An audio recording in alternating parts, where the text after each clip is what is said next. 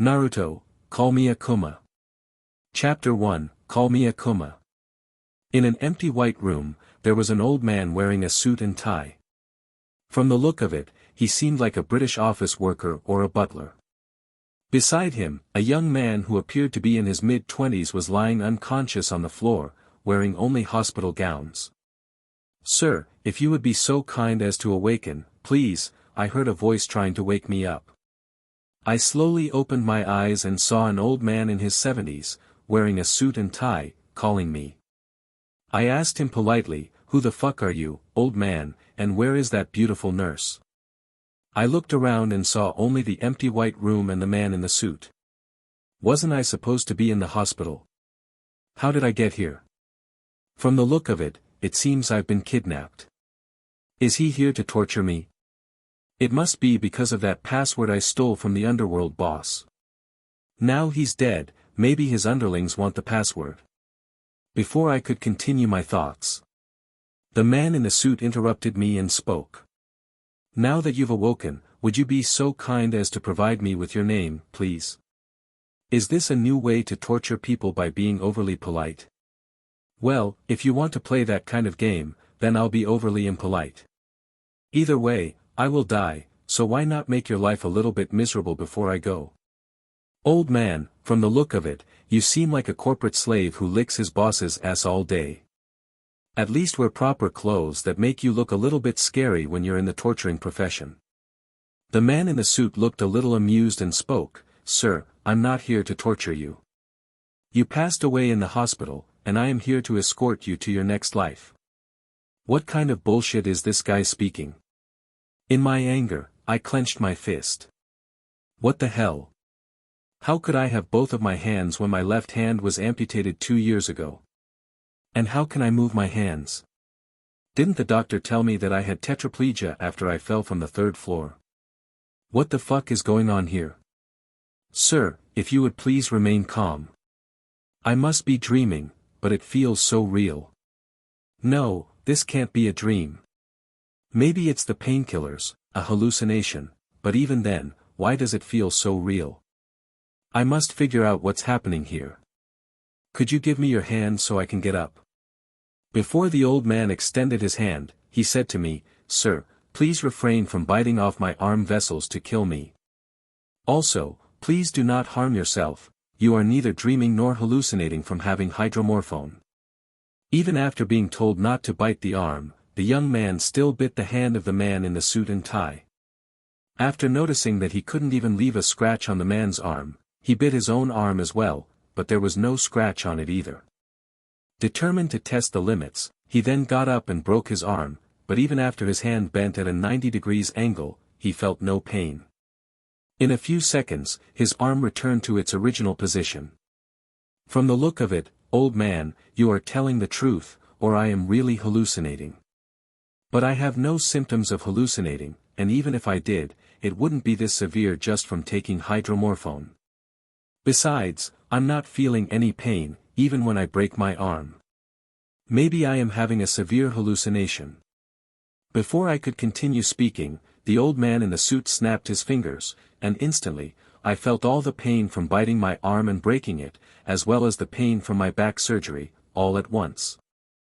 My body convulsed and collapsed under the weight of agony. Aya. Make it stop, you old fucking fart. Make it stop. I kept yelling at him, but even after a few minutes, he didn't stop the pain. I started cursing his 50 generations of family, including his dog and cat, but still, he didn't stop the pain. Instead, he intensified it 50-fold. I was helpless to do anything. My screams turned hoarse, my curses became more desperate. After suffering for a few hours, my heartbeat skyrocketed. The vessels in my arm popped like a spider web. My body was shaking uncontrollably from the severe pain, and I was growing paler by the minute. I started to wonder why the hell I wasn't dead after experiencing such agony. Then, the man spoke. "Excuse me, sir, might you now be inclined to believe me?" Because of the pain, I could barely speak, but somehow, I mustered my strength and spoke to him. "Believe. Stop. Finally, the old man snapped his fingers again, and all the intolerable pain I had experienced vanished as if it had never been there. I glanced at him, and at that moment, I remembered the same helplessness I had felt when Louisa died. Deep inside me, an anger rose like a tsunami. The anger was so intense that it felt like my skin was peeling apart, my eyes shedding tears of blood, and my nose bleeding. My thoughts were in chaos, swirling with anger, confusion, and desperation. Fucking shit. Again. And again. And again. Why? I am so fucking helpless. Fuck. Fuck. Fuck. Fuck. Why am I so helpless every fucking time in my life? Just. Why? Why? Why? Why, just why? The old man watched me with a calm detachment, his eyes revealing nothing. I just wanted to tear his face apart for all my grievances. Yet, deep down, I recognized my own powerlessness against him. He served as nothing more than a stark reminder of my helplessness. Why? I whispered, my voice hoarse and broken. Why am I so helpless? What did I do to deserve this? The old man finally spoke, his voice soft but carrying an undeniable weight. Helplessness is simply part of the human experience, he said. It serves as a reminder of our limitations, our need for others, and the fragility of life. Yet, it is also an invitation to rise above, to find strength in vulnerability, and to forge resilience through suffering. His words pierced through the haze of my anger, striking a chord within me. I wanted to reject them, to cling to my rage, but something in his tone forced me to listen. You have faced unimaginable pain, he continued, and yet, you are still here. That is not helplessness. That is endurance. It is the mark of someone who has battled against the darkness and refused to be consumed. I looked up at him, my vision blurred by blood. Old man, you're strong, that's why you can afford to use such fancy words. What you say is true, helplessness is a part of the human experience. So, from now on, I will forsake my humanity. Only the weak endure, the strong take. Only the weak have limitations, the strong know no bounds. Only the weak need others, the strong stand alone. And only the weak suffer. With determination, I rose from the ground and made a solemn vow to myself. I will become so strong that others will feel helpless in my presence. As I wiped the blood from my eyes and nose, I caught a glimpse of disappointment flickering across the old man's face at my declaration. However, it quickly faded, and soon his expression returned to its customary calm and collected demeanor. May I have your name, sir? The old man asked. I was a bit confused and replied, Old man, it seems you already know my name. Why bother asking? Also, it's not polite to request someone else's name before introducing yourself. For the first time, I saw a faint smile grace the old man's face as he introduced himself with a nod. I am the angel of the afterlife. I have no name, you may call me whatever you wish, the old man stated calmly. The reason I asked for your name is that the human named Raphael has passed away in the hospital. Now, may I kindly ask, what is your name? I opened my mouth and addressed the old man, are you sure that you're not a devil? The mention of the devil's name seemed to upset him momentarily, but he quickly responded, No, sir, I'm not a devil. With a mischievous smile, I retorted, that is what a devil would say. At that moment, I saw the old man raising his hand again, but before he could continue, I hastily added, I believe you. Finally, the old man put his hand down and said strongly. Name, please, the old man requested. After pondering for a moment, I decided on a new name that suited me. Call me Akuma, I replied confidently. Chapter 2, New Beginning. The name I picked visibly upset the old man, and seeing him suffer momentarily stirred a twinge of satisfaction within me. But, as usual, he soon regained his composure and returned to his calm demeanor. Sir Akuma, it is time for you to depart to the afterlife, the old man stated calmly, his voice carrying a weight of solemnity. Wait, shouldn't I get to pick the world that I'm going to be reincarnated in and get some kind of wish before I go to the afterlife? That's what happens in novels and anime, I asked, a hint of uncertainty creeping into my voice. The old man stood silent, unmoving like a statue carved from time itself. Old man, are you going to respond to my question, or are you testing my patience? I persisted, frustration coloring my tone. Still, the old man remained motionless, his gaze fixed and inscrutable. After a tense pause, I finally realized what the old man wanted. Sorry for finding joy in your suffering. It won't happen again. Could you please answer me? I spoke with newfound humility. I had forgotten that the old man could read my mind, so he must have noticed my happiness, leading him to call me Akuma. Sir Akuma, I did not read your mind. That would be rather impolite of me, even though I am capable of it, the old man finally replied, his voice carrying a hint of amusement. Don't lie to me, old man. How could you have guessed what I was thinking without delving into my mind? I retorted, my annoyance palpable. Well, Sir Akuma, if one has lived longer than the entirety of existence itself, one would naturally acquire such perceptiveness, the old man explained calmly. The reason you cannot choose to go to your desired world is because you lack sufficient good karma and do not meet the conditions. I furrowed my brow, processing his words. I'm surprised I even have good karma. I thought my karma would be negative. But more importantly, are you an angel from some kind of Hindu, Buddhist, Jain, or Sikh mythology? I questioned, trying to grasp the nature of the being before me. Sir, please do not attempt to extract information from me. Karma is merely a term I employ to denote a good act, even an accidental act of kindness is still considered good karma, the old man continued. You have accrued sufficient karma to reincarnate in another world. Such an accumulation of karma is exceedingly rare, found in only one among millions of humans, and even then, they do not retain their past memories upon death, unlike you, who remembers your past life. Old man, you must be bullshitting with me. Me having such rare, good karma, found only once in millions. That's quite the joke you have there. If what you're saying is true, why am I the only one who retained my memory upon death? I exclaimed, my disbelief evident in my tone. Sir Akuma, you have only just met the conditions and accumulated sufficient karma to reincarnate in another world, the old man replied after a moment's contemplation. As for your karma, most of it was accrued through accidental good deeds.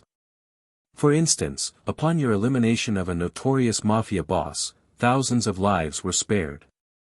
The ensuing power vacuum weakened the criminal organization, thereby enabling law enforcement to dismantle it. This sequence of events resulted in millions of lives being saved and significantly improved the quality of life for countless individuals, which in turn contributed to your good karma. There were other incidents that also added to your karmic balance, but this was the most significant. Before I could voice my confusion, the old man added, Sir Akuma, time flows rather differently here. 1 hour in this realm is equivalent to 10 years in your world. Old man, tell me why I don't get a wish. Is it because my karma value is not sufficient, or do I have to meet certain conditions? I questioned with a mix of curiosity and resignation.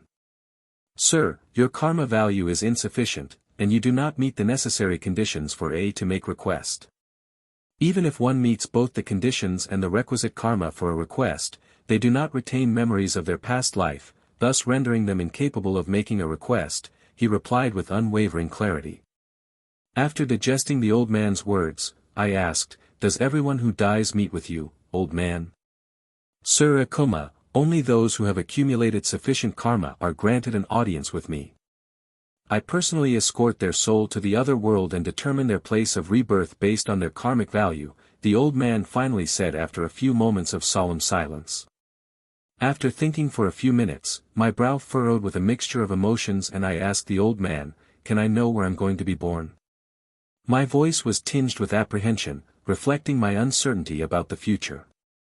The old man, with a serene expression, responded calmly, Sir Akuma, you are to be reborn in a fantasy world called Overlord. Furthermore, Do not stay here in the hope of accumulating more good karma. It is now time for you to proceed to your next life before your soul is erased from existence. His tone was reassuring yet carried a sense of finality, leaving no room for hesitation. Why the hell did you not tell me this earlier, old man? I blurted out, a sudden fear gripping my heart as the weight of his words sank in. Sir Akuma, somehow your soul has managed to endure a few hours in this space, but now you have only 1 minute remaining before your soul vanishes, old man answered me calmly with an unwavering gaze. I have many questions to ask you, but I'm lacking time, so I will tell you next time when we meet, I said to him, a sense of urgency coloring my voice. Then the old man raised his hand and snapped his fingers, and my body turned into a small blue flame, the hospital gown I wore vanishing. Before I left, I thought, old man, if you can read my mind, I have one thing to say to you, thank you for everything. I will not forget this kindness of yours. The angel of the afterlife snapped his fingers again, and the blue flame disappeared from his hand. Moments later, 2 words echoed in that empty white room, you're welcome. Chapter 3, Overlord.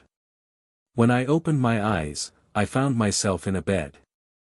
Colorful drawings of cartoons and a collection of action figures adorned the room along with many broken musical instruments, but trash littered the floor, including a few bottles and half-eaten food.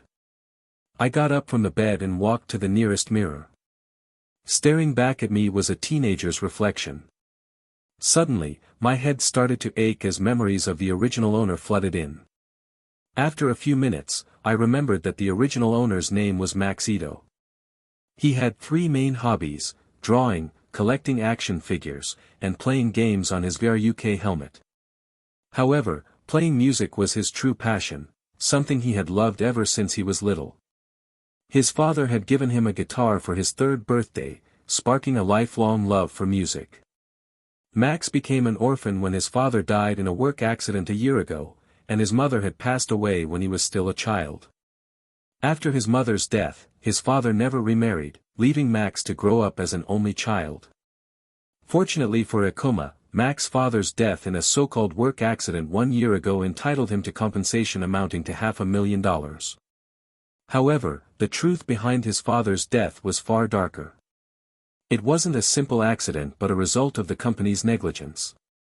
Max had the chance to pursue a wrongful death lawsuit, which could have brought him justice and several $1,000,000 in reparations. But the company, desperate to protect itself, resorted to threats. They made it clear that his life was at stake if he dared to fight them. As a coward he accepted the hush money, signing away his father's death for a mere $500,000. The company then shamelessly used his father's death as a means to bolster their image, boasting about their generosity. They paraded the payout as proof of their care for their workers, turning the tragedy into a PR stunt. His father's life was reduced to a talking point, and Max's silence became their triumph. This decision haunted Max. Every dollar felt tainted, a reminder of the justice he had abandoned and his own cowardness. It wasn't just grief he carried, it was the heavy burden of regret which he will never get rid of. Max squandered almost $200,000 on parties, games, and buying action figures in an attempt to cope with his father's death.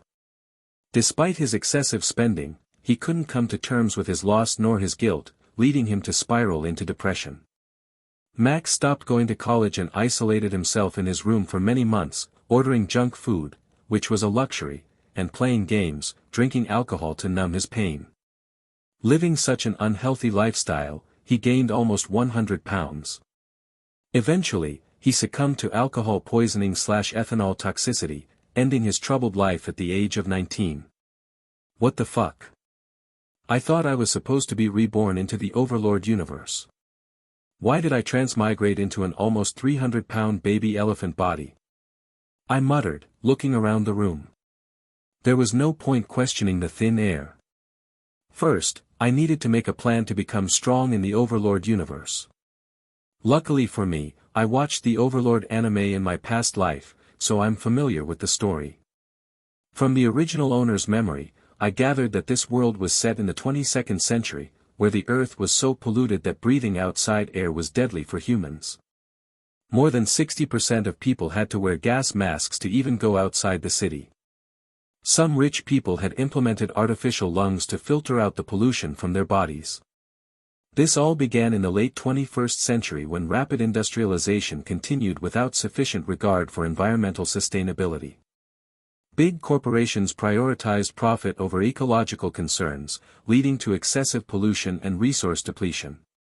Governments, heavily influenced by corporate lobbying, failed to implement effective environmental regulations. Laws were altered to favor corporate interests, weakening environmental protections. As corporations grew larger and more influential, they began to exert control over political systems. Government officials, often in collusion with corporate leaders, enacted policies that prioritized industrial growth over environmental and public health. The air became so polluted that the sky was perpetually obscured by black smog. Due to the lack of sunlight, most plants and animals died, leading to an increase in carbon dioxide and food shortages. Rivers and lakes were heavily polluted, changing colors and becoming murky with industrial waste and chemicals. The pollution reached such levels that conventional water purification systems failed. Rainfall became highly acidic and foul-smelling, caused by pollutants like sulfur dioxide and nitrogen oxides in the atmosphere.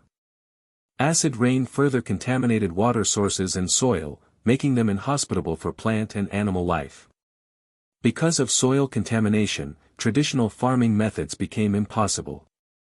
People had to move agriculture into controlled environmental domes, leading to high food prices and making fresh produce a luxury item.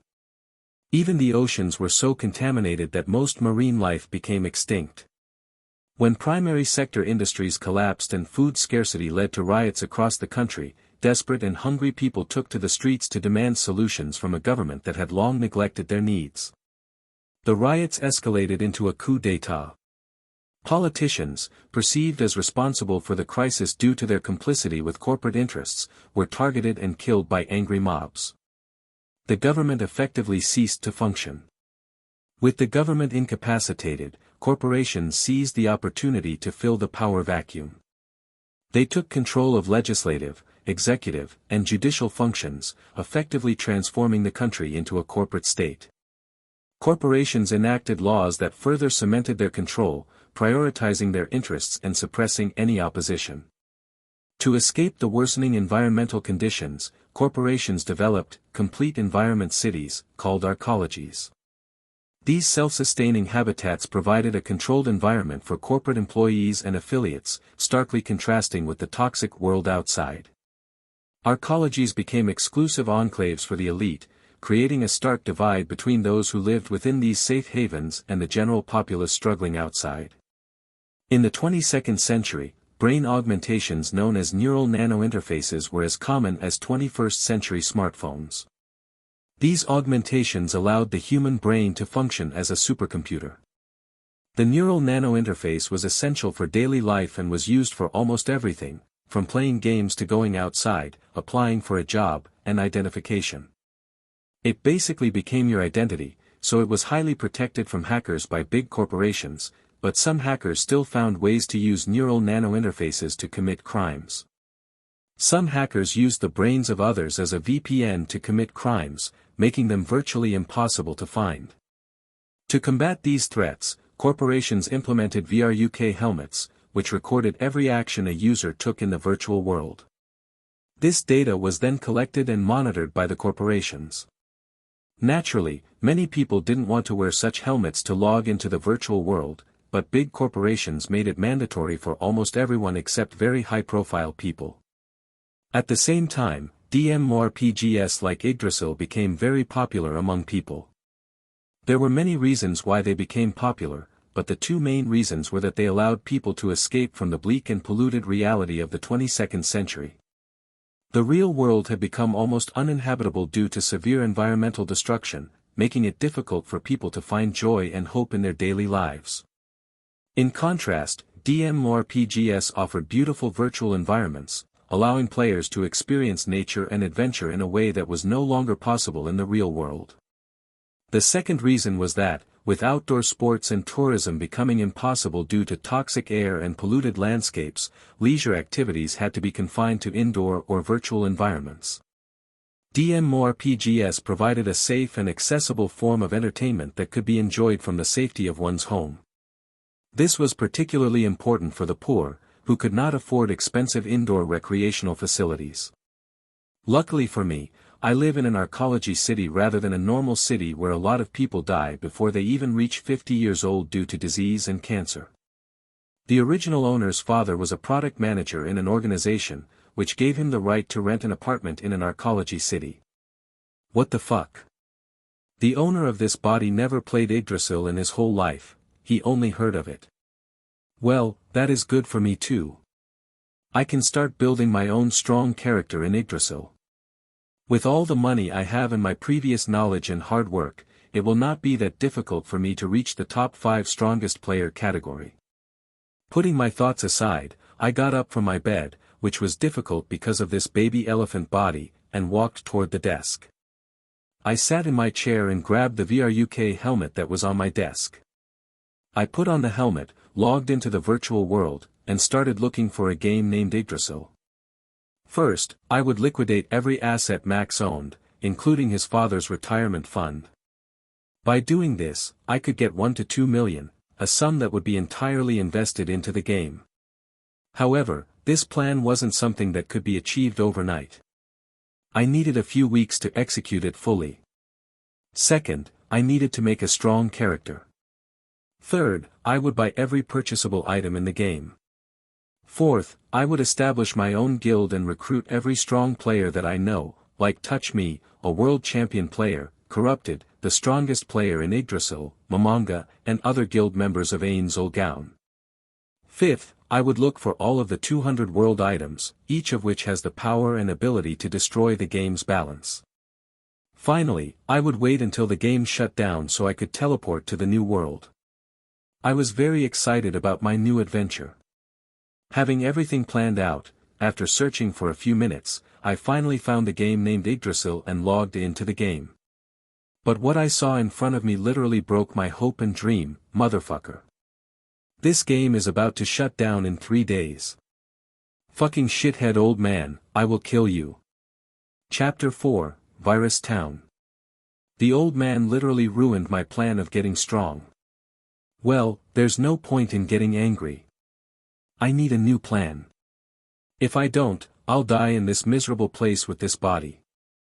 Even if I bought every item in the game for 3 days straight, I wouldn't be stronger than a level 40 player. God, why isn't this a pay-to-win game? Just once in my life, I want a game to be pay-to-win. Why, God, why?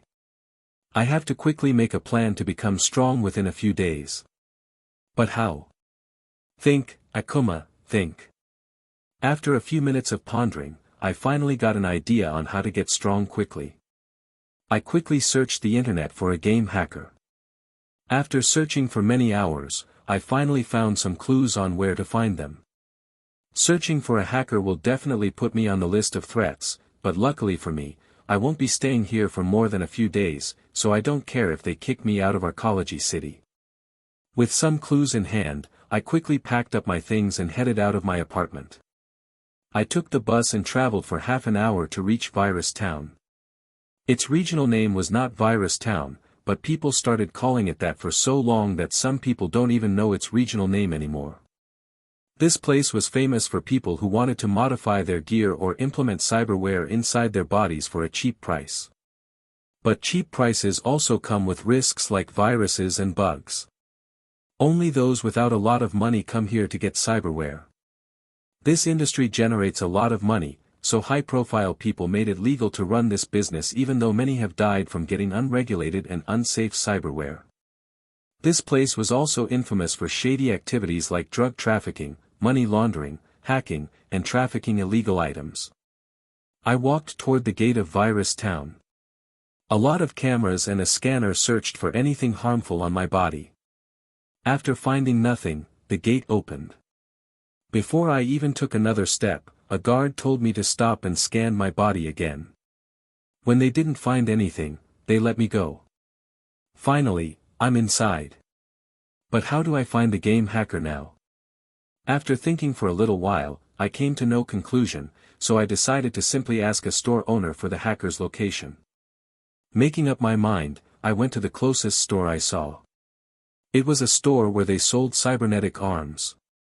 Inside, I found a cashier, a young woman about 30 years old with very beautiful features. I went up to her and asked, "Hello, miss. Do you perhaps know where I can find a game hacker? I'm willing to give you good money for the information." The beautiful woman looked at me like I was some kind of idiot. I know what I said was kind of dumb, but I'm lacking time, so I cannot waste it. I ignored her stare and glanced at her, waiting for her reply. After a few seconds of staring at me, she finally replied, "Sir, I don't know what you're talking about. Just leave the store and don't come back." I was a little offended but understood her reaction. To convince her, I said, "I'm willing to give you $7,000 for the information, which is more than a month's pay for you. I'm not from the police. I'm not here to extract information. I just want a game hacker so I can beat my friend." The beautiful cashier looked at me like I was the biggest idiot she had ever met. But after a few seconds, she smiled and replied, "First, give me the money, then I'll talk." "Why should I trust you?" I asked.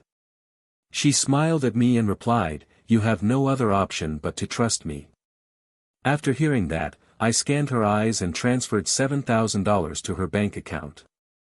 Seeing that I had really transferred the money, the beautiful woman said, "Young man, you seem to be new in Virus Town or very rich. If you just want to find the game hacker, go straight and take a left at the corner. You'll find a store named Game Hacking Store." I was very shocked and asked, "What the fuck? I thought hacking games was illegal. How can there be a store?" "Ahahaha." She laughed for at least half a minute, then replied, "Sir, you know you are very funny. It is illegal to have a store, but with a few bribes, law enforcement looks the other way. Motherfucker. I just wasted $7,000 on useless information. If I had just looked around for a few minutes and not been impatient, I would have found the store without wasting money. Well, there's no point crying over spilled milk." After saying goodbye to the cashier, I headed toward the game hacking store. After a few minutes of walking, which was very hard for this baby elephant body, I finally arrived at my destination. Entering the store and saw a man who looked to be in his 40s. He asked, "What do you want, boy?" "I want to get the game hacked so I can beat my friend in it," I replied. The man smiled and said, "Well then, you've come to the perfect place. Now, tell me what game you want to get hacked." Without hesitation, I told him, "Yggdrasil." The man smiled and answered, "Okay, pay $50, and we will make a reservation for you." After paying $50, the man said, "Okay, boy, come back in 4 days. Right now, we are all full, so we are only available after 4 days." I was suspicious, so I questioned the man, "How much will it cost to hack the game?" After a few seconds, the man replied, "The cost will depend on the game and what kind of hack you want. For example, if you're trying to hack a famous game with more security, it will cost you more. Also, if your demand is too big, it will cost you more." "You have not given me an answer," I said. "If it is a small hack, it will cost you somewhere between $200 to $300. But if your demand is big, it can cost up to $1,000 to $10,000, the man replied. "Can you switch the reservation to today?" "I'm willing to pay $500, I asked. Hearing my words, the middle-aged man smiled. "Only if you can pay an extra $500, then we can switch the date to today," he replied. I really wanted to punch that smiling face, but I controlled myself because I didn't have much time left. I needed to do this quickly, so I agreed and paid the man $1,000. "Now can we start hacking the game?" I asked. The man stopped smiling and said, "Okay, tell me what cheat you want in the game." After thinking for a while, I replied, "Give me a cheat menu where I can control everything from money, health, items, and character profiles." The middle-aged man looked at me the same way the cashier had when we first met. Boy, are you crazy? If you have that much cheat in the game, the anti-cheat AI will ban your ass before you even log in. Do you know how much time it takes to just hide one small cheat from the anti-cheat AI? And even if we somehow manage to hide the cheat menu from the anti-cheat AI, the moment you use your cheat against somebody, they're gonna report your ass, and you're gonna be banned for life. Just tell me, can you do it or not? Don't give me some advice, I replied. The man visibly became angry and said in an angry tone, who the fuck said I cannot do it? But the question is, boy, are you willing to pay for it or not? I'm willing to give you $30,000, but I want the cheat menu today, I said. The old man looked at my face and started laughing like that cashier woman. Ahaha, aha. Even if you give me $100,000, I will not be able to finish it today. Even if I put all 15 of my workers on fulfilling your demand, they will only be able to do it in 2 weeks. So, my advice for you is to just get a cheat where you can change the probability of item drops. It will be much easier to hide from the AI, and other people will not be able to notice that easily. I'm willing to give you $150,000. Just get me the cheat within 3 days, I said. The middle-aged man was shocked when he heard that. He never thought I would be spending $150,000 on a game. After a moment, he smiled and said, if I and my workers work for 24 hours and bribe a game developer from Yggdrasil for information and help, then maybe I can do it within 3 days. Hearing the middle-aged man's words, I knew what he wanted, so I went straight to the point. Okay, motherfucker, $200,000, not a penny less. I want it before 3 days. $10,000 up front, and the rest after I get the cheat in my hand. Hearing that, the man smiled so much that I thought his face was deformed, but quickly it turned back to normal, and he said, people over here call me Midum. What is your name, sir? Just hearing his voice made me want to beat the shit out of him, but I somehow controlled myself and reminded myself of the bigger goal. Just call me Akuma. Midum smiled widely and addressed me, Akuma, don't worry. I promise that I will give you your cheat menu within 3 days. Also, here's a card. Next time, you can just chat on our private server. Don't worry about security, not even a cyber police officer will be able to track you. After getting the card, I stared into Midum's eyes and directly transferred $10,000 to his account. Seeing the smile on Midum's face was very annoying, so before I lost control, I decided to leave the store. When I was about to leave, Midum asked, Akuma, why are you spending so much money on a game that is about to shut down in 3 days? So, just as I thought, this motherfucker already knew the game was about to shut down in 3 days. There's also a good chance that the cashier told this greedy bastard about me. There's no point crying about it now. Either way, I would be the winner at the end of the day. What is money worth in the face of ultimate power? What's more important to you, the money or the reason I'm spending it? After a few moments, Midum replied, the money, of course. Everything else is worthless. Have a good day, Akuma. After saying goodbye, I headed back to my house. Chapter 5, Little Guitar. Finally, Akuma returned home to Arcology City.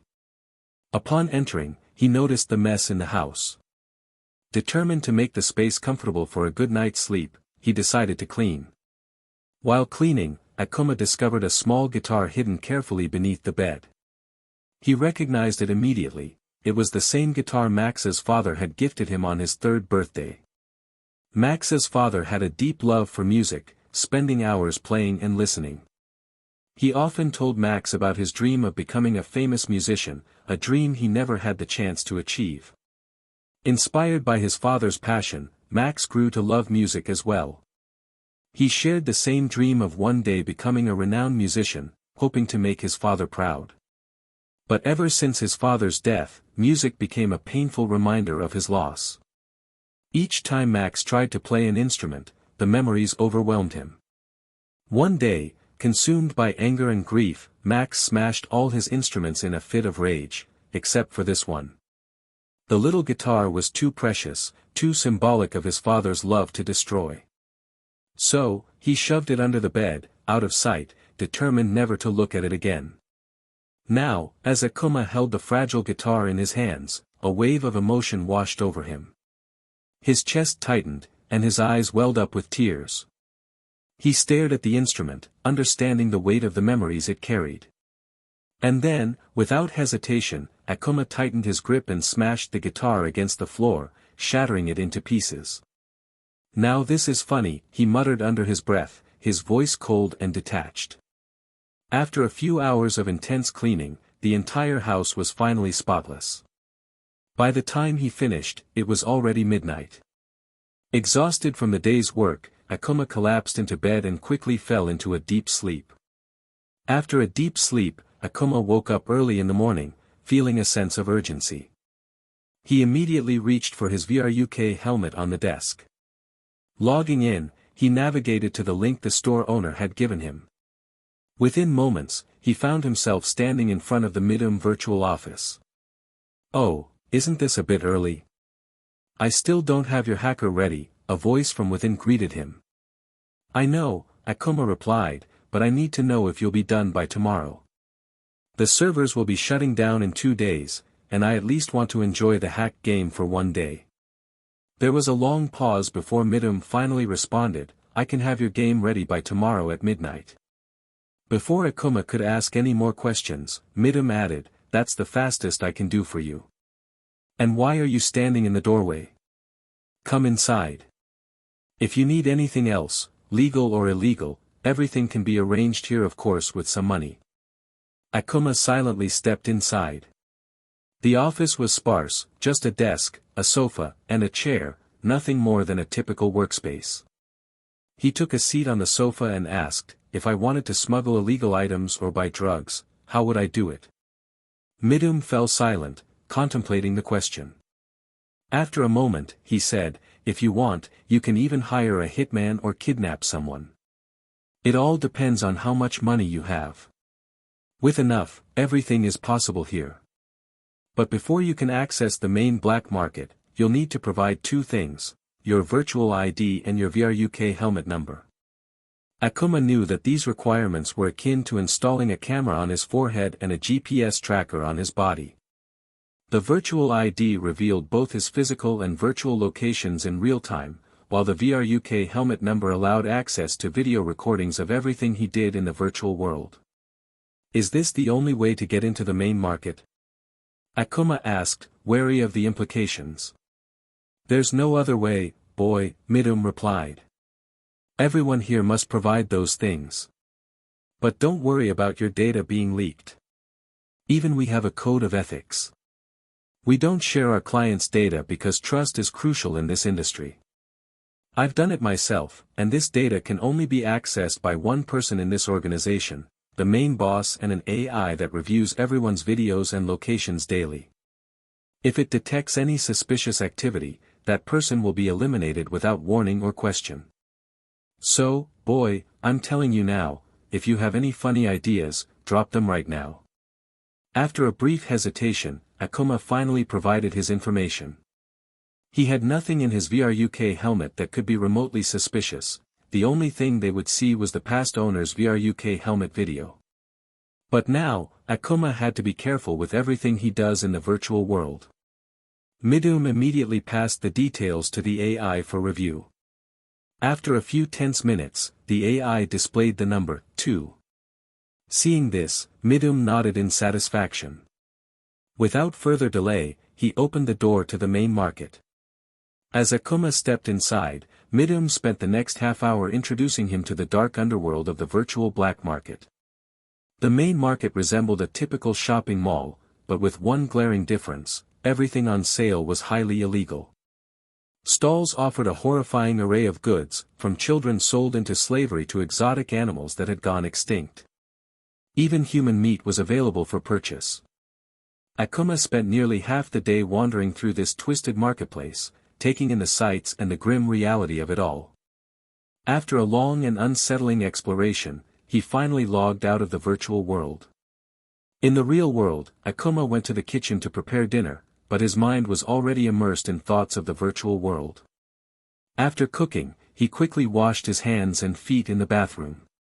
He ate his dinner swiftly, his focus already shifting back to what truly mattered, Yggdrasil. Once his hunger was satisfied, Akuma returned to the virtual world with unwavering determination. He was on a mission to master the game, or at the very least, to gather as much information as possible. No detail was too small to escape his notice. With a digital notebook in hand, Akuma dove into his research, tirelessly gathering information throughout the night. Sleep was a forgotten luxury as he scoured every available resource with unrelenting focus. By the time morning light seeped into his room, Akuma showed no signs of slowing down. He paused only briefly at noon for a quick meal and a bathroom break before resuming his relentless pursuit of knowledge. He collected every piece of information he could find, skills, items, strategies, anything that might give him an edge. Akuma absorbed the knowledge like a sponge, relentlessly honing his understanding and preparing himself for the challenges that awaited him in Yggdrasil. When everything was done, Akuma powered on his old video camera and recorded himself for at least 10 minutes, scheduling it to be sent as a delayed message. Afterward, he set an alarm for midnight and went to sleep. A young girl walked into Midum's office, knocking softly on the door before politely asking, "May I come in, sir?" Midum in his chair, granted her permission. Before she even had a chance to sit down on the sofa, he began speaking. "I want you to gather information about a boy named Akuma. The name is probably fake. I want his real name. He is somewhere between 17 and 20 years old. Here are his photos," Midum said, passing her a set of digital images of Akuma. "I also want every detail about this boy. Recently, he transferred money to me, find out where that money came from and whose name is on the account." Before the young girl could respond, he added, "I'll give you your payment once you've completed the task. Now, go." The young girl gave a polite bow and quietly left the room. Midum sat alone in his chair, mumbling softly to himself about Akuma. That kid is so strange. From his looks to his demeanor, he does not seem like a spoiled rich brat. But then, why is he spending so much money on a game that is about to shut down? This does not add up.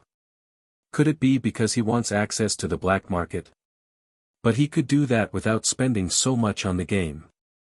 Or, maybe he's a journalist, or worse, a police officer, investigating the underworld. But his suspicion rating, on a scale from 1 to 10, is only at a 2, compared to my 3. If he were undercover, wouldn't it be higher? He would have been killed if his suspicion rating were above a 5. Still, I need to know more about this kid before making any moves. I cannot risk losing everything I have built just because of greed. I still need to bring my family into the archaeology city. They're still out there, breathing that filthy air, especially my mother and father. I need to make money as quickly as possible before it's too late, but I must do it carefully. One wrong move, and all my dreams will be destroyed. Chapter 6, Midum. Beep. Beep. Beep. Hearing the alarm, Akuma jolted awake and checked his watch. Midnight was approaching. Without wasting a moment, he silenced the alarm, threw on his VRUK helmet, and entered the virtual world. His destination was clear, the Midum office.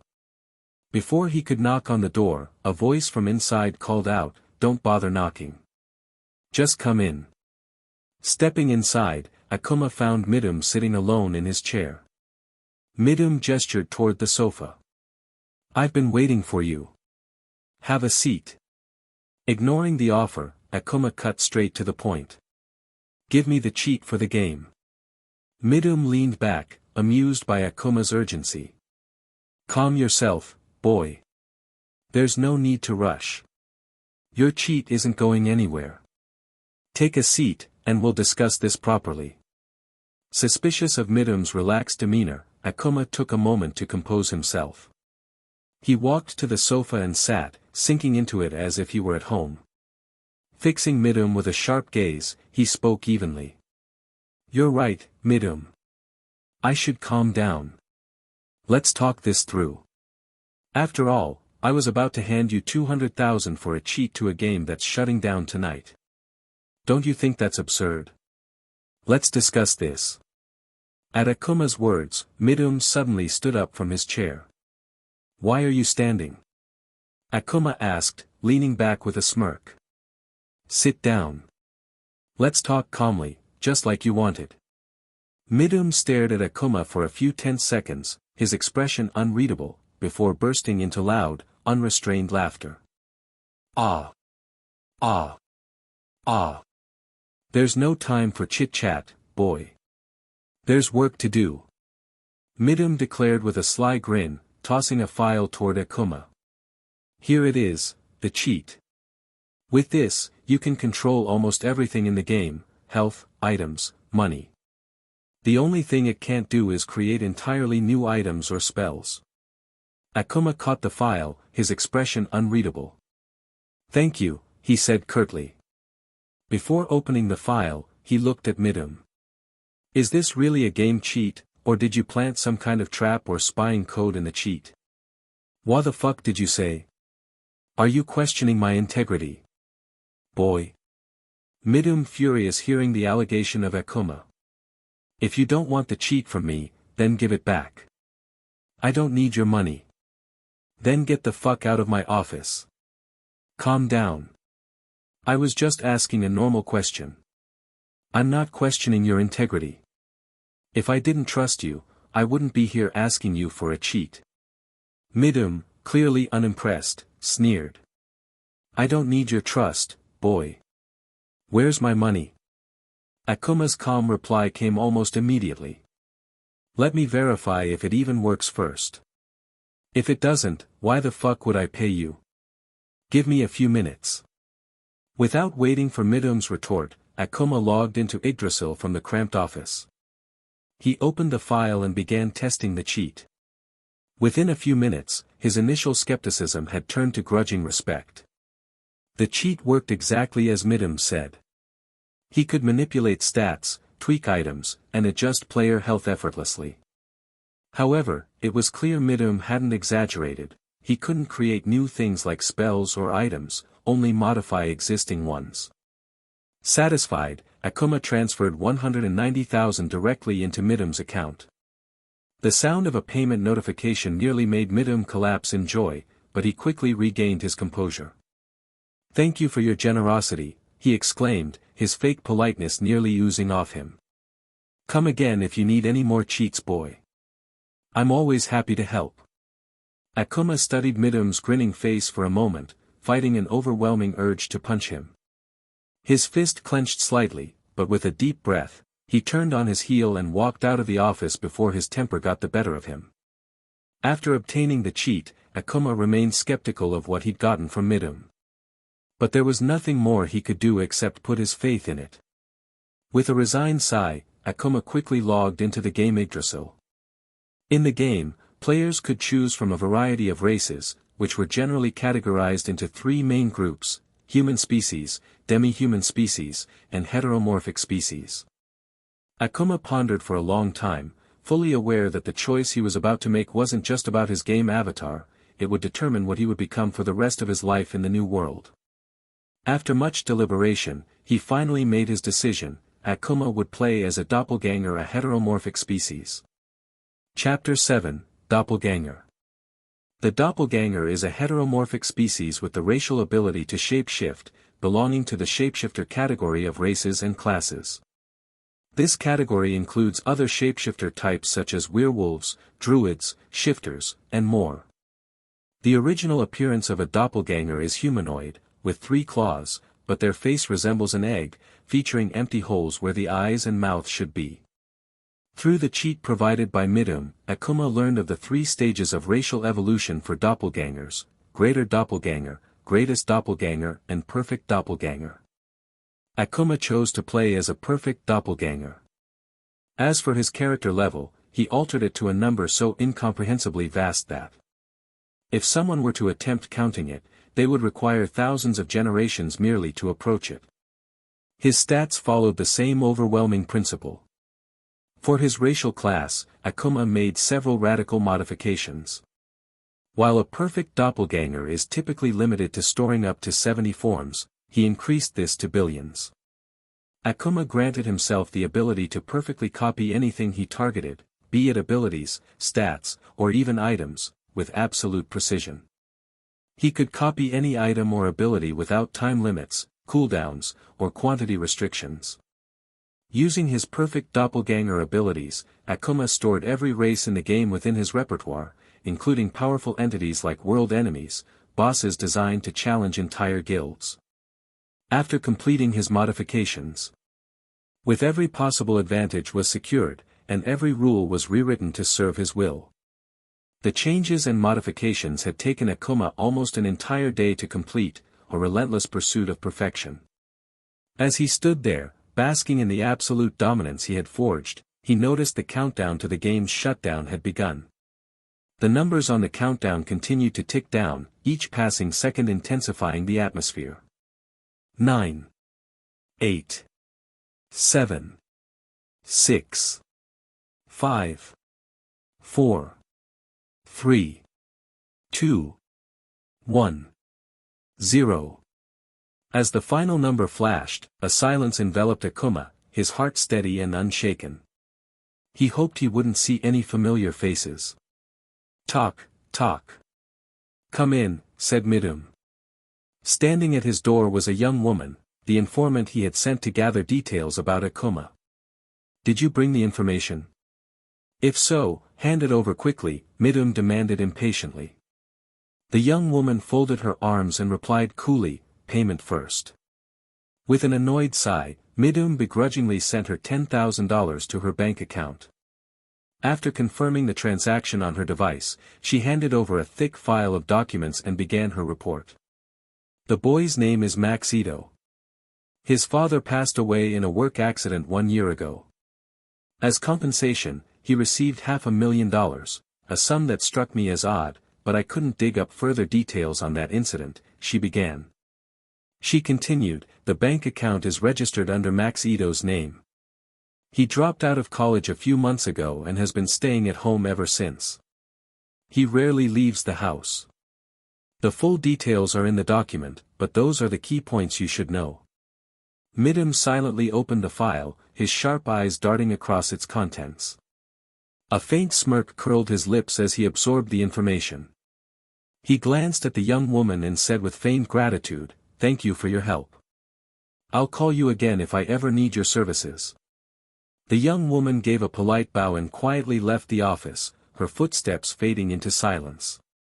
Now alone in his chair, Midum leaned back, his fingers tapping rhythmically against the armrest. He muttered to himself, "From the information I've gathered, the boy seems depressed over his father's death. He's using the money to indulge in games, expensive food, toys, and parties, typical coping mechanisms." Pausing for a moment, he tilted his head and said mockingly, "What a poor boy." Then, as though a switch had been flipped, an evil grin spread across his face, and an uncontrollable, maniacal laugh erupted from his throat. "Ah! Ah! Ah! Fucking shit. I found a fat sheep, no, a fat whale willing to spend $200,000 in a game. If I can get even 20% of this boy's assets, I could finally have enough money to bring my family here and live peacefully for the rest of my life without worrying about work or finances." Midum's eyes gleamed with a dangerous light as his voice grew louder and more deranged. "I'll slowly scam this delicious fat whale until there's not even a single bone left. Oh, wait. What I'm doing is wrong.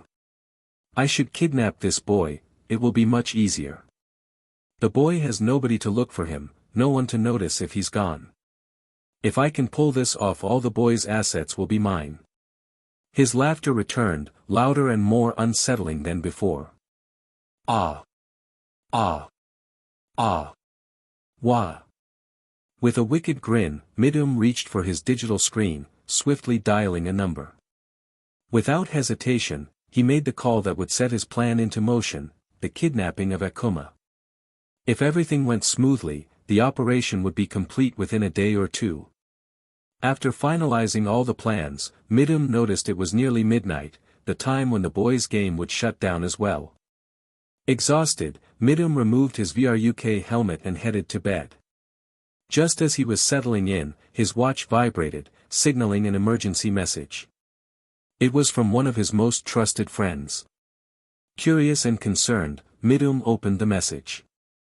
It simply read, "Open the link I sent you." Without hesitation, Midum sprang out of bed, donned his VRUK helmet, and opened the link. What he saw made his blood boil.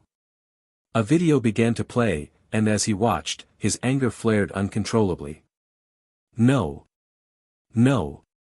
No. No. No no. Motherfucker, he cursed loudly, his voice echoing with rage. Why the fuck? WHYH. Panicking, Midum frantically tried to block or delete the video. But his efforts were in vain. Akuma had sent multiple copies of the video across several social media platforms, making it impossible to contain. Feeling a wave of helplessness wash over him, Midum screamed like a maniac, "Shit! Shit! Shit!" The video showed Akuma openly exposing the black market, talking about it for a full 10 minutes. Midum's mind raced as he tried to process the implications. Was he trying to become some kind of hero by exposing the black market? Does he not realize the organization can escape with just a few bribes? Without evidence, nobody will believe him. All he's managed to do is endanger his life, and mine. Motherfucker. Ah. Midum ripped off the VRUK helmet, his heart pounding as the reality of the situation sank in, sweat dripping down his temples. The suspicion rating must have skyrocketed to level 10. The black market organization would undoubtedly come for him. His hands moved frantically, grabbing his most important belongings while his mind cursed Akuma for dragging him into this dire mess. Akuma had not only opened the door of death for himself but for Midum as well. His carefully constructed life, years of effort and sacrifice, destroyed by one single boy. Fuck. Fuck. Fuck. Midum cursed under his breath. As he shoved items into a bag, a flicker on his security monitor caught his eye. His breath hitched, several black-hooded men were already inside the house, moving with calculated precision. Damn it! Midum hissed under his breath. Time was up. He slammed the bag down, abandoning the plan to escape. Instead, he accessed his crypto bank, fingers trembling as he transferred his entire fortune, nearly $15 million, to an anonymous account linked to his family. Years of slaving away in the underworld, all for this one goal, to secure a better life for them. Midum had kept his family a secret, even from his closest friends. From the moment he entered the world of crime, he understood the cost of exposure. To protect them, he severed all ties, sacrificing his presence in their lives. Living happily with his family in the arcologies had always been his dream, but as he watched that dream crumble, he couldn't hold back his tears from coming out. The sound of a door being kicked in jolted him back to reality. Midum opened a drawer, his fingers brushing against cold steel. He pulled out the handgun and pressed the barrel to his temple. "Forgive me, Mom," he whispered, closing his eyes as the approaching footsteps grew louder. Bang! Chapter 8, The Being. "Could you wake up, sir?" Akuma stirred, his eyelids heavy as he woke. The scene before him was eerily familiar, as was the figure standing in front of him, the angel of afterlife. "Old man, why the hell are you here? And why am I here with you? Did I die again? If so, how? Shouldn't I be in a new world by now?" Akuma fired off his questions, his tone laced with irritation and confusion as he locked eyes with the angel. "Calm yourself, sir," the angel replied, his voice steady and patient. "My master will answer all your questions." Akuma frowned, his gaze darting around the pristine white room devoid of anything, or anyone. "Where is your master?" he asked skeptically. "I don't see anyone. Is he hiding?" The moment the question left his lips, the air around him shifted. A presence materialized, one beyond comprehension, and Akuma froze. The being that appeared was paradoxical in every sense. It was both light and darkness, order and chaos, existence and non-existence, everything and nothing all at once. Akuma's mind reeled as he tried to make sense of what he was seeing, but the entity defied all logic, all understanding. It was as if the very fabric of reality had bent to accommodate something that should not, could not, exist. "I'm not hiding anywhere because I am everywhere, you motherfucking dickhead," the being snapped, its voice booming with frustration. "I've had to stay away from my two beautiful wives for years to fix your stupid mess, you shithead." The angel of afterlife, standing stoically to the side, cleared his throat and interjected, "Sir, watch your language. It's not appropriate for a being of your stature to use such words." The being shot him a sharp glare. "Shut the fuck up, old man." The angel blinked, unfazed. "But, sir, you're older than me," he replied calmly. For a brief moment, the two stared at each other in silence, their faces locked in a comically intense standoff. Then, as if by unspoken agreement, they both turned their attention back to Akuma. Akuma, utterly lost in the bizarre exchange, looked at the incomprehensible being with confusion written all over his face. He didn't have the slightest idea what mess they were talking about. Hesitantly, he asked, "What mess did I make?" The being's form visibly shifted, radiating an air of annoyance so palpable that Akuma could feel it, though he had no idea how. "You," the being growled, its tone dripping with irritation, "destroyed multiple universes and even threatened the very fabric of existence." "You're telling me that I destroyed multiple universes and even threatened the whole of existence?" "Don't joke with me," Akuma said with a wry smile. The being in front of him, visibly irritated, conjured a whip out of thin air. Snapping it with a menacing crack, the being glared at him. "Shithead, do you know who you're talking to? Just because you act like a fool doesn't mean everyone else is one, too. Or should I make you a real fool?" Seeing the whip hovering dangerously close to his head, Akuma sighed and raised his hands in mock surrender. Okay, I admit. When I heard about the angel of the afterlife and how karma determines where you go, I figured that even the angel must follow some kind of karmic rule. And if he follows it, then there must be someone who made him follow the rule." He paused, narrowing his eyes thoughtfully. "And if there's a rule, there has to be someone who implemented it, someone even higher than the old man. It was obvious from his title, Angel of the Afterlife, that there must be a god as well." He exhaled, his tone calm but calculating. "From my experience, nothing in this world is free, just like how energy can neither be created nor destroyed. So, it's not like I could just pull power from thin air. It had to come from somewhere, or someone, with the authority to grant it. That made me curious. What would happen if I became so powerful in the game that I could rival even the gods themselves? Would a god grant me that kind of power if the game were to shut down?" Akuma's expression grew pensive, his voice dropping as frustration crept in. "I was hoping, really hoping, that God would grant me that power.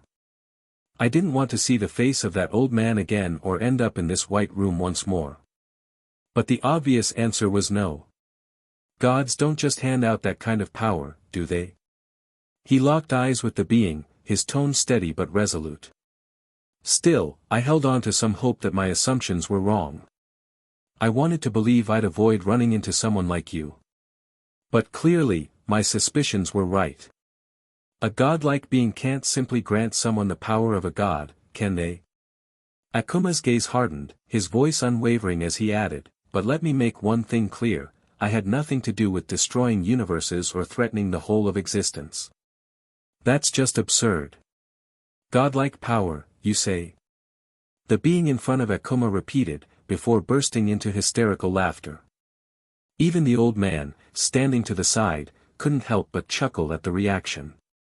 Akuma frowned, a mixture of shame and confusion creeping into his expression. "Why are you laughing? Did I say something wrong?" he asked, his voice tinged with uncertainty. The being wiped a non-existent tear from his eyes, his grin widening. Ignorance truly is a blessing. You're not entirely wrong, but you're only 40% correct. The real question is, why didn't you just make yourself powerful enough so you wouldn't end up here, talking to me? Why risk everything on something you knew you wouldn't get? Akuma looked up at the being, his expression unshaken. Because there was a chance, even if it was a slim one. You know how it goes, it's human nature. People buy lottery tickets knowing the odds are nearly zero, but they still do it because of that tiny hope they might be the lucky one. I had the same hope. I knew it was a long shot, but I took the risk anyway. The being smiled, amused. Ah, the foolish optimism of mortals. His tone shifted, becoming more serious. It's true that power isn't simply handed out of thin air. It must come from somewhere, that's one of the universal laws. When you demanded so much power from the universe, it couldn't fulfill your request alone. The only way to meet your ridiculous demand was to convert the universe itself into energy. But even that wasn't enough. Multiple universes had to sacrifice themselves, collapsing into pure energy just to give you what you wanted. That destruction. That's on you. Akuma's eyes widened slightly as the being continued, his voice growing more pointed. You see, by demanding that much power, you disrupted the balance of existence itself. The scales tipped so far that the entirety of existence was under threat. And guess who would have been stuck cleaning up the mess? Me. The being crossed his arms, an annoyed expression settling on his face. As a lazy person, I'm not about to deal with that kind of hassle. So, I did the simplest thing I could. I stopped the whole system, hit restart, and, well, killed you. Problem solved. Hearing those words, Akuma felt a flicker of confusion. But rather than dwell on what he couldn't comprehend, he simply asked, "Now, what are you going to do with me?" The being in front of him gave a warm smile. "Of course, I'm going to beat you with this whip until all your skin falls off." Hearing such a reply spoken with such a cheerful expression, Akuma's face went pale. He instinctively glanced at the old man, hoping for some help, but the old man merely lowered his head, as if to say, "Don't involve me in this." Seeing Akuma's reaction, the being burst into hysterical laughter again. Okay. I'm just joking. I won't hurt you." The being waved the whip lazily. "There are 3 reasons why I won't.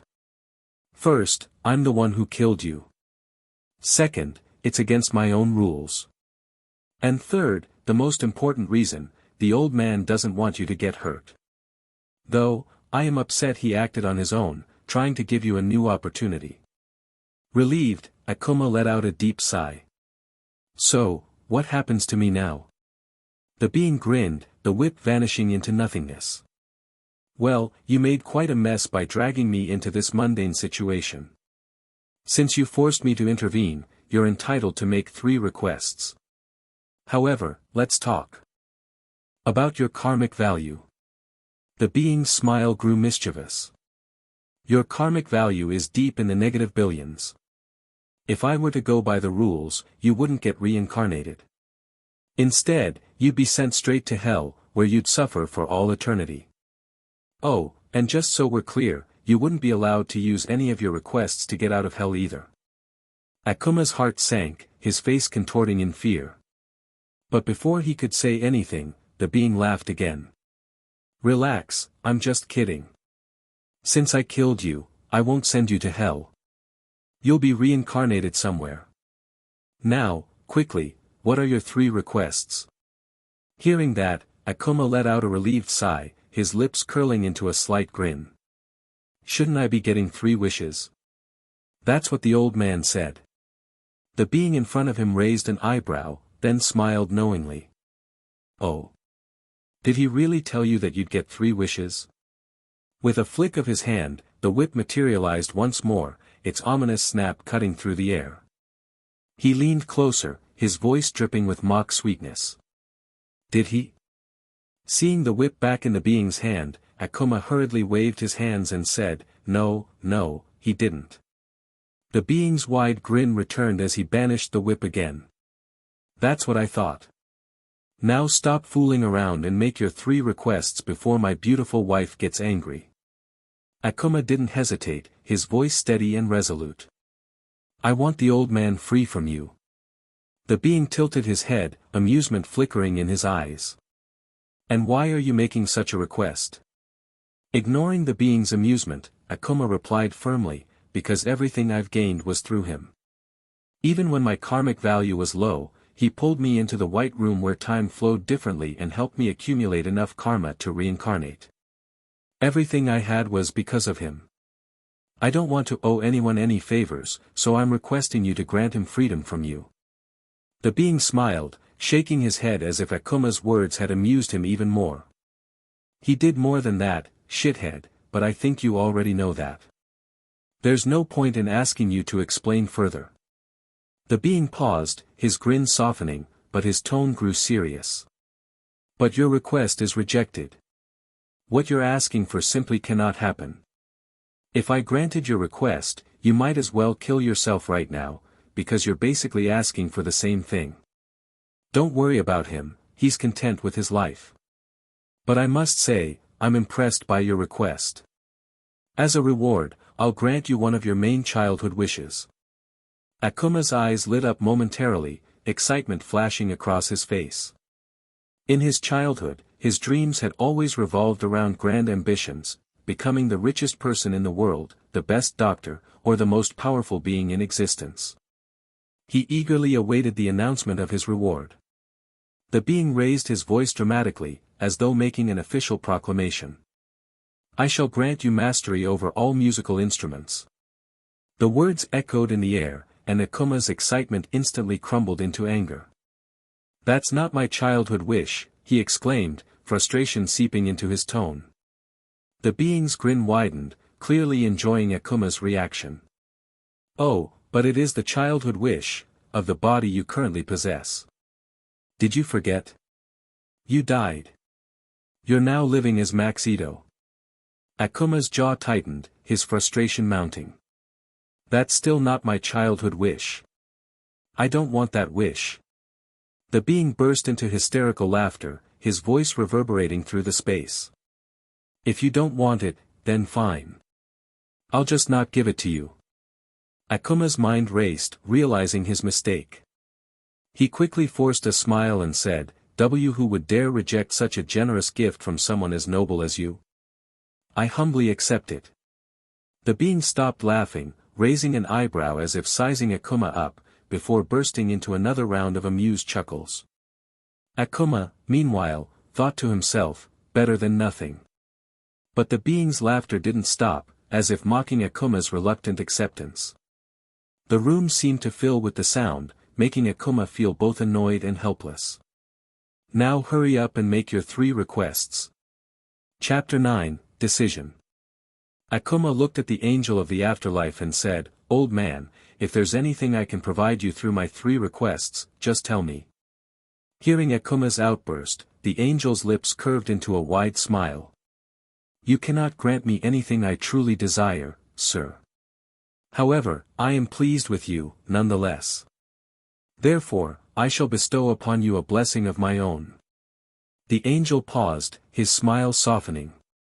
In keeping with your name, Akuma, I shall grant you the body and power of Akuma from Street Fighter. It will serve to aid you on your journey. Akuma raised an eyebrow, caught off guard.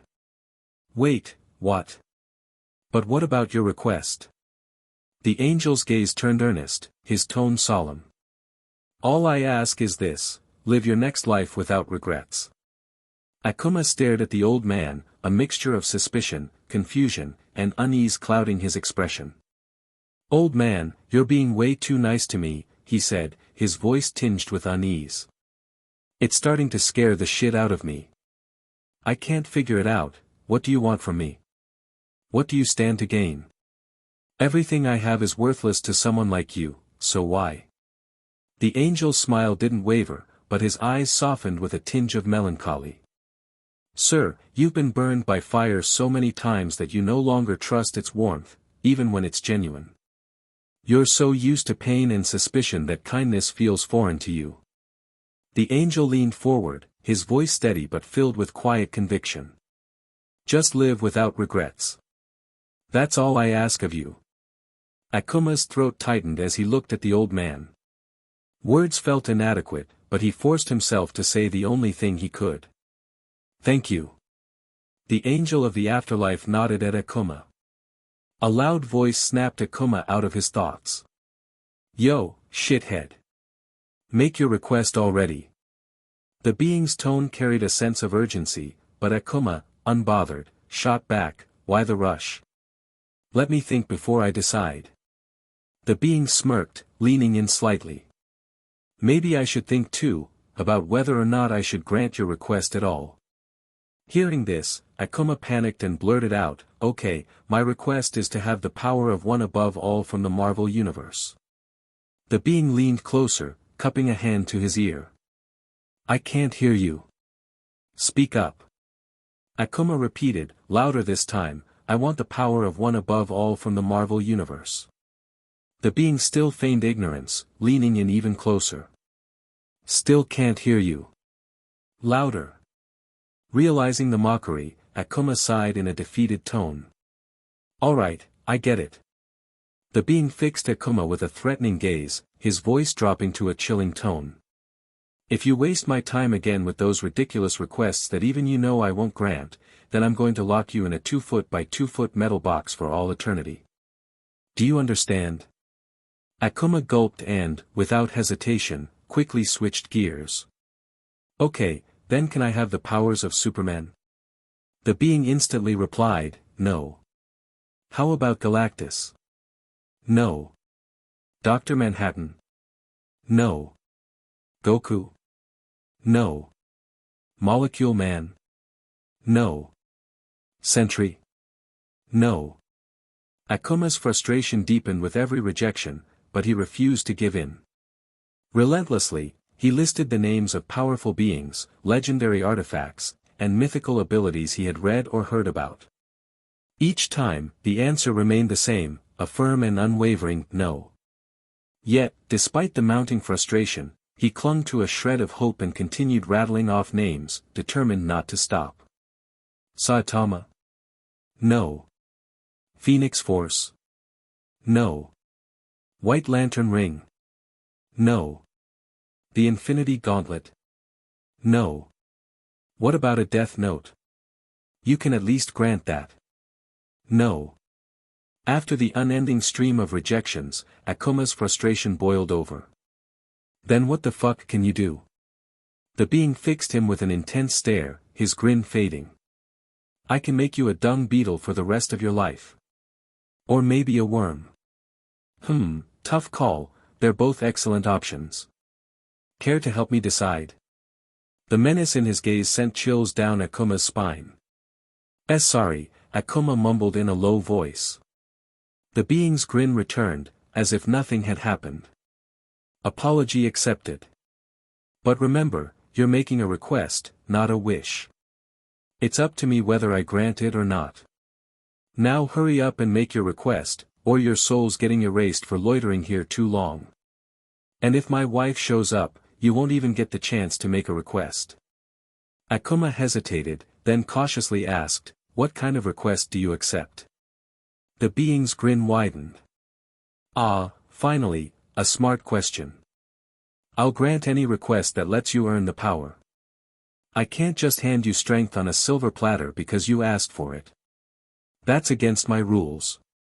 So, ask for an opportunity to become strong. Hearing all of that, Akuma took a deep breath and said, can you give me the opportunity to become so strong that I'll never have to face helplessness again? The being raised an eyebrow, clearly amused by the bold request. You're asking for something tough, he said, his tone shifting to something almost contemplative. I can grant you that opportunity, but it'll cost you 2 requests. Akuma frowned. 2 requests. The being's grin returned, sly and sharp. That's right. And as for your final request? He leaned forward, his eyes narrowing with wicked glee. I'll be the one picking it for you. Take it or leave it. Akuma hesitated, his mind racing. And if I refuse? The being shrugged nonchalantly. Then you can make your requests until your soul gets erased, or until my beautiful wife comes. Your choice. Akuma's jaw tightened, his fists clenching at his sides. He wanted to reject the deal outright. After all, 2 of his requests would be consumed, and the final one would be left to the whims of the infuriating being in front of him. But deep down, he knew he couldn't stall forever. The air around him felt suffocating, a sharp reminder of his helplessness, an emotion he despised more than anything. His anger flared, boiling over as he glared at the being. Fine, he snapped, his voice dripping with frustration. Have it your way. His grin widened, an unsettling mix of amusement and mystery. I'll give you an opportunity to become strong.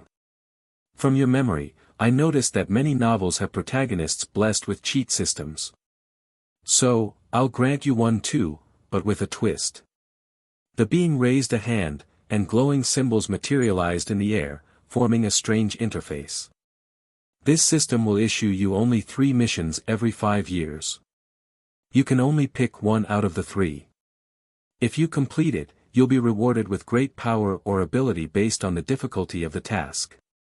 This system is powerful, so powerful that it could even grant you the strength to challenge me, but you must earn from your own effort. The choice to accept or reject them is entirely yours. Akuma looked at the being in front of him and said, I don't want the system. Give me something else. The being's smile widened as he replied, something else? Okay, do you want your soul ripped apart or erased from existence? Pick one. Seeing the expression on the being's face, Akuma felt a wave of panic rise within him. Behind that smile was a gaze so menacing it seemed poised to tear his very soul apart. He quickly stammered, Sorry, I misspoke. I humbly accept your system as a gift. Thank you. The being's grin widened, clearly savoring Akuma's frustration.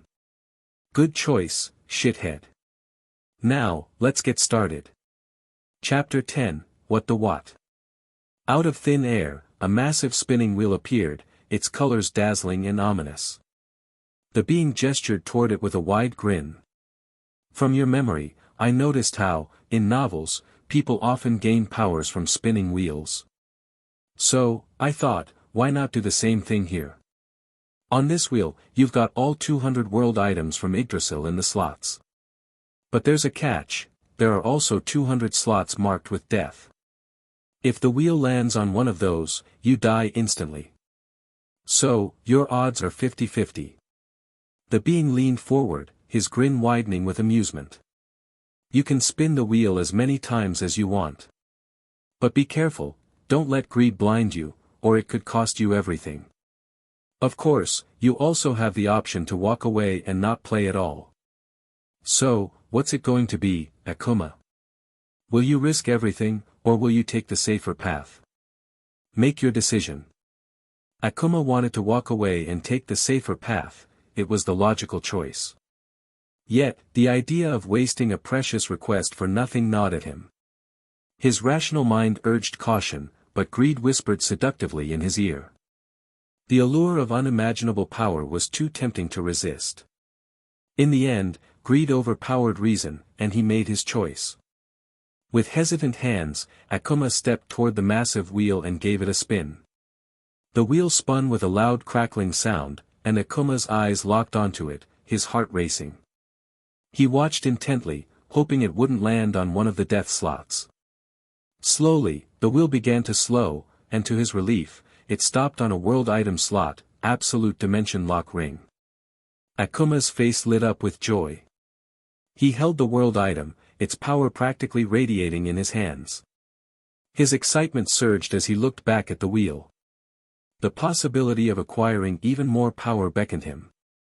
Against his better judgment, he spun the wheel again. The wheel spun, crackling like before. Akuma's entire body tensed as he watched it with bated breath. Once more, luck was on his side, it landed on another world item, clothes of perfection. His excitement skyrocketed. 2 world items in a row. It felt like fortune was smiling upon him, and his rational thoughts had all but disappeared, consumed by greed. He stepped forward again, his hand itching to spin the wheel once more. But just as he was about to spin, Akuma caught a glimpse of the old man's face. The frown etched there pierced through the fog of his greed, and for a moment, he hesitated. Taking a deep breath, he managed to regain his composure. He stopped himself just in time, realizing the odds were no longer in his favor. Akuma turned to the being and said firmly, "I don't want to play anymore." The being's smile faltered slightly, replaced by a frown. "It was just getting interesting. Why stop now? Look at your luck. You've already won 2 world items. Just one more spin, you'll definitely get another one. Take my word for it, it'll be fun." The being's voice was warm and persuasive, almost hypnotic. For a moment, Akuma wavered, but he shook his head resolutely. "No. I don't want to play anymore." The being stared at Akuma intensely, his frown deepening before he suddenly burst into laughter. Well. You've learned a lesson most fail to grasp: control your emotions before they control you. Akuma glanced at the being, his brow furrowed in confusion. "I'm going to the Overlord world, right?" he asked, a hint of excitement in his voice.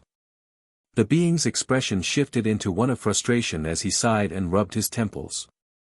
"Did you forget, you shithead, that you destroyed the entire universe of Overlord, not just the world?" Hearing this, Akuma froze, his excitement fading. "Then, do you know where I'm going?" he asked. The being shrugged nonchalantly. "I don't know. Don't ask me." Hearing such a dismissive reply, Akuma felt his frustration rising again, especially at the sight of the being's ever-present, mocking smile.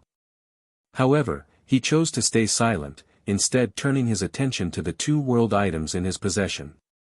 Internally, a wave of happiness washed over him. These 2 items were powerful, but one stood out in particular: the Clothes of Perfection. In the game, this world item possessed unique abilities. It granted the wearer perfect immunity to all mental attacks, but its most powerful feature was the ability to grant 50% more experience points from killing monsters or completing quests. Additionally, it significantly accelerated the recovery of health, stamina, and mana, by an astonishing 90%. For example, if it typically took 10 minutes to fully regenerate health and stamina, wearing the Clothes of Perfection reduced that time to just 1 minute. However, the item came with significant drawbacks. Upon death, the item would drop, making it a risky choice in combat. Furthermore, it prevented the wearer from accessing their inventory while equipped. Even after unequipping it, the player had to wait 3 minutes before regaining access to their inventory, a delay that could be a death sentence in a high-stakes battle. Additionally, the Clothes of Perfection offered no physical protection, leaving the wearer vulnerable to direct attacks. Despite its flaws, the item was invaluable in the hands of the right player. For species like Cocytus's insect species, which had natural armor, the rapid regeneration made them nearly unkillable. For healers, magic casters, priests, or any support class, this world item provided a tremendous advantage in battle, allowing for unparalleled efficiency in recovery and support roles. Additionally, the 50% experience boost made it an excellent tool for leveling up quickly. In the right hands, this world item could render its wearer virtually invincible within their level range. It was particularly effective in team battles or dungeon raids, where its abilities could turn the tide of battle. However, against an opponent wielding a different world item, the Clothes of Perfection became virtually useless. In the game, when 2 players equipped with world items faced each other, the abilities of both items would cancel out. This was especially detrimental for a player wearing the Clothes of Perfection. Since the item provided no protection and prevented inventory access, the wearer was left extremely vulnerable. If they died, the item would drop and fall into the enemy's hands. This made Clothes of Perfection a high-risk, high-reward item. Any player who chose to equip it had to exercise extreme caution when facing another world item user. A direct confrontation was almost certain to result in death, turning the item's advantages into a liability. The Absolute Dimension Lock Ring was an exceptional world item, particularly effective for defending territory, defeating dungeon bosses, raiding, exploring uncharted areas, or countering players and monsters that relied heavily on spatial powers. Its primary ability allowed it to lock dimensions. When activated, a maximum 25 feet spherical radius would manifest around the wielder, creating a zone where all spatial abilities were entirely nullified. Abilities such as spatial manipulation, space-time manipulation, appearance manipulation, warping, spatial telekinesis, and similar powers became completely useless within the sphere's area of effect. Additionally, one of its most critical effects was the ability to prevent players from accessing their inventory or any item that relied on dimensional storage.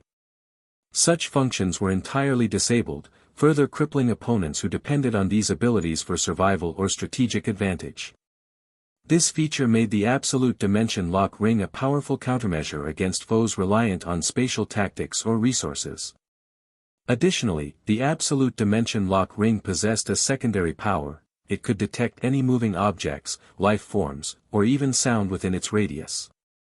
This made it a vital tool for tracking and defending against threats, rendering any form of camouflage or hiding completely useless within its effective range.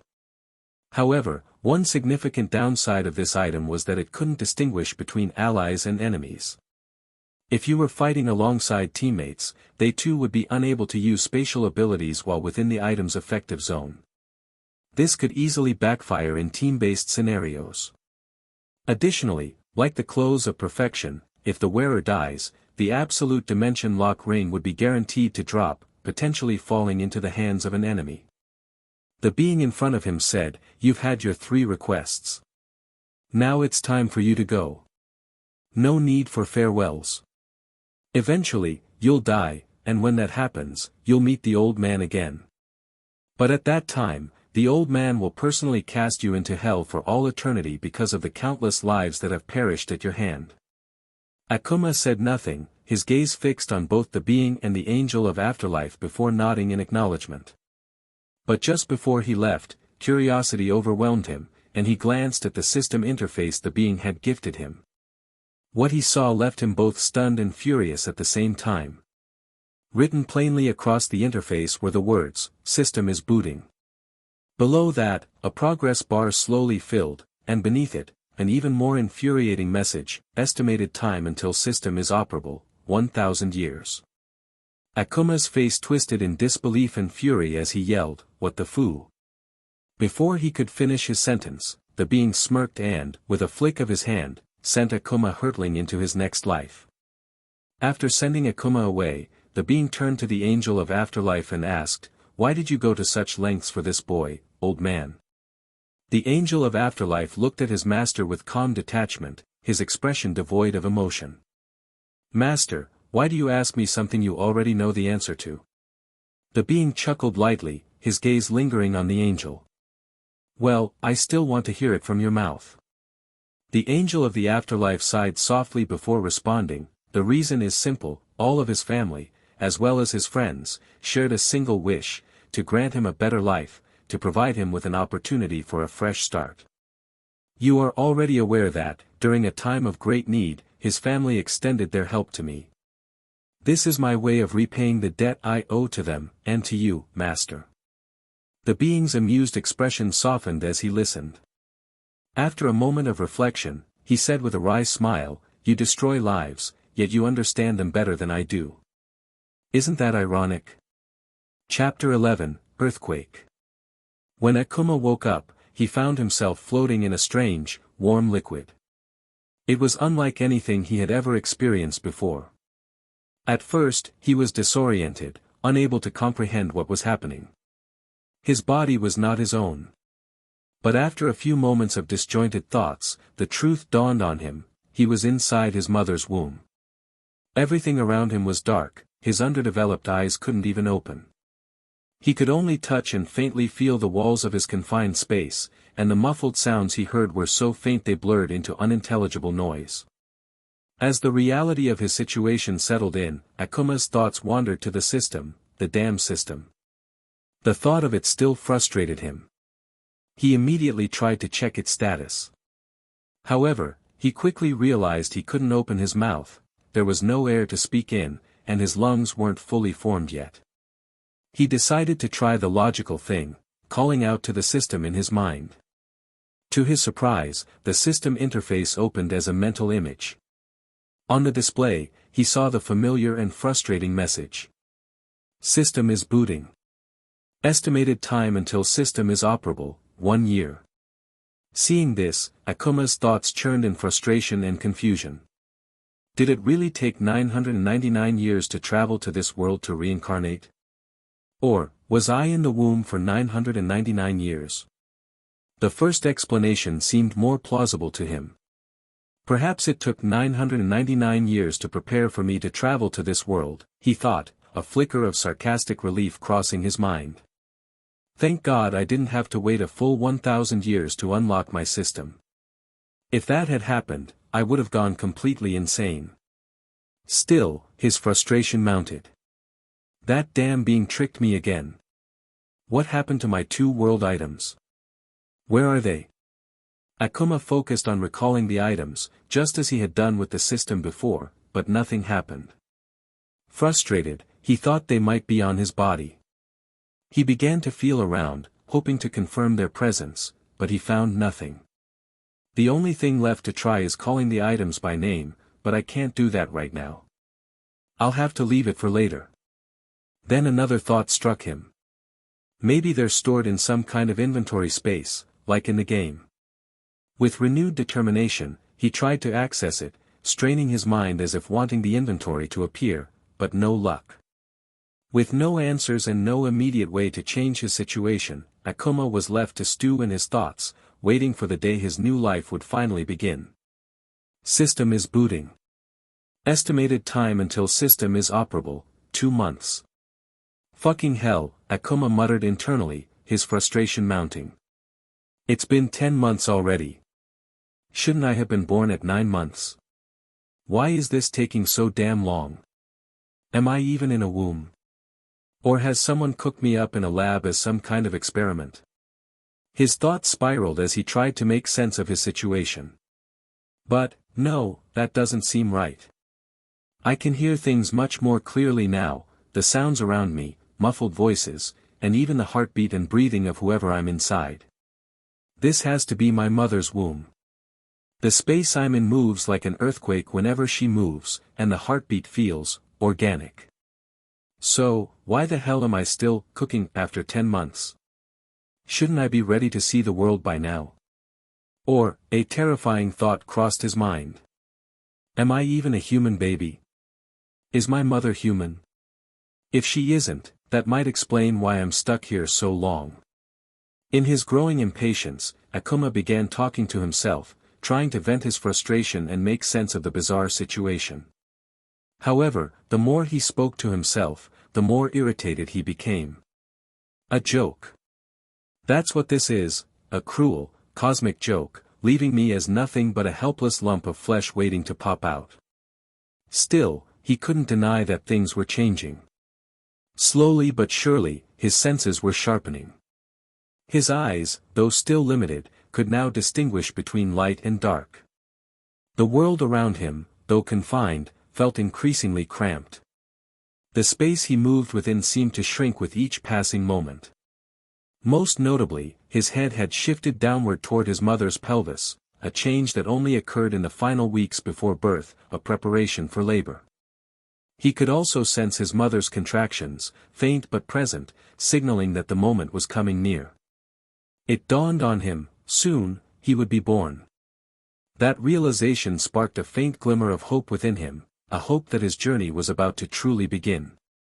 For now, though, he sat confined in this small, airless space, surrounded only by his thoughts. The lack of freedom made him uneasy. Once, he had been able to float freely, but now, turned upside down, the position left him both uncomfortable and increasingly irritated. Yet even in this frustration, he felt a growing anticipation. His true story, his first breath, and his first steps into the unknown were just on the horizon. Yet, this small progress did little to quell his irritation. All Akuma could do was wait, stewing in his impatience and unresolved questions.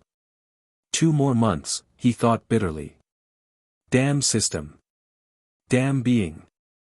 I'll figure this out eventually, but for now, I'll endure. Suddenly, a tremor like an earthquake shook Akuma's world. He thought, maybe my mother's moving around or laughing again, since such movements usually happened when she was active. But this time, it felt different, far more intense. It was as if his mother were running at full speed. Even after a few minutes, the shaking didn't stop. Instead, it grew more violent, rattling his tiny body like a 9-magnitude earthquake. Akuma started feeling dizzy from the relentless motion. Then, without warning, the entire environment around him shifted. The comforting warmth he had grown accustomed to vanished in an instant, replaced by a freezing cold that seeped into every inch of his small body. It was as if he had been plunged into icy water. The unbearable chill in what was once a cozy, warm space left Akuma squirming in discomfort. But the cold didn't relent. Instead, it intensified, growing so frigid that it felt like his fragile, infant body might freeze to death. What the hell is going on? Is my mother bathing in liquid nitrogen or something? If this keeps up, I'll die of hypothermia before I'm even born. Damn it. Fuck. Fuck. Akuma thought, his mind racing even as his body began to tremble uncontrollably. As time passed, the cold became unbearable, draining what little strength he had. Akuma felt his consciousness slipping away, the icy grip of the environment overwhelming him. Just as he was about to succumb to the freezing darkness, a sudden wave of warmth enveloped him. The chill vanished instantly, replaced by a soothing heat that seemed to drive away every trace of cold. Before he could fully process the relief, his entire world began to shift. The space around him tore apart, allowing the bright light of the outside world to flood into the usually dark and confined place.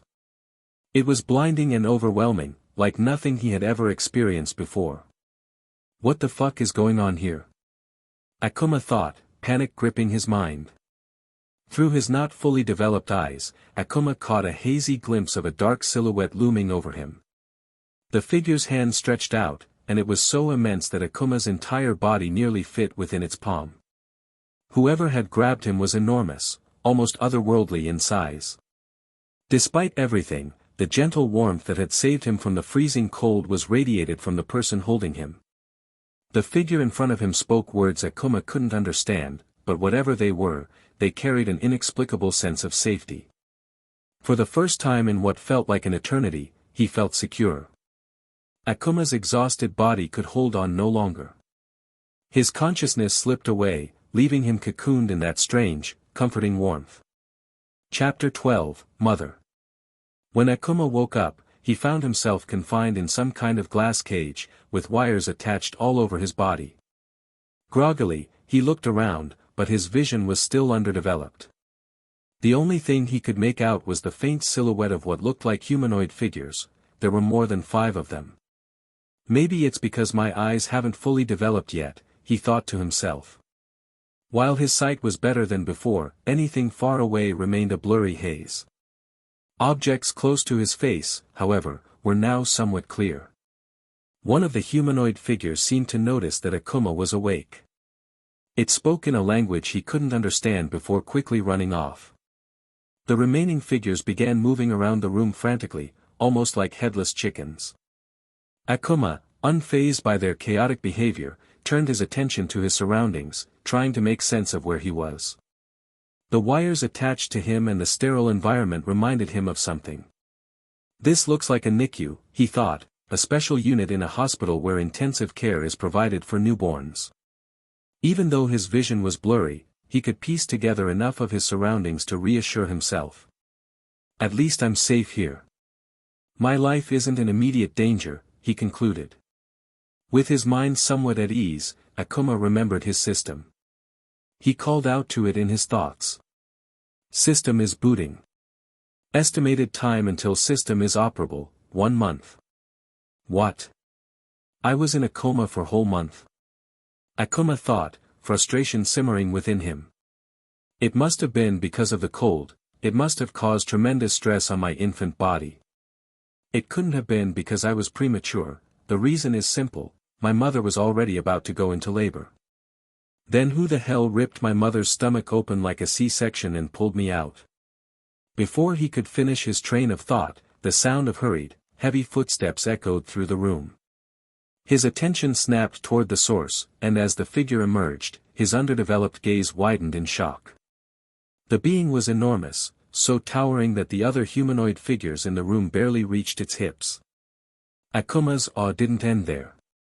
Another figure followed closely behind, one so gargantuan that even the first giant seemed small in comparison. This second figure was nearly twice the size of the first, an overwhelming presence that made Akuma instinctively feel like he was staring at a being far beyond mortal comprehension. The smaller giant approached the glass, leaning close to get a better look at Akuma.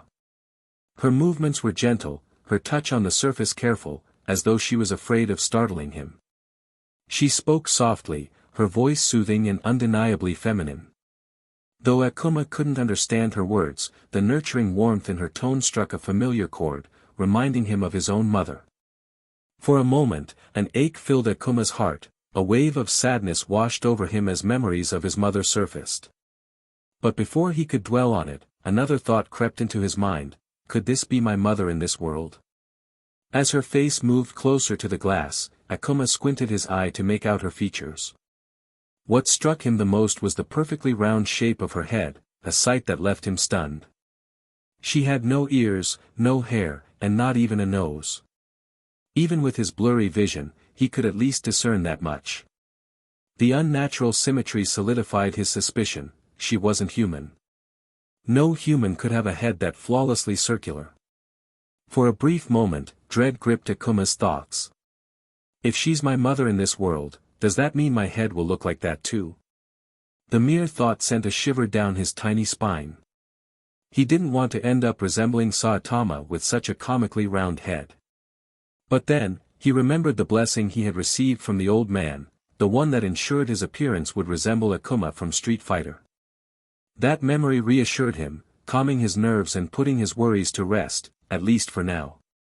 His attention was drawn away when the larger giant approached, leaning in to scrutinize him as well.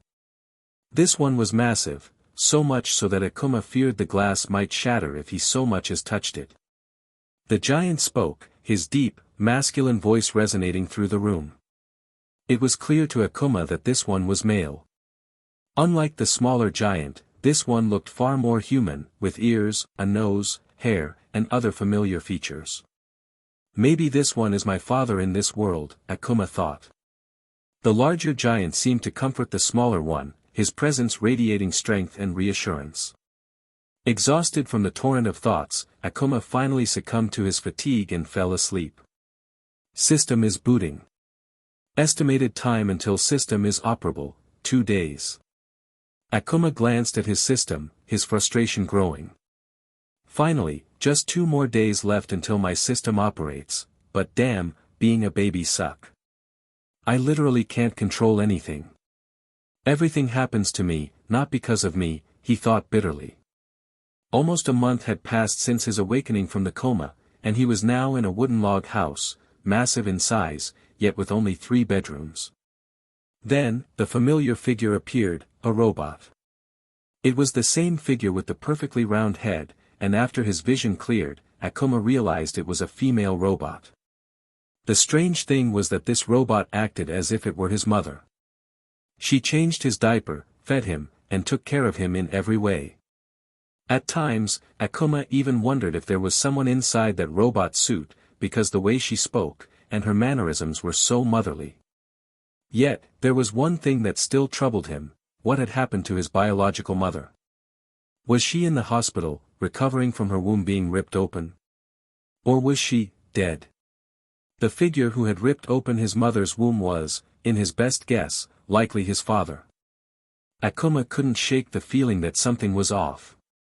Though he had been living in this new world for a month now, he still couldn't make sense of it. He noticed that this world was far more advanced than anything he had known. The presence of talking robots, for one, was a clear indicator that technology here surpassed his old world's capabilities. As much as he tried to understand where he was, it became increasingly apparent that he couldn't be on Earth. His growing realization pointed to the possibility that he was in some sort of fantasy world, though his infant mind struggled to piece it all together. He wanted to explore, to understand this new reality, but his body, still too weak and incapable of basic control, wouldn't let him. For now, he had no choice but to wait. One thing, however, was certain: his family wasn't poor. The house he lived in wasn't grand, but it wasn't lacking either. From the way things were, Akuma deduced that his family must belong to the middle class. It was the only conclusion he could draw for now, given the limited information he had.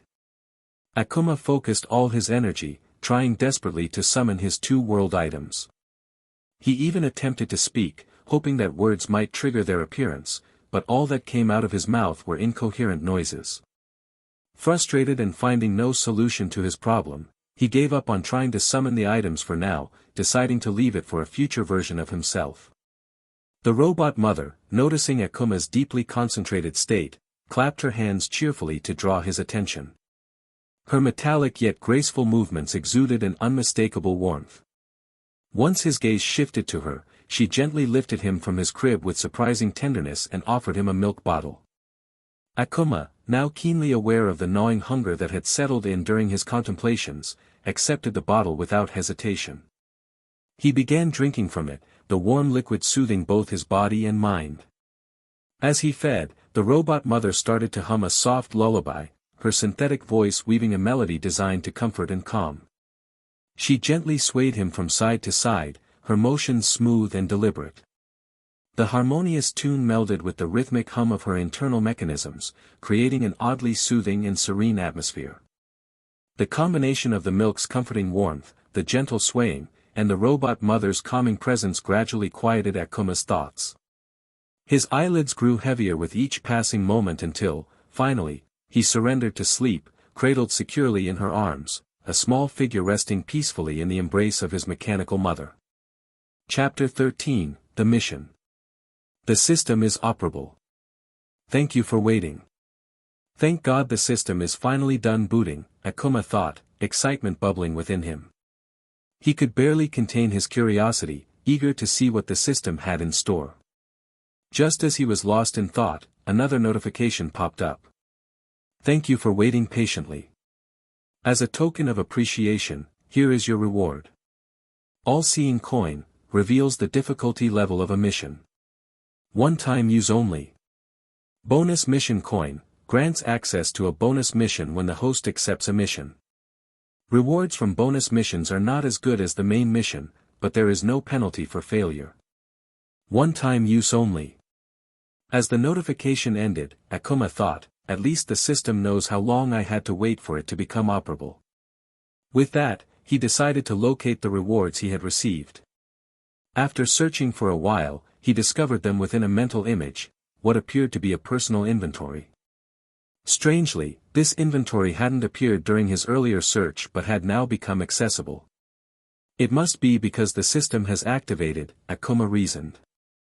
That had to be why functions like the inventory were now unlocked.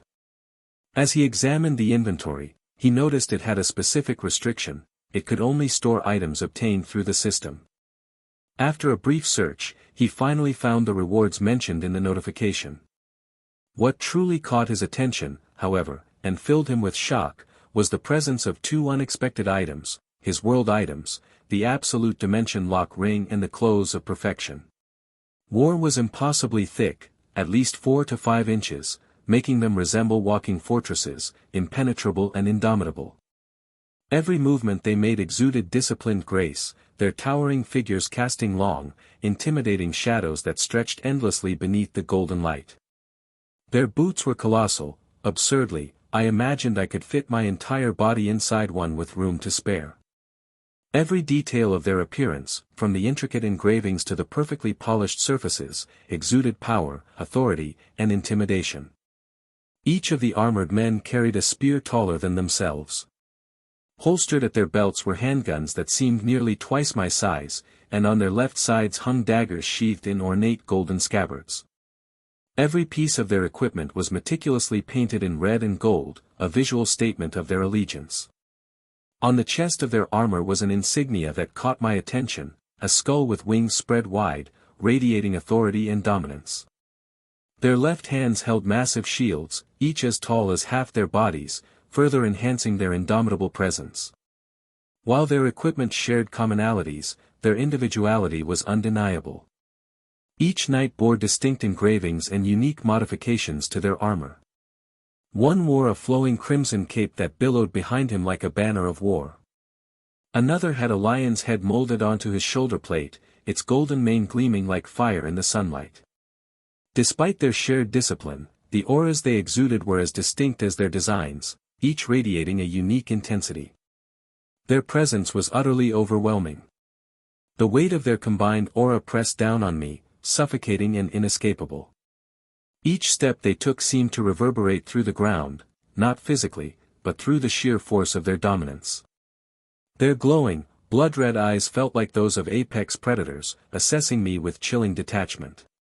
A gnawing unease settled in my chest. Every instinct screamed that these were beings who could end me with a single thought, should they choose to.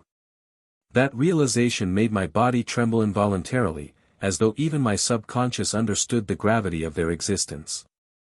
As I watched them draw closer, a strange sense of familiarity tugged at my mind. Their gleaming golden-red armor, their towering, imposing stature, it all stirred a memory buried deep within me. There was something eerily recognizable about their presence, their designs, their very essence. I racked my brain until it clicked, they resembled the from Warhammer 40k. The thought sent a chill through me. Was I in the 40k universe? If so, I was in serious shit. The 40k universe was a nightmare, full of death, war, and fanatical devotion to the Emperor.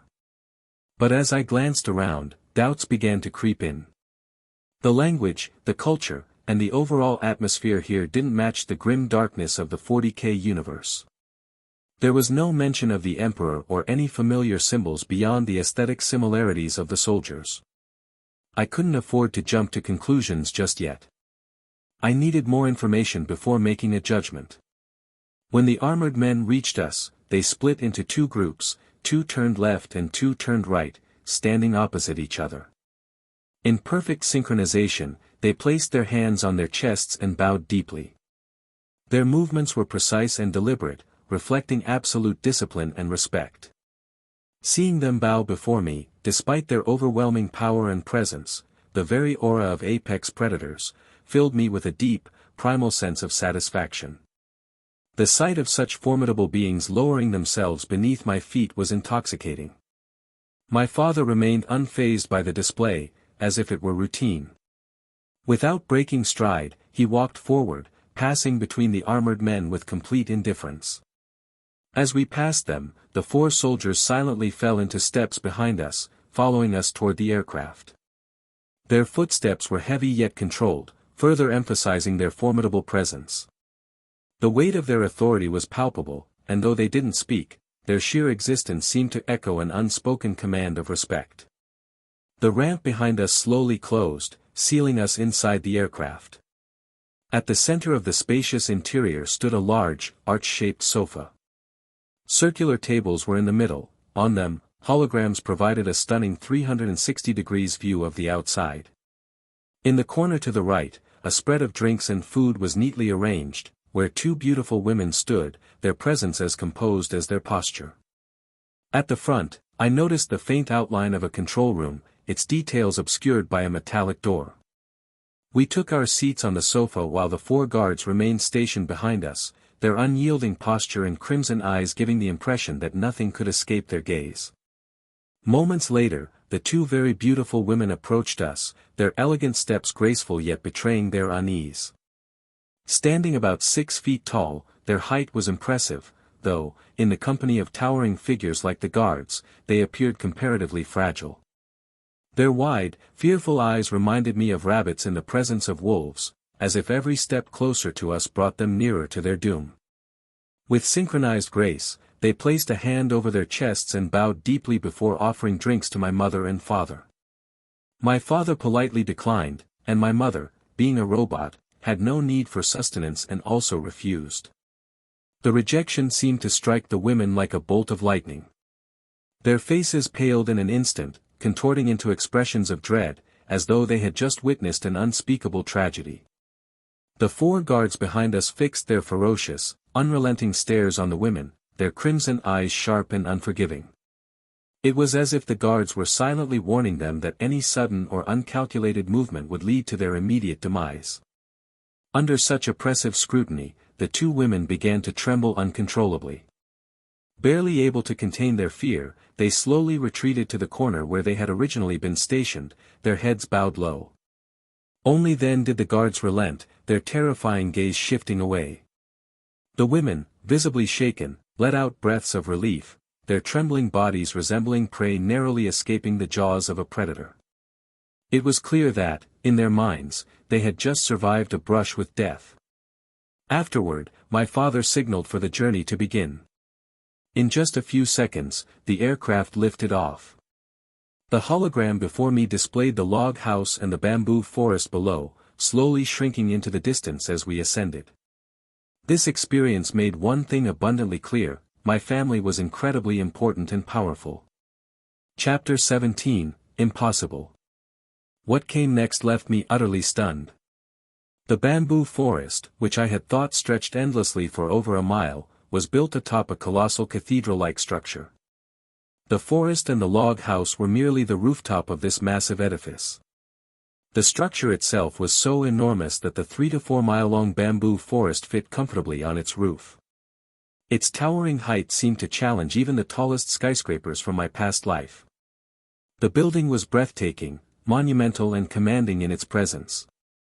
I couldn't fathom how such an architectural marvel could exist. The sheer logistics, materials, and engineering required to create something of this magnitude boggled my mind. Trying to comprehend it gave me a headache.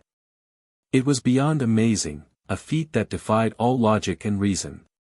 Surrounding the central structure were numerous other buildings, all interconnected like branches stemming from a singular trunk. Though smaller in size, their design and arrangement only emphasized the supremacy of the central cathedral. It was as if the entire area revolved around this one awe-inspiring centerpiece. Unwilling to trust the hologram completely, I tried to look outside through the massive window. However, from the angle at which my mother held me, it was impossible to see anything beyond the glass. Despite my skepticism, the hologram on the table continued to display our progress, confirming that we had traveled a great distance. Then, the hologram shifted, revealing something breathtaking: a full view of the planet I had been living on. Seeing it suspended in the vastness of space, reduced to a small sphere, left me momentarily speechless. As I processed my thoughts, something even more shocking than my house appeared before me. Thousands of battleships filled the vast expanse of space, each one resembling the iconic Star Destroyers from Star Wars, massive vessels that stretched thousands of feet in length, imposing in their sheer magnitude. Their presence seemed endless, stretching across the horizon like an unbroken wall of power. But it wasn't just their scale that left me breathless, it was their overwhelming number. At least 1,000 of these colossal ships were visible, though I suspected there were countless more hidden behind the vastness of space. Surrounding these giant vessels were what could only be called smaller battleships, though small was a relative term. Compared to the towering Star Destroyers, these ships appeared compact, but even so, they were immense in their own right, easily 1/3 the size of the larger battleships. Each of these smaller ships was unique, their presence radiating different intensities, as though they had individual identities or roles within this massive fleet. Among them, one class of ships stood out to me the most. Though their numbers were in the thousands, they had an utterly distinct and horrifying design. Their hulls were adorned with bones, armor, and swords, transforming them into grotesque trophies of war. Some of these ships displayed the remains of creatures, their flesh still gruesomely clinging to their forms. These vessels were almost entirely red, as if drenched in blood. Their grotesque aesthetic was more than a visual statement, it exuded ferocity and terror, the embodiment of carnage itself. They were not just war machines, they were symbols of annihilation, their very existence a chilling reminder of the horrors they must have inflicted. The larger ships radiated majesty and awe, symbols of power and authority. In contrast, the smaller ones embodied chaos and carnage, exuding a primal hunger for blood and war. They were terrifying in their savagery, a reminder of the brutality they represented. The scale of the fleet was beyond comprehension, its sheer presence crushing against my chest like a physical weight. Smaller ships stretched endlessly in rows, their numbers so vast they seemed to go on forever, filling the infinite void of space like a sea of steel and fire. These smaller vessels outnumbered the colossal star destroyer-like ships by a staggering margin, their overwhelming mass creating a suffocating sight of unparalleled military might. It felt as though the very fabric of space itself was consumed by their presence. In the distance, my eyes caught sight of something even more astonishing, a gargantuan spaceship that dwarfed everything else in its vicinity. It looked less like a battleship and more like an entire military base flying through the emptiness of space. A sprawling cityscape with towering buildings was established on its surface, giving it the appearance of a self-sustaining fortress. Smaller ships had landed on its expansive decks, yet even those enormous vessels appeared like mere insects compared to the scale of the mothership. This monstrous craft stretched 3 to 4 times the length of the largest star destroyers I had seen. There were hundreds of them, forming an armada that embodied both majesty and terror, a fleet so vast and powerful that it felt as though it could conquer the entire galaxy. Akuma's mind raced as he took in the impossible sight. What kind of fucking hellhole did I stumble into? The enormity of it all made his head spin. Was this a dream? Is this a twisted test of his sanity? Am I in Warhammer 40k? Or the Star Wars universe? He almost expected to see a fucking Jedi any second. What kind of twisted reality was I born into? Nothing makes sense, nothing at all. The sight before me was overwhelming, a fleet of unimaginable scale stretched endlessly across the vastness of space. Our spacecraft ascended slowly toward one of the largest star destroyer-like ships in the fleet, but this one was unlike any other. Its distinctive color scheme, a regal blend of red, purple, and gold, immediately set it apart. While other ships bore similar red and purple tones, none had the intricate golden accents, or the ornate decorations engraved into its hull. Atop the colossal vessel stood 2 massive golden eagles, their wings spread, and their claws bared, facing opposite directions as though ready to strike at any who dared oppose them. Along the sides of the ship, elaborate engravings adorned the golden metal, depicting scenes of triumph, power, and dominance. Beneath these, a series of banners and flags fluttered in the vacuum of space, each a testament to its history and prestige. The banners varied greatly. Some displayed mythological creatures like dragons and phoenixes, while others bore symbols of power, such as skulls, swords, lions, and wolves. Each flag was vibrant, adorned with shades of gold, red, and other rich hues, exuding authority and grandeur. Together, they gave the ship an air of luxury, royalty, and absolute command. It was clear that this vessel commanded the respect of every ship in the fleet, radiating an aura of undeniable authority.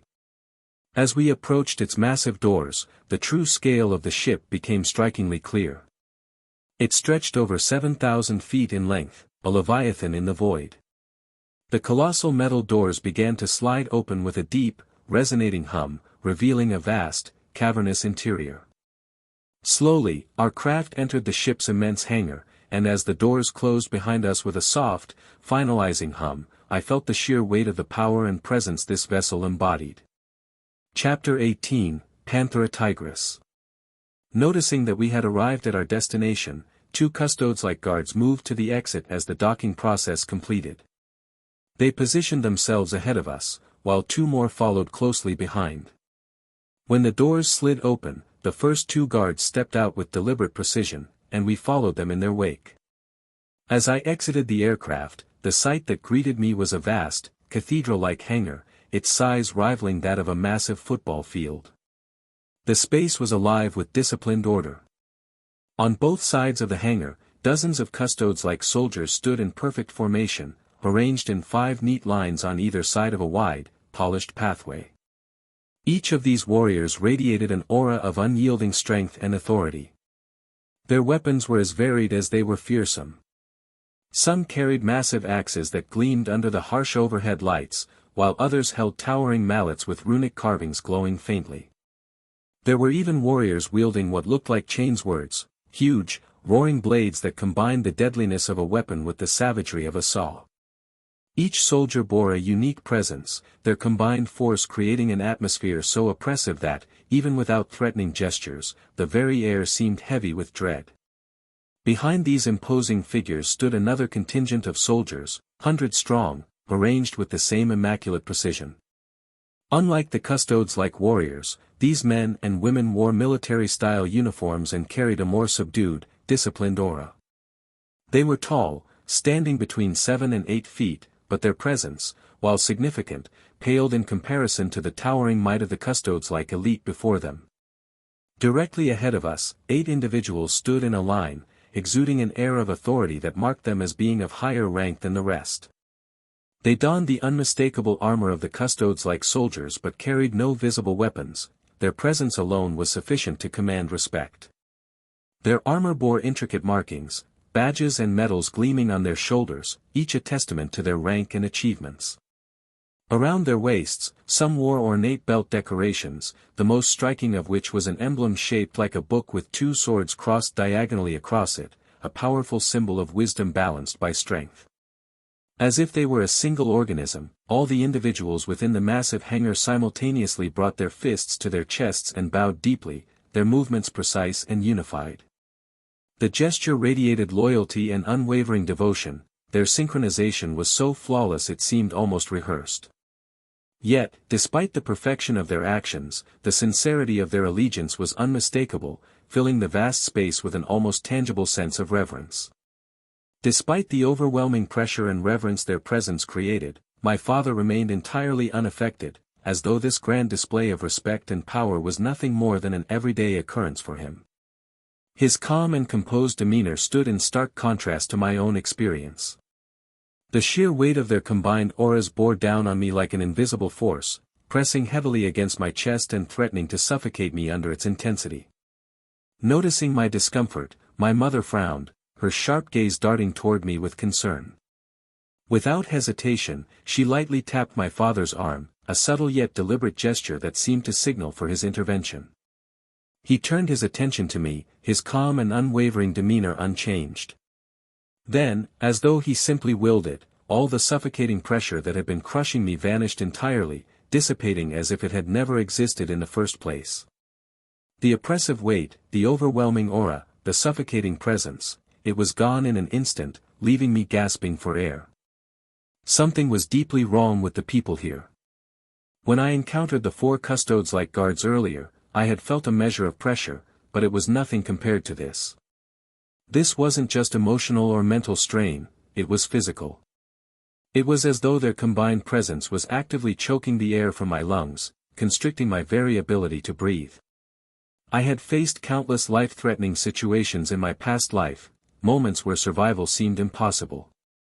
Yet even then, I had never encountered anything like this. Back then, the pressure was intense but abstract, a looming sense of danger that gnawed at my mind rather than my body. But this time, it was different. The pressure these people exuded wasn't just an intangible feeling, it was physical, a force as real and inescapable as gravity. I could feel it bearing down on me, constricting my chest and stealing the air from my lungs. It wasn't simply fear, it was a presence, a palpable weight that overwhelmed my senses and left me utterly exposed. I couldn't fully comprehend what it was or how they wielded it, but one thing was painfully clear, I wasn't prepared to face it. A custodes-like figure in the front, distinguished by more medals and badges than anyone else around, stepped forward with a sharp salute. His voice was heavy and commanding as he spoke. "By the Emperor's will and the God, I am Panthera Tigris, newly anointed as captain of this sacred vessel, the Golden Star Destroyer. On behalf of my honored brethren and loyal kin, I humbly welcome you, my lord, to this bastion of his divine light."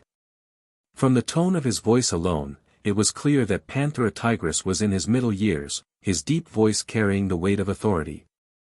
His crimson-red eyes glowed with an intensity that suggested a savagery held in check by years of experience and wisdom.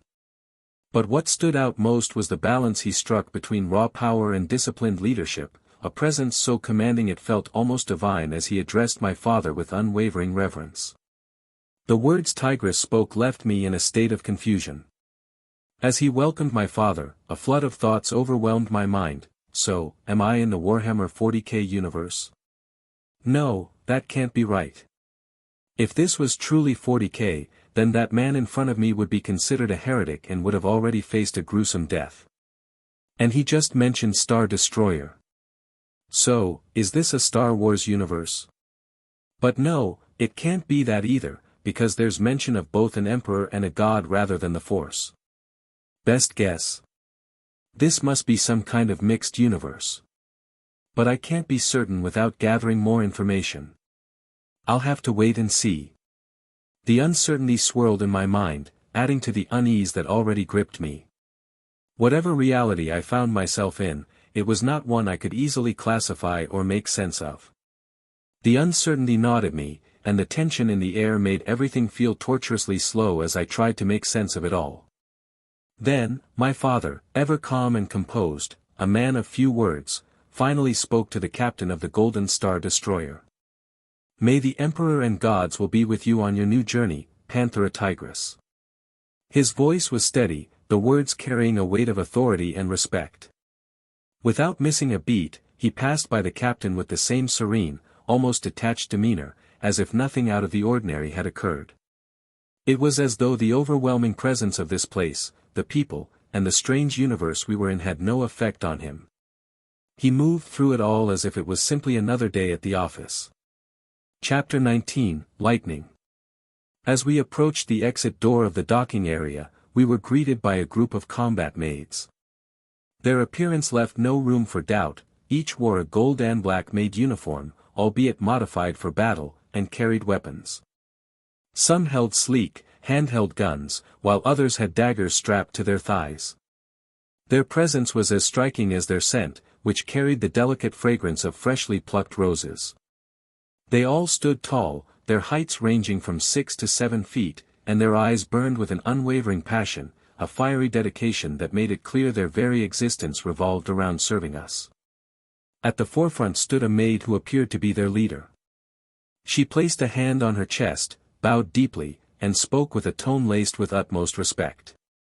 By the will of the Emperor and God, I am the chief attendant of this sanctified bastion. It is my solemn honor to serve the esteemed lineage of our Lord, as decreed by divine providence. Though her voice carried a slight tremor, her sincerity was undeniable. Her eyes shone with the fervor of a devout worshipper, her every word and movement a testament to her absolute dedication. The weight of her reverence was almost tangible, leaving no doubt that she would lay down her life if it meant fulfilling her duty. My father, ever calm and composed, subtly signaled for them to proceed. The group of maids hurriedly, yet with remarkable precision, moved ahead of us, taking the lead as if to escort us to our quarters. Behind them, the custodes guards followed, and so did we. After walking for several minutes through the massive hallways, accompanied by the faint hum of the spaceship reverberating through the grand corridors, we finally arrived at our designated room. With a graceful hand gesture, the lead maid directed us to the door. Without a word, the 4 custodes guards took their positions, 2 on each side, standing vigilant like statues of unwavering loyalty. My father was the first to enter the room, his movements as composed as ever. My mother followed closely behind him. Just as one of the maids was about to follow us in, my mother raised her hand, signaling them to stay outside. Without hesitation, they obeyed, forming a perfectly aligned line against the wall, their postures disciplined and their presence quiet yet attentive. Once everyone was in their proper places, my mother gently closed the door, sealing us in the room and leaving the maids and guards to keep watch outside. The room we entered was immense, at least twice the size of the log house bedroom I had grown accustomed to. Luxurious furniture filled the space, each piece radiating wealth and refinement. A massive window dominated one side of the room, offering a breathtaking view of space and the ships. There was also an adjoining room, likely a bathroom, judging by its placement and design. My father walked straight to a grand chair positioned near the large window and sat down without a word. His presence, as always, was calm and composed. My mother, on the other hand, gently laid me on the enormous bed, her voice soft and soothing as she said, "My baby must be tired from this journey. Have a small nap. We'll reach there in half an hour, and after that, you'll finally be named. Are you excited? Look, even your father is excited." Curious, I glanced toward my father. His expression was as stoic as ever, not betraying even a hint of emotion. Yet, as if in response to my gaze, the corners of his lips tugged upward into the faintest hint of a smile. "Come on, dear," my mother teased him, her tone playful yet gentle. "At least show some happiness, it's our son's naming ceremony day." But even that subtle smile on his face quickly faded, replaced by his usual blank expression. He finally spoke, his deep, calm voice cutting through the air. "Why do you want to do it?" My mother's demeanor softened further, her voice quiet yet firm. "I don't want to discuss that topic anymore." At her reply, my father remained outwardly composed, yet the atmosphere in the room shifted dramatically. This wasn't the suffocating pressure I had felt earlier with the custodes guards, it was something entirely different. The air seemed to crackle with static, making all of my hair stand on end.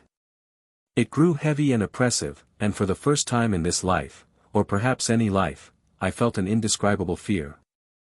It wasn't fear in the conventional sense, it was something primal, absolute, as though I were staring directly into the essence of death itself. My heart raced uncontrollably, pounding so violently in my chest that I thought I might have a heart attack. Beads of sweat formed on my brow and trickled down my temples, my body trembling under the weight of the overwhelming dread. And just as quickly as it came, the suffocating presence vanished without a trace, leaving me gasping for air. My thoughts raced in the silence that followed. Are all the people here trying to suffocate me to death? Or scare me to death? In that moment, something shifted around my father. A strange force field began to manifest, crackling energy resembling electricity flickering across his body. With each passing second, the energy grew more intense, the static noise escalating as it consumed him entirely, becoming more vivid and alive. The chair he sat on started to tremble, nearby furniture rattling violently. Even the massive window behind him began to groan under the strain, fine cracks spiderwebbing rapidly across its surface, threatening to shatter. The lightning-like force field expanded outward, and the once muted hum of static transformed into an ear-piercing, high-pitched whine. The noise grew louder with every surge, sharp and grating, until it stabbed at my ears with unbearable intensity.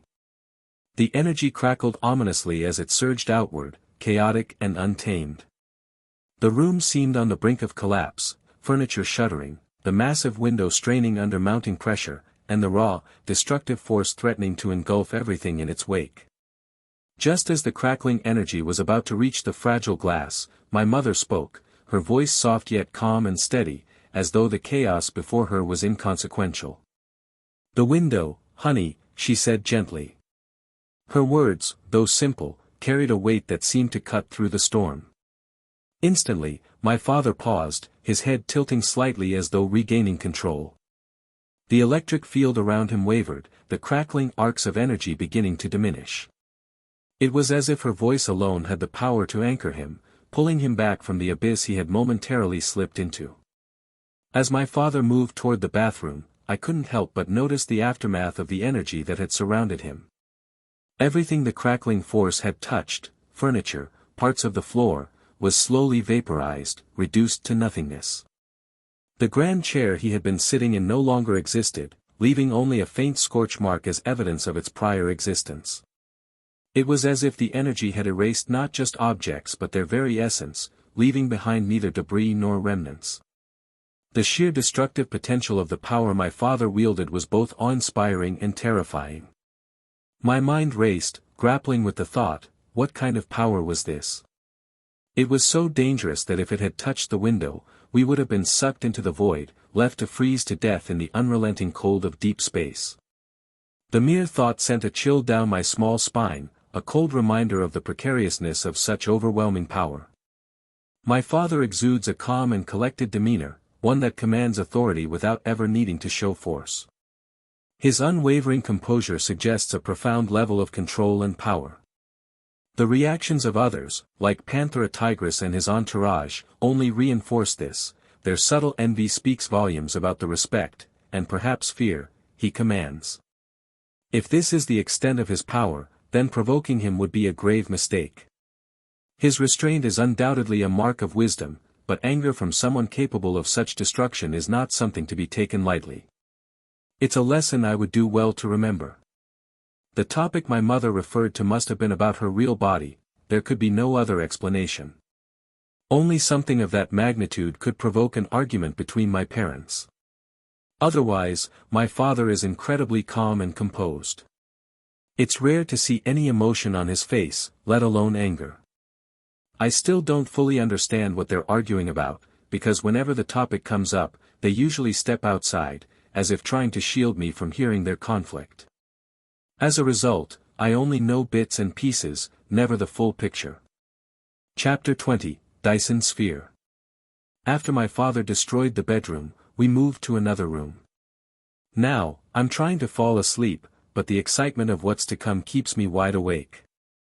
Despite feeling tired, my mind refuses to rest. The atmosphere feels a bit awkward. My father lies silently and composed beside me on the bed, while my mother talks to me as if I can respond.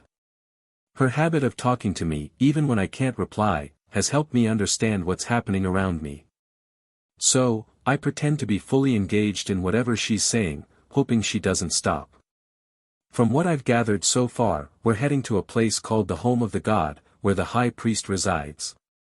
It's there that I'll celebrate my birthday, and my name will finally be announced by the High Priest. The mystery of why I wasn't given a name at birth was finally revealed, but it only left me more curious about what awaited us at the Home of the God. Who is this High Priest?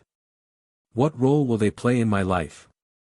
So many questions swirled in my mind, but as always, I chose to wait and see. After what felt like an eternity, we finally reached our destination. Peering out the window, I saw an armada of spaceships. While the limited view made it impossible to count their exact number, it was clear there were far more than I had initially expected.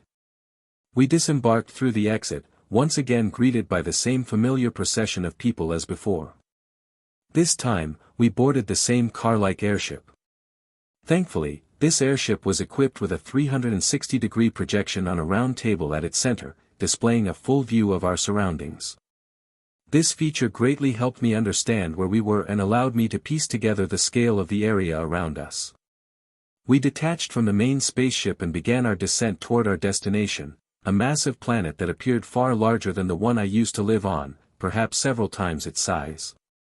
Its surface was primarily green and gold, with small patches of white scattered across its vast expanse. Unlike the blue planet I once called home, this world had an entirely different look and feel. This planet orbited a magnificent blue star, its brilliance impossible to ignore. It was one of the brightest and largest stars in the galaxy, at least 10 to 20 times the size of the Sun I remembered. Even from this great distance, its immense size was awe-inspiring, like something out of the pages of a science book come to life. What fascinated me even more, however, were the countless translucent objects encircling the star. They resembled thin, glass-like structures, barely visible, yet their sheer number was staggering. There must have been trillions of them, all orbiting the star in perfect synchronicity. Some of these structures seemed to focus the star's solar beams on a distant planet. It reminded me of a Dyson sphere, a theoretical megastructure designed to harness the power of a star. Witnessing such advanced technology firsthand was breathtaking. Beyond the star and its orbiting structures, space itself teemed with activity. Spaceships were everywhere, far more than I had seen earlier. By my estimation, there were at least 10 million of them, moving in intricate patterns around the system. As we entered the planet's atmosphere, my mind raced to process everything I had just witnessed, marveling at the wonders of this extraordinary world. As we descended closer to the ground, my eyes were drawn to a massive cathedral, easily several times larger than the one I had seen near my home. The structure was resplendent in gold, with intricately carved marble walls that gave it a divine and otherworldly aura. Surrounding the cathedral were lush plants and greenery, as if nature itself sought to reclaim the structure. The planet seemed like a perfect blend of civilization and untamed nature, coexisting in breathtaking harmony. When our airship finally landed, we were greeted by the sight of thousands of custodes lined up in perfect formation, their golden armor gleaming under the planet's light. The ground beneath them was draped with a golden carpet, stretching as far as I could see. Even the custodes who had accompanied us throughout our journey silently joined the ranks, as though they had always belonged there. Now, it was just the three of us remaining. As we stepped out, every custodes warrior placed a fist over their chest and bowed deeply in unison. The sight of so many golden-armored warriors paying homage was awe-inspiring, and yet I noticed something peculiar. I didn't feel the suffocating atmosphere of their collective presence as I had before. It must have been my father shielding me from their overwhelming energy. That had to be the reason. We proceeded forward, walking past hundreds of custodes, their silent reverence amplifying the grandeur of the moment. Eventually, we reached the main gate of the cathedral, a towering structure at least 60 feet wide and hundreds of feet tall. The golden doors were intricately engraved with countless figures, each one radiating fierceness and magnificence. But one engraving stood out, dominating the center of the massive doors. It depicted an old man sitting cross-legged, his frail body hunched and wrapped in a large, tattered cloth that looked worn and weathered with time. His hands held a simple wooden bowl, raised toward the heavens as though pleading for food or mercy. In stark contrast to the other figures, each radiating power and majesty, this man exuded no strength, no grandeur. He appeared utterly ordinary, almost pitiful, like a beggar lost to time. Yet, despite his unassuming presence, he was the undeniable focal point of the entire door. His figure was the largest and most prominent, placed deliberately at the center of this intricate masterpiece, as if his humble existence held a deeper, hidden significance. It was a puzzling sight. Why would a beggar be at the heart of such a grand and divine depiction? The question lingered in my mind as the two custodes standing guard at the gate moved to open the massive doors, their strength effortlessly moving the enormous golden structure. Chapter 21, Priests.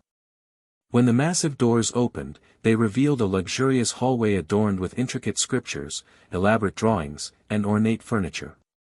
This time, no one accompanied us, nor was there a guide to lead the way. Instead, my father took the lead, striding confidently down the corridor. It was clear he knew exactly where he was going, walking with unwavering certainty and not hesitating even once. It felt as though he had been here countless times before. We followed closely behind him. After a few minutes of walking through the grand hallway, we arrived at another massive gate. Like the previous one, this gate was flanked by two custodes standing guard. The moment they saw us, they bowed deeply, placing their fists over their chests in a gesture of respect. Without a word, they moved to open the enormous doors with effortless grace. What lay beyond left me utterly stunned. The room wasn't what I had anticipated. It was a colossal stadium, its sheer size almost incomprehensible. Thousands upon thousands of seats stretched out in every direction, all occupied by a vast array of individuals. Many of them were unlike anything I had ever seen before. Some were taller than my father, towering giants whose presence was nothing short of intimidating. Others were diminutive, barely the size of a child. Among them were beings with wings that shimmered like stained glass, horns spiraling from their heads, multiple arms or legs, and even additional heads. Their features defied human understanding. While they shared a humanoid shape, each was distinctly alien. They had to be different species, gathered here from across the galaxy, or perhaps even beyond. The sheer diversity and grandeur of the scene left me speechless. I had never seen such a collection of beings gathered in one place. One thing that struck me was their attire. Despite their vast differences in form, they all wore tunics and togas. The only variation was the color of their clothing. None of them bore any gold. Most wore red, blue, or black, with only a select few dressed in purple. Above us, suspended in the air, was a massive screen displaying our arrival. Though enormous, it seemed small compared to the overwhelming scale of the stadium itself. What was most unsettling, however, was the silence. Thousands of beings sat watching us, yet no one spoke. No one made a sound. The only noise was the faint, haunting melody of music that seemed to come from everywhere and nowhere at once, like an orchestra playing directly in my ears. As we walked forward, I couldn't help but feel nervous. Thousands of eyes were on us, and the weight of their gazes sent chills down my spine. Many of them exuded an aura so strong it felt suffocating, far more intense than the custodes. Thankfully, my father was still shielding me from the brunt of it, but even his protection couldn't entirely block out the pressure. It was overwhelming. These beings weren't just strong, they were on an entirely different level. As we continued walking, the platform beneath our feet began to shift. Slowly and steadily, it started to descend, levitating downward toward the central platform of the stadium. The scale of this main platform was immense, easily 2 to 3 times larger than a tennis field. The descent took several seconds, during which the atmosphere seemed to grow heavier, thick with an unfamiliar tension. When we reached the bottom, a strong scent hit me, a pungent mixture of burning candles and incense. It was overwhelming, almost stifling. At the very center of the platform, the source of the light became clear. Thousands of candles, perhaps tens of thousands, were arranged in a circle, their flickering flames casting eerie shadows across the space.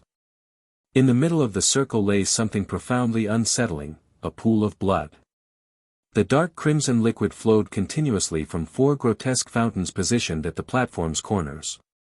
Each fountain was intricately designed, its macabre artistry evoking a sense of foreboding, as though the structures had been created solely for this unholy ritual. Encircling the pool of blood stood a group of priests, their figures cloaked in dark, tattered robes.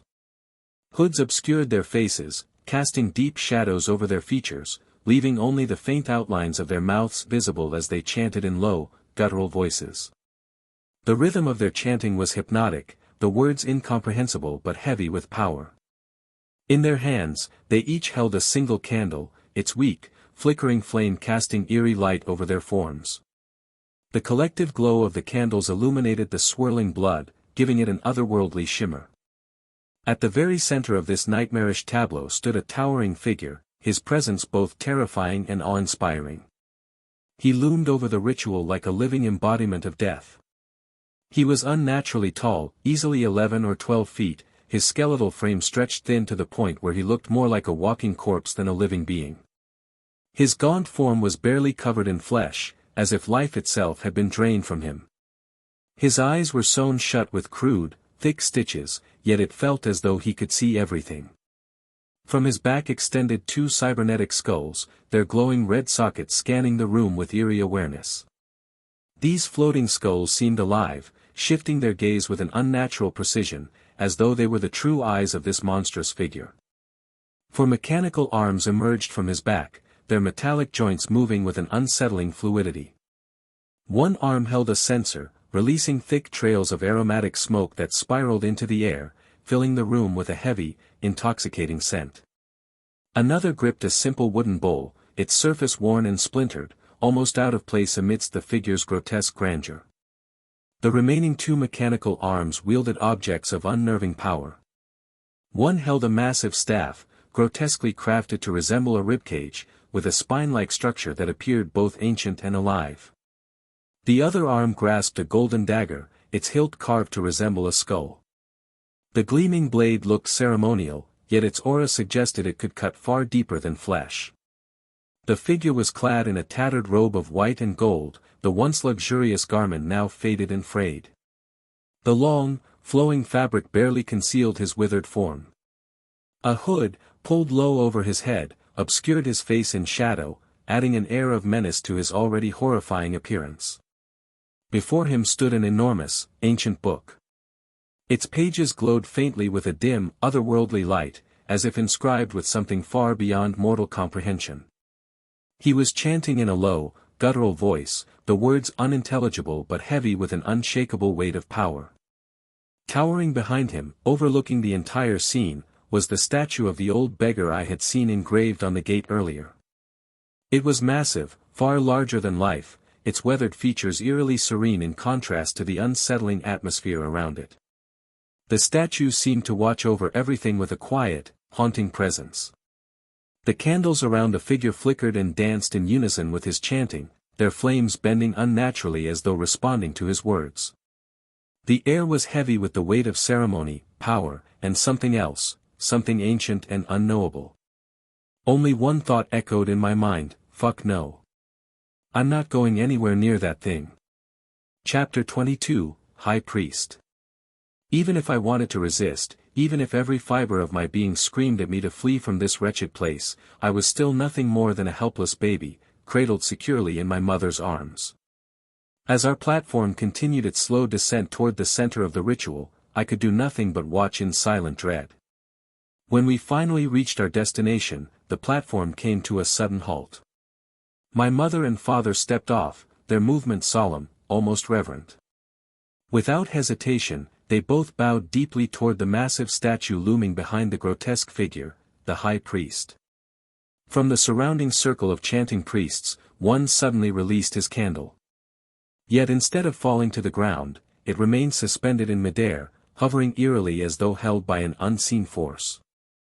The priest then stepped forward, his hooded figure moving with slow, deliberate purpose until he stood directly before us. As he reached our presence, the priest dropped to his knees.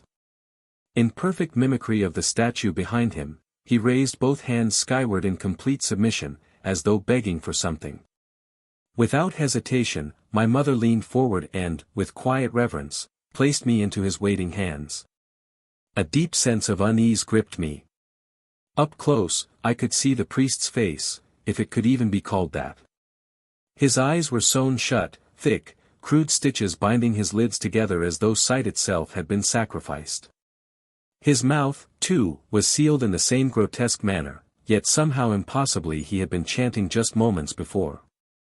How? His trembling hands, encased in thick layers of hardened wax, dripped like molten decay as he accepted me. I recoiled internally, the instinctive disgust of a child who did not wish to be touched by something so grotesque. Yet, no matter how much I wanted to resist, I was utterly powerless, nothing more than an offering placed into the hands of something far beyond my understanding. Holding me high above his head, the priest suddenly rose to his feet, lifting me toward the heavens as though presenting me to some unseen force. Slowly, he began to walk, his movements steady and deliberate, carrying me toward the pool of blood where the ritual was taking place. The closer we got, the more the pungent, metallic stench of blood assaulted my senses. From a distance, the scent had been masked by the aromatic smoke wafting from the censer held by the high priest. But now, standing so close, the conflicting odors, the thick, cloying blood and the suffocating incense, became almost unbearable.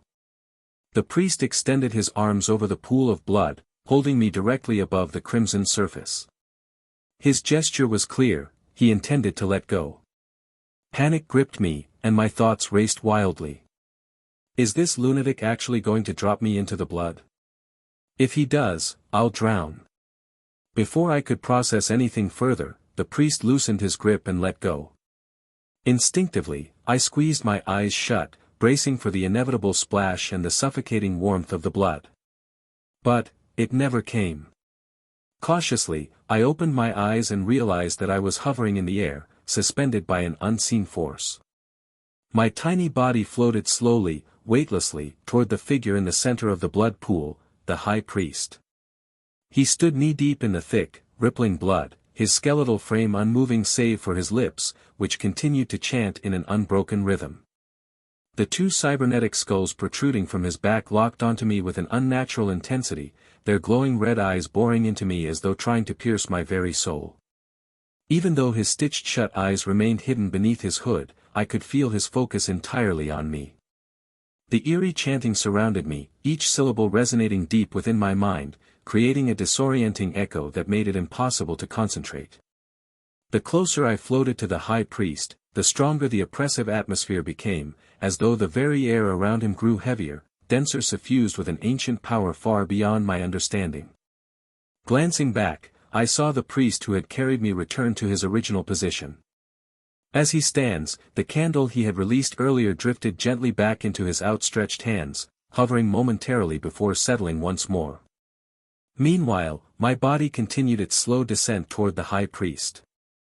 As I drifted closer, my attention was drawn to the massive, ancient-looking book floating beside him.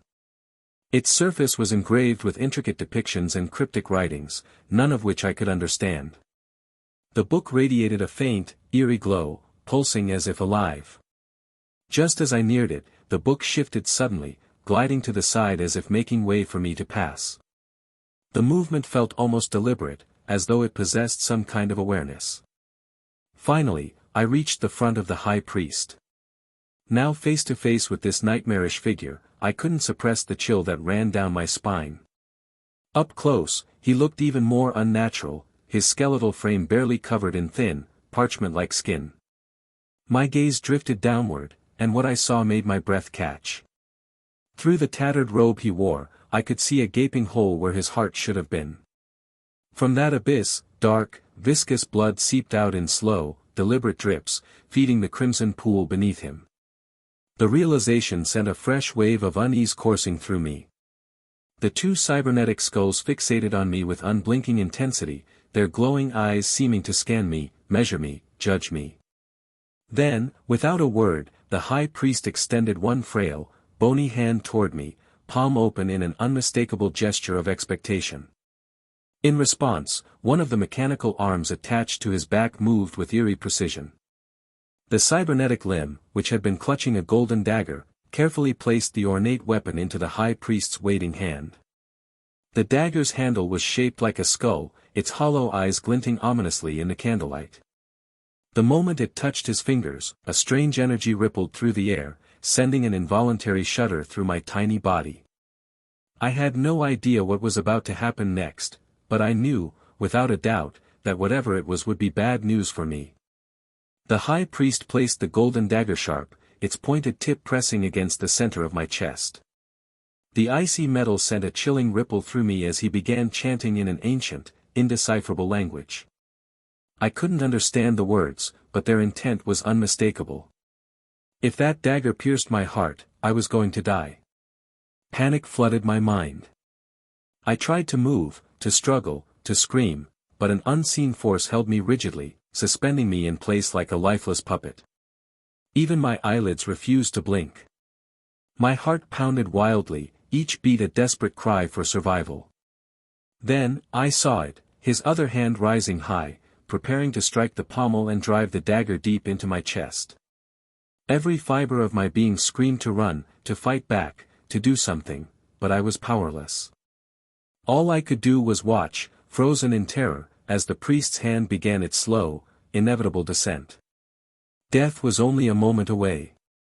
Chapter 23, Name. The dagger plunged into my heart without resistance. I had braced myself for searing pain, for agony beyond comprehension, but there was none. It was as if the blade had simply passed through me like a phantom. And yet, I could feel it lodged deep within my chest. I wasn't bleeding. I wasn't writhing in pain. Most importantly, I wasn't dead. The high priest slowly withdrew the dagger. Strangely, there wasn't a single trace of blood on its golden blade. Lowering it into the pool of blood before him, he continued his ceaseless chant. The moment the dagger's tip touched the surface, a brilliant golden light radiated outward, surging toward the sky. Ancient symbols materialized in the air, glowing with an eerie power. The two cybernetic skulls hovering behind him turned, their red eye sockets scanning the floating text. After a brief moment, the high priest handed the glowing dagger to one of his mechanical arms before extending his other hand expectantly. A simple wooden bowl, ordinary in every way, was placed into his grasp. With careful precision, he brought the bowl to the gaping hole in his chest, where blood still oozed from the empty space where his heart should have been. The dark liquid swirled unnaturally inside, as if alive. Then, in a single, deliberate motion, he tilted the bowl, letting the thick blood spill over me. I flinched, expecting the warm liquid to coat my skin, but instead, it never touched me.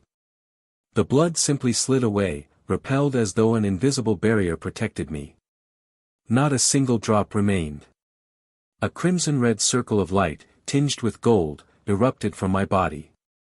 As the radiant glow spread throughout the stadium, the previously silent audience stirred. A wave of murmurs rippled through the thousands of spectators, a strange, otherworldly sound that sent a chill down my spine. Until now, they had been so eerily quiet that I had almost forgotten they were even there. But their sudden voices were an undeniable reminder that they had been watching. Just as quickly as the commotion began, it ceased. Silence returned, leaving only the faint, haunting music that had played all along.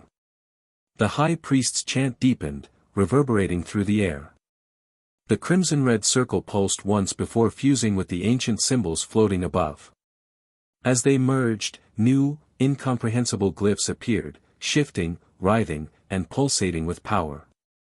Before I could even process what was happening, the symbols surged toward me, sinking into my body in an instant. Then, the chanting stopped. The high priest lifted his head and, in a loud, commanding voice, declared, "Akuma beggar." The moment his words rang through the vast stadium, the entire audience moved in perfect unison. Every single spectator slammed their hands against the tables before them, the deafening sound echoing like rolling thunder. It shook the very air around me, reverberating deep within my chest. It was overwhelming, like the entire world was acknowledging my existence at that moment. And then, just as suddenly as it had begun, it stopped. Silence reclaimed the stadium once more, leaving only the ghostly melody lingering in the air. Akuma beggar? What kind of fucking name is that? Had this lunatic priest lost his mind? Who names a kid beggar? Was this some kind of twisted joke? Was everyone here mocking me? More importantly, how the hell did he know I had named myself Akuma? It had to be connected to those ancient-looking symbols. And seriously, all of this eerie stadium, the chanting, the blood, the floating inscriptions, was just to give me a name. The sheer absurdity of it made my head spin. Without a doubt, this was the worst birthday I had ever had. I had nearly died from fear, more than once. At this rate, I was going to have a heart attack before I even learned to speak. What the hell is going on here? I was still lost in thought when my tiny body suddenly floated toward my parents. My mother eagerly stretched out her hands, her excitement unmistakable. The moment I was close enough, she pulled me tightly into her arms, cradling me as if I were the most precious thing in the world. "Oh, my baby has a name now. Akuma beggar, don't you think it sounds good, honey?" she asked, her voice brimming with joy. My father silently nodded in approval. Meanwhile, I was desperately trying to hold myself back from speaking. If I could, I would have screamed, "Mother, how is beggar a good name?" Just hearing it made me cringe to my very soul. The irony was unbearable, the very name I had spent my past life running from had followed me into this one. Just as we had arrived, we now returned home from that strange place. I was still upset about my name, but what could I do? It had already happened, crying over it wouldn't change anything. My mother, on the other hand, was overjoyed, happier than usual. My father, however, was unusually quiet. He was always a man of few words, rarely showing emotion. But after living with him for months, I had begun to grasp the subtle shifts in his expressions. Right now, he seemed displeased. In the living room, my father suddenly stretched his hand into the air, as if grabbing something invisible. In response, the floor rumbled and slowly rose, revealing what looked like an elevator hidden beneath the floorboards. I had no idea our house had something like this. Without hesitation, my mother stepped inside, still radiating excitement. My father followed in silence. The elevator descended smoothly, taking us underground. After a few seconds, the doors slid open, revealing a massive hallway. The corridor stretched out, vast and empty, with only a few people in white uniforms scattered along its length. They were all around 5 to 6 feet tall, and as soon as they saw us, they froze in place. Their eyes widened with a mix of shock and fear, yet despite their discomfort, they all, in perfect unison, placed their hands on their chests and bowed deeply. As always, my father didn't acknowledge them. He simply walked forward, and they instinctively moved aside, making way for us. We passed by hundreds of doors until we finally reached one that stood out, a massive, vault-like structure, reminiscent of a bank safe. 2 towering custodes guards flanked the door. Upon seeing us, they both bowed and placed their hands on their chests in salute. My father silently stared at them, as if signaling something. Without a word, both guards stretched their hands into the air, and as if by magic, the colossal door creaked open on its own, without them even touching it. As we stepped inside, one thought filled my mind. Is this where my mother is kept? Chapter 24, Kimono. Inside the vault, 3 hallways stretched before us. To our left, a gaunt-looking man approached, easily over 6 feet tall, draped in a long, heavy red coat that appeared both ceremonial and cumbersome.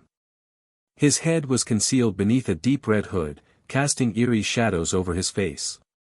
At his belt hung an array of strange, medical-looking instruments, alongside a golden book adorned with the engraved face of an eagle. From what I could tell, he was some kind of medic, but not the kind I would ever want treating me.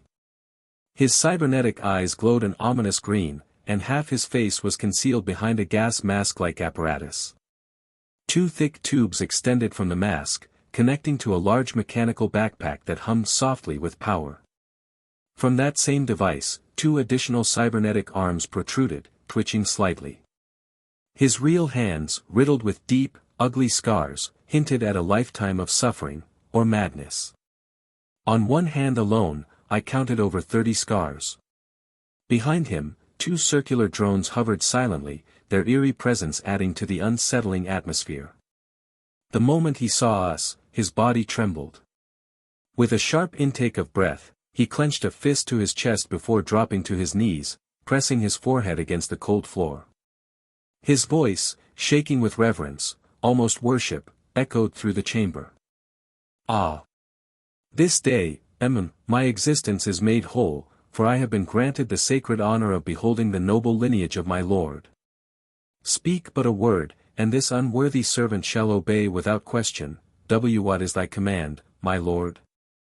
From his words alone, I might have thought he was mocking us, but the way his body trembled and his voice quivered told a different story.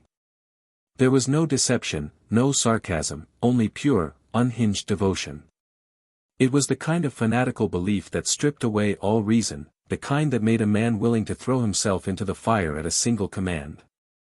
For a few seconds, he remained kneeling, his head pressed against the cold floor, as if awaiting divine judgment.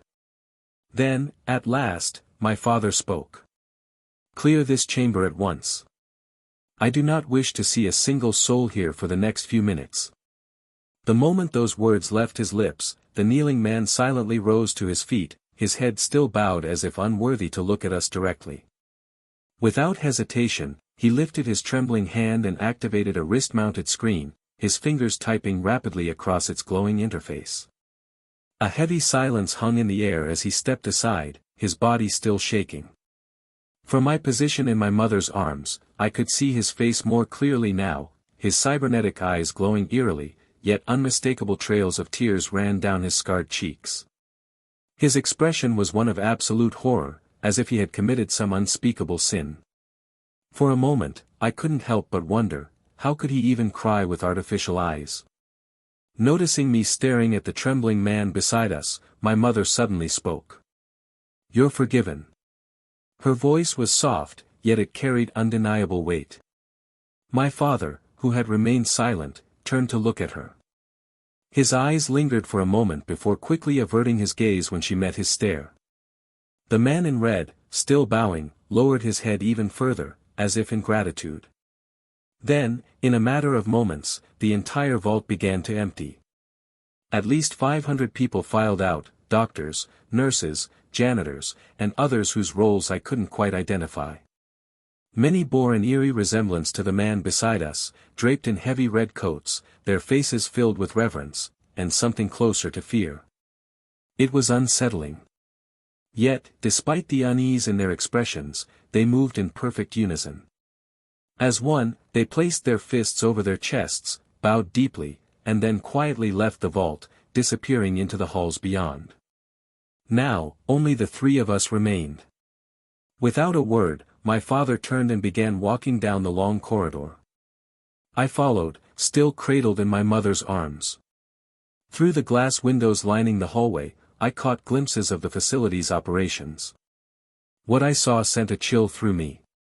Various medical experiments were underway, some of them outright horrifying. Corpses lay on operating tables, their bodies splayed open in grim displays of surgical precision.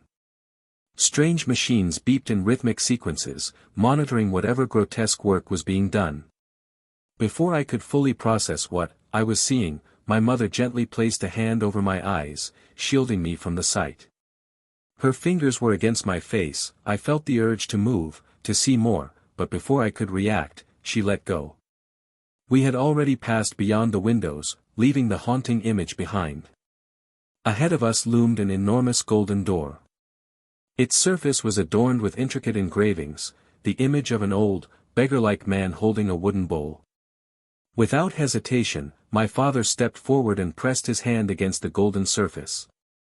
At his touch, the door groaned and creaked, slowly swinging open. What lay beyond took my breath away. The room was massive, its walls lined with countless thick cables and transparent tubes filled with glowing liquid. The substance pulsed, flowing like veins through the metallic structure, all converging toward the very center of the chamber. There, within a colossal cylindrical containment unit, a woman floated in the luminous fluid. Her body was encased in thick ice, preserved in eerie stillness. Even through the frost, her beauty was staggering, otherworldly, haunting, beyond human comprehension. She defied every standard of beauty, a being whose mere existence could drive men to madness, to war, to ruin. But what stood out most were the two small horns protruding from her forehead, adding a subtle yet undeniable demonic charm. She was dressed in an elegant red and purple kimono, yet just below her abdomen, a dark stain of blood seeped through the fabric. A deep horizontal cut marred the once pristine silk, the wound hidden beneath the icy embrace of her prison. The delicate fabric drifted ever so slightly in the glowing liquid, giving the illusion of movement despite her frozen stillness. But more than anything, I could feel it, the sheer, bone-deep cold radiating from the massive containment unit. Even from here, the chill reached out, wrapping around me like an unseen force, sending a shiver down my tiny spine. A single thought echoed through my mind, drowning out all others. Is that my mother? Chapter 25, Motionless. My father stepped forward, placing his hand gently against the glass surface of the containment cylinder. A few moments passed, and then the glowing liquid inside began to drain. Slowly receding until the container was completely empty. The beautiful woman, whom I could only assume was my true mother, remained suspended in her icy prison. The bone-chilling cold that radiated from her abruptly ceased, vanishing as if it had never existed. Without hesitation, my robotic mother moved forward, cradling me in her metallic arms as she handed me over to my father. He took a step back, creating space, while she placed her mechanical hand against the container. The glass slid downward, revealing the frozen form within. My robotic mother reached into the ice, her hand pressing against the thick frost. A faint cracking sound filled the air. At first, it was subtle, but as the seconds passed, the cracks grew louder, splintering like fractured glass. Sensing the imminent release, my father conjured a shimmering force field around us, sealing me away from whatever was about to happen. The moment the icy prison shattered completely, an overwhelming wave of cold erupted outward. Frozen shards exploded in all directions, only to freeze midair, held in place by some unseen force. Then, just as suddenly as it had begun, the ice and cold collapsed to the ground. My robotic mother, as if drained of power, fell to her knees, motionless. Seeing her metallic body motionless on the floor made my chest tighten, a sharp ache I never expected to feel. It surprised me. I thought I had outgrown things like heartache, especially over something like this, over a machine. And yet, there it was, that hollow, sinking feeling. In the center of it all, suspended in the air, stood my mother's real body. It was a hard pill to swallow. I had grown so used to my robotic mother, the warmth in her cheerful voice, the familiar rhythm of her presence, that seeing her replaced by someone else, by herself, no less, felt deeply unsettling. The irony of it all struck me, and I couldn't help but laugh inwardly. What a ridiculous feeling. To be uncomfortable because the real thing had taken the place of the imitation. Her floating body slowly descended, as if the very air itself cradled her descent. The moment her feet touched the ground, her eyes fluttered open, beautiful, dark blue orbs that seemed to pierce through reality itself. Just seeing her eyes gave me an intense, bone-chilling sensation that surged through the room. It wasn't a physical force. No gust of cold wind. No shimmering aura. Just, her presence. A silent, invisible wave that gnawed at the edges of my mind. Her gaze alone held the weight of an empire, cold, distant, and unfeeling. She didn't need a crown to look like royalty. She was a queen. A cold-hearted one. I stood there, frozen, not from fear, but from something deeper. A realization. Since the day I was born, I've felt different. Like I had unlocked a hidden sense, something beyond sight, sound, or touch. A sixth sense. I could feel people, not just their presence, but the very essence of who they were. At first, I dismissed it as paranoia. Just a trick of the mind. But the more I was exposed to people beyond my parents, the clearer it became. This wasn't some fleeting suspicion or overactive imagination. I was sensing something real, like glimpsing into the soul hidden beneath the flesh. And her? She was an abyss. Cold. Boundless. Unforgiving. Compared to my father, who had a calm and collected demeanor, as if he was hiding something even from himself, she didn't hide it. That emptiness, that frost, it was laid bare. Her deep, cold blue eyes shifted, landing on my father. They stared at each other for what felt like an eternity, an unspoken conversation passing between them. A history I couldn't understand. Then her gaze drifted to me. In an instant, everything changed. The cold, stern mask she wore shattered, replaced by a radiant warmth.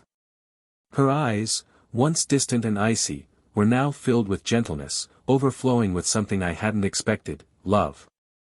It was so sudden, so genuine, I questioned if that icy glare had been real at all. Had I imagined it? She opened her arms, stepping closer with a soft, inviting smile. There was no hesitation. No fear. Just a warmth that melted the invisible barrier between us. In one swift, graceful motion, she gently snatched me from my father's arms, cradling me against her chest as if she'd been waiting for this moment her entire life. Her embrace was warm, shockingly warm, like the very embodiment of comfort. It seeped into my skin, into my heart, unraveling something I didn't know was tightly wound inside me. For the first time, I realized. I didn't know what to feel. Finally, I can hold my adorable little baby with my own arms, she exclaimed, her voice filled with overwhelming joy as she smothered my face with kisses. I squirmed uncomfortably, trying to push her away with my small hands. Why is she like this? I thought my cheeks were growing sore from her relentless affection. Despite my attempts, she only smiled wider, her eyes sparkling with a strange, childlike delight as she continued her attack of kisses. It wasn't until my father gently placed his hand on her shoulder that she finally stopped. She froze, as if snapping out of a trance, then slowly turned her head to look at him. A soft, gentle smile replaced her playful expression. "Do you miss my body, my love?" she asked sweetly, her voice tender but carrying an underlying confidence. My father, always composed and stoic, showed a rare flicker of surprise, his eyes widening ever so slightly. But within seconds, he regained his usual calm demeanor, his expression softening. "I'm in love with you," he replied, his voice steady and sincere, it doesn't matter in what shape or size you come in. The moment felt oddly surreal as I stood there, watching the exchange between my parents. My mother's face was flushed, a soft blush coloring her cheeks, and her smile seemed to shine even brighter. Her gaze shifted to me, and she spoke in a playful, teasing tone, "Look, isn't your dad so romantic?" But hearing such romantic words from him, with his ever stoic face, don't you think that's a little weird? She addressed me as though expecting a response, as though I was part of the conversation.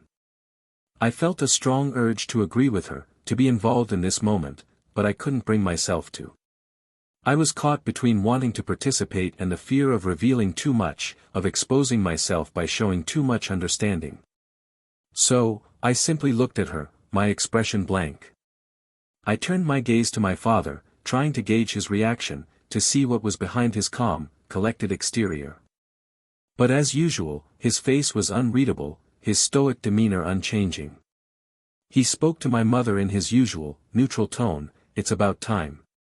Hurry up." My mother's smile wavered for just a moment, a slight frown crossing her face, before she quickly recovered and returned to her bright smile.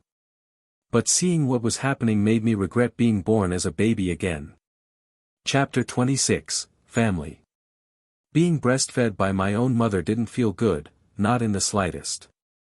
Especially when I had the mind of a grown person trapped inside the fragile, helpless body of a baby. This wasn't just uncomfortable, it was humiliating on a level I never thought possible. I'd faced my fair share of indignities since being reborn, but this was the pinnacle of them all. Worse than that was the first time I lost control and had to face the horror of going to the bathroom like an actual infant. That day, I wanted to crawl into a hole and bury myself, but eventually, I got over it. After all, survival meant adapting, even if it meant enduring the endless string of humiliations that came with this tiny, useless body. But this was different. This was a new level of awkwardness I never thought I'd experience. No amount of mental preparation could have helped. I kept telling myself, it's natural. It's just biology. But my grown mind screamed otherwise. Either way, it was done. What's done is done. No rewinding time. I'd just bury this memory deep in the vault of things I'd never think about again. Moving forward, I was sticking strictly to bottle feeding, no exceptions. My mother looked at me with gentle eyes after finishing, her gaze lingering as if she wanted to hold me forever. The intensity of her stare was unsettling, not in a bad way, but in a way that made me feel small, fragile, and strangely vulnerable. Am I going weak? I wondered. Or is her love simply stronger than any strength I could muster? Either way, it didn't matter. I found myself helpless against that look, something I never thought possible. Then, cutting through the heavy silence, my father's stern voice echoed. It's time. You got what you wished for. Now, please go back before you harm your body further. His words snapped my mother out of her trance. She blinked as if waking from a dream, her warm expression clouding with melancholy. Slowly, reluctantly, she handed me over to my father. Her fingers lingered on me for a moment longer, trembling slightly before letting go. So all that nagging and arguing with father, just to breastfeed me? The realization hit me, and I couldn't help but think, that's stupid. Yet, the warmth of her touch still lingered on my skin. My little baby, she whispered softly, her voice filled with tenderness, don't worry. I'll recover soon and be with you in my real body. Just wait for me, and the same goes for your father. I noticed something peculiar, my parents hardly spoke to each other with words. It wasn't that they didn't communicate, it was the exact opposite. Their glances, subtle gestures, and fleeting expressions conveyed everything. It was as if they didn't need words to understand each other. They just knew. She closed her eyes, and as if triggered by that simple act, the shattered ice fragments scattered across the room began to move. They floated weightlessly, drawn together as though guided by an invisible force, seamlessly reforming around her fragile, beautiful body. It was as if the ice had never been broken in the first place. A sudden, powerful wave of cold surged outward, sharper and more suffocating than before. My father reacted instantly, shielding me with a protective barrier, his arms firm yet gentle around me. His face remained as stoic as ever, but his quick response spoke of deep, hidden concern. My mother's body slowly floated backward, drawn into the container like a fragile relic returning to its sacred vault. The glass cylinder began to rise, sealing her away in its isolated chamber. The glowing liquid poured in, filling the container until she was fully submerged, her form once again suspended in eerie, timeless stillness.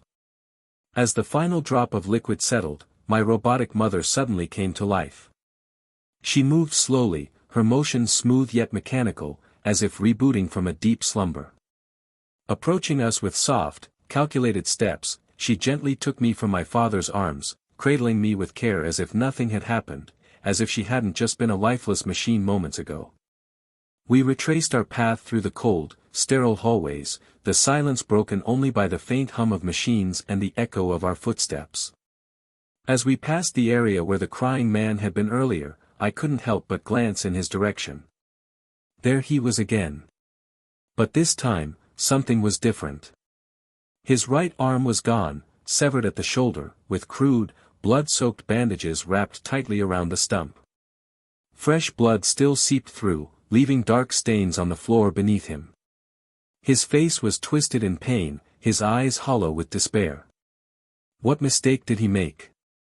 The question flickered in my mind, but I quickly pushed it aside. His suffering was his own. It didn't concern me. Leaving that thought behind, we continued on, the cold, clinical corridors stretching endlessly before us as we made our way back home. I was eagerly waiting for tomorrow to arrive because it marked the beginning of something I'd anticipated for what felt like an eternity, a new mission from the system. For years and 2 months of relentless patience had brought me to this moment. Now, with the mission so close, I couldn't suppress the excitement bubbling inside me. It felt like standing on the edge of a vast, unknown future, ready to leap. Living in this new world for 5 years had given me a clearer understanding of my family's situation. It also helped that I could finally speak, run, and hold actual conversations. Despite my growth, I wasn't allowed to venture beyond the bamboo forest that encircled our home. On rare occasions, I managed to catch glimpses of the outside world, though they were fleeting and limited. Even with such restrictions, I'd pieced together enough information to realize the world I inhabited was chaotic and brutal. I'd gathered countless scraps of knowledge, most of it useless, but a few details stood out, shaping my understanding of the absurd reality I was part of. The most baffling revelation? Our family name, Beggar.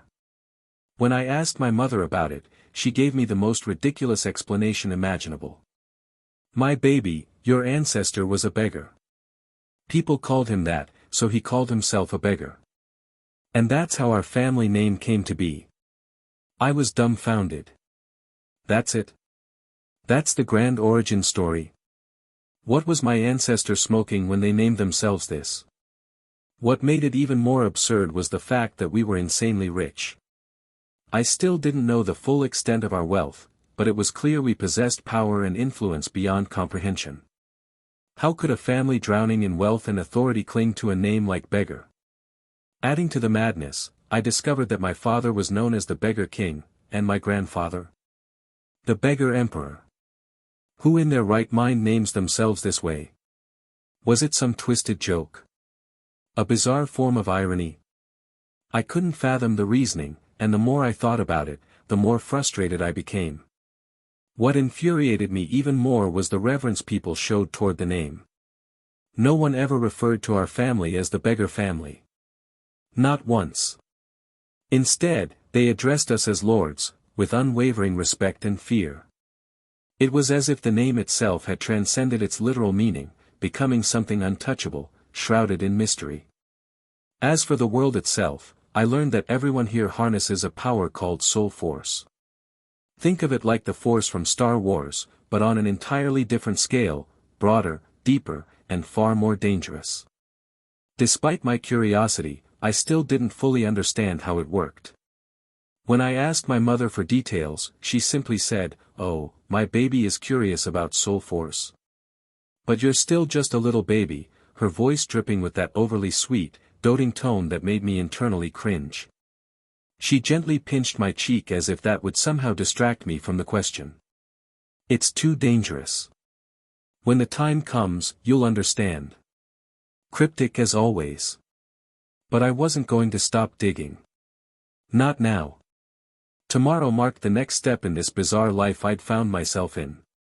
And no matter how absurd or frustrating it got, I couldn't wait to see what came next.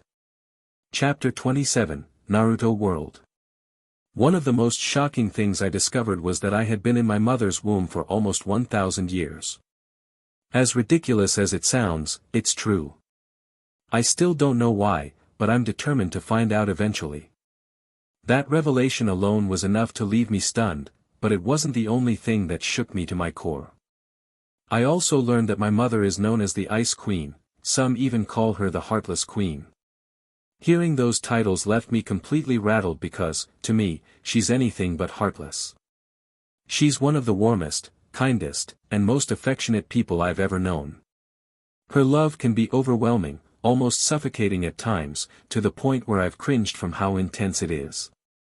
So how could someone like her be labeled as heartless? It just didn't make sense. I found all this out 2 months ago, on my 5th birthday.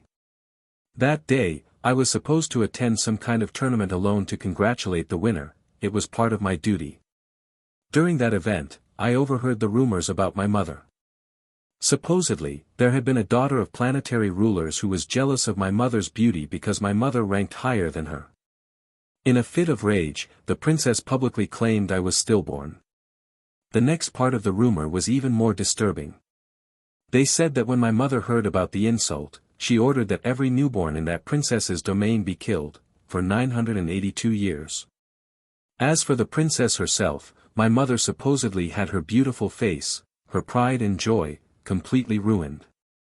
She's hideous now. It's hard to believe. How could my loving, affectionate mother do something so cruel? Just thinking about it makes my head hurt. I wanted to ask her directly, but it felt awkward. So, I decided to wait. Maybe it's all some elaborate joke, or maybe there's more to the story than I've heard. Either way, I'll find out the truth eventually. I just have to be patient and keep gathering information. Determined to speed up time in the only way I could, I decided to fall asleep as quickly as possible. New mission unlocked. Finally, Akuma muttered to himself, his eyes narrowing with anticipation. The system gave me a mission. It's been a long wait. His heart raced as he pulled up the mission details, the familiar holographic interface flickering to life before him. Current mission. World to Reborn, Naruto. Become the Hokage of the Hidden Leaf Village. Objective: protect the village until Boruto is born. Don't let the village population decrease by more than 50% or its destruction exceed 50%. Reward: chakra level of the 9 tails and mastery over all 5 elements. Destroy all 5 great hidden villages. Objective: ensure the destruction covers more than 50% of each village.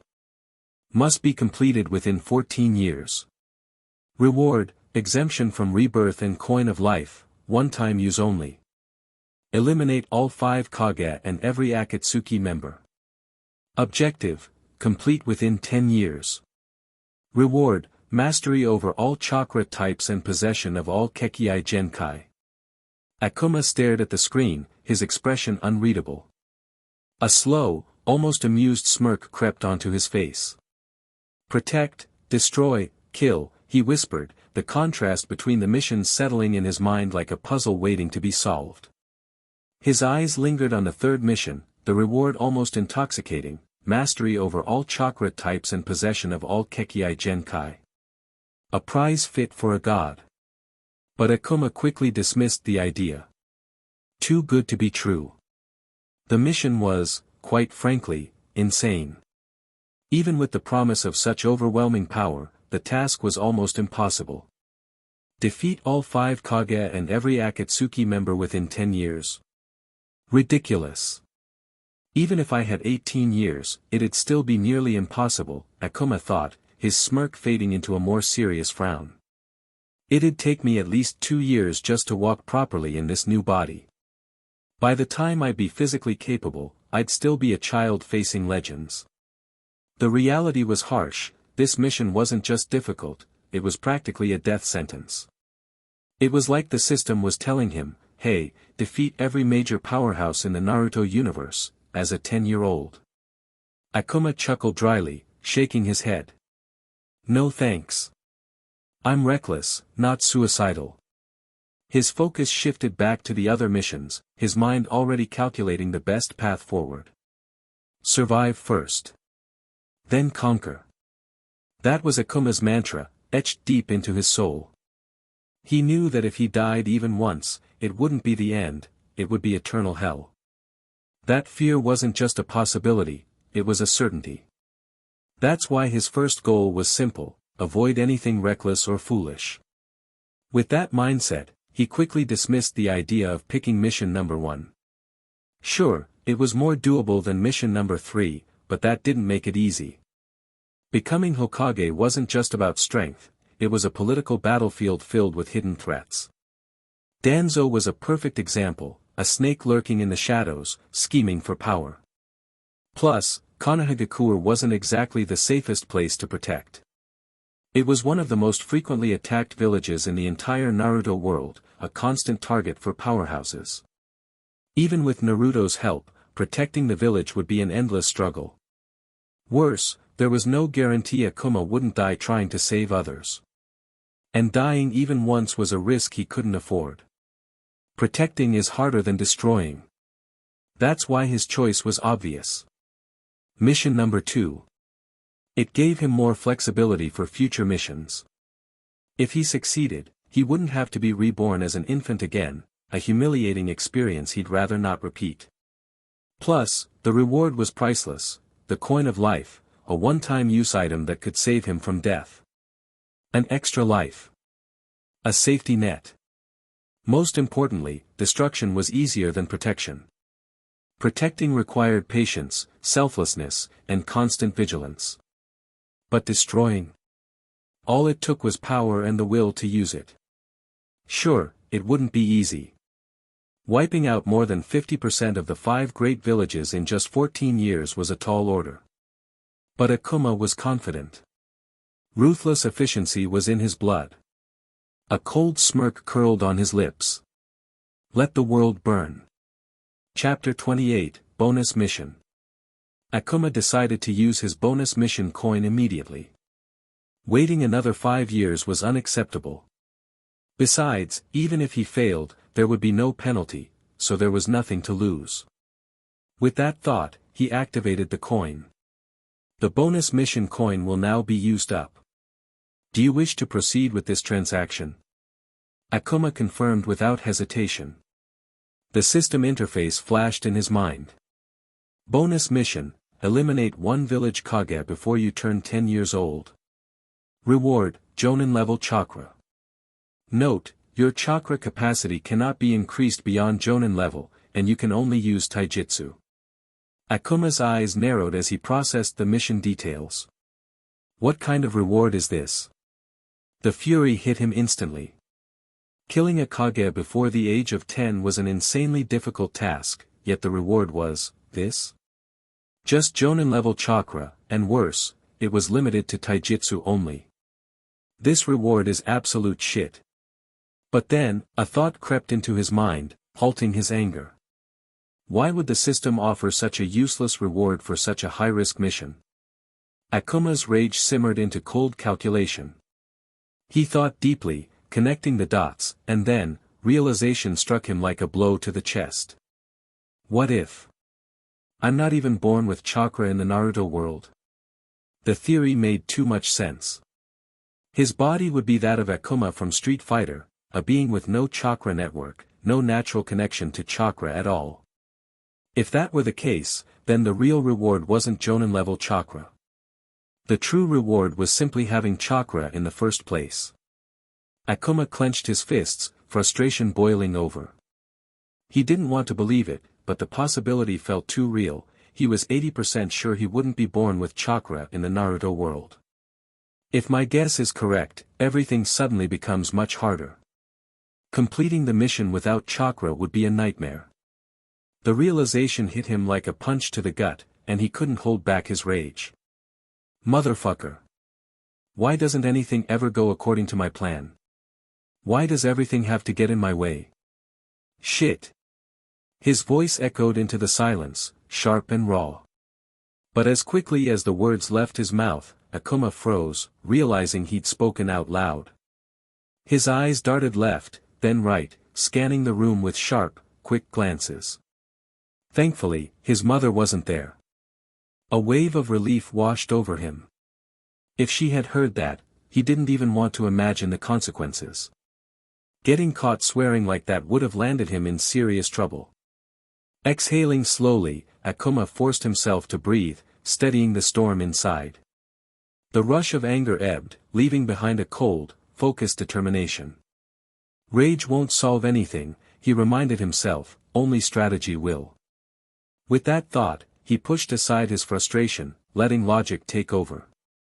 Eliminate a Kage before I'm 10. The task was daunting, almost absurd. But if he were born with chakra naturally, then the mission, and its reward, would be pointless.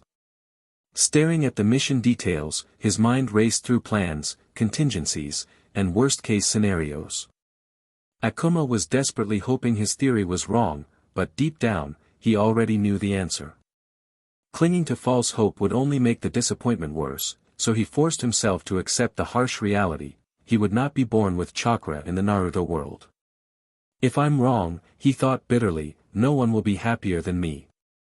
With that thought tucked away, Akuma shifted his focus. Dwelling on it wouldn't change anything.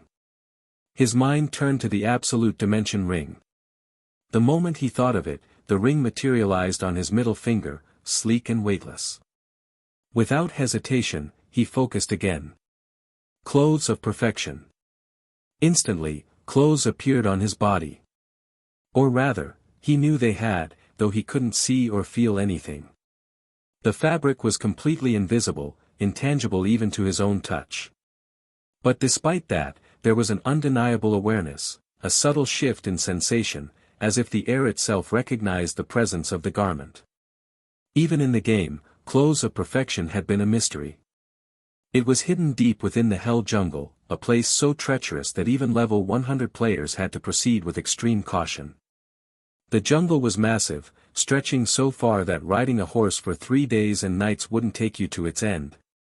Finding the item was almost impossible. It was invisible, undetectable by ordinary means. The only way to discover it was through sheer, obsessive passion, an adventurer with an insatiable thirst for the unknown, someone deeply immersed in the game's lore. Only then could one even hope to stumble upon it. Nobody knew what the item truly looked like, not even Akuma. All he'd ever seen was a faint silhouette and its name glowing faintly in his inventory. Beyond that, it remained a mystery. After briefly examining the items, Akuma thought, with the help of these world items and the power of Akuma from Street Fighter, I might actually have a chance to complete these missions. He quickly dismissed the thought. Both world items vanished, seamlessly returning to his inventory, out of sight, but never out of reach. 1 year ago, Akuma had been desperate to know whether world items could be stored back in the inventory after being taken out. The uncertainty gnawed at him for years until he couldn't hold back his curiosity any longer. He had already used customer help twice, and after this question, the customer help coin would be gone. Despite saving it for truly critical situations, he decided to use it for this question. Can world items be stored back into the inventory after use? When the system confirmed, yes, world items can be stored back into the inventory at will, Akuma felt an overwhelming wave of relief. He had tried to justify spending the coin by telling himself, I'll get another customer help coin when I accept my next mission anyway. But deep down, he knew it was curiosity that got the better of him. For now, both items were practically useless. If his mother or father discovered that he was using such items, it would immediately jeopardize his mission, something he couldn't risk. He always exercised extreme caution when interacting with them. At one point, he thought about waiting until he was 10 years old to start experimenting with the items. But curiosity gnawed at him again, and he decided to test them earlier, just to confirm he could still store them back in the inventory. If the system had said otherwise, he wouldn't have dared to take them out at all. However, through these small experiments, Akuma gained tremendous insights. The items worked slightly differently from how they functioned in the game, but their core mechanics remained the same. Especially the Clothes of Perfection, its effect of boosting experience gains by 50% was invaluable. It helped him learn the new language of this world faster and significantly accelerated his physical growth and strength development. Akuma wanted to wear the Clothes of Perfection as often as possible. After all, it was invisible, right? His parents wouldn't notice, or so he thought. But the moment he wore it around them, they somehow immediately sensed something was off. Their piercing gazes and subtle glances made Akuma's heart race. Panic surged through him, and he hurriedly stored the item back in his inventory. Convincing his parents it was just their imagination had been incredibly difficult. After that, Akuma vowed never to wear the Clothes of Perfection around them again. If he truly wanted to wear it, he'd have to exercise extreme caution. Luckily, he locked the room, and he knew his parents were outside, talking to each other. This meant he didn't have to worry about them coming in without notice. However, if he made any loud noise, his mother would notice instantly, so he did his best to stay quiet. After deciding everything, Akuma accepted mission number 2, destroy all 5 great hidden villages. Chapter 29, Land of Rain. Thank you for choosing the second mission. As a reward for accepting this mission, you have been granted a customer help coin. You will be reborn into the Naruto world in 10 minutes. As soon as Akuma received the customer help coin, he used it without hesitation. After confirming the transaction, he asked, "What will happen to my body when I enter the Naruto world?" The system responded, "Your body will travel with you, but time will flow differently between the two universes."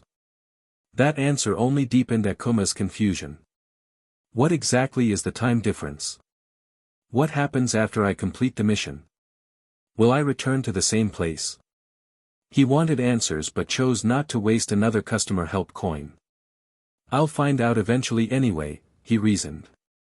Better to save the coin for something truly critical. Right now, his biggest concern was what would happen to his parents. If I disappear from this world, how will I explain it when I return? If he failed to come up with a good explanation, his first mission, acting like a normal baby for 10 years, would be doomed. That wasn't an option.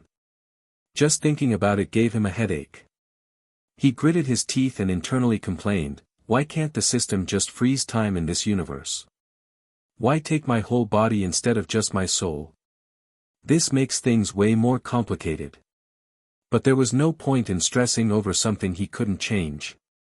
Pushing the problem onto his future self, he sighed. Not my problem right now. I'll deal with it later. Lying back on his massive bed, he stared at the ceiling in silence. As the system countdown reached 5 seconds, he instinctively began counting down the final moments until his rebirth. 5, 4, 3, 2, 1, 0. It had been 5 years since Akuma was born into the Naruto world. His body looked exactly as it had in his previous world. When he first opened his eyes, he found himself in the Land of Rain, a country plagued by poverty, hunger, and endless war. The rain never stopped, as if mourning alongside the suffering people. Lacking natural resources, the Land of Rain was one of the poorest nations, caught in a cruel cycle of destruction. Sandwiched between 3 great nations, the Land of Fire, the Land of Earth, and the Land of Wind, the country was constantly dragged into their conflicts.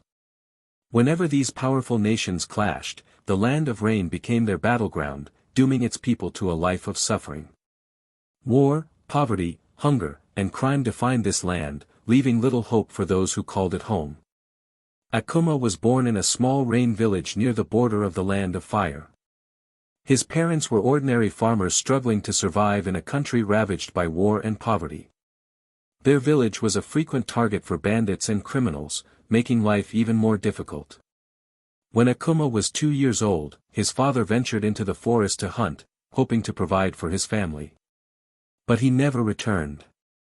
With 5 children to feed and no means to support them, his mother was forced into prostitution at a nearby town's inn. She left Akuma and his siblings in the care of her sister, only returning once a week to bring them what little money she earned. Every time she visited, she changed a little more. The mother Akuma once knew slowly became someone unrecognizable. At times, she felt like a stranger, a woman with hollow eyes and a forced smile. Sometimes, Akuma couldn't even bear to look at her face. When he was 4, his mother suddenly stopped coming. The money stopped as well. Akuma didn't know whether she had been killed or if she had simply abandoned them. But deep down, he hoped she was dead. It was easier to accept than the thought of her choosing to leave them behind. He didn't want to see her face again, didn't want to witness her suffering any longer. Yet, despite their worsening situation, his aunt and her husband never cast them out. They struggled, but they never abandoned Akuma or his siblings. Akuma sat on the blood-soaked floor, gripping a bloody axe. The floor was drenched with the blood of the very people who had taken him in, his aunt and her husband, the ones who had sheltered him and his siblings. Their bodies lay among 15 others, scattered across the small home. Severed limbs, deep gashes, marks of the brutal massacre he had wrought. Blood painted the walls and ceiling, dripping in slow, steady streams. He stared blankly at the blood-stained wood above him, his expression unreadable. A bitter thought followed. Thankfully, I didn't invest too much emotion into this family. Still, his face remained cold as the word bandits escaped his lips in a low, venomous whisper.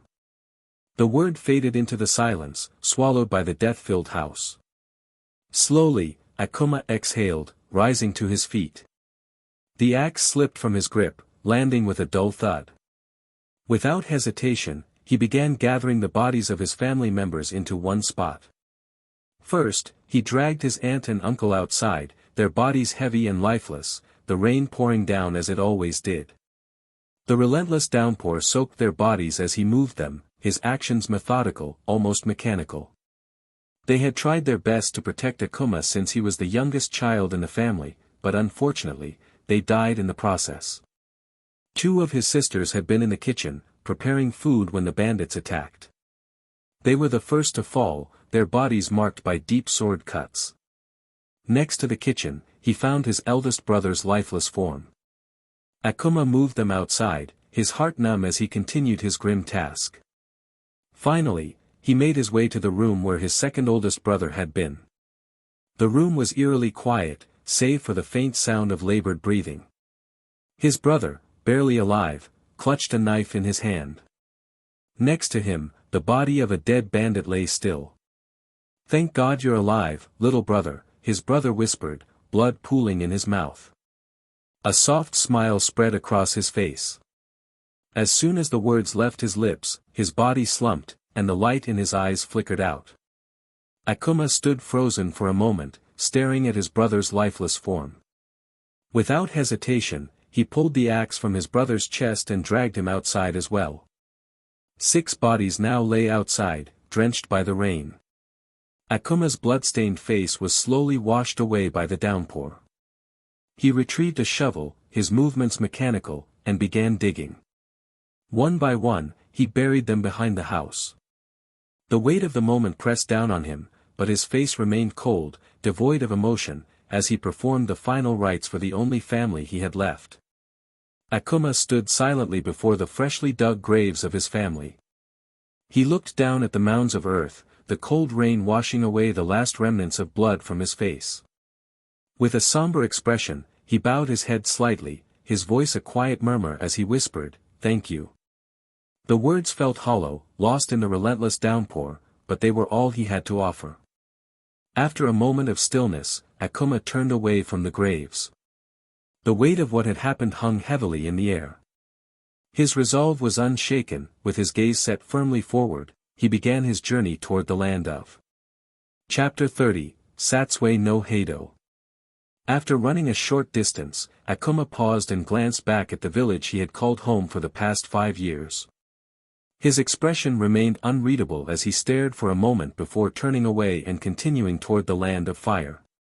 He took out the absolute dimension ring from his inventory and slipped it onto his middle finger. As for the clothes of perfection, he had been wearing them since birth. Being an invisible item, no one had ever noticed them, not even when they touched him. Because of this, Akuma had kept them on since arriving in this world.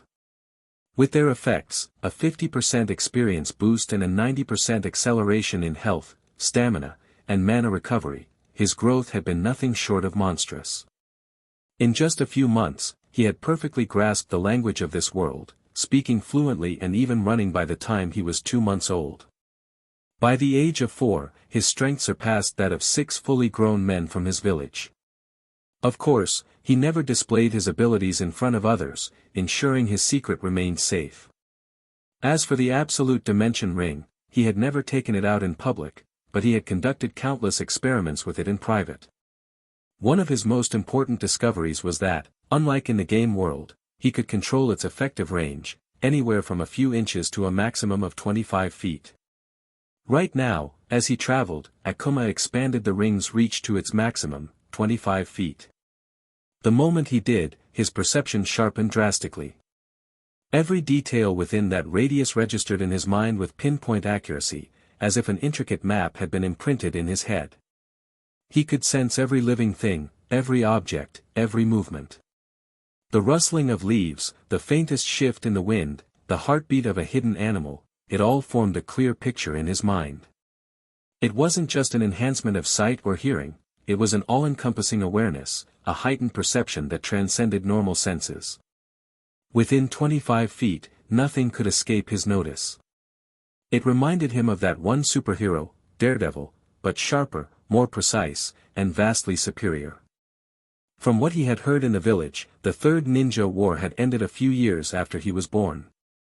Based on that, he estimated he had been born sometime after Naruto. He didn't know the exact year, but one thing was certain, Naruto was already in this world and was a few years older than him. The only way to confirm it was by reaching Konoha. But that wasn't his only reason for heading there. There was something he needed to do, something that could only be accomplished in Konoha. Because of that, he had no choice but to go. After running for a few hours, Akuma stopped and pulled out his map to check his direction. He had bought it from a merchant years ago, knowing it would eventually come in handy. Though it was a basic map without much detail, it was still better than nothing. He also carried a decent amount of money, taken from the bandits he had looted.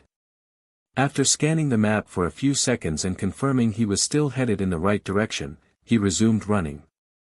Thankfully, his 90% stamina recovery was incredibly useful. He could run for hours without feeling fatigued, and even if he tore his muscles, they healed so quickly that he barely noticed. The constant strain only made his body stronger. Ever since he arrived in this world, he had secretly trained his body whenever possible. With the combined effects of the clothes of perfection and the natural power of Akuma's body from Street Fighter, his growth had been nothing short of monstrous. If he continued like this, he was certain, within just a few years, he could become overwhelmingly strong. After crossing the border into the land of fire, Akuma decided to rest near a large tree stump. The sky had darkened, and the air had cooled, night was approaching. He had been running for many hours, and while his stamina recovery allowed him to push forward without exhaustion, his mind was not as resilient. He quickly gathered some wood and lit a small fire, its flickering glow pushing back the creeping darkness. Earlier, he had caught a few rabbits, intending to cook them for his meal. As Akuma knelt by the riverbank, washing away the dirt and blood from his hands and feet, his gaze drifted to the water's surface. The rippling reflection revealed his crimson-red hair and equally red eyes, a stark contrast to the black they had once been. He frowned. You already lost twice today. How many times do you plan to lose? Are you trying to break your own record? Hearing this, Might Guy immediately stood up, dramatically pointing his finger at Kakashi. Kakashi. This time, you're definitely going to lose. I've been saving my appetite just for this. Do you accept the challenge or not? Kakashi sighed again, a hint of annoyance in his tone. Fine. Might Guy patted Kakashi on the back a few times and grinned. That's what I like to hear from my eternal rival. Now, let's begin. With that, Might Guy quickly sat back down, preparing himself for the challenge. Within a few minutes, both had devoured several bowls of ramen, but in the end, Might Guy emerged victorious.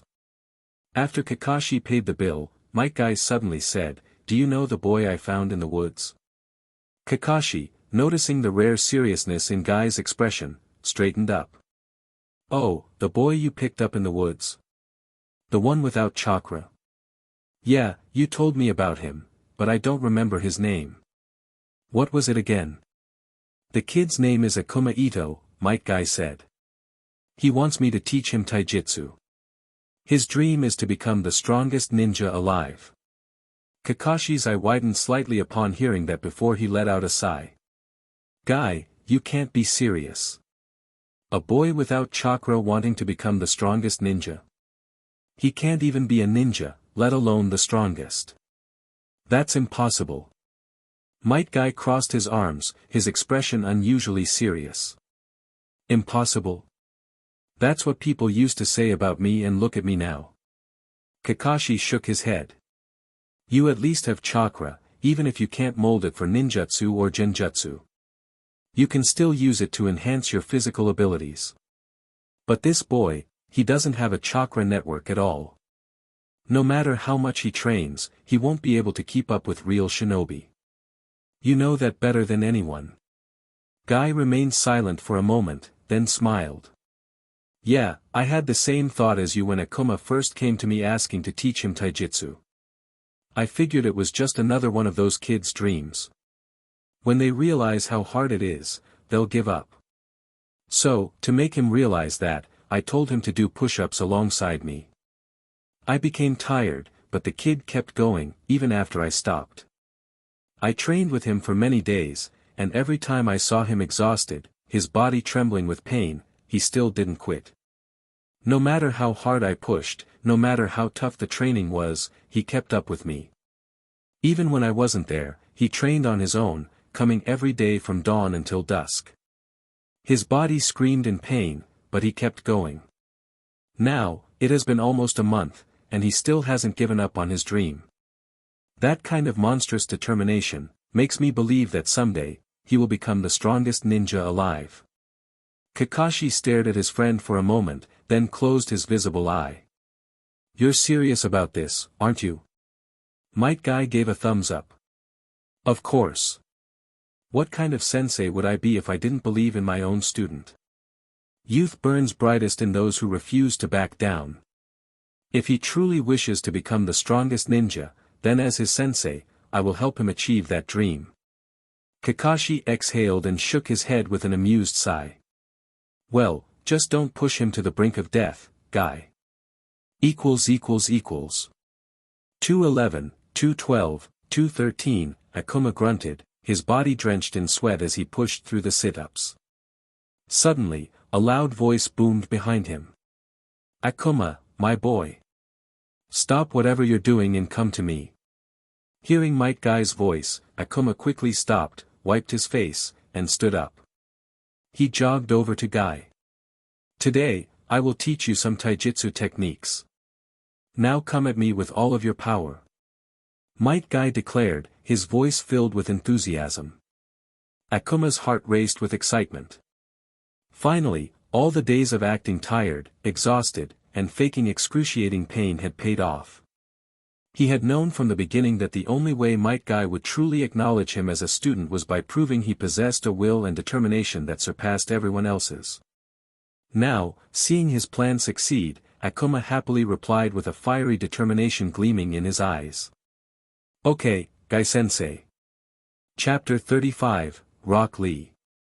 One thing that fascinated me about myself was how monstrously fast I was at learning anything related to martial arts. I knew for a fact that I wasn't a martial arts genius in my past life.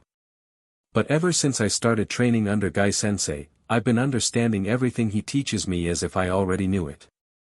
The working theory I have is that I possess the body of Akuma from Street Fighter, a monster of a genius in martial arts. In his universe, he is the greatest martial artist to have ever lived. Now, with his body and the clothes of perfection boosting my experience gain by 50%, my learning speed is almost unnatural. Even if I only caught a glimpse of a martial arts technique, I could immediately visualize the entire sequence, predicting movements and counters purely on intuition. It was as if my body already knew the answers before my mind could even process them. Just thinking about it shocked me. Guy Sensei had taught me a vast array of taijutsu techniques, many of which bore striking similarities to martial arts from my original world: boxing, karate, jiu-jitsu, Muay Thai, kickboxing, aikido, and more. However, the three styles that resonated with me the most were karate, judo, and kempo. Together, they allowed me to master a balance of grappling, striking, and swift, fluid movements. Most of the techniques Guy Sensei taught me were brutally efficient, focused on precise and lethal execution. Unlike the martial arts in my original world, which primarily emphasized self-defense, these techniques were designed with only one purpose: to kill the enemy. It was clear that a ninja's role was not to protect, but to eliminate threats. While he did teach me a handful of techniques meant for restraining opponents, they were rare. In the world of shinobi, survival often depended on striking first and without hesitation. After living in Konoha for more than 2 months as a 5-year-old, I finally understood which timeline I was in. Naruto was just a 10-year-old boy. I figured this out after hearing Guy Sensei talk about a boy named Rock Lee, who is currently 11 years old. From my past knowledge, I knew that Rock Lee was roughly 1 year older than Naruto. That meant Naruto had to be around 10 years old, which aligned perfectly with my estimates. I haven't met Naruto or Rock Lee yet, and I have no intention of doing so anytime soon. I don't want to interfere with the timeline unnecessarily. If I alter it too much, my plans could fall apart, and I'd lose my greatest advantage, my knowledge of the future. Right now, there's no need to take such drastic action. But when the time comes, I will destroy everything. I headed toward my usual training spot, following the daily routine I had stuck to for the past month. It always began with 15 minutes of stretching, followed by a 3-lap run around the entire village, which usually took me about 3 hours. After that, I spent 8 hours doing push-ups, pull-ups, jumping jacks, and other exercises to push my body to its limits. Once my training was done, I would head back to the orphanage. This had been my routine for the past month. But today was different. When I arrived at my usual training spot, Guy Sensei was already there, waiting for me. "I've been waiting for you, Akuma," he said with his usual enthusiasm. Seeing him here made me happy. Whenever he showed up, he always taught me a new taijutsu technique, and every lesson had been incredibly valuable. However, one thing that still bothered me was having to act like a 5-year-old. It had been frustrating at first, but since I already had experience pretending to be a child, I eventually got used to it. Shaking off the thought, I ran up to him, excited. "Guy Sensei, are you here to teach me a new technique?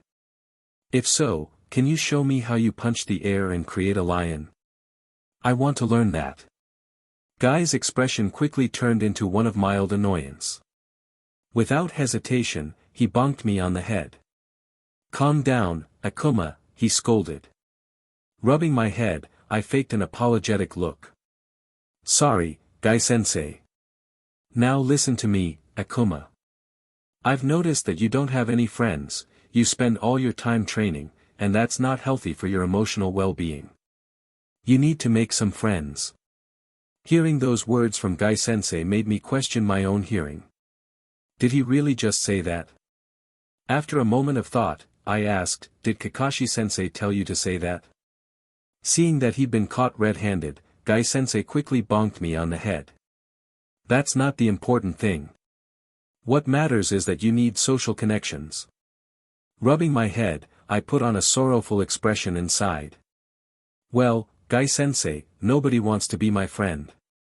Every time I try, they just call me names, so I stopped trying. Seeing my expression, Guy-sensei suddenly burst into tears. It was both weird and oddly amusing to watch. Then, with tearful eyes and a loud, passionate voice, he shouted, "Don't worry, Akuma. I have found you a friend who will never call you names. He is just like you, overflowing with the power of youth. Wait right here, I'll bring him to meet you." Before I could even react, Guy-sensei had already vanished, sprinting off at insane speed. I couldn't even see him anymore. From his words alone, I already knew who he was talking about. It had to be Rock Lee. Internally, I cursed my fate. I didn't want to meet him yet. Changing the timeline even a little could lead to unexpected consequences. But now, there was nothing I could do, I had no choice but to meet Rock Lee. After waiting for about 10 minutes, I suddenly heard the loud cry of a young boy. Turning my head, I saw Guy-sensei sprinting toward me at full speed, carrying Rock Lee on his back. "Guy-sensei. Please stoop. I'm about to pass out." Rock Lee screamed, his voice filled with desperation. When I got a closer look at his face, I almost felt sorry for him. He looked like someone who had been through a hurricane. Guy-sensei abruptly stopped right in front of me, kicking up a cloud of dust in the process. The swirling dirt made it hard to see, but I could still make out his usual enthusiastic grin. "Akuma. Didn't I tell you about a boy named Rock Lee? Well, here he is. From now on, he'll be your training partner. Call him Brother Lee." With that, Guy-sensei carefully lowered Rock Lee to the ground, only to realize the boy had already passed out. Looking a bit embarrassed, Guy-sensei scratched his head before turning to me. "Akuma, do you happen to have some water?" Without hesitation, I rushed to my bag and pulled out a water bottle. Guy-sensei took it and unceremoniously poured the entire thing over Rock Lee's head. Lee shot up instantly, flailing his arms. "Save me. I'm drowning." Seeing this, Guy-sensei simply slapped him on the back. "Calm down, Lee." After a few deep breaths, Rock Lee finally regained his senses. Guy-sensei then clapped his hands together and beamed. "Rock Lee, meet your new brother and training partner, Akuma." Chapter 36, Key. In the heart of the jungle, Akuma and Rock Lee sat on the ground, catching their breath after an intense sparring session. The humid air was thick with the scent of earth and sweat, their bodies aching from the countless strikes exchanged. For the past 2 weeks, they had been training together like this, pushing each other to the limits. Akuma wiped his brow, his expression shadowed with disappointment. "Brother Lee, you've won again, but just you wait. Someday, I'll surpass you." Determination burned in his eyes. Lee, however, shook his head, his expression troubled. "No, Akuma. The only reason I won is because I used chakra to enhance my body. In a pure taijutsu battle, without chakra, you'd win every time." His voice carried frustration. "Sometimes, I wonder, with your monstrous talent, if you just had chakra, you might even surpass Guy-sensei in a few years. But look at me, I have to rely on chakra just to keep up with you. It feels like I'm cheating." Noticing the dejection on Lee's face, Akuma offered a reassuring smile.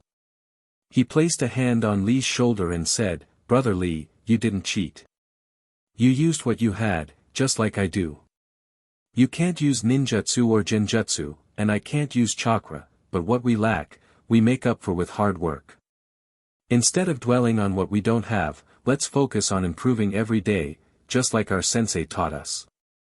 A moment of silence passed between them before Lee's frown softened into a grin. "You're right, Akuma. We'll keep training and growing stronger together. And let's show all those so-called geniuses that with hard work alone, we can surpass them," Lee declared, his eyes blazing with determination. Akuma grinned and responded cheerfully, yes. We can beat them. But inside, his thoughts were far less optimistic. Unfortunately, that's bullshit, he scoffed internally. No matter how much you train, you'll never reach the same level as those born with overwhelming talent and power, like Naruto, Sasuke, Hashirama, Madara. Even if you trained for 1,000 years, you'd never match them. Some people are just destined to stand at the top. That's how life is. As the sun dipped below the horizon, casting long shadows through the trees, Akuma and Rock Lee continued their training until darkness crept over the jungle. Their bodies ached, drenched in sweat. Finally, Akuma stood up, dusting himself off. Brother Lee, I'll see you tomorrow, he said, offering a brief nod. Seeing that Akuma was leaving, Rock Lee called out enthusiastically, still throwing punches at the air. See you tomorrow, Akuma. Have a safe journey. With a small smile, Akuma turned and headed toward the orphanage. He had to make it before the gate closed, or he'd be in serious trouble. He quickened his pace, running. Alone, the sounds of Lee's determined strikes faded into the night. Beneath the moonlit sky, Rock Lee remained, training alone. Akuma was meditating in his bed at the orphanage. It had become his routine to meditate before sleeping. After meditating for at least 3 hours, Akuma would go to sleep. When he woke up, he followed his usual routine of making his bed, cleaning, and brushing his teeth. Afterward, he headed toward the forest to train. Even though it was his off day, Might Guy had told him that, since he trained almost every day for nearly the whole day, he should take one day off to socialize with other people. Because of that, today was supposed to be that day. He was forbidden to train and instead was meant to spend time with the other kids. However, Akuma didn't listen. He chose to be alone rather than join the others. Instead of going to his usual training spot, he headed to his secret spot near the village border, a hidden cave where he could unleash his full power without holding back. Since Akuma had no chakra, no ninja could notice him when he left the village, and it also helped him remain undetected when approaching others. With the help of his absolute dimension lock, he could always sense when someone was approaching or if someone was nearby, allowing him to hide or run before they could see him. After running for more than 2 hours, he eventually reached the cave where he usually trained alone, a place where he could push his body and his limits without fear of being interrupted. The cave was located near a waterfall, which was perfect for Akuma because any noise he made would be dampened by the roar of the water. This was one of the reasons he had chosen this cave for his training. If he made a loud noise, no one would hear it. The cave itself was massive, nearly 100 feet long and 50 feet tall, making it the perfect spot for Akuma to train. He had discovered this cave while searching for a place to practice his Satsui no Heido without exposing it to others, and it allowed him to unleash his full power without holding back. Akuma instantly unleashed the Satsui no Heido. As soon as he did, his red hair became even brighter, and his eyes, which were usually mostly black, turned fiercely red, glowing in the dark cave. His skin darkened slightly as the power coursed through his veins. Feeling the surge of strength, Akuma said, "Let's see how much stronger I've become over the week." With those words, Akuma jumped, instantly reaching the top of the cave, which was almost 50 feet tall. He punched the roof of the cave, creating a massive crack. The roof shattered, breaking apart and leaving a nearly 3-foot wide hole. As he fell, Akuma smacked all the falling rocks into small bits midair with almost inhuman speed. Seeing that he had destroyed all the falling rocks, Akuma grinned and said, "Well, I've become much faster and stronger. Now, let's test my Hadouken." The Hadouken, a sphere of energy infused with ki/life force, was a powerful blast capable of causing massive damage, much like Goku's Kamehameha wave. Akuma concentrated, slowly gathering the ki in his hand. After more than 5 minutes of intense focus, he finally managed to form a fist-sized Hadouken. Realizing this was his limit, Akuma sighed in disappointment. He then threw the Hadouken into the cave wall. As soon as it hit, a massive boom echoed through the cave. After the dirt and debris settled, a hole about 9 feet wide appeared in the wall. Seeing the destruction, Akuma smiled to himself, saying, "At least this time I managed to do it in under 6 minutes, but still, this isn't enough. I need to focus more on my control of ki." Through long meditation, Akuma managed to find out that, like everyone in the Street Fighter universe, he also had a ki inside his body that he could harness as an energy to unleash massive destruction. Ki is the energy every living being has. The stronger a person is, the greater their ki will be.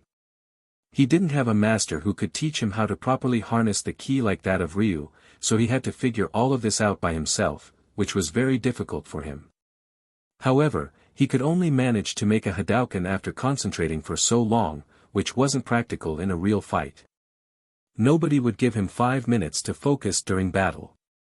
He pushed himself to do it faster, but compared to Akuma from Street Fighter, who could fire 6 or 7 Go Hadouken, a more powerful version of Hadouken, made by infusing Satsui no Heido and ki, the size of a yoga ball in less than a second, his achievement felt insignificant. Whenever he tried to gather his energy in one spot, it was still very slow. However, as he focused more on strengthening his body, his ki became more powerful, and the more he generated, the faster his control improved. It didn't take long for Akuma to realize that Ki and Satsui no Heido were deeply connected, almost as if neither could truly exist in their full potential without the other. Testing this theory, Akuma practiced controlling his ki by meditating and focusing on strengthening his body. He discovered that the more he controlled and harnessed his ki, the easier it became to withstand the power of Satsui no Heido. Noticing this, Akuma decided to focus solely on ki. For an entire month, he dedicated himself to strengthening his body and deepening his understanding of ki.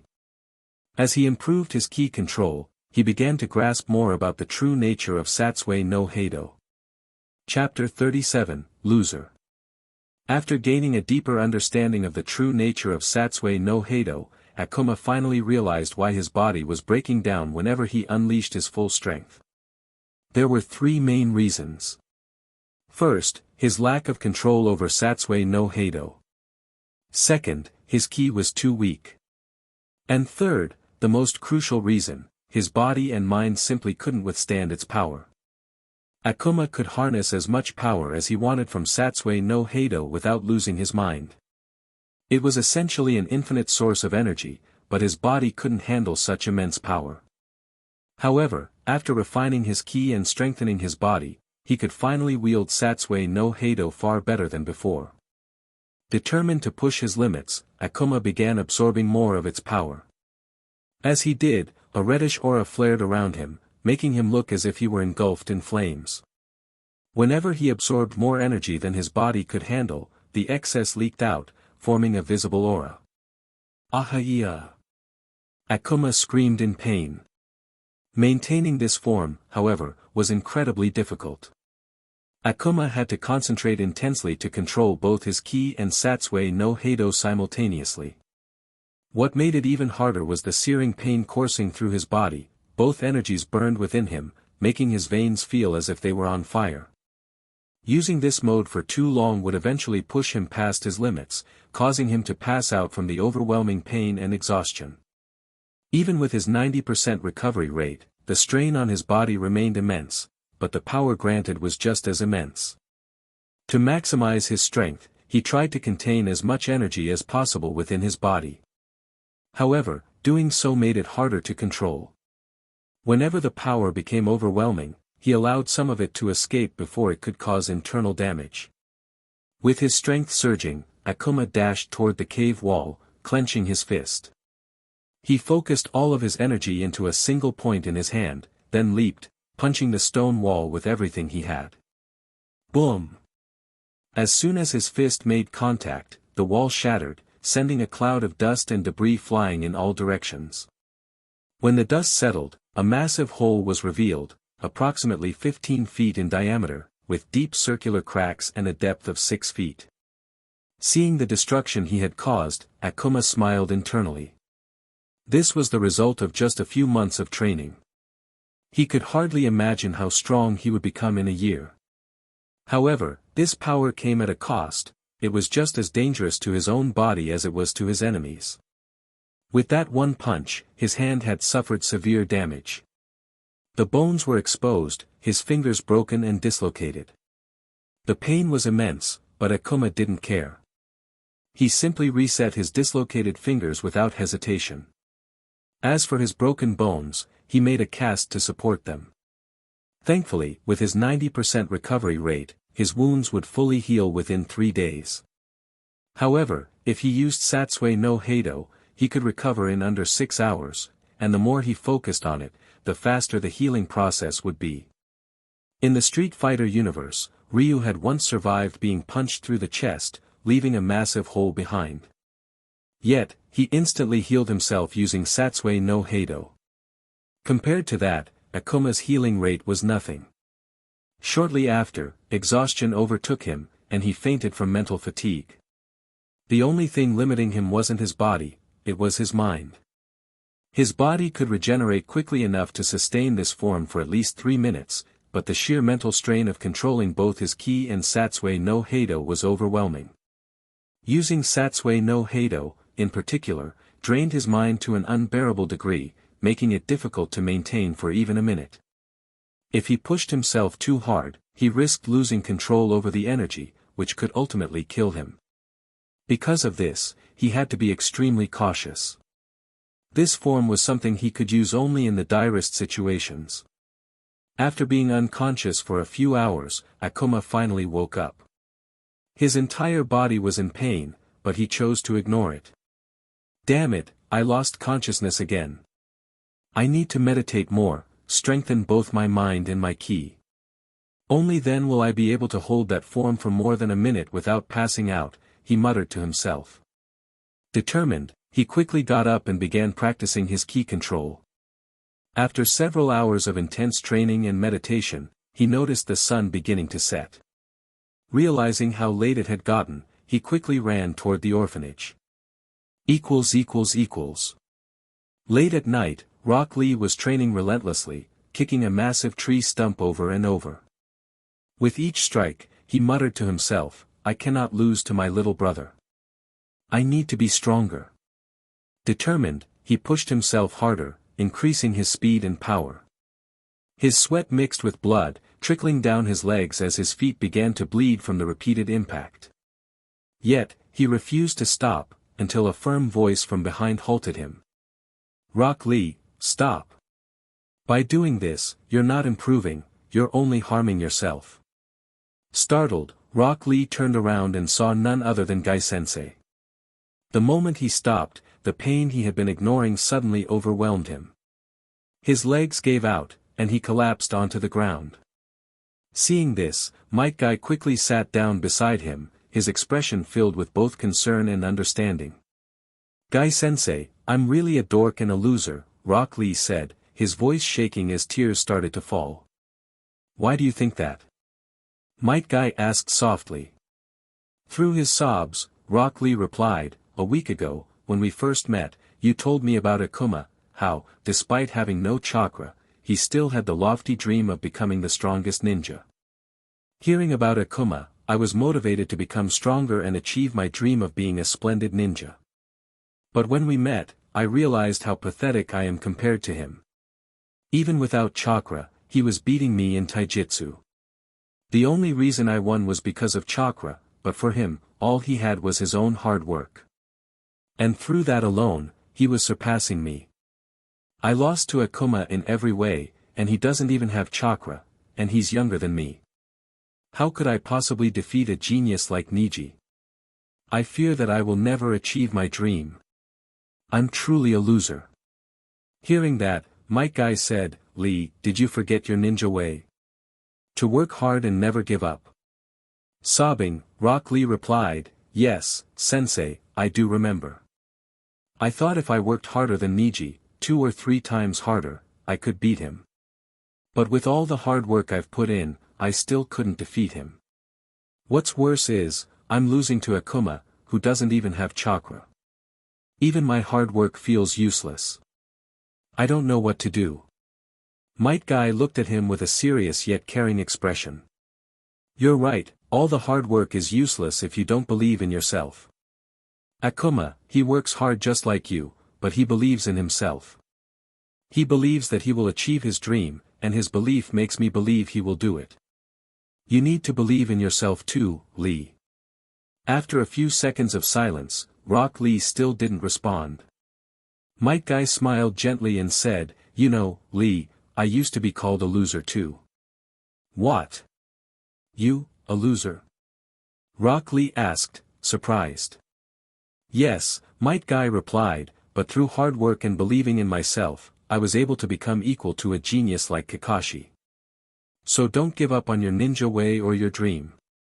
Be strong, be everything you can be, and make me proud. Can you do that for me?" After a moment of thought, Rock Lee wiped the tears from his eyes. His face hardened with new determination. "Yes. Guy-sensei, I will make you proud." Chapter 38, Niji Hyuga, Rock Lee, 1010. Akuma had officially turned 6 years old. Although he didn't know the exact date of his birth, he knew the year he was born, making him 6.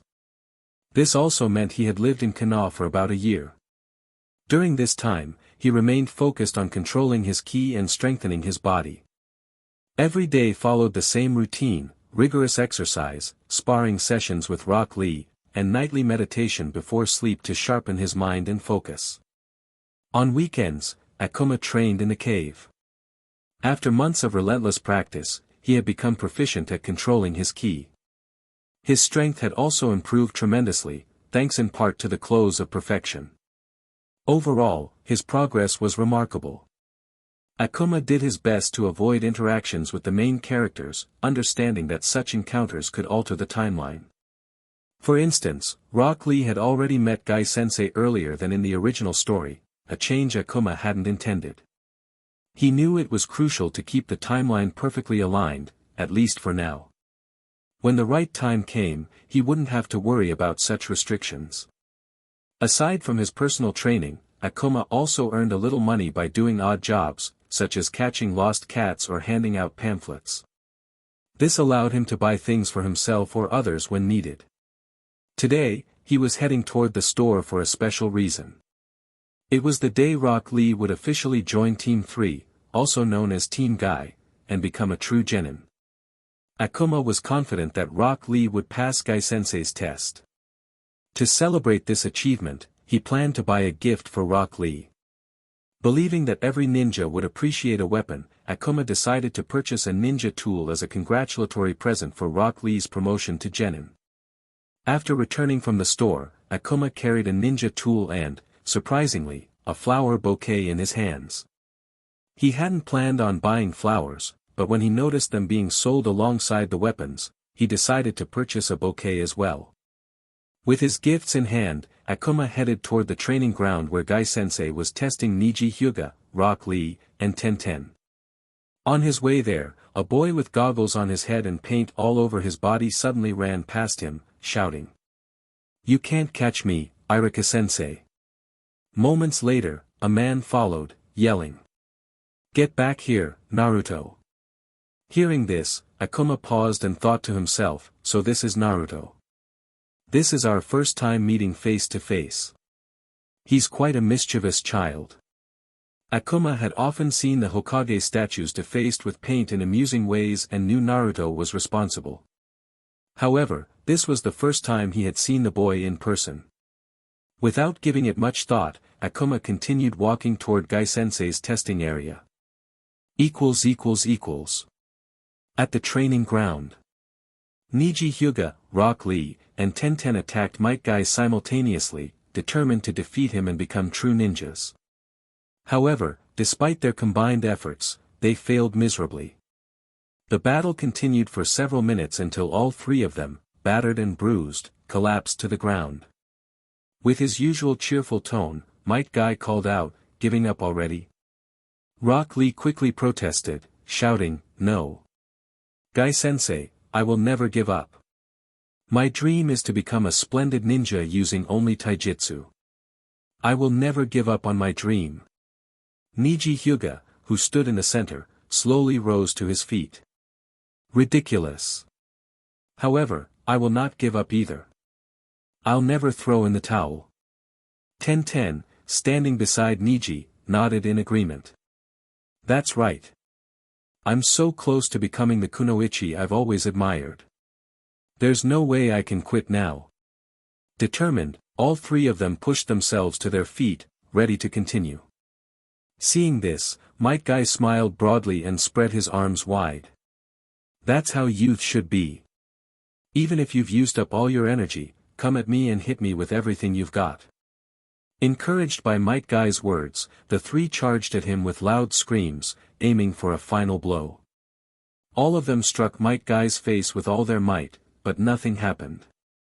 After a moment of silence, Might Guy grinned widely and declared, "All three of you, pass." Without hesitation, he pulled all three of them into a big, heartfelt hug at the same time. Hearing this, Rock Lee couldn't contain his emotions and burst into tears, crying in Might Guy's arms. Once the test was over, the newly formed team sat together on a tree log, resting and drinking water. Exhausted from the intense battle, they finally had a moment to catch their breath.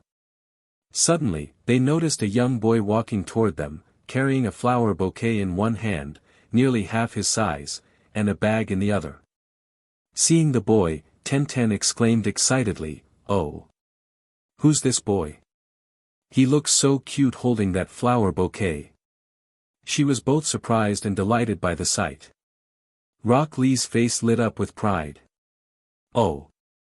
That's my little brother, Akuma. He's a genius at taijutsu. One day, he'll become the strongest ninja alive, just you wait and see." Upon hearing this, Niji, who was sitting beside 10-10, scoffed. "So this is the boy I've heard about, the one without a chakra network.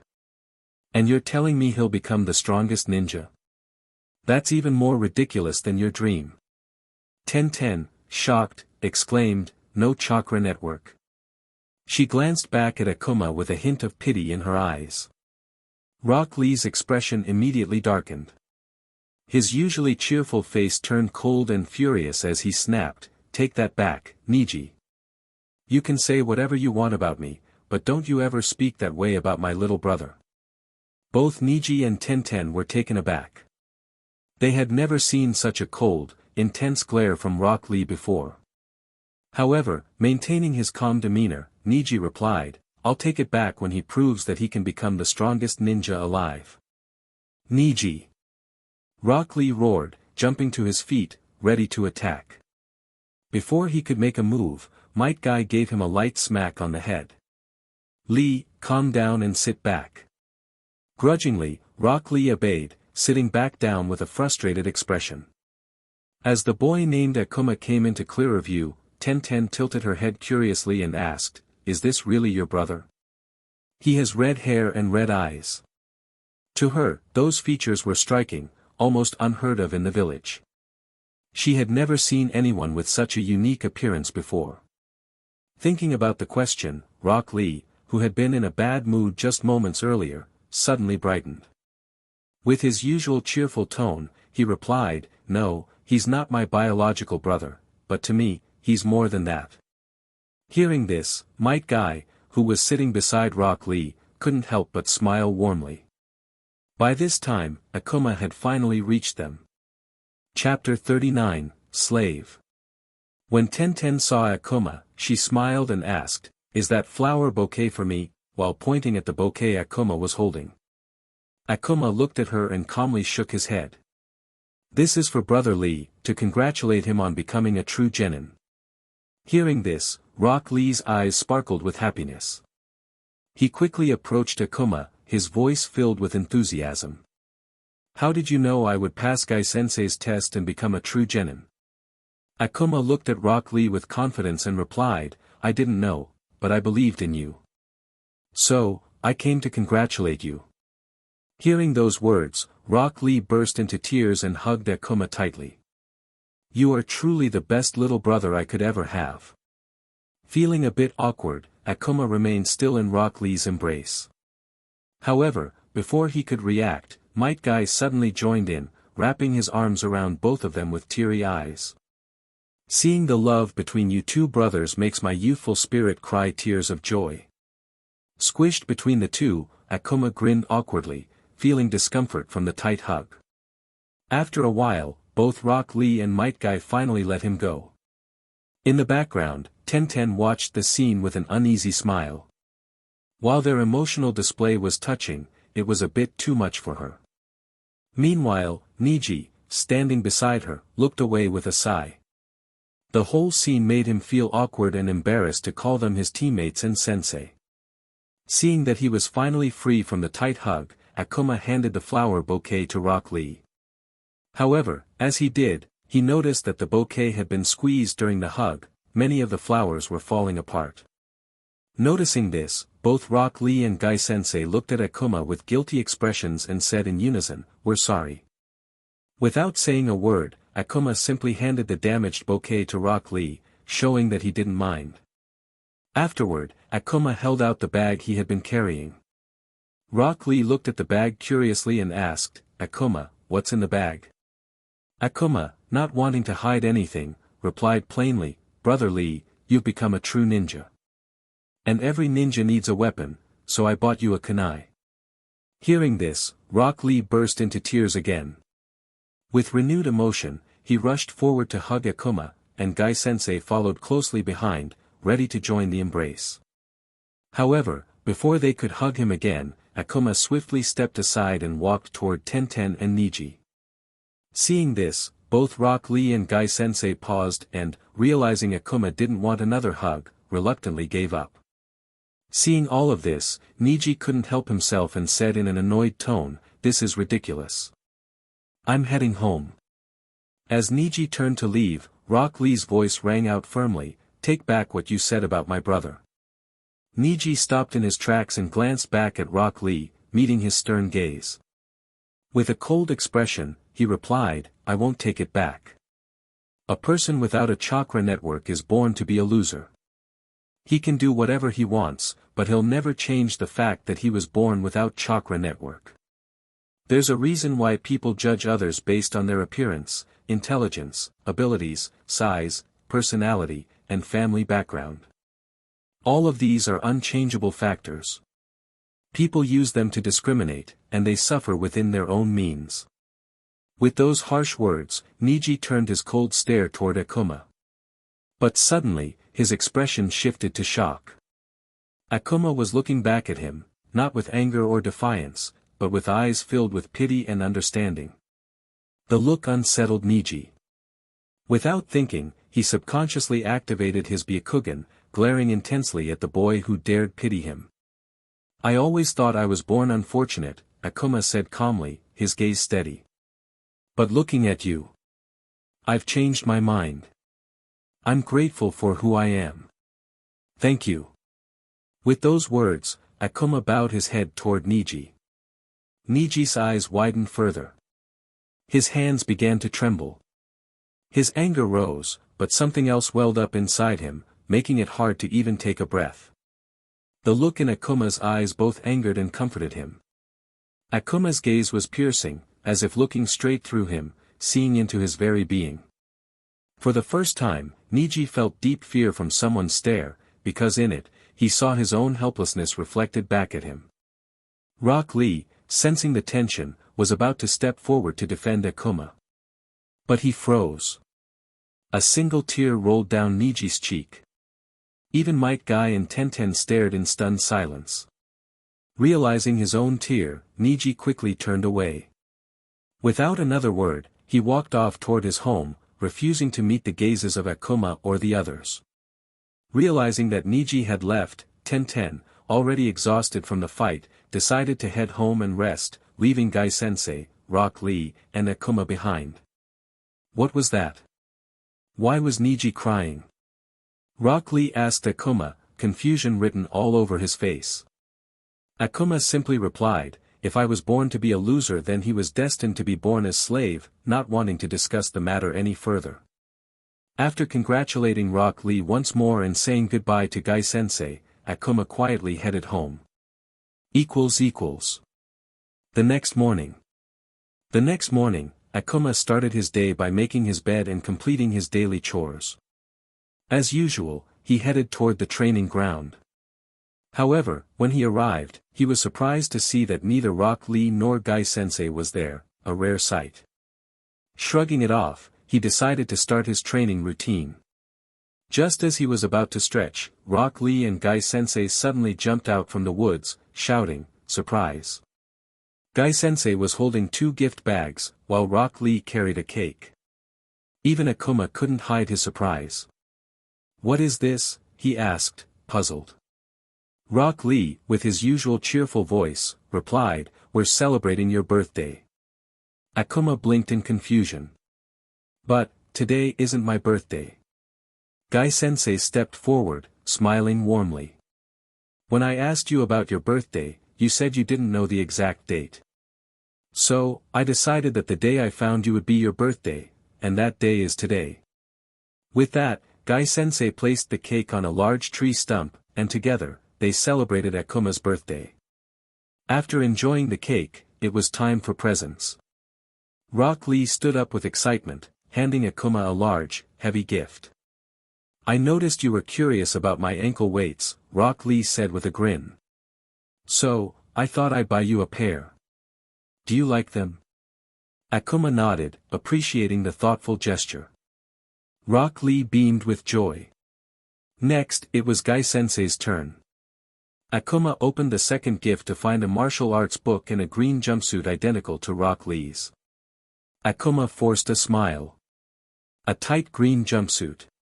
Internally, he wasn't thrilled about the design or the fit. But seeing Guy-sensei's proud expression, he didn't have the heart to say anything. "Thank you," Akuma said with a polite smile, accepting the gift.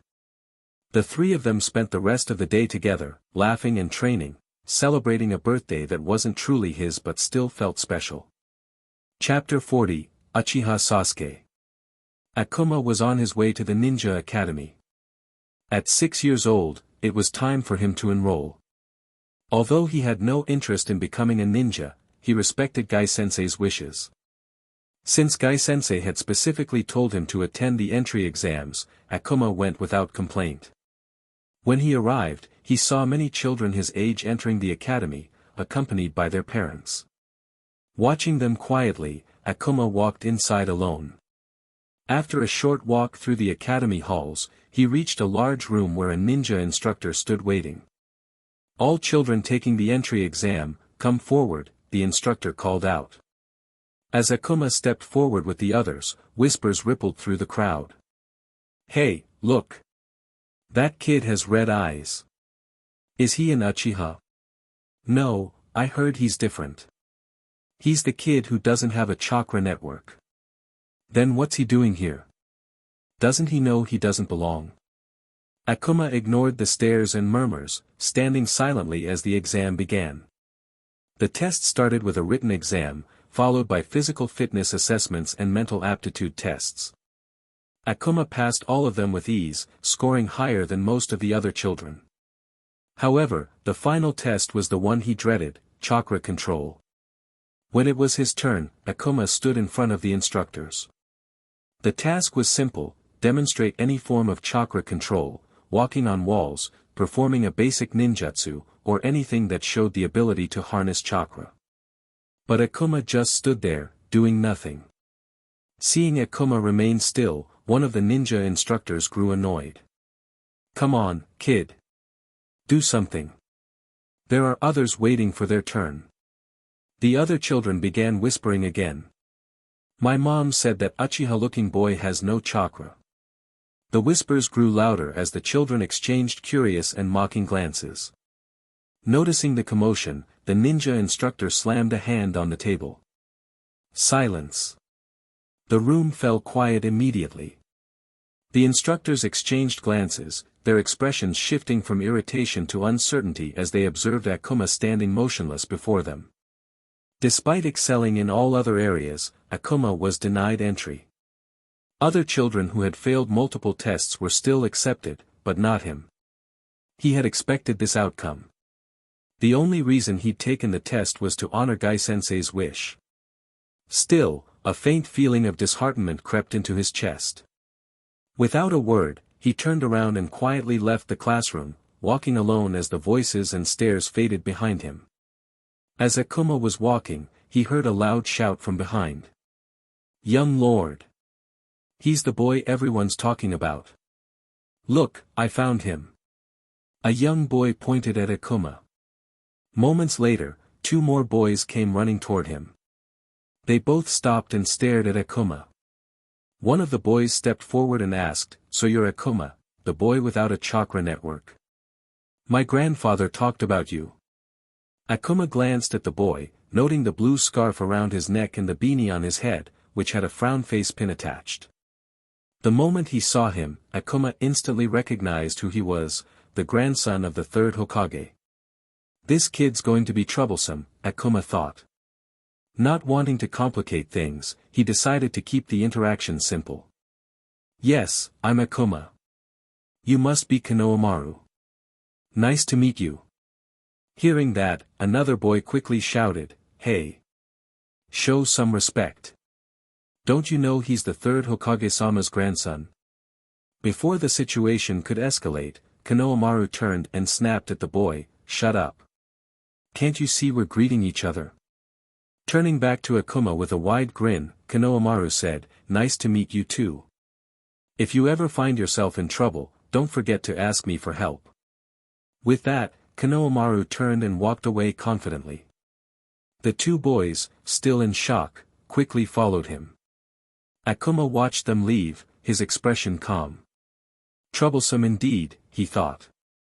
But fortunately, I know he hates being known as the third Hokage's grandson. That's why I only referred to him by his name, Konohamaru. With any luck, that'll keep him from bothering me. As Akuma walked toward the entrance of the academy, he came face to face with someone he recognized, Uchiha Sasuke. Akuma cursed his luck internally. Fuck, it's an emo kid. What is it with these troublesome kids? Can they just mind their own business? Why am I meeting so many of them in one place? I hope I don't run into that brain-dead girl and the loud-mouthed boy trailing behind the emo kid. Sasuke's eyes widened in shock when he saw the boy with red eyes. But just as quickly as the surprise appeared, Sasuke returned to his usual cold demeanor. "Get out of the way." Sasuke's tone was dismissive, his expression dark, as if he were looking at something beneath him. There was plenty of room for Sasuke to walk around, but he still demanded that Akuma move. Akuma stared at him, unamused. Without warning, Akuma stepped forward and slapped Sasuke hard across the face. The impact sent Sasuke flying into a wall, where he slumped to the ground, unconscious. Akuma looked down at Sasuke's motionless body with a cold glare. "Kid, don't you ever tell me what to do. The thing I hate the most is people ordering me around." For a brief second, Akuma activated his Satsui no Heido without even noticing it. With that, Akuma turned and continued walking, not sparing even a glance at the unconscious Uchiha. After returning from the ninja academy, Akuma went straight to his usual training routine. He practiced for several hours, pushing his body to the limit. As he was finishing a set of strikes, he heard two familiar voices behind him. Turning around, he saw Gai-sensei and Rock Lee approaching. In Rock Lee's hands was a flower bouquet, identical to the one Akuma had given him when he became a genin. Rock Lee rushed up to him, his face beaming with excitement. "Here. A flower bouquet for passing the Ninja Academy entry tests." Lee exclaimed enthusiastically. Akuma smiled faintly and shook his head. "I didn't pass the entry tests." Rock Lee froze, his eyes widening in shock. "What? How did you not pass? You're way stronger than anyone else I know in your age group. They must have made a mistake." Rock Lee said in disbelief. Akuma remained calm. "I failed the chakra control test." Rock Lee's face twisted with confusion. "Even I failed that test. I also failed the physical test, but they still let me join the academy. This has to be a mistake. Come on, let's go talk to them." With determination, Rock Lee grabbed Akuma's hand, ready to drag him back to the academy. However, Gai-sensei stepped forward and gently placed a hand on Lee's shoulder, stopping him. His usual cheerful face had turned serious. Stay here. I'll go and speak with the third Hokage-sama myself. Seeing Gai-sensei's expression, Rock Lee hesitated, then slowly released Akuma's hand. Without another word, Gai-sensei turned and sprinted toward the ninja academy. Chapter 41, Danzo Shimura. Hokage's office. The third Hokage exhaled a puff of smoke from his pipe, his gaze distant as he looked out the window over the village. His voice was calm but carried the weight of finality. Gai, you know why that boy cannot join the academy. But Might Gai stepped forward, his usual enthusiastic expression replaced by rare seriousness. Hokage-sama, with all due respect, the only thing he struggles with is chakra control. Everything else, he excels in. He's defeated almost every other kid in taijutsu and physical ability. So why can't he join? There are students who have failed multiple times but still get the chance. Why can't he? Hiruzen Sarutobi turned slowly, his wise eyes narrowing slightly. For a moment, he was taken aback. He had never seen Might Gai so resolute, so unyielding, especially for the sake of another. Gai, he said, lowering his pipe. I understand your concern, and I respect your conviction. But you must understand the responsibility I carry for this village and its people. To allow that boy to pursue the path of a ninja without chakra, would be to send him toward certain death.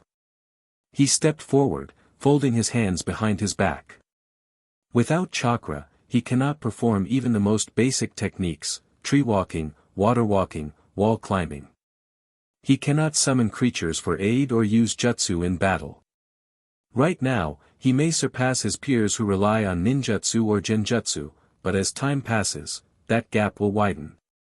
You know this as well as I do. Might Gai clenched his fists. But Hokage-sama, you allowed me into the academy. I was no genius, my talent was born from hard work and willpower. Akuma is the same. If you gave him a chance. The third Hokage raised a hand gently, silencing him. No, Gai. You misunderstand. You had chakra. Even if it was weak at first, it strengthened your body and helped you recover. It allowed your hard work to bear fruit. But that boy has none. His path would be far crueler than yours. The room fell silent. The ticking of a clock echoed faintly. After a long pause, Might Gai spoke again, his voice quieter but no less firm. Then, at least give him a chance until the Chunin exams. If he cannot keep up, I will stand down. But please, let him prove himself. Konoha's history has made exceptions before. In times of war, children were sent to the front lines.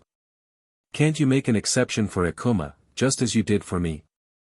The third Hokage closed his eyes for a moment, the lines on his face deepening. He remembered the wars, the sacrifices, the burden of decisions that cost young lives. Slowly, he reopened his eyes, gazing into Might Gai's unwavering stare. That was during a time of war, Gai. We had no choice but to send even the youngest to fight. Those were desperate times. But now, we live in peace. If I allow Akuma to join, other parents will demand the same for their children, children who are not ready. Our resources will be stretched thin, and the strength of Konoha will be compromised. Sarutobi placed his pipe back between his lips and took a slow puff. As Hokage, I must think of the village as a whole. I cannot risk Konoha's future for one boy's dream. I'm sorry, Gai. Akuma cannot join the ninja academy. Might Gai took a step back, the fire in his eyes dimming. He lowered his head, his shoulders trembling, not with anger, but with helplessness. He had pushed as hard as he could, but the Hokage's words were final. For the first time in a long while, Might Gai felt ashamed that he couldn't help Akuma achieve his dream. He remembered the boy's bruised fists, the countless hours spent under the scorching sun, refusing to quit. How could he tell Akuma that all that effort wasn't enough? As he walked out of the Hokage's office, only one thought lingered in his mind: how was he going to break this news to Akuma? Hokage's office, moments after Might Guy left. The third Hokage sat in silence, the scent of tobacco from his pipe filling the room. His gaze lingered over the village, a village he had sworn to protect. Suddenly, a voice emerged from the shadows.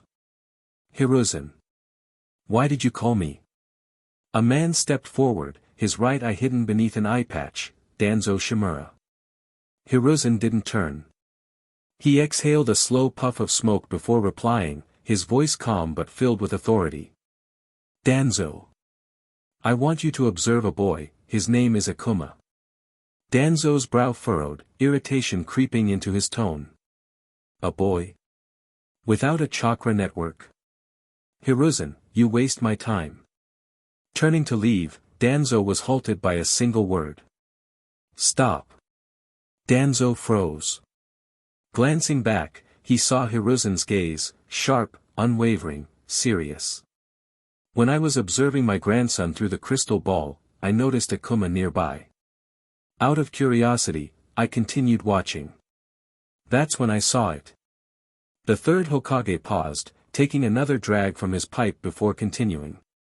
Akuma struck Uchiha Sasuke unconscious with a single blow. But that wasn't what alarmed me. For a fleeting moment, I sensed something emanating from the boy, something ancient and primal. An aura so sinister, it sent a chill down my spine. Such darkness, it cannot be ignored. Danzo narrowed his eyes. If that's true, then the answer is simple, eliminate him before he becomes a threat. Hiruzen shook his head slowly. No. I will not allow such a drastic measure without understanding the truth. For now, you are to observe him, nothing more.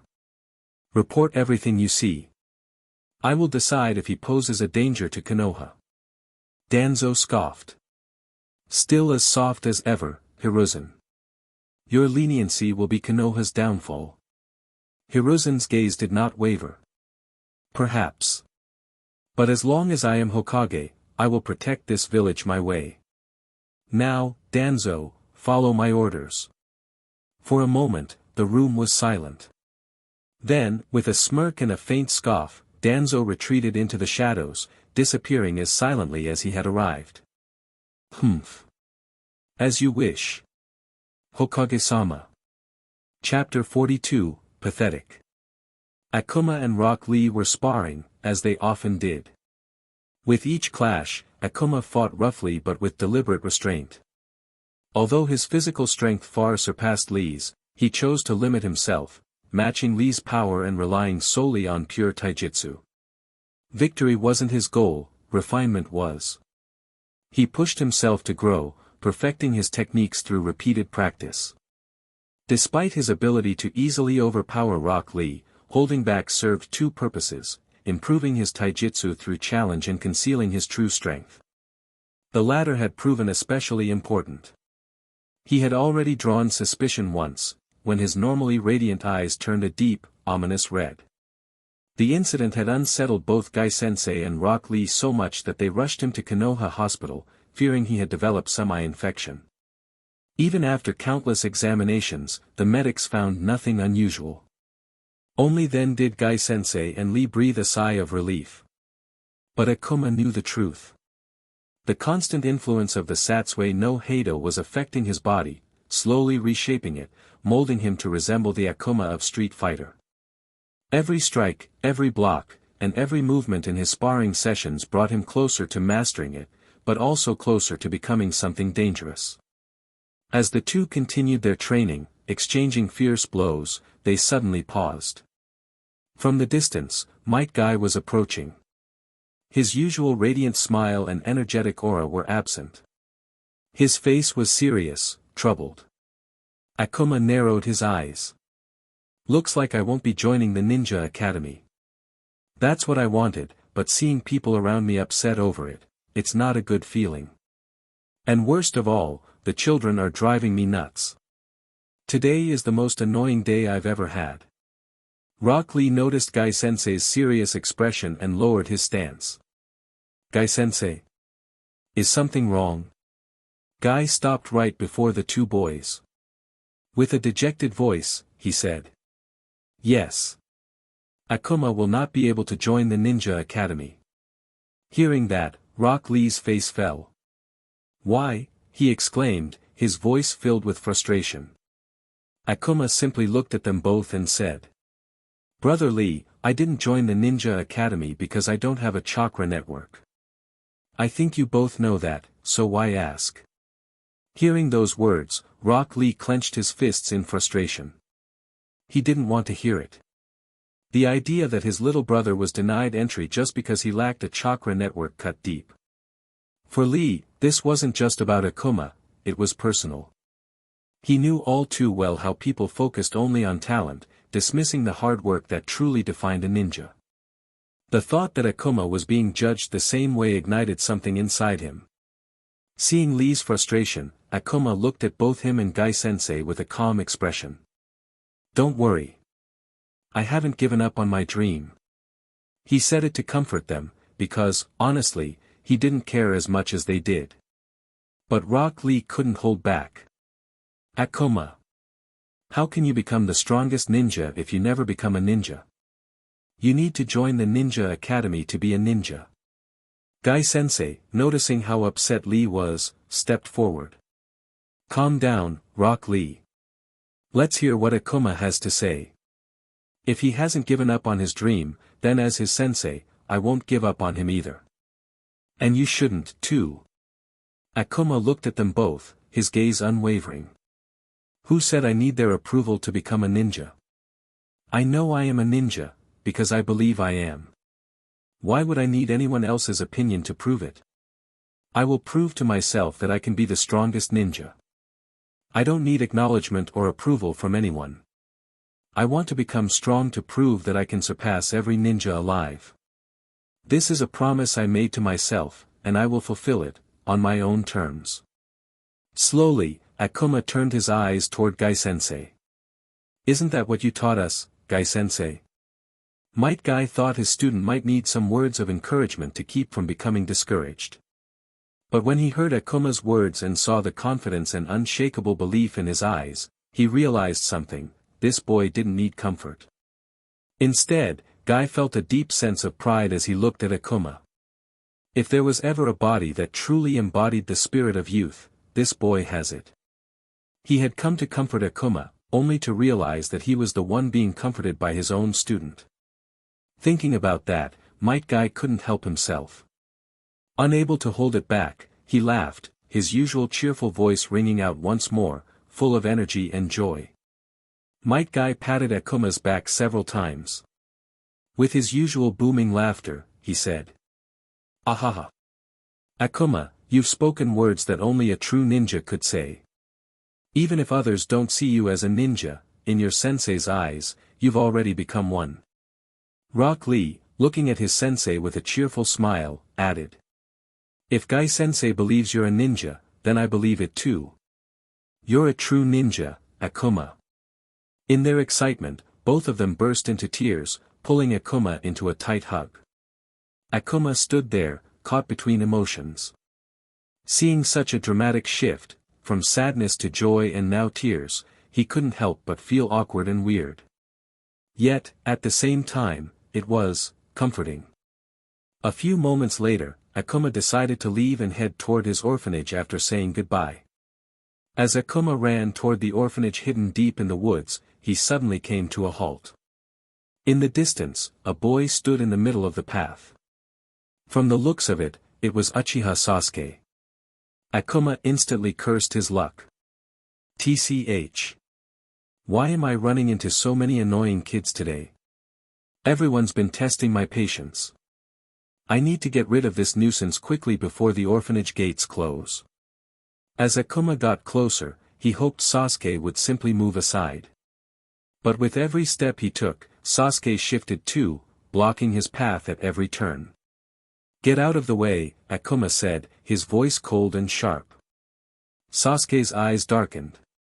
How could I have been knocked unconscious by someone like you? A useless boy without chakra. Akuma's brow twitched. The word useless, he had heard it too many times today. Each time stoked the flames of his irritation. He clenched his fists but forced himself to remain composed. "What do you want?" Akuma asked flatly. Sasuke glared back with cold, unwavering eyes. "I'm here to challenge you. I refuse to let someone like you, someone who had to resort to a sneak attack, get the satisfaction of humiliating an Uchiha. This time, I'll prove why the Uchiha name is so feared." As he spoke, Sasuke's Sharingan activated, its single tomo spinning slowly. Akuma, however, had reached his limit. His irritation boiled over. Enough. In a blink, Akuma vanished, his speed so sudden and overwhelming that even Sasuke's Sharingan couldn't track it. Slap. Sasuke flew back, crashing into a tree before slumping to the ground, unconscious. Akuma stood over him, his gaze cold and indifferent. Pathetic. Truly pathetic. Challenging me with that level of power? Useless. As he said that, without realizing it, Satsue no Heido flared. A surge of red, violent energy rippled out around him for a brief moment before vanishing as quickly as it had appeared, but this time, he noticed it. When he finally realized what had happened, he was shocked. Without hesitation, he reached into his pocket and pulled out the absolute dimension lock ring. As soon as he put it on, he noticed two people nearby, watching him closely. Seeing this, Akuma pretended to be unaware of their presence and calmly continued toward the orphanage as if nothing had happened. Chapter 43, Umbu. Akuma lay on his orphanage bed, staring at the ceiling, deep in thought. The presence of the ANBU still lingered, he could sense them on the rooftop. Thanks to the absolute dimension lock ring, not only could he see them, but he could hear their hushed conversations, fragmented pieces of their words floating through the air. They were still watching him closely. His mind drifted back to the earlier incident. The flare of the Satsue no Heido had caught him by surprise.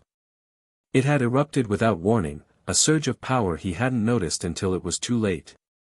The moment he instinctively reached for the absolute dimension lock ring, preparing for a fight, startled him.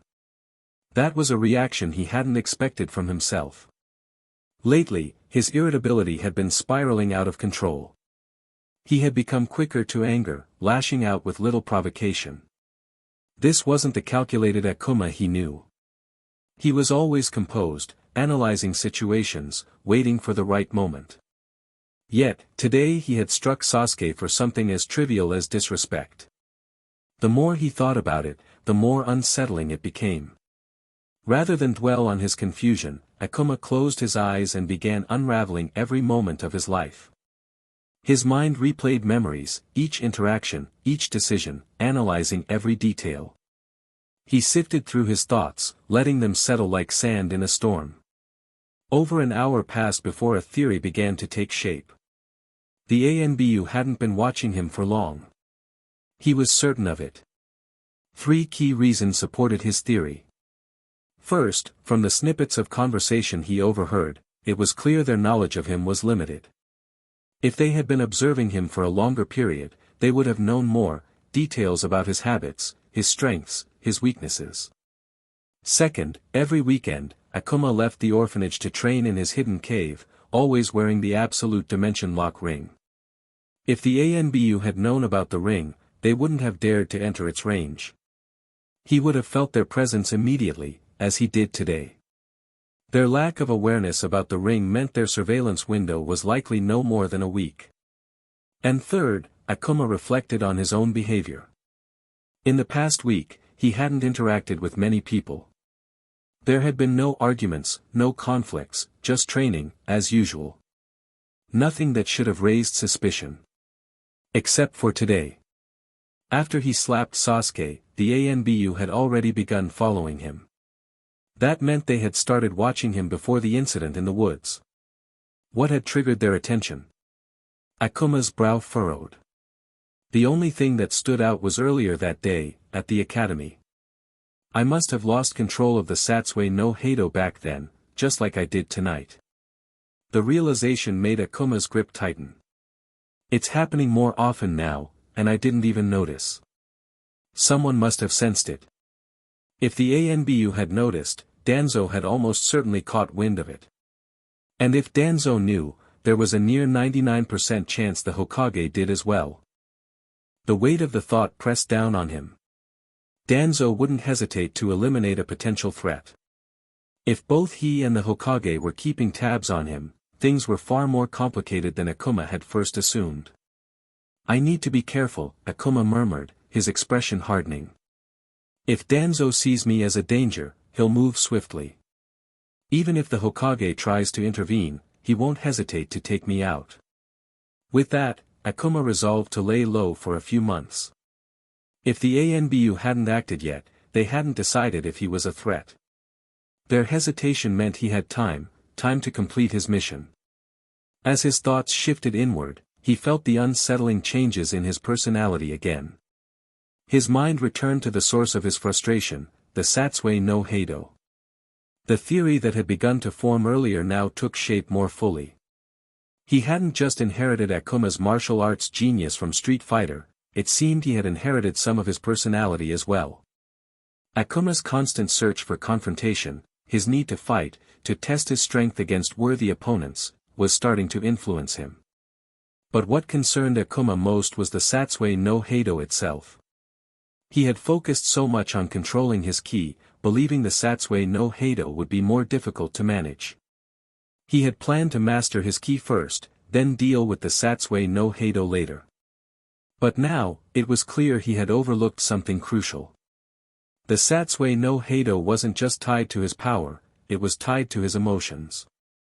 Every time his emotions flared, the Satsue no Heido followed suit, spiraling out of control without him even realizing it. Just like today. The realization hit hard. Controlling his emotions wasn't just important, it was essential. Without emotional discipline, the Satsue no Heido would continue to slip through his grasp, endangering everything he had worked for. Akuma's expression darkened further. His fists clenched, then relaxed.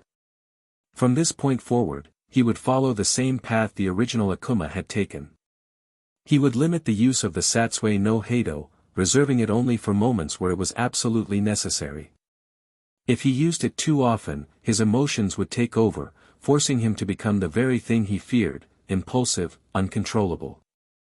Even though the Satsue no Heido couldn't corrupt his mind, his own dark thoughts and emotions were slowly changing him. He could feel it, subtle shifts in his personality, growing more aggressive and impulsive. Meditation. He would meditate regularly, using it to control his emotions. It wouldn't be easy, but it was the only way. He couldn't let his emotions, or his power, control him. He needed to be the one in charge. With that resolve in mind, Akuma pushed aside the darkness in his heart, focusing instead on his breathing. The path ahead wouldn't be easy. But he would master the Satsue no Heido. For now, though, he would wait and see what happens before making any further decisions. Chapter 44, Ankle Weights. Akuma had been keeping a low profile for almost 2 months now. During this time, he focused solely on training his body and mind. Every day, he would head to his usual training area to practice. Most of the time, he was alone since Guy Sensei and Rock Lee had been sent on a mission, leaving him to train by himself. The thing he noticed was that only 2 ANBU ninjas were spying on him at a time, and they didn't watch him 24/7. If another ninja who could sense their presence, like Guy Sensei, was nearby, they would temporarily cease their surveillance and hide until Akuma was alone again. The same applied when he was within the territory of a clan. Additionally, he observed that every few days, a different pair of ANBU operatives would replace the previous ones, ensuring their surveillance team was constantly rotating. This was annoying but also worked to his advantage. From their quiet conversations, Akuma noticed that once they lost sight of him, it was difficult for them to relocate him. Since he had no chakra network, they couldn't track his chakra signature. Instead, they relied on dogs or insects to find his scent and pinpoint his location. Because of this, there was always an Aburame clan member among the ANBU operatives assigned to spy on him. Through their conversations, he confirmed that they had been watching him ever since he knocked Sasuke unconscious, validating his suspicions. After 2 months of Akuma repeating the same routine, the ANBU operatives became more relaxed and bored. As a result, they started talking more frequently.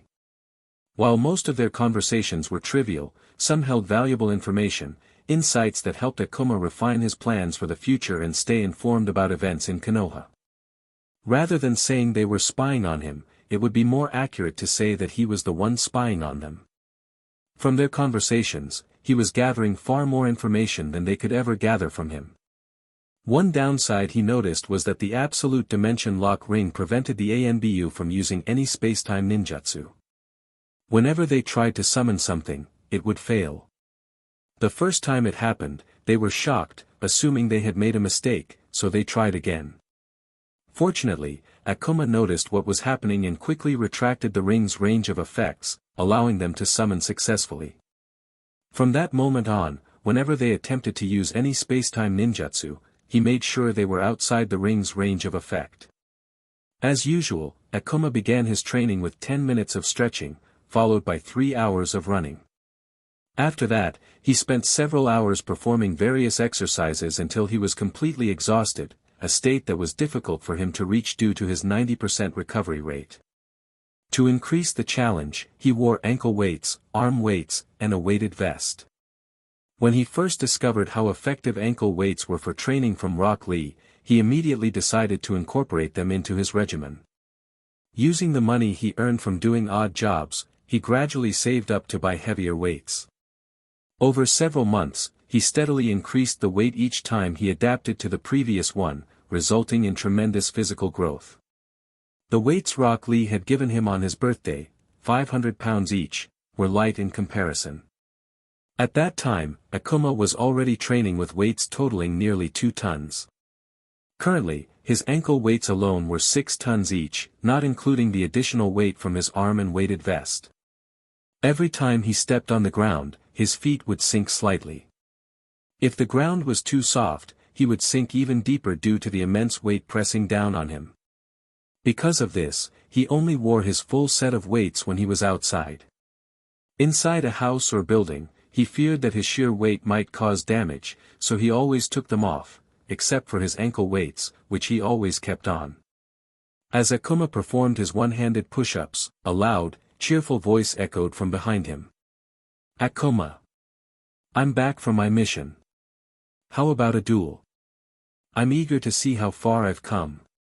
Akuma didn't need to turn around to recognize the voice. He sighed softly and turned to face the enthusiastic Rock Lee.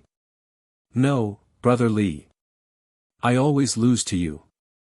I'll get stronger first, then I'll challenge you," Akuma replied, his tone firm yet respectful.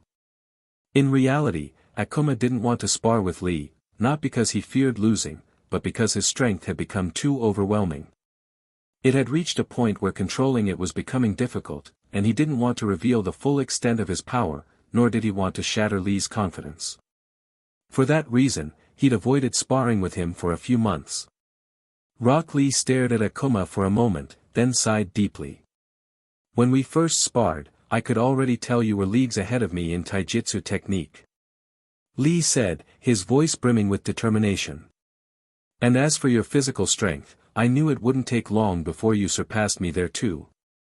But don't think I'm weak or foolish enough to deny the truth. I see it. I see that you've been holding back this whole time.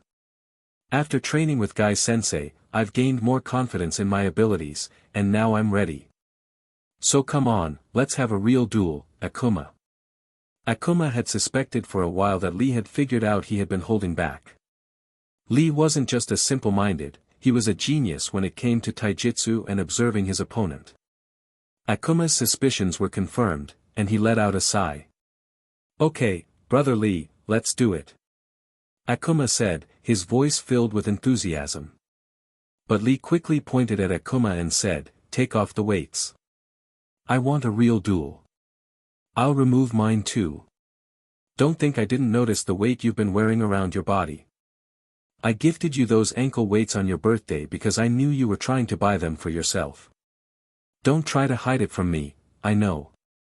Akuma had always thought Lee was the type of person who wouldn't notice too much, but hearing it come from his own mouth, Akuma couldn't help but admire Lee's sharp perspective. Even though Akuma tried to hide it as best as he could, in the end, you couldn't keep everything hidden when you spent enough time with someone. Akuma pulled off his weights, feeling the shift in his body. Once done, he turned to see Lee doing the same. "You ready, brother Lee?" Akuma asked with enthusiasm. "Yeah. Let's begin." Lee replied, his voice just as eager. Chapter 45, Fight. As soon as the words left Rock Lee's mouth, he shot forward with stunning speed, closing the distance between them in an instant. The sheer force of his launch kicked up a cloud of dust, the ground cracking slightly beneath his feet. Akuma braced himself as Lee leaped high into the air, twisting his body for a powerful overhead kick aimed straight at his head. Without hesitation, Akuma raised both arms and blocked the strike with ease, his muscles tensing as the impact sent a small tremor through the ground beneath him. Seeing that his attack had no effect, Lee didn't pause. While still airborne, he spun and delivered a lightning-fast sideways kick toward Akuma's ribs. But Akuma, his reflexes honed to perfection, caught the strike with his hand before countering with a straight jab aimed at Lee's stomach. Lee attempted to twist his body to evade the attack, but he quickly realized it was futile. Akuma was still holding onto his leg, preventing him from escaping. With no room to maneuver, Akuma's punch connected, though he had pulled his strength back at the last moment. Even so, the force sent Lee flying backward. All of this sequence happened in less than a second. However, in midair, Lee reacted instantly. With remarkable agility, he twisted his body, shifting his weight in just the right way to land gracefully on his feet. The way he recovered so effortlessly reminded Akuma of a cat, landing on its paws no matter how it fell. Lee's eyes locked onto Akuma's, burning with sharp intensity. "Heh. I knew it," Lee said, a grin forming on his face. "You really have been holding back all this time." Akuma simply smiled and gestured for Rock Lee to attack again. Seeing that confident expression, Lee instantly increased his speed, launching toward Akuma with tremendous force. This time, rather than attacking from the air, something he had initially believed would make his movements unpredictable, he opted for a ground-based assault. While aerial attacks offered dynamic strikes, he had realized that Akuma's reaction speed was so sharp that he could catch him midair, leaving him vulnerable to counters. With that in mind, Lee shot forward and aimed a powerful right hook at Akuma's ribs. However, Akuma effortlessly blocked it with his forearm. Undeterred, Lee followed up with a rapid jab, then another, and another. He didn't stop. His strikes became a relentless barrage, his speed increasing with every attack. Left hook. Right jab. High kick. Low sweep. Lee's assault was a blur of motion, his fists and feet moving like a storm, striking from every possible angle. In mere moments, he had unleashed over 400 punches and 50 kicks, yet not a single one landed. Akuma blocked them all. Effortlessly. Lee's eyes widened in disbelief. He had underestimated his little brother. Even after launching an all-out flurry of attacks, Akuma wasn't even winded. His breathing remained steady, his stance relaxed, his expression calm. Meanwhile, Lee could feel himself growing tired. His arms and legs were beginning to burn, his stamina slowly depleting. He clenched his fists. Realizing he couldn't afford to drag this battle out any longer, Lee made a decision: he had to finish this quickly. Lee took a deep breath, his gaze locked onto Akuma with unwavering determination. "Little brother, you're strong, but I need to finish this quickly. Let me show you a move I learned from Guy-sensei." With that, Rock Lee began unraveling the bandages wrapped around his hands, letting them fall loosely to the ground. As the strips extended far beyond his own height, he grinned enthusiastically. Primary Lotus. Akuma's eyes narrowed the moment he heard those words. He instantly recognized what was happening. Guy-sensei must have taught Lee how to open the 8 gates. And the primary lotus was a technique that utilized the first gate's power. From the sheer pressure radiating off Lee's body, Akuma could tell that his strength had increased more than fourfold. A thrill of excitement surged through him. Finally, a real fight. Bring it on, brother Lee. Akuma said, his voice brimming with anticipation. As soon as he finished speaking, Lee exploded forward, his speed tearing apart the ground beneath his feet, leaving massive cracks in his wake. Akuma barely had time to react before Lee's foot rocketed toward his abdomen. Fast. Akuma raised his arm just in time to block the kick, but the sheer force sent him flying backward. He crashed through several trees, snapping them like twigs before finally coming to a stop. Lee's expression shifted to concern. Are you okay, little brother? Before he could get an answer, a shadow loomed above him. Akuma was descending from the sky, mirroring Lee's earlier attack, with his own devastating airborne kick, aimed straight at Lee's head. Lee's instincts kicked in. Just as Akuma had done before, Lee raised both arms and blocked the strike. The moment their bodies clashed, the ground beneath Lee shattered violently, splintering apart as if struck by a falling meteor. Dust and debris exploded outward, filling the air. Lee gritted his teeth, his arms trembling slightly from the impact. Seeing that Rock Lee had managed to block the attack, Akuma quickly executed a backflip, landing gracefully on his feet. Akuma grinned, his blood pumping with excitement. Not bad, brother Lee. Not bad at all. Show me everything you've got, he shouted, his voice brimming with anticipation. Rock Lee's eyes widened slightly before a proud smile spread across his face. Even after opening the first gate, Akuma could still match his strength. That fact alone made Lee's heart race with exhilaration. Then I won't hold back. Lee declared, his grin never fading. In an instant, he accelerated, his speed increasing as he launched a relentless flurry of punches and kicks. He moved fluidly, attacking from the front, the back, the left, the right, his strikes coming from every direction like a raging storm. Yet, no matter how fast or precise his attacks were, Akuma blocked every single one. It was as if he could see them before they even came. Then, with a sudden burst of power, Lee spun and delivered a devastating uppercut. But even that was stopped. Akuma caught it with both hands, his muscles tensed like steel. However, Lee wasn't done. The moment his uppercut was blocked, he swiftly raised his knee, aiming directly for Akuma's abdomen. It was blindingly fast, too fast for most to react to, but Akuma saw it coming. He attempted to step back, only to find that he couldn't move his leg. His eyes widened. What? In his excitement, he had failed to notice Lee's true intention. The bandages from Lee's arm had discreetly wrapped around his leg, binding him in place. Realizing he was trapped, Akuma had no choice but to brace himself. Lee's knee slammed into his abdomen with crushing force. The impact sent Akuma soaring into the sky. But Lee wasn't finished. With a sharp tug, Lee pulled on the bandages still wrapped around Akuma's leg, yanking him back toward the ground. As Akuma plummeted, Lee leaped into the air after him, spinning mid-air with incredible speed, his leg poised for a powerful finishing kick. However, rip! With sheer brute strength, Akuma tore through the bandages in an instant, breaking free before Lee's attack could land. As Lee's kick came down, Akuma met it head-on with a powerful counter-kick. The force of their clash sent shockwaves through the air before both landed on their feet, their eyes locked in unspoken respect and determination. Akuma, with a wide grin on his face, said, "Brother Lee, you've gotten strong, but I will not lose. Nor will I hold back my punches. Prepare yourself." Akuma's eyes burned with excitement as he took a firm stance, ready to unleash his power.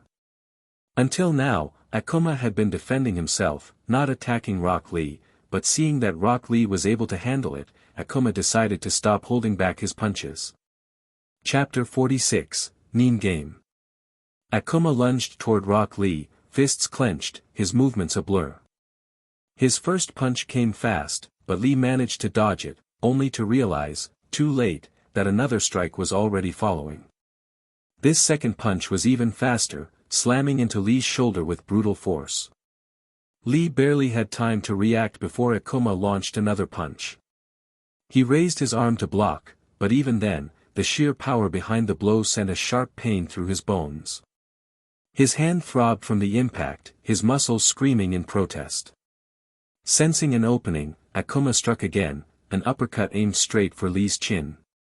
Lee instinctively raised his arms to stop it, but his bruised and numbed hands couldn't withstand the force. His defense crumbled as Akuma's fist broke through, sending him staggering backward. Seeing Akuma's strength and speed increase, Rock Lee found it harder and harder to keep up. His body ached from the relentless exchanges, and fatigue was starting to slow him down. Realizing that the battle couldn't drag on any longer, he made a decision: he would use the secondary lotus. This technique, powered by the gate of healing, was his limit. He couldn't open any more gates beyond this. But for now, it was enough. Lee took a deep breath, his expression firm. Secondary lotus, he declared. In an instant, his wounds began to heal at an astonishing rate. The exhaustion weighing down his body vanished as if it had never existed. His muscles, once strained and burning, now surged with newfound energy. Akuma watched with keen interest. He had expected Lee to use this technique, so he wasn't particularly shocked. But seeing Lee return to peak condition right before his eyes only fueled his excitement further. A wide grin spread across his face. "Let's end this, brother Lee." With those words, Akuma launched forward with tremendous speed, the sheer force of his movement shattering the ground beneath him. Everything in his path, rocks, debris, even the air itself, was torn apart by the pressure of his acceleration. His speed was so overwhelming that tracking him with the naked eye became nearly impossible. Not backing down, Rock Lee matched his speed, rushing forward with equal intensity. Both warriors prepared their fists for one final, decisive clash. Just as their punches were about to collide, a figure suddenly appeared between them. "That's enough, both of you." A powerful voice echoed through the battlefield, stopping them in their tracks. Their fists halted mere inches from impact, the air between them trembling from the sheer energy behind their attacks. Recognizing the familiar voice, Akuma's expression shifted from battle-hardened focus to cheerful surprise. He lowered his fists and grinned. "How are you, Ningame-sensei?" he asked, his tone light-hearted despite the intensity of the moment. Upon seeing Akuma, Ningame gave a small nod before shifting his sharp gaze toward Rock Lee. His voice was firm, carrying undeniable authority. "Lee, that technique is forbidden to use whenever you please." Hearing the seriousness in Ningame's tone, Rock Lee immediately lowered his head, his voice filled with regret. "I'm sorry. I only used it for training purposes." But Ningame was not having it. His rebuke came swiftly. "Don't make excuses." Rock Lee flinched at the stern reprimand, bowing his head even lower in shame. Then, in an instant, Gai-sensei appeared, standing triumphantly atop Ningame's shell in his signature nice guy pose. "Lee," he bellowed, his voice brimming with intensity and passion. Seeing his beloved mentor strike that familiar, dramatic stance, Rock Lee's dejection only deepened. His shoulders slumped, and his expression twisted with shame. On the other hand, Akuma knew exactly where this was heading. He had seen it far too many times before. The tears, the dramatic sobbing, the over-the-top declarations of youth. Not wanting to get caught up in the emotional whirlwind, he silently stepped aside and walked away. There was no way he was dealing with that today. From a distance, Akuma sat near the base of a tree, his back resting against the rough bark as he reflected on the duel. He had been holding back, not too much, but enough. If he had truly wanted to, he could have ended the fight in mere seconds. Yet, despite that, he had enjoyed the battle with Rock Lee. Among those he had fought, only Gai-sensei in his base form could provide a real challenge.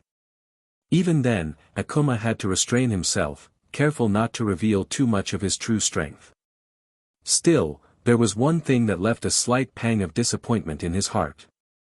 Gai-sensei had taught him nearly every taijutsu technique he knew, except for the 8 gates. Akuma understood the reasoning. He had no chakra, and even if he learned the technique, he wouldn't be able to perform it. Gai-sensei feared that teaching him about the 8 gates might leave him dejected or dampen his spirit of youth.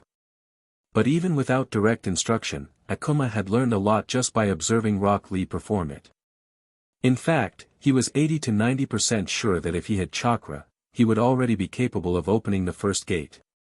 As for the second gate, he hadn't seen it performed enough times to be certain. Lost in thought, he glanced toward Rock Lee and Gai-sensei in the distance.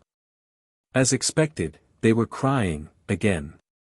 Akuma sighed, shaking his head. He knew this would happen. After a few moments, their dramatic tears faded, and they returned to their usual energetic chatter. Seeing that they were back to normal, Akuma decided to approach them, now that the emotional outburst was over. Noticing that Ningame-sensei was no longer around, Akuma turned to Gai-sensei and asked, "Where is Ningame-sensei?" Facing Akuma, Gai-sensei smiled and replied, "He's gone now. Are you ready for training? It has been a long time since I trained with you." Akuma frowned, exaggerating his displeasure for effect. One thing he had learned from spending time with both Rock Lee and Gai-sensei was how emotional they were, especially when it came to people they cared about.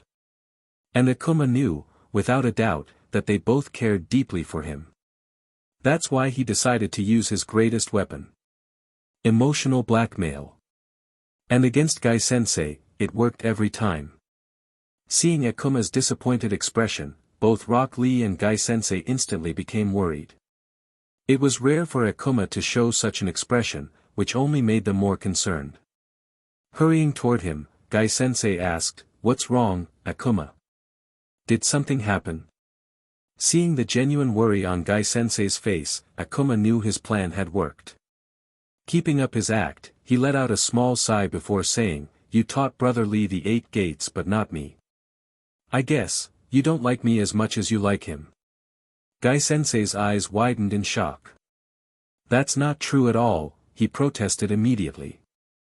"The only reason I didn't teach you the technique is that it requires chakra. I didn't want you to feel sad if you couldn't perform it." Akuma maintained his disappointed look, crossing his arms. "I won't be sad. My spirit of youth is not that weak, Gai-sensei. Teach me.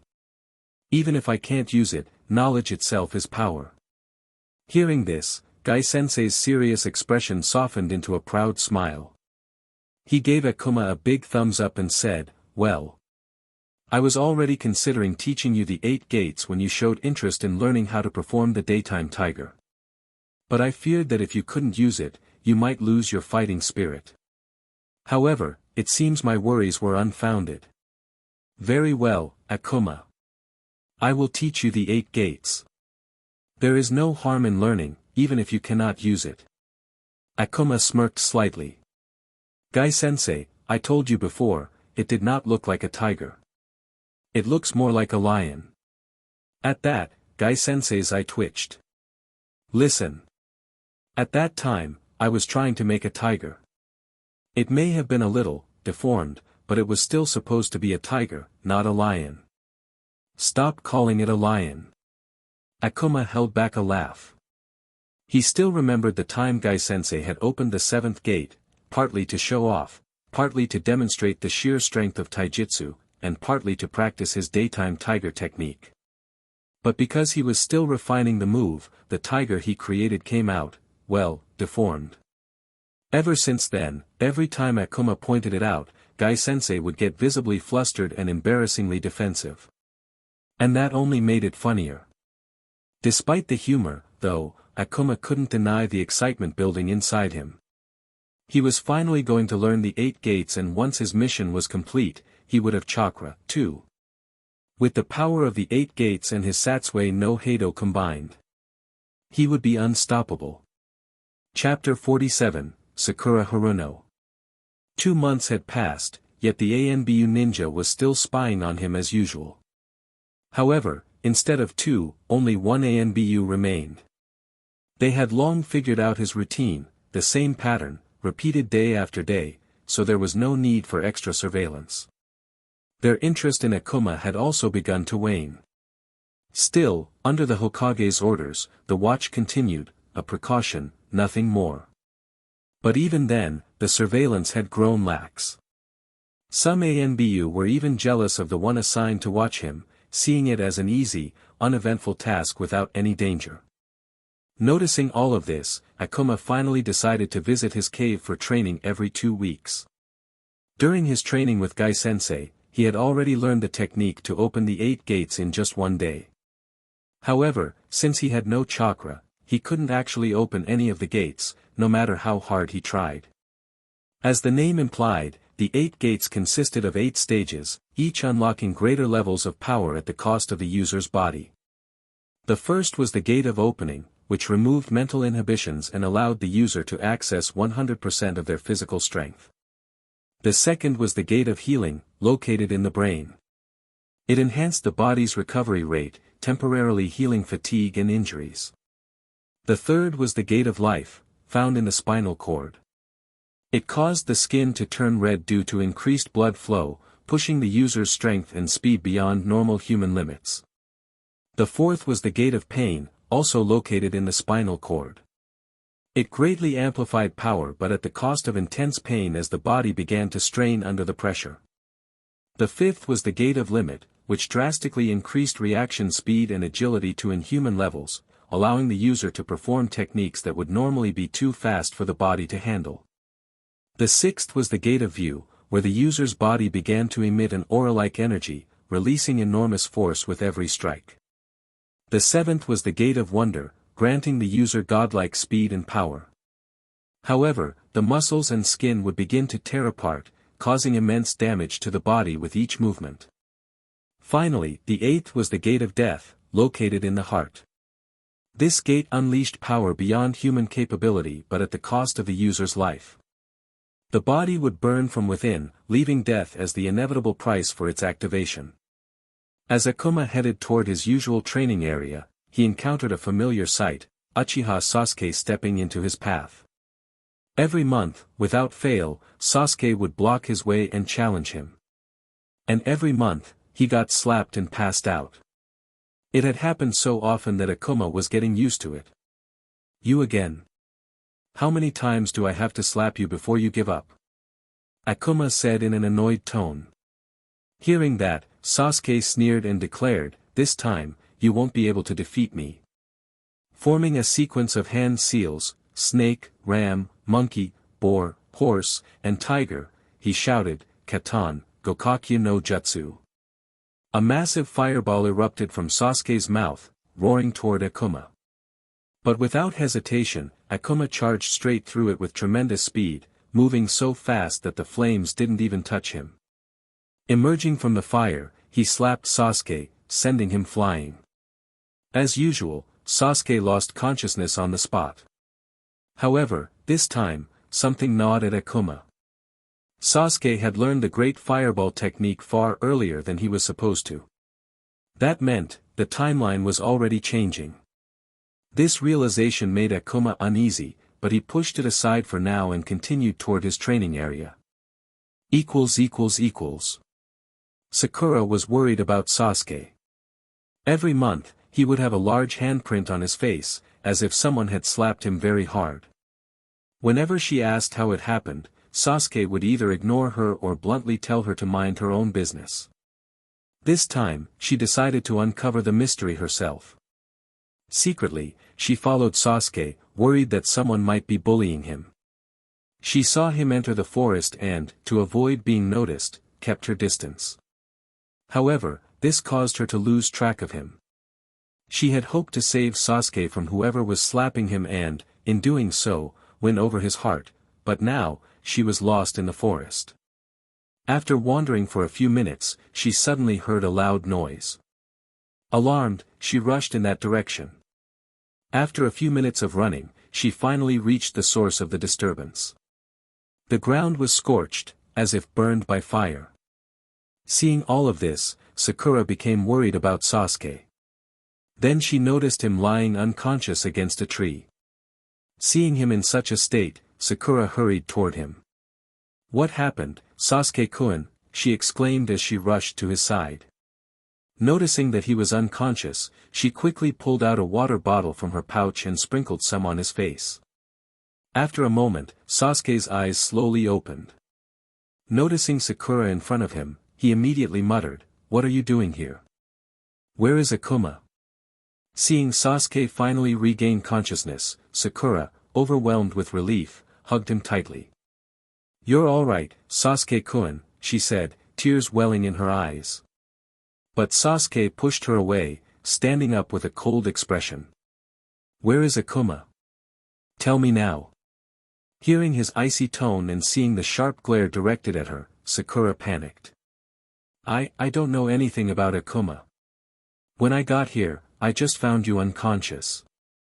Sasuke clenched his fists in frustration and, in a burst of anger, punched the tree beside him.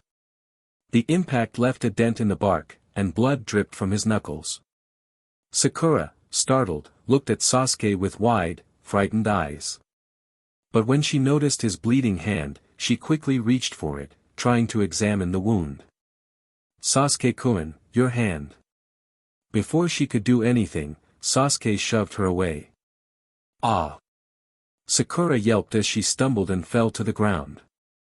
Realizing what he had done, Sasuke hesitated for a brief moment, but when he saw that she wasn't seriously hurt, he turned away. "Sasuke-kun, is Akuma the one bullying you? If so, I can help you get revenge on him." Sakura called out as she got up. At those words, Sasuke's anger flared even more. He whipped around and glared at her, his voice laced with fury. "Mind your own business. He's mine. If I need someone weak like you to help me, then I will never be able to kill that man." His cold, piercing stare sent a clear warning, this was not something she should interfere with. Without another word, Sasuke turned and walked away. Sakura, stunned, hesitated for a moment before quickly chasing after him. "If we reach 100 stones, I'll reward you all with a bonus chapter." Chapter 48, Kekkei Genkai. Hiruzen sat in his chair, the glow of his pipe casting faint embers as he exhaled a slow stream of smoke. His gaze remained fixed on Danzo, calm yet expectant. "What have you gathered about that boy after 4 months of surveillance?" His voice carried the weight of experience, each word measured and steady. Danzo, standing rigid with his hands clasped behind his back, regarded the Hokage with a neutral expression.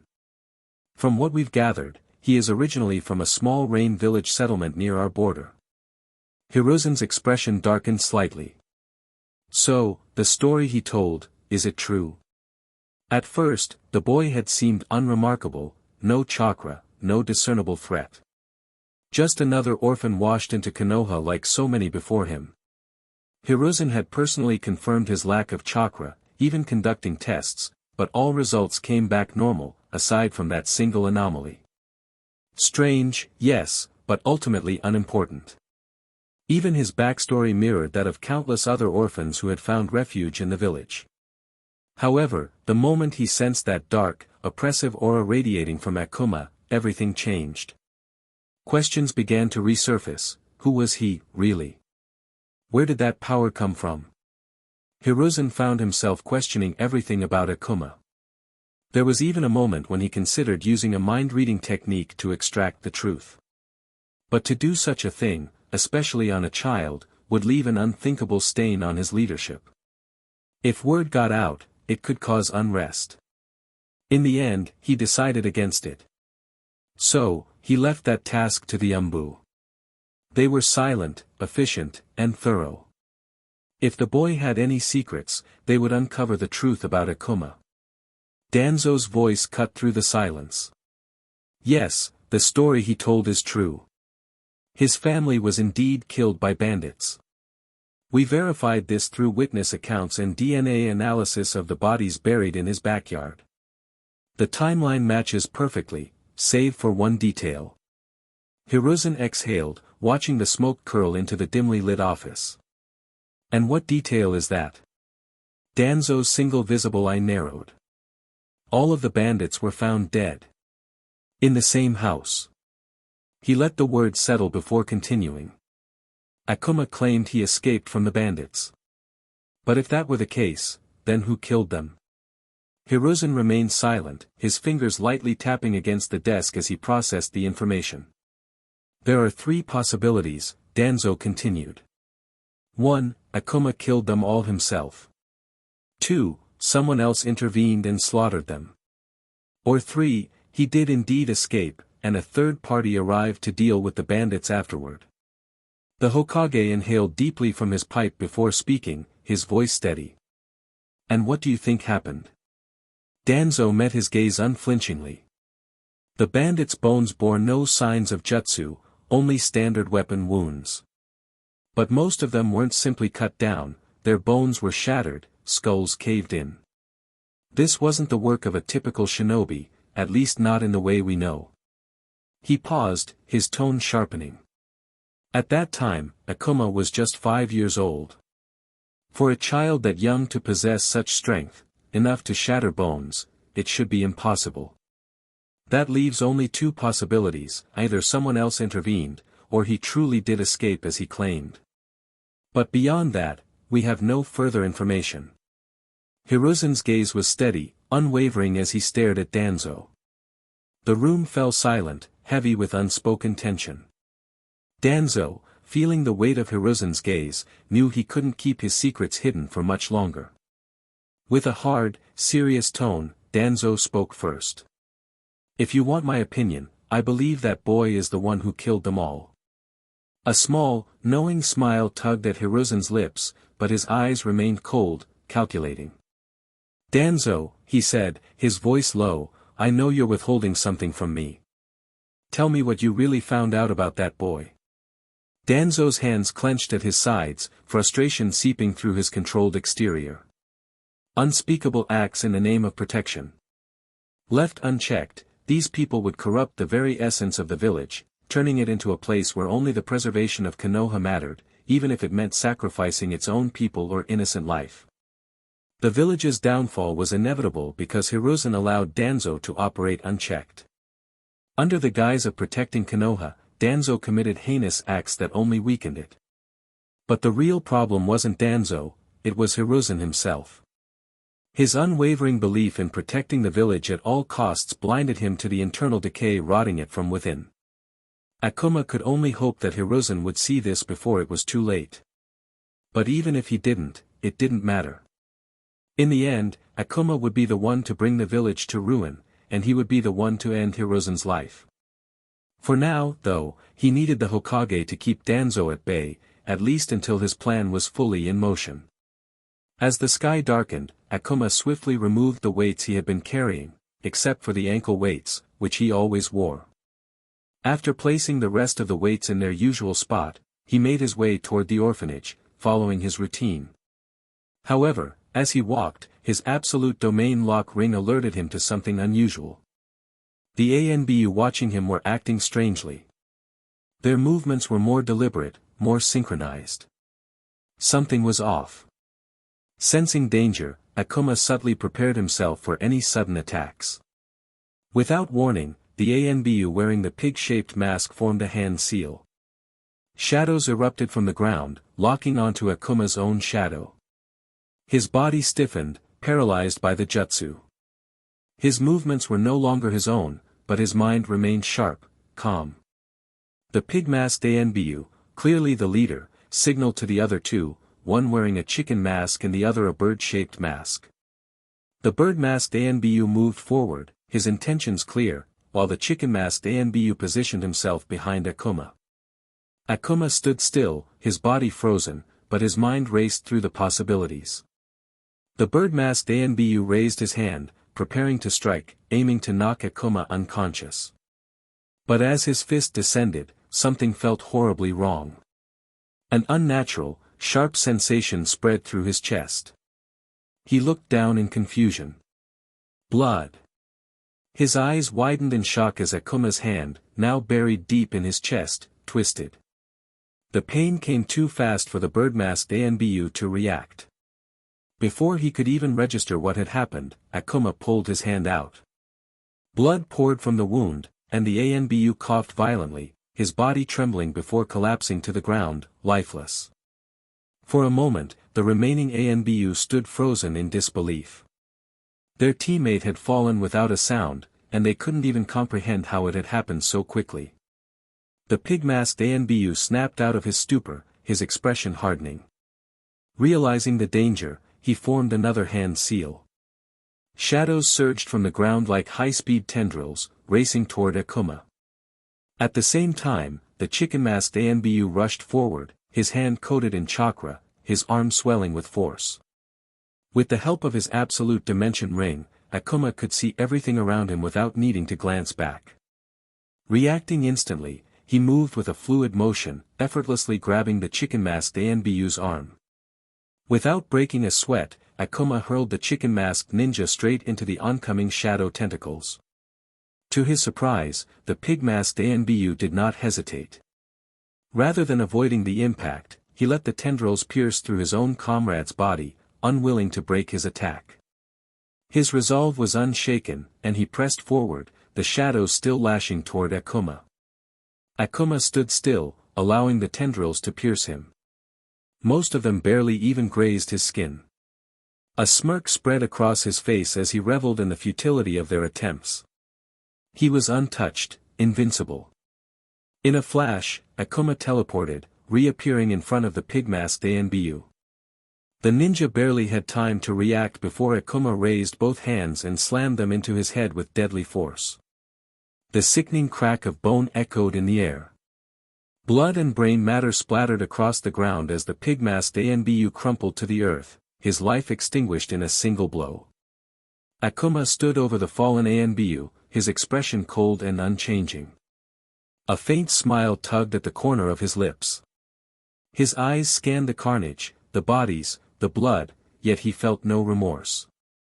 Without another word, he turned and walked toward the nearby river, the blood on his hands doing little to stir his emotions. He washed it off with a casual motion, his calm demeanor betraying the brutal efficiency with which he had dispatched his enemies. Akuma waited to see what actions Danzo and Hiruzen would take. Based on that, he would adjust his plan. For now, he chose not to worry about anything else and continued toward the orphanage. Chapter 53, Root. Danzo remained seated in the dimly lit chamber, his fingers steepled as he waited. Minutes passed. Then an hour. Yet the root operative he had dispatched earlier failed to return. His lone visible eye narrowed. Something was wrong. Without hesitation, he signaled another 3 root ANBU. Find out what happened, he ordered. They disappeared into the night. 20 minutes later, they returned, carrying 3 lifeless bodies behind them. With practiced efficiency, they laid the corpses on the cold ground before their leader. One was headless. Another had a gaping hole in his chest. The last was riddled with small holes all over his body. Even for seasoned operatives, the sight was unsettling. These were not simple killings. Danzo's expression remained unreadable, but his mind worked quickly, analyzing the implications. His first team had been slaughtered, their deaths brutal and efficient. His voice was calm, but there was an undeniable edge to it as he addressed the returning root ANBU. What did you find out? The root ninja in the middle stepped forward and spoke in a measured, emotionless tone. Danzo-sama, 2 of them were killed by taijutsu techniques. The third died by his own teammate's attack. All of them perished at the same time, around the moment they attempted to kidnap the target. However, the target is still alive. A heavy silence followed. Danzo's face darkened, his fingers tightening around his cane. He had replaced the ANBU with his own elite root operatives, loyal, emotionless warriors trained to kill without hesitation. Even so, he had taken precautions. A single root ninja should have been enough to capture a 6-year-old child. But to ensure absolute success, he had sent 2 more. Yet here they were, dead. Brutally slaughtered. His lone eye shifted to the corpses once more, analyzing every detail. One beheaded. One with a hole punched through his chest. One riddled with puncture wounds. All signs of overwhelming physical strength and precision. A slow smile crept onto his lips. He had underestimated the boy. This was no ordinary child. His Kekii Genkai, whatever it was, allowed him to kill 3 elite root ninja with ease. And that made him even more valuable. Danzo's desire to obtain that power only grew. No matter what, he would have that Kekii Genkai. Even if it meant killing the boy. Even if it meant handing his corpse over to Orochimaru for experimentation. One way or another, that power would belong to him. Danzo gestured with 2 fingers, silently signaling the 3 root ninja to remove the bodies.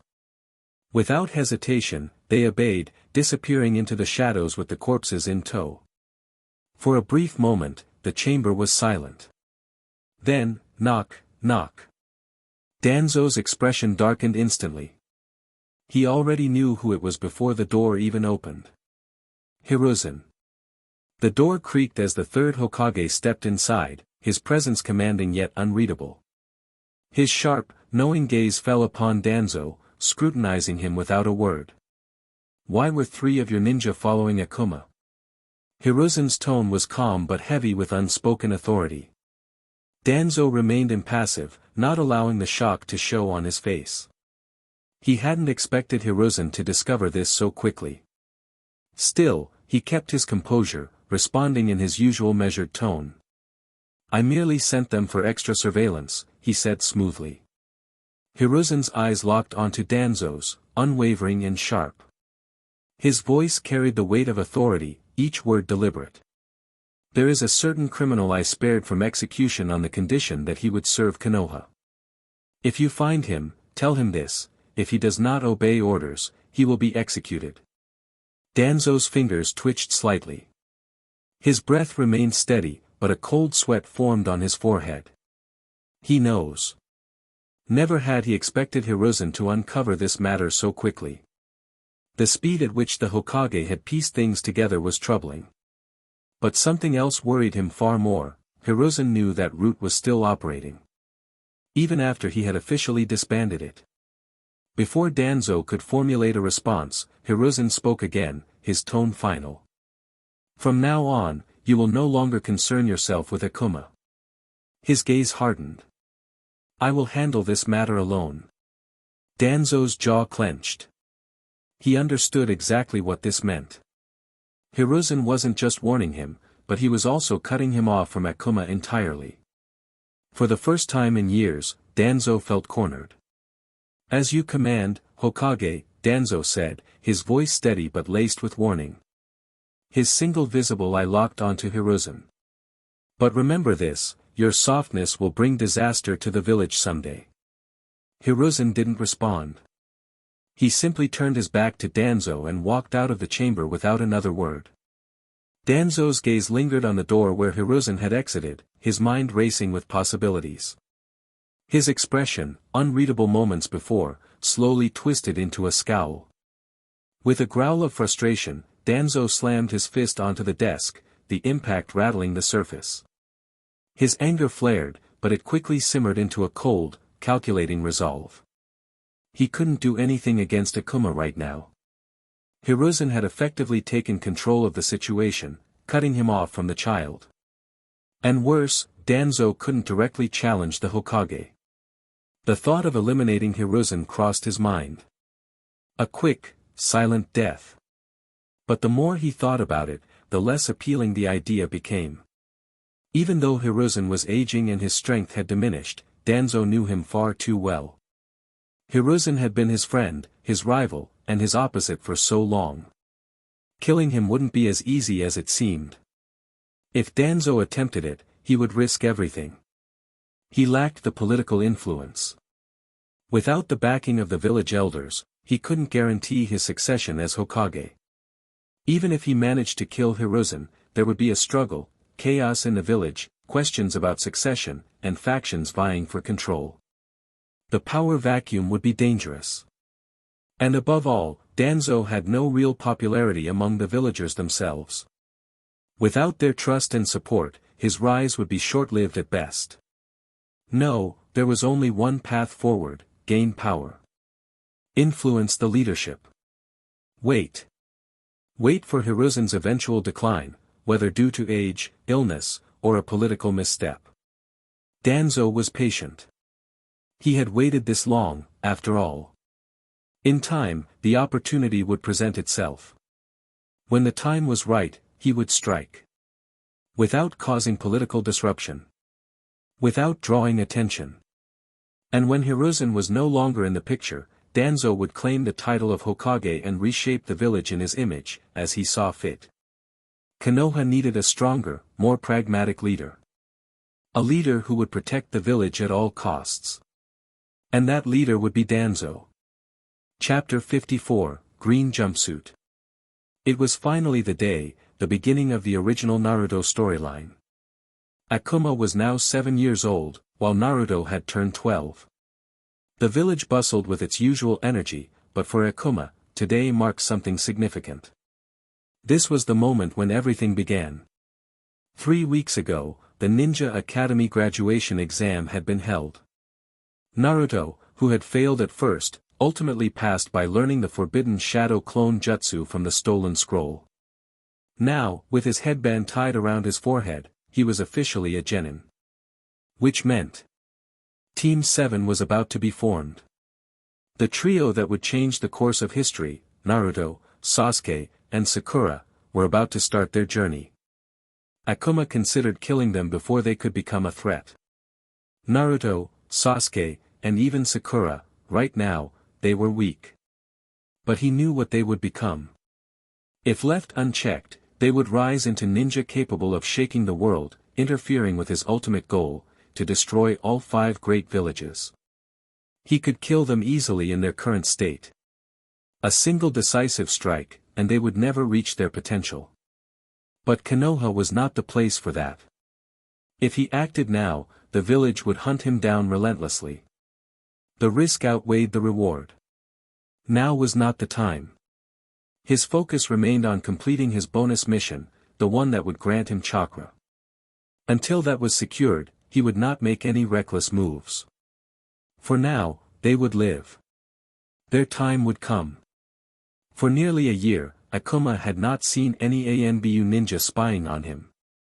His best theory was that the third Hokage had ordered Danzo to cease surveillance. Then he noticed 3 new ANBU watching him, silent figures who never spoke.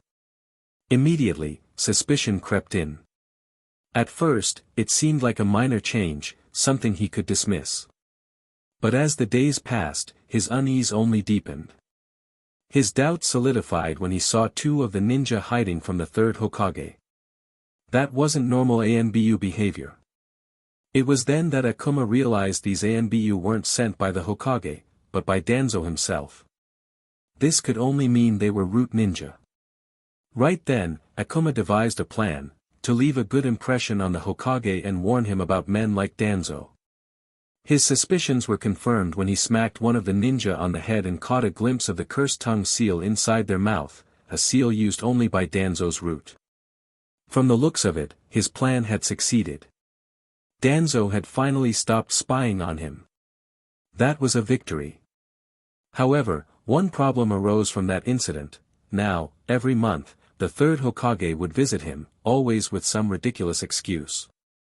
Hiruzen would sit across from him, his calm demeanor unwavering, and proceed to lecture him about how a shinobi should be, about honor, loyalty, and the so-called right way to live. Every word, every lesson, seemed rehearsed. The same speech, over and over again. Akuma knew Hiruzen was trying to brainwash him into becoming loyal to the village. At first, he pretended to listen, feigning interest.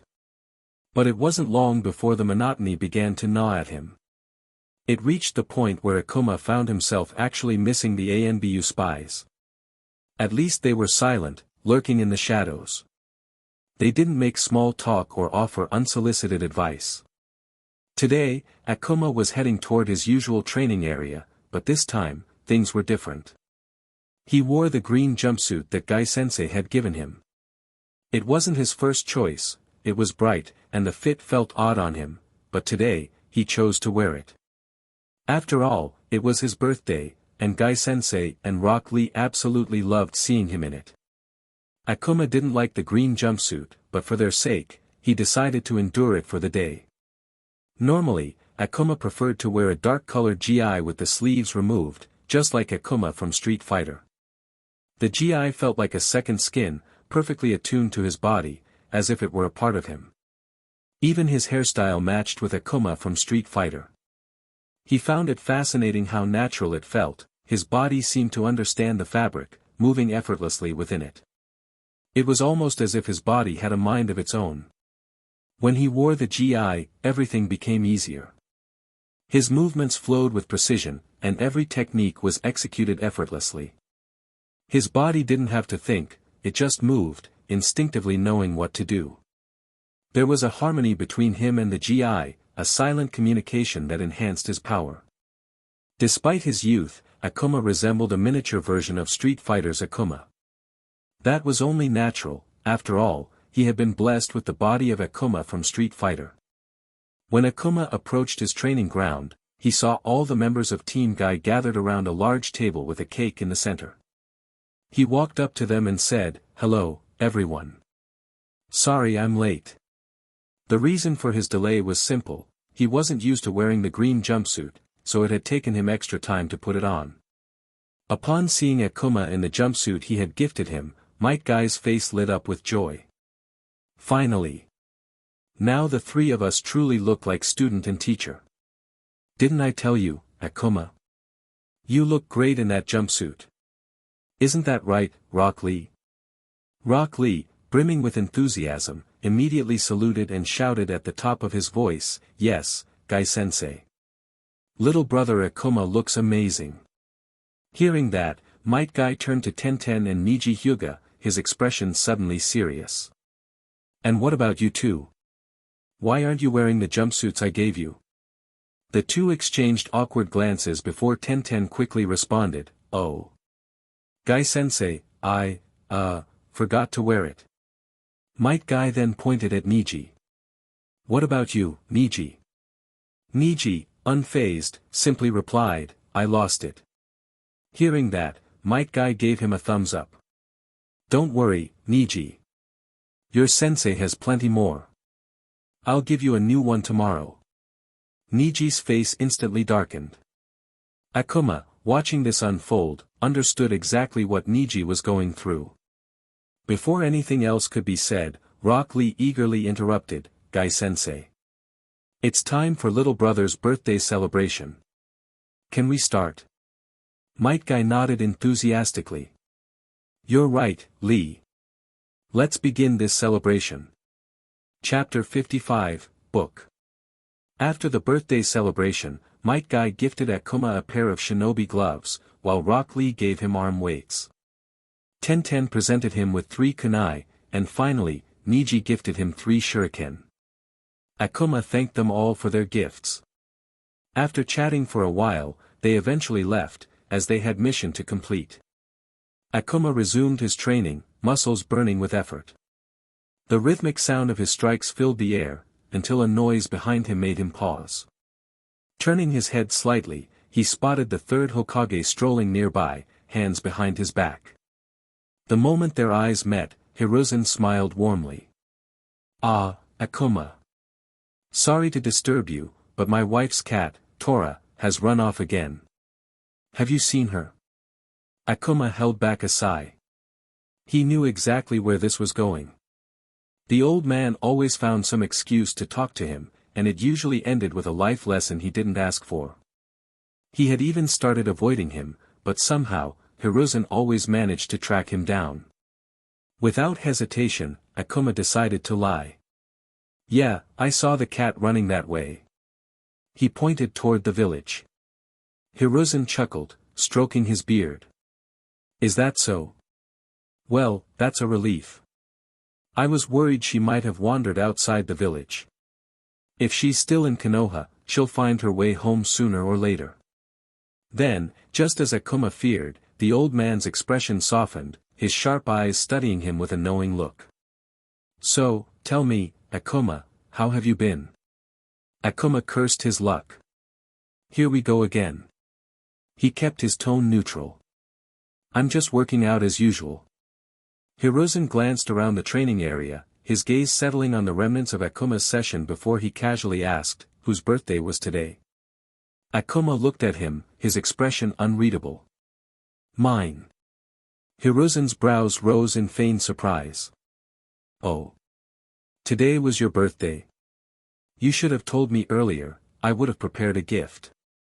He chuckled, reaching into his robes. But no matter, I have just the thing for you. Akuma watched warily as the Hokage rummaged through his pockets. After a moment, Hiruzen pulled out a small book, the title gleaming under the sunlight, 100 Ways to Become a Good and Strong Shinobi, by Hiruzen Sarutobi. Akuma's expression darkened. Hiruzen grinned, proudly extending the book toward him. This is the perfect gift for you. You want to become a strong shinobi, don't you? Well, this book contains all my wisdom, everything I've learned over the years. It will guide you on your journey. Akuma stared at the book, feeling as though he had been handed a live explosive. Every fiber of his being screamed at him to refuse, but rejecting a gift outright would be impolite. With great reluctance, he accepted it, gripping it with all the enthusiasm of someone forced to carry a boulder up a mountain. Thank you, he muttered, his voice flat. Hiruzen beamed. You're very welcome. Study it well, and I guarantee you'll become an even greater shinobi than I. His smile widened, clearly preparing to continue his lecture. But before he could say another word, Akuma suddenly clutched his stomach, his expression twisting in discomfort. Sorry to interrupt, but I think I'm having stomach pain. I need to go to the bathroom. Without waiting for a response, Akuma turned on his heel and quickly walked away, not bothering to look back. Today, I refuse to sit through another one of his lectures. Hiruzen watched him go, stroking his beard thoughtfully. The boy is getting smarter. He chuckled to himself. I suppose I'll have to change my approach. He had already influenced Akuma as much as he could for now, but the real challenge was making the boy feel a deeper connection to the village. Akuma spent most of his time training alone or associating with Rock Lee and Might Guy, both admirable shinobi, but they wouldn't help him form bonds with people his own age. He needs friends. If Akuma could find someone to share his burdens, perhaps he'd come to see Konoha as his home. Hiruzen's gaze lingered in the direction Akuma had left, his mind racing. The boy was exceptionally intelligent and far too mature for his age. Those eyes, he had seen them before. The eyes of someone who had already endured pain, the kind of pain that hardened the soul. He had seen that look countless times on the battlefield, but seeing it on the face of a child made him pause. I need to take that pain away. And the best way to do that was to give Akuma a friend, someone who could help him carry that burden. After a moment of thought, the answer became clear. Konohamaru. They were close in age and his grandson would make an excellent friend for Akuma. As he stroked his beard, another thought crossed his mind. Perhaps enrolling Akuma in the ninja academy would be even better.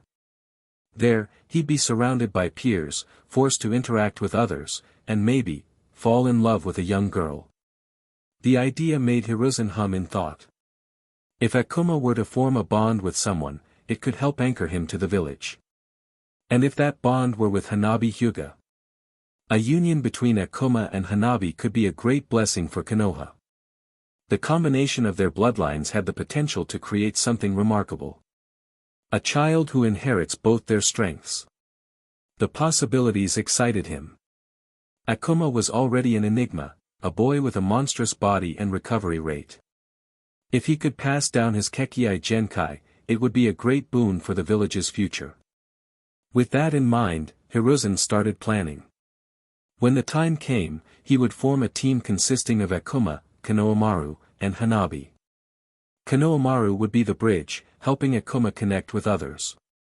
Hanabi, with her prestigious Hyuga lineage, would not only challenge Akuma but possibly form a deeper bond with him over time.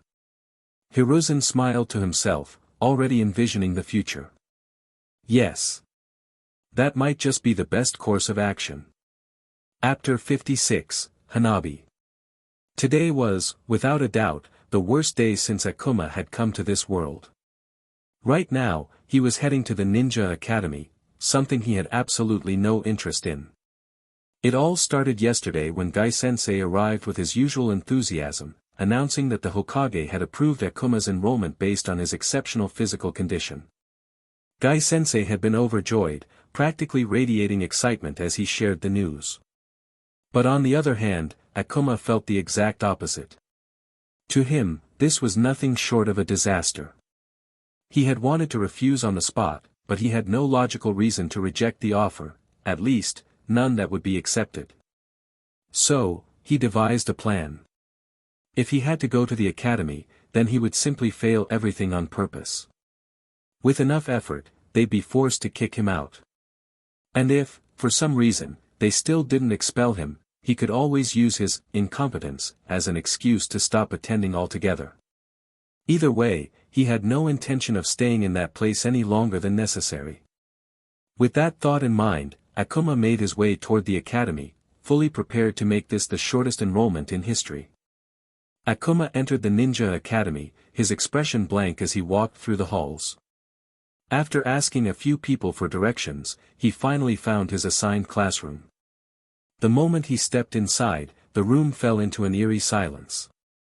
Dozens of eyes turned toward him, filled with curiosity, unease, and even fear. The way they stared at him reminded him of people in a zoo watching something unnatural, something that didn't belong. He already knew why. He looked different, far too different from everyone else. His deep red hair, piercing red eyes, and sharp, fawn-like teeth made him stand out like a sore thumb. Slowly, he was resembling the Akuma he had been modeled after. To these children, he wasn't just another student. He was something strange. Something monstrous. The realization made something bitter settle in his chest. The way they stared at him, it reminded him of his past life. For a brief moment, he clenched his fists, but he quickly dismissed the thought. It didn't matter. Let them stare. Let them fear him. He scanned the room, taking in each of his so-called classmates. One by one, they all averted their gazes the moment his eyes landed on them.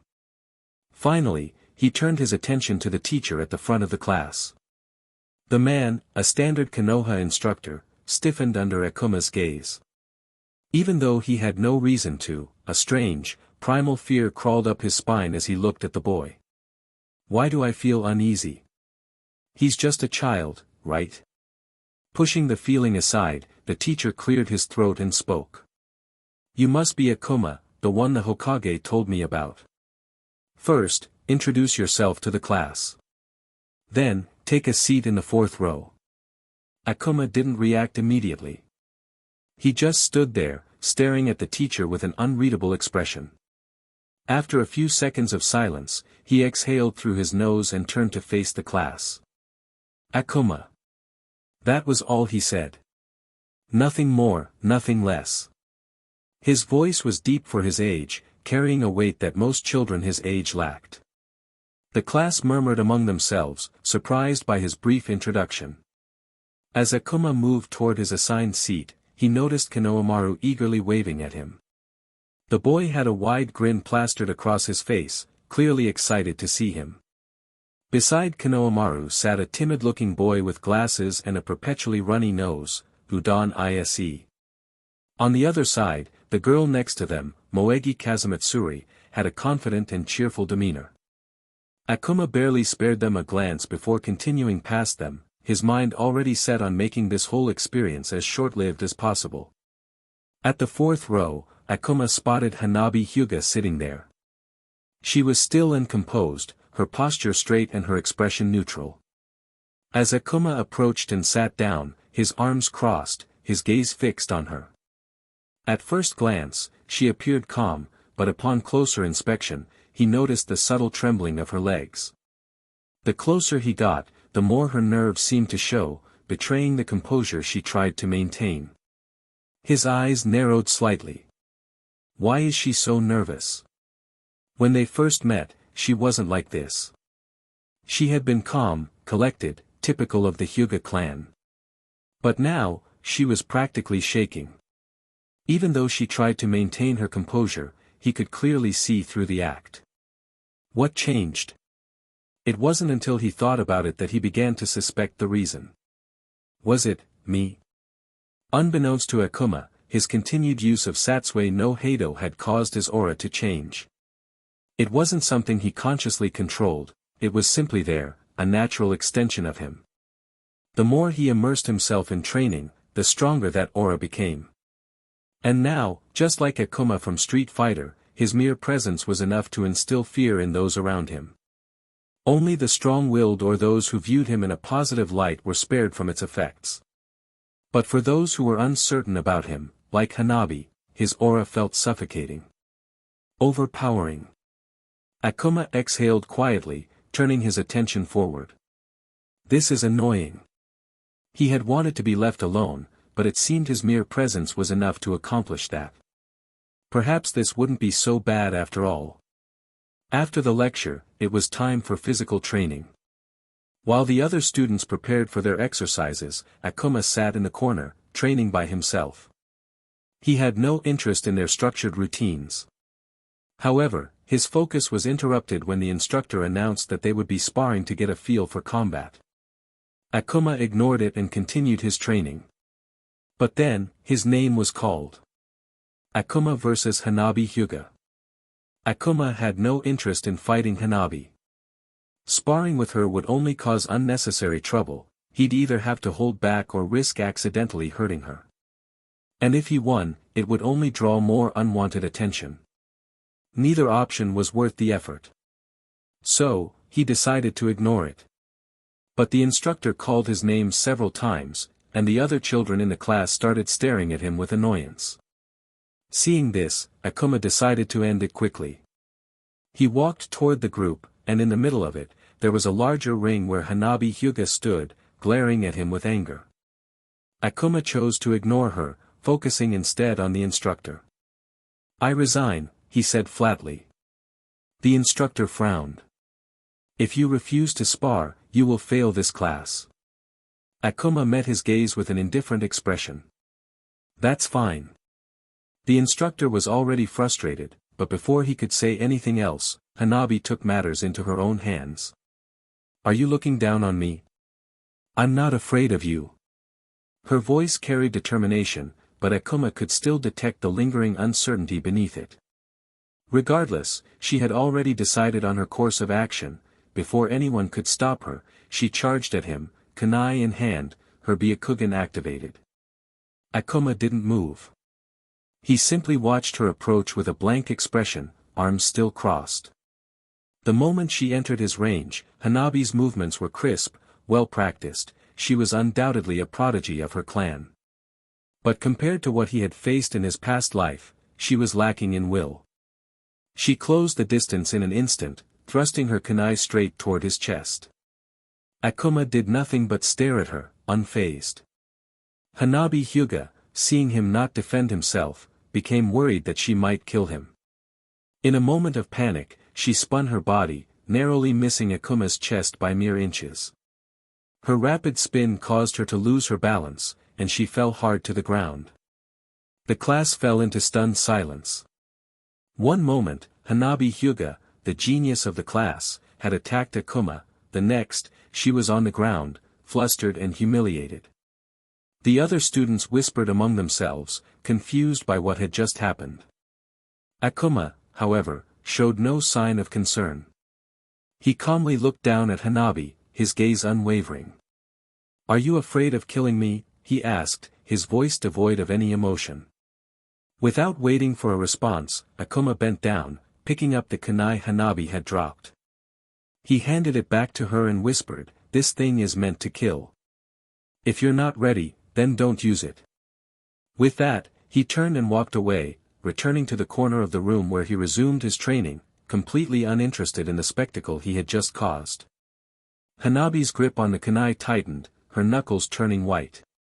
The anger and humiliation burned in her chest as she stared at Akuma's retreating figure. Never had she felt such a mixture of emotions, anger at him, at herself, and a deep-seated fear that gnawed at her pride. She had always prided herself on her strength, on the hard work she put into training her body, but this moment shattered that sense of control. She had let herself be dominated without a single strike, and it stung deeper than any physical wound. Her anger shifted inward. She had been training for so long to be strong, to surpass her older sister Hinata and take the position of clan leader. She had convinced herself that to be a leader meant to be powerful, unyielding, and fearless. But now, seeing her own fear reflected in her hesitation to strike, doubts began to cloud her vision. How could she ever lead the Hyuga clan if she was afraid of a boy her age, someone she barely knew? The weight of her responsibility pressed down on her chest, heavier than ever before. Hanabi had always known that her sister, Hinata, with her gentle nature, would suffer if she became clan leader. Hinata's kind heart wasn't fit for the harsh leadership that the Hyuga clan required, and Hanabi had made it her mission to take on that burden instead. She had pushed herself relentlessly, knowing that to protect her sister, she had to become strong. But now, standing there in the wake of her failure, Hanabi couldn't ignore the gnawing doubt in her mind. If she couldn't overcome her fear of Akuma, how could she ever rise to the challenges of leading her clan? How could she protect her sister if she couldn't even protect herself from her own weaknesses? Her heart pounded as her thoughts swirled in confusion and frustration. I need to be stronger. She couldn't let this weakness define her. She wouldn't allow fear to dictate her future. The leader she aspired to be couldn't be someone who hesitated or feared the challenges ahead. I will surpass my sister. I will become the leader I know I can be. She clenched her fists, determination burning in her eyes. In that moment, Hanabi made a silent vow to herself. The next time they crossed paths, she wouldn't falter. She wouldn't hesitate. She would face her fears, face her weaknesses, and conquer them all. No matter what it took, she would grow stronger, and she would become the Hyuga clan leader she was destined to be. Chapter 57, Scared. Akuma made his way toward his usual training area after finishing a tedious day at the ninja academy. His mind was already set on refining his techniques, but as he walked, he caught sight of a familiar figure standing in his path. Sasuke Uchiha. Akuma exhaled sharply, already knowing what was coming. You've come to challenge me again. You know, I'm getting tired of all this, he said, his voice laced with irritation. He had assumed Sasuke had finally given up after 6 months of silence. But judging by the determined glint in his eyes, that clearly wasn't the case. Sasuke took a step forward, his gaze intense. For 6 months, I've trained harder than ever. And now, with this, his eyes shifted, the pupils swirling as he revealed his fully developed Tsutomu Sharingan. I can finally defeat you. Akuma narrowed his eyes at the sight. In the original timeline, Sasuke had only awakened an incomplete Tsutomu Sharingan when protecting Naruto. But now, he had a completed version, far earlier than he should have. The realization irritated Akuma more than anything else. He was slowly, unintentionally, changing the timeline. That was bad. His jaw clenched. Why is this piece of shit still after me? Can he not understand when I say leave me alone? The very thought of it made his blood boil. Akuma had no interest in playing along with Sasuke's obsession. He had better things to do than entertain a fool chasing after a fight he could never win. Enough was enough. If Sasuke refused to back down, Akuma would make sure this was the last time he ever issued a challenge. Akuma's voice was flat, devoid of any emotion. I won't attack you for 1 minute. Within that time, defeat me. If you fail, his eyes gleamed with a sinister red light, you'll wish you were dead. As the Satsue no Heido surged to life, a crushing aura exploded outward. The very air distorted around him, his red hair lifting as if caught in an invisible storm. The weight of his presence was suffocating, like an unseen force of nature pressing down on everything around him. Sasuke's eyes widened. The shift was instant, but it was like staring at something inhuman, something beyond reason. His muscles tensed, an instinctive, primal fear clawing at him. His body screamed at him, move. Run. But no matter how much he willed it, he couldn't. The closer Akuma stepped, the stronger the crushing dread became. His body locked up, frozen in place. It was as if he stood before a bottomless abyss, and at the bottom was only death. His breath came in shallow, uneven gasps. His knees buckled. Before he even realized it, he had dropped to the ground. What is this? Sweat dripped down his face. His pulse pounded in his ears. The feeling, this unbearable, suffocating fear, it was worse than anything he had ever experienced. Akuma's glowing red eyes bore into him, piercing through him like a blade to the soul. His voice was calm, yet it sent an unnatural chill down Sasuke's spine. Your time is running out. Are you not going to attack? Are you waiting for me to kill you? Or are you just scared? Scared. That word, that single word, seared into Sasuke's mind like a brand. His vision blurred, not from fear, but from the memories crashing into him. That night. The massacre. His clan. His family. All gone. And standing there, amidst the blood and the bodies, him. Itachi. Those same cold, merciless red eyes had looked down at him that night. Deeming him so insignificant that he wasn't even worth killing. The pain. The humiliation. The fear. The rage. A fire erupted inside him, burning away the fear. Sasuke's breathing steadied. His trembling stopped. His jaw clenched, and his Sharingan spun, flaring to life with newfound intensity. The crushing pressure of Akuma's aura no longer mattered, his anger burned hotter. With a sharp breath, his hand shot to his kunai. And then, he moved. With everything he had, he lunged at Akuma, kunai gripped tight, his aim locked on those cold, unfeeling red eyes. I'll destroy them.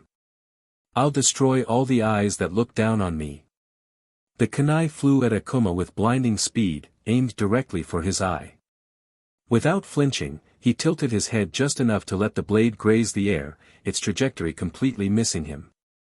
The attack looked slow in comparison, as if the world had shifted in slow motion, but Akuma's movement was effortless, fluid, calculated. Not a single ounce of energy wasted. Sasuke's eyes narrowed. He wasn't done yet. As the kunai passed, Sasuke's body shifted like a coiled spring, his leg snapping out in a vicious low strike aimed at Akuma's groin.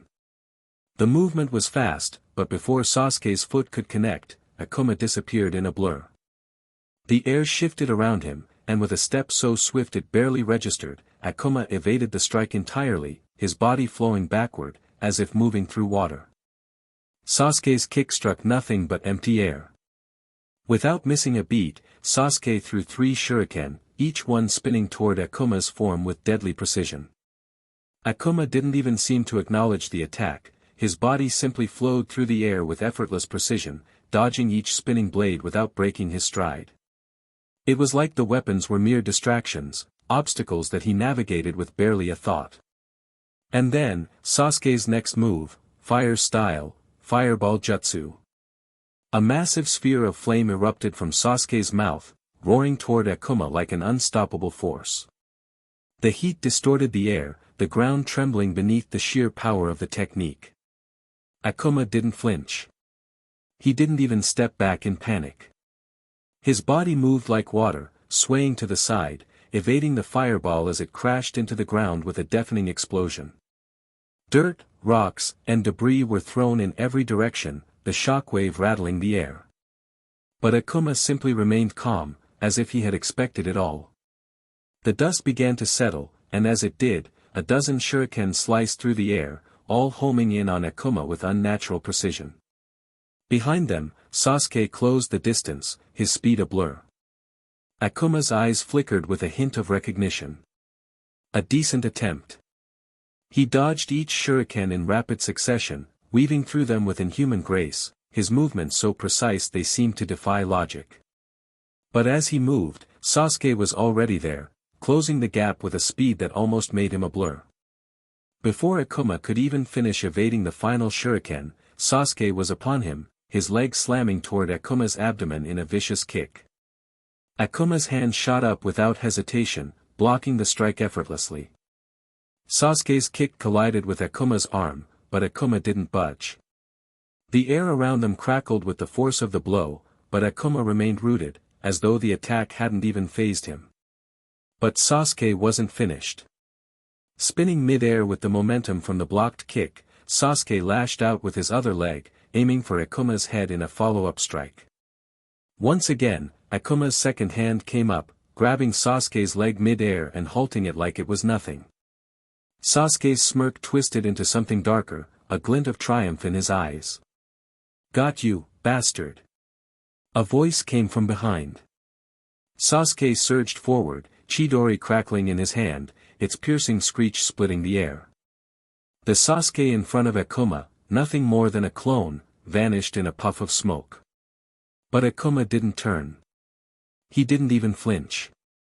Instead, he stood there, still as a statue, the air around him humming with an eerie calmness. He welcomed the attack. Boom! The explosion of raw power detonated on impact, sending a shockwave of lightning tearing through the ground beneath them. The earth cracked, and the sky seemed to tremble with the force of Sasuke's final, desperate strike. Sasuke stumbled backward, panting heavily from exhaustion, the rush of victory nearly overwhelming him. "I did it," he thought, his heart pounding in his chest. His final trump card, Chidori, the technique he had begged Kakashi-sensei to teach him, had worked. But as the smoke began to settle, his breath hitched. His eyes widened in disbelief. Akuma stood there, unscathed. Not a single scratch. No burn marks. No sign of injury. Slowly, deliberately, Akuma turned to face Sasuke. His glowing red eyes locked onto the Uchiha, the crimson light seeming to pierce through the smoke and into Sasuke's soul. The air grew colder. The world felt heavier. "Your time is up," Akuma's voice was a low, unwavering growl, his tone cold and final. "Now, it is my turn." Sasuke's heart froze, the words sinking deep into his bones. Chapter 58, Help Yourself. Akuma approached Sasuke slowly, his glowing red eyes burning like embers in the darkness. Sasuke, both terrified and exhausted, could do nothing but stare at the monster before him. His body refused to move, frozen in fear. Without a word, Akuma struck. A devastating kick to Sasuke's stomach sent a sickening crack through the air. Sasuke's body rocketed backward, smashing through a tree before slamming into the ground with a violent thud. "Aw!" Sasuke screamed in agony, clutching his abdomen. His ribs were shattered, he could feel it. Blood spilled from his mouth, staining the ground beneath him as his breathing became ragged and uneven. His entire body trembled, struggling to process the sheer pain coursing through him. Akuma, unfazed, walked toward him at a measured pace. His gaze never wavered, his expression unreadable. Sasuke's breath hitched. No. Panic took over. He scrambled backward on all fours, trying to put as much distance as possible between himself and the approaching nightmare. But his retreat was short-lived. His back hit the base of a tree, his escape route cut off. His heart pounded in his chest. No way out. He looked up at Akuma, his body paralyzed by pure, unfiltered terror. His mind screamed at him to fight back, to do something, but nothing came. The words, the will, the pride, all of it shattered in the face of overwhelming power. Akuma stopped just inches from him, staring down at the broken Uchiha. His voice, cold and devoid of emotion, cut through the silence. "A brother of a family killer." Akuma's red eyes bore into Sasuke. "Looking at you now, I understand why he left you alive." Sasuke's eyes widened. "You're not even worthy of killing. A burden to this world." The words dug into him like blades. "You may as well end it yourself. At least then, you'd spare your brother the guilt of killing his entire family." Sasuke's breathing grew erratic. As for your dream of avenging them, of killing him, that's nothing more than a fantasy. You can't even defeat someone younger than you, one who don't even have chakra. Sasuke's body stiffened.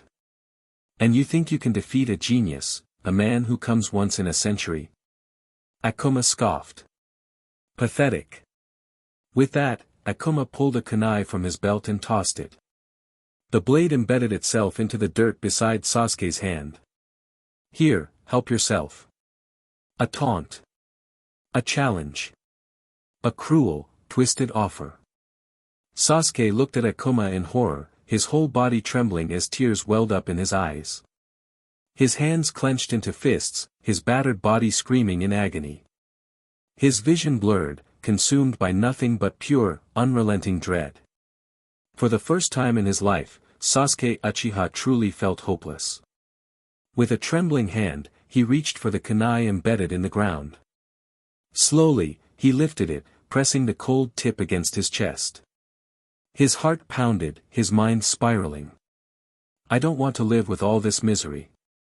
But just as he was about to commit, flashes of his friends, Naruto, Sakura, Kakashi-sensei, flooded his mind. Their faces, their voices, the bonds they had shared. His grip faltered. The kunai slipped from his fingers, falling to the ground with a soft thud. Akuma watched, his lips curling into a cruel grin. And then. Ha ha ha ha. He threw his head back, laughing at Sasuke's misery. His laughter was sharp, mocking, cutting deeper than any blade. After a few moments, the laughter died down, replaced by a chilling silence. Akuma's glowing red eyes bored into Sasuke's broken form. Oh, look at that, he sneered.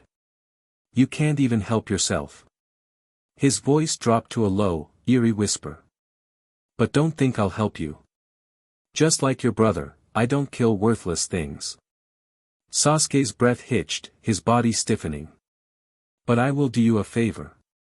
Akuma's expression darkened, his voice dripping with malice. Your dream of reviving your pathetic clan. I'll take that burden away from you. Sasuke's blood ran cold. Akuma slowly raised his leg.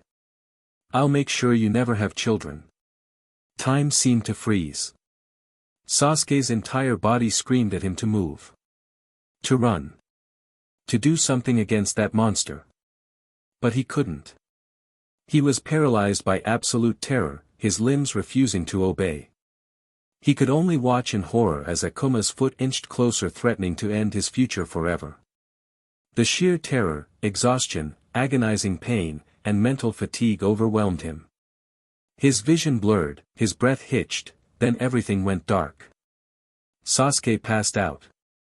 Just as Akuma was about to strike. That's enough. A powerful voice rang out, cutting through the tension like a blade. Akuma turned around, his glowing red eyes locking onto the figure before him. Oh. Kakashi-sensei. It's been a long time since I saw you. How are you? His voice was cheerful, light-hearted, like that of an innocent 7-year-old child. All the coldness, all the malice he had just shown mere moments ago had vanished completely, as if it had never existed. The sheer contrast was unnerving. Even Kakashi, despite his years of experience, felt a strange unease crawl up his spine. The monster that had just broken Sasuke, that had filled the air with suffocating dread, was now smiling like a carefree child. Kakashi's eyes flicked to Sasuke, still trembling on the ground even after being unconscious, blood staining his mouth. His ribs were visibly broken, his body wrecked by a force Kakashi knew was beyond Sasuke's capabilities to withstand. The look in Sasuke's eyes, the pure terror, was a sight Kakashi couldn't ignore. He remembered only minutes ago, when they had completed their mission to protect the bridge builder, and the team was preparing to move on to their next task. But Sasuke had stepped forward. There's something I need to do first, Sasuke had said, his voice firm. There's a kid I fought before. I lost back then. But today, I'll challenge him again, and this time, I'll win. Kakashi, knowing how much Sasuke had grown, had thought nothing of it. Just another of Sasuke's rivalries, something he had to work through. Kakashi had given him permission with a light-hearted remark. Fine. Just don't take too long. But Sasuke hadn't returned. Not for several minutes. Then the explosion, a massive fireball jutsu that shook the very earth. Kakashi's heart had skipped a beat. Something was wrong. His instincts screamed at him. Without hesitation, he turned to Naruto and Sakura. Stay here. Then, he vanished, pushing his body to move faster than ever before. As he neared the clearing, the scene was worse than he had feared. Sasuke was on the ground, barely conscious. His body was battered, his blood staining the dirt beneath him. He looked like he had been hit by a force far stronger than his own. But it wasn't the physical damage that had Kakashi's heart racing. It was the look in Sasuke's eyes. Sasuke's terror was evident, pure, unfiltered fear. His breaths were shallow, his limbs trembling uncontrollably. Whatever had happened, it had broken him. And standing over him, Akuma. The same boy who had wreaked havoc on Sasuke was now smiling at Kakashi like a child. There was no anger, no malice, nothing but a light-hearted innocence. As if nothing had happened. As if the overwhelming aura of death, the suffocating dread that had filled the air moments ago, hadn't come from him at all. Kakashi couldn't make sense of it. The boy in front of him didn't match the monster he had just witnessed. It was impossible. How could someone who had done this to Sasuke, who exuded an aura of pure terror, suddenly shift to the innocence of a child? He blinked, as if trying to shake off the unsettling sensation that something was terribly wrong. Maybe it's just my imagination. Maybe I'm seeing things. This kid, this monster, he's not acting like he was just moments ago. The contradiction was terrifying. His hands clenched into fists, his knuckles turning white. What, is this kid? His voice barely rose above a whisper. His heart raced, as he felt a sickening chill crawl up his spine. His instincts, honed from years of experience, were screaming at him, that something is wrong with that child before him. Akuma just smiled, oblivious to the storm he had caused, his bright eyes blinking as though nothing were out of the ordinary. Kakashi could feel it, the weight of something unnatural in the air. And it was clear now more than ever that this was no ordinary child. Chapter 59, Return. Kakashi looked at Akuma, his gaze sharp and serious. Why did you do this? Akuma met his eyes, unfazed, and answered with a calm smile. I told Sasuke many times to leave me alone, but he didn't listen. I was lenient with him because of you, Kakashi-sensei. But today, he tried to kill me with his fireball jutsu and the chidori that you taught him. So, I had no choice but to defend myself. Kakashi studied the boy in silence, his expression unreadable. Then, after a moment, he spoke. Even then, you didn't have to go this far. Akuma's smile remained. I didn't go far. I only kicked him once. I didn't kill him, even though I could have. He tilted his head slightly, his glowing red eyes watching Kakashi closely. Now, tell me, Kakashi-sensei, what wrong did I commit? As soon as those words left Akuma's lips, Kakashi's hands clenched into tight fists. His jaw tensed. You were too cruel. But Akuma only chuckled, his expression eerily calm. Showing mercy to your enemy is cruelty toward yourself, he said smoothly. I just wanted him to leave me alone. The best way to ensure that, without killing him, was to break his will to live. In a couple of years, he'll be fine.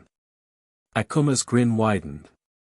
Just like you, Kakashi-sensei. A cold chill ran down Kakashi's spine. Then came the anger. Without thinking, he reached for the kunai in his holster, gripping it tightly, ready to strike the boy before him. But Akuma remained still, silently watching him, a small smile playing on his lips. Be careful, Kakashi-sensei, Akuma said softly. If you so much as put a scratch on me, you may lose the only friend you have.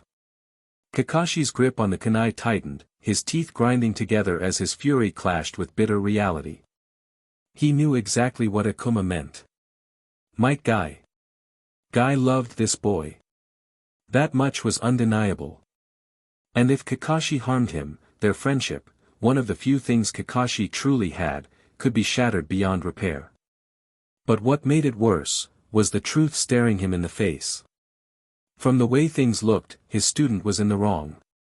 Kakashi's teeth clenched in frustration, anger boiling beneath his skin. Damn it! Akuma glanced at him one last time before turning away, walking slowly toward his training area. But just before he left, he stopped and looked over his shoulder. I think it's better for you to help your student, he said, his voice light, almost playful. He's bleeding out. If you don't act soon, he might not make it. Kakashi's heart pounded. He snapped his head toward Sasuke, still motionless, still bleeding. Without hesitation, he abandoned his anger and rushed to his student's side. Akuma turned around and started heading toward his training area when a loud voice rang out from behind. Sasuke! Sasuke-kun! Both Naruto and Sakura screamed at the sight of Sasuke's broken form. Tears welled in Sakura's eyes as she ran toward him, dropping to her knees in a desperate attempt to help. Akuma, thinking nothing of the commotion, continued walking away. Wait there! Naruto's voice cut through the air, filled with fury. Are you the one who did this? Akuma stopped and turned his head slightly, his expression unreadable. Yes, he replied simply. The moment the word left Akuma's lips, Naruto's eyes burned with fury, his pupils narrowing into slits. His fingernails sharpened into claws, his fangs lengthened, and the sinister red chakra of the Nine Tails began to surge around him. The very air trembled as leaves and debris were lifted into the sky, caught in the swirling malice of his rage. Slowly, a single tail of chakra manifested behind him, writhing like a living beast. You bastard! Naruto roared. Like a beast unleashed, he lunged at Akuma with monstrous speed, the sheer force of his movements cracking the ground beneath his feet. The pressure alone sent shockwaves through the area, tearing apart the surrounding terrain. I'm gonna kill you. Naruto's clawed hand shot forward, aiming to tear Akuma apart. But just as he was about to strike. Slap! A blinding strike. In an instant, Akuma's hand lashed out, delivering a devastating slap to Naruto's face. The impact was so overwhelming that Naruto's jaw dislocated on contact. His skull felt like it had nearly caved in, and his vision went white from the sheer force. His body rocketed backward, crashing through several trees before slamming into the side of a hill, embedding deep into the rock. Dust and debris filled the air as silence fell over the battlefield. Akuma exhaled through his nose, shaking his hand slightly as if dusting it off. Then, glancing at Naruto, he said. Shut up. I can still hear you, you don't have to yell. His glowing red eyes flicked toward Naruto's motionless body, embedded in the hill. After a moment, he realized the blonde had been knocked unconscious. Naruto! Sakura's scream pierced the air as she ran toward him, panic etched across her face. Watching the scene unfold, Akuma clicked his tongue in annoyance. Fucking shit, today is the worst day. His thoughts seethed with irritation. What is wrong with these people? Can they not let a person train in peace? Why can't they just mind their own damn business? Suppressing a sigh, Akuma shook his head and turned back around, his expression unreadable. Without another word, he continued walking, leaving the chaos behind him. After stopping Sasuke's bleeding, Kakashi carefully lifted him onto his back. Sakura, struggling under the weight, carried Naruto's unconscious body beside him. Without another word, they headed toward Konoha's hospital, their steps heavy with urgency and unspoken tension. In the dead of night, within a secluded part of a tavern, Itachi Uchiha sat in silence, his sharp gaze fixed on the paper in his hand. As his eyes scanned the words written upon it, a flicker of something unreadable crossed his face. Then, his Sharingan spun, shifting into the ominous pattern of the Mangekyo Sharingan. Without hesitation, the paper in his grasp ignited, crumbling into ashes that scattered into the cold night air. A decision settled within him. It was time to return to the village. Chapter 60, Project. In the morning, Akuma made his way toward the Ninja Academy. As soon as class began, their teacher assigned a team-based project. To his irritation, Akuma was paired with Hanabi Hyuga. When he asked why she was chosen as his partner, the teacher replied plainly, "Because you two were involved in a fight recently. I want you both to work together and put aside your differences, maybe even become friends." Akuma's eyes narrowed. He responded immediately, his voice flat and firm. "I won't work with her." The teacher didn't flinch. "If you refuse, your grade will suffer." To that, Akuma smirked, genuinely delighted. "Perfect," he said, clearly unbothered.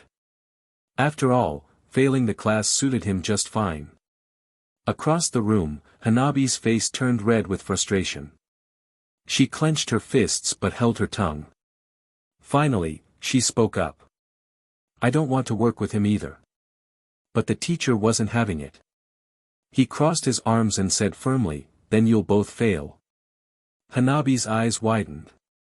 Failing this class wasn't an option, not with all the expectations placed on her as a future clan head. If she failed, others in the Hyuga clan would question her abilities. That couldn't happen. She had no choice. Reluctantly, she looked at Akuma. "I'll work with you," she said through gritted teeth. But Akuma didn't budge. "I still won't," he replied without hesitation. Hanabi glared at him but bit back her anger. She didn't want to escalate things, so she quietly sat down, thinking she'd convince him later. When the school day ended, Akuma went to his usual training spot. But as he walked, he noticed someone trailing behind him. It was Hanabi Hyuga. He came to a stop and turned his head slightly. "Why are you following me?" Hanabi met his gaze, frustration on her face. "I'm sorry for what happened yesterday," she said stiffly. "Now can we work on our school project?" Akuma stared at her. He could see how hard it was for her to say those words. But his answer remained the same. "No." He turned and started walking again. Hanabi quickly rushed forward, grabbing his hand. "Hey! Can't you see? If we don't work together, we'll both fail. It doesn't benefit either of us." Akuma looked at her silently. Realizing she was still holding his hand, Hanabi let go in embarrassment. "Sorry," she mumbled. "Still," Akuma said, "I don't want to work with you." He turned again to leave, but Hanabi grabbed his hand once more. "What the hell is wrong with you? Why won't you work with me?" "I said I'm sorry, what more do you want from me?" Her voice cracked with anger and helplessness. Akuma looked at her face, full of frustration and pride swallowed for the sake of something important. He sighed. "Why do you care so much about passing one class? Even if you fail, you'll still graduate. So what's the point?" Hanabi's expression softened. This time, she spoke quietly. "Because I have a dream, and passing this class is a step toward making it real." Akuma looked at her for a long moment. "Fine," he said at last. "I'll work with you." He told himself there would be more chances to fail later. He didn't like the idea of dragging someone else down just because of his own self-interest. That wouldn't sit right with him. Hanabi smiled, the tension easing slightly. "Thank you. After school tomorrow, could you come to my house? We can work on the project there." Akuma hesitated. He didn't want to get involved with any clan members. He already had enough problems. But he had given his word, and backing out now would only cause more trouble. "All right," he said quietly. And with that, he turned and walked toward his training spot. When Akuma reached his usual place, he stopped in his tracks. There, sitting calmly on a fallen log, was Might Guy. The Jonin's posture was relaxed, arms resting on his knees, eyes closed as if he'd been waiting for him. Guy opened his eyes and smiled brightly when he saw him. Akuma. Come, sit with me. Without a word, Akuma walked over and sat beside him. The two were silent for a moment, the wind rustling the leaves around them. Akuma, Guy began gently, how are you feeling today? I'm fine, Guy-sensei, Akuma replied, his voice quiet but steady.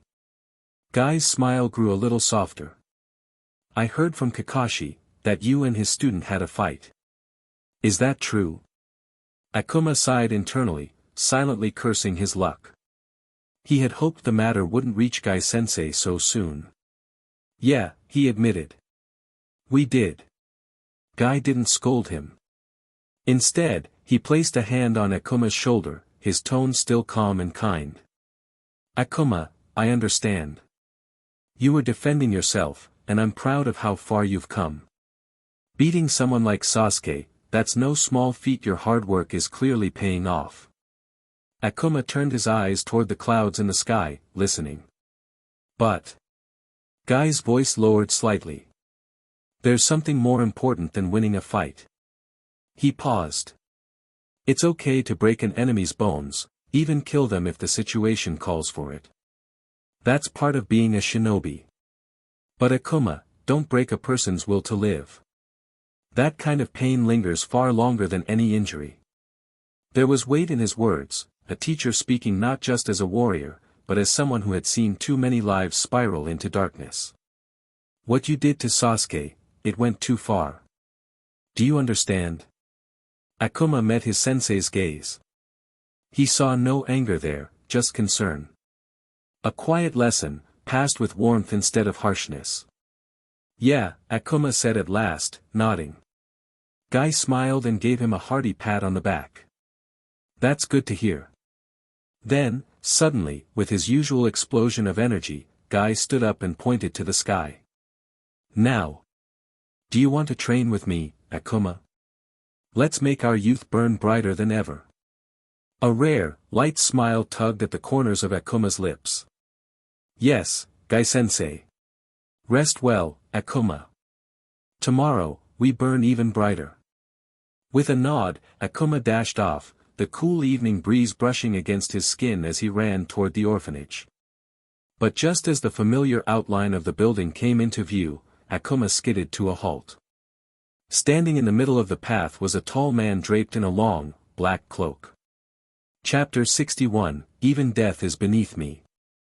As Akuma approached the orphanage, the fading twilight cast long shadows across the dirt path. He came to a sudden stop. A tall man in a long black cloak stood in his way, motionless, like a statue born of shadow. Are you the kid named Akuma Ito? The man asked, his voice low and calm. Akuma's eyes narrowed. The moment he heard that voice, saw those cold red eyes glowing faintly beneath the cloak, he activated his absolute dimension lock ring, expanding its range to the maximum. Reality itself sharpened around him as he scanned for threats. He stared into the man's eyes and replied with quiet defiance, Are you the one they call the family killer? A beat passed. Itachi Uchiha. Itachi's Sharingan twitched for the briefest of moments, but then his face returned to that unreadable mask of indifference. You've inflicted quite a deep wound in Sasuke, Itachi said. It'll be difficult for him to recover.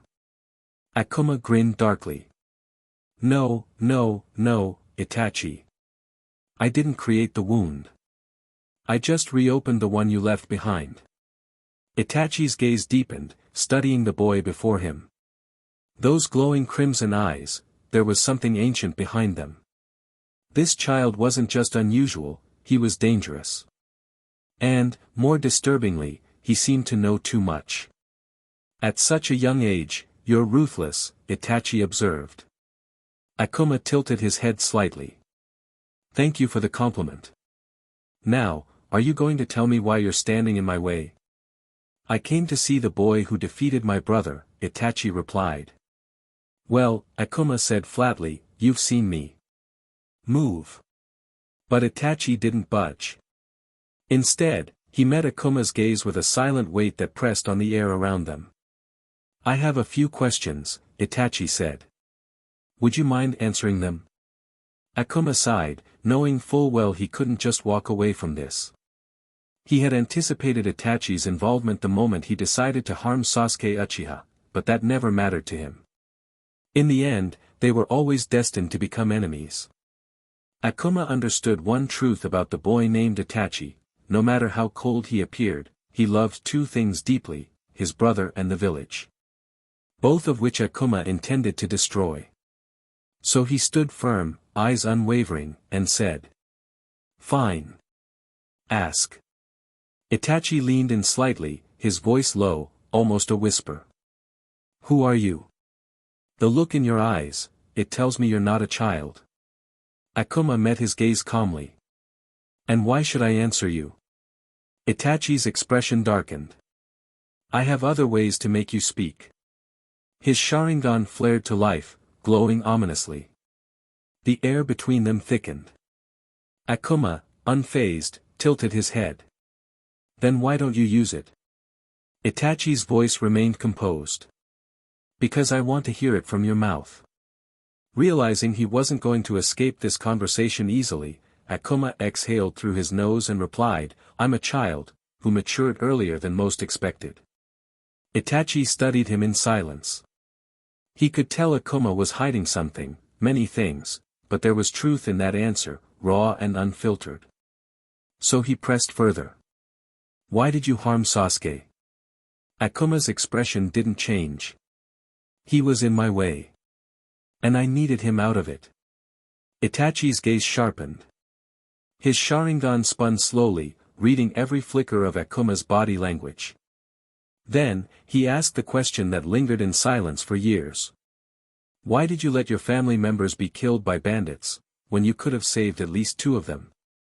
Akuma's smile vanished. His crimson eyes flared, the glow intensifying as the atmosphere around them seemed to bend under pressure. The air grew heavy, so heavy it almost became hard to breathe. Then it all stopped, like a flame snuffed out. Akuma looked up, calm again, but something in his eyes had changed. "My mother used to visit me once a week," he began, voice low but steady. "Each time, she looked a little hollower, like the world was eating her from the inside. Her smile, her voice, it all felt forced. The mother I knew was gone. I told myself I didn't want to see her anymore, but every week I still waited for her." He paused. "And then, one day, she didn't come. I was sad, but more than that, I was relieved. She didn't have to suffer anymore." And once again, the truth was clear: the weak are the ones who bleed for the sins of the world. Itachi said nothing, his gaze fixed. "We were poor.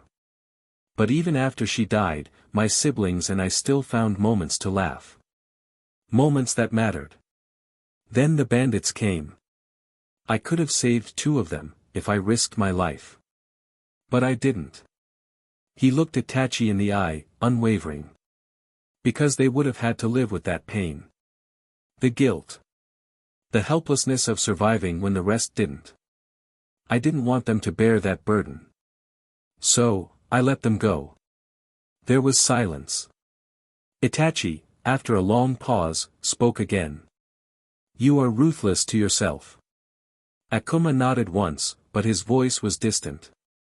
"Maybe. Or maybe I just hate seeing people suffer when they're too weak to change anything." Akuma narrowed his eyes, voice calm but laced with venom. "You asked me so many questions, like you're my superior, interrogating every decision I've made. So let me ask you just one." He stepped forward, his gaze burning. "How are you still alive?" Itachi didn't answer. His cold Sharingan eyes locked onto Akuma's, unflinching. But Akuma wasn't done. "I've never met someone like you. Remorseless. Shameless. The worst kind of friend. You knew who killed your friend, and still, you did nothing." He took another step closer, his voice dropping to a razor-thin whisper. "Everyone who loved you, you killed them. Your clan. The children. The old. The young. Your parents. Even that girl who loved you. And yet, you still walk around like you're carrying some noble burden. You're not a good clan member. Not a good son. Not a good friend. Not a good brother. You are not worthy to be loved. Itachi's expression didn't change, but the silence between them grew heavy, oppressive. All of Sasuke's pain, his hatred, comes from you. And now what? You're preparing him to kill you. Is that it? So you can finally rest in his hands and call it redemption? Akuma scoffed, eyes narrowing into slits. How pathetic. If I were in your place, I would have killed myself out of shame long ago. The air was still. Let me guess. You did it all for the village, but look around. Is it stronger? Is it better?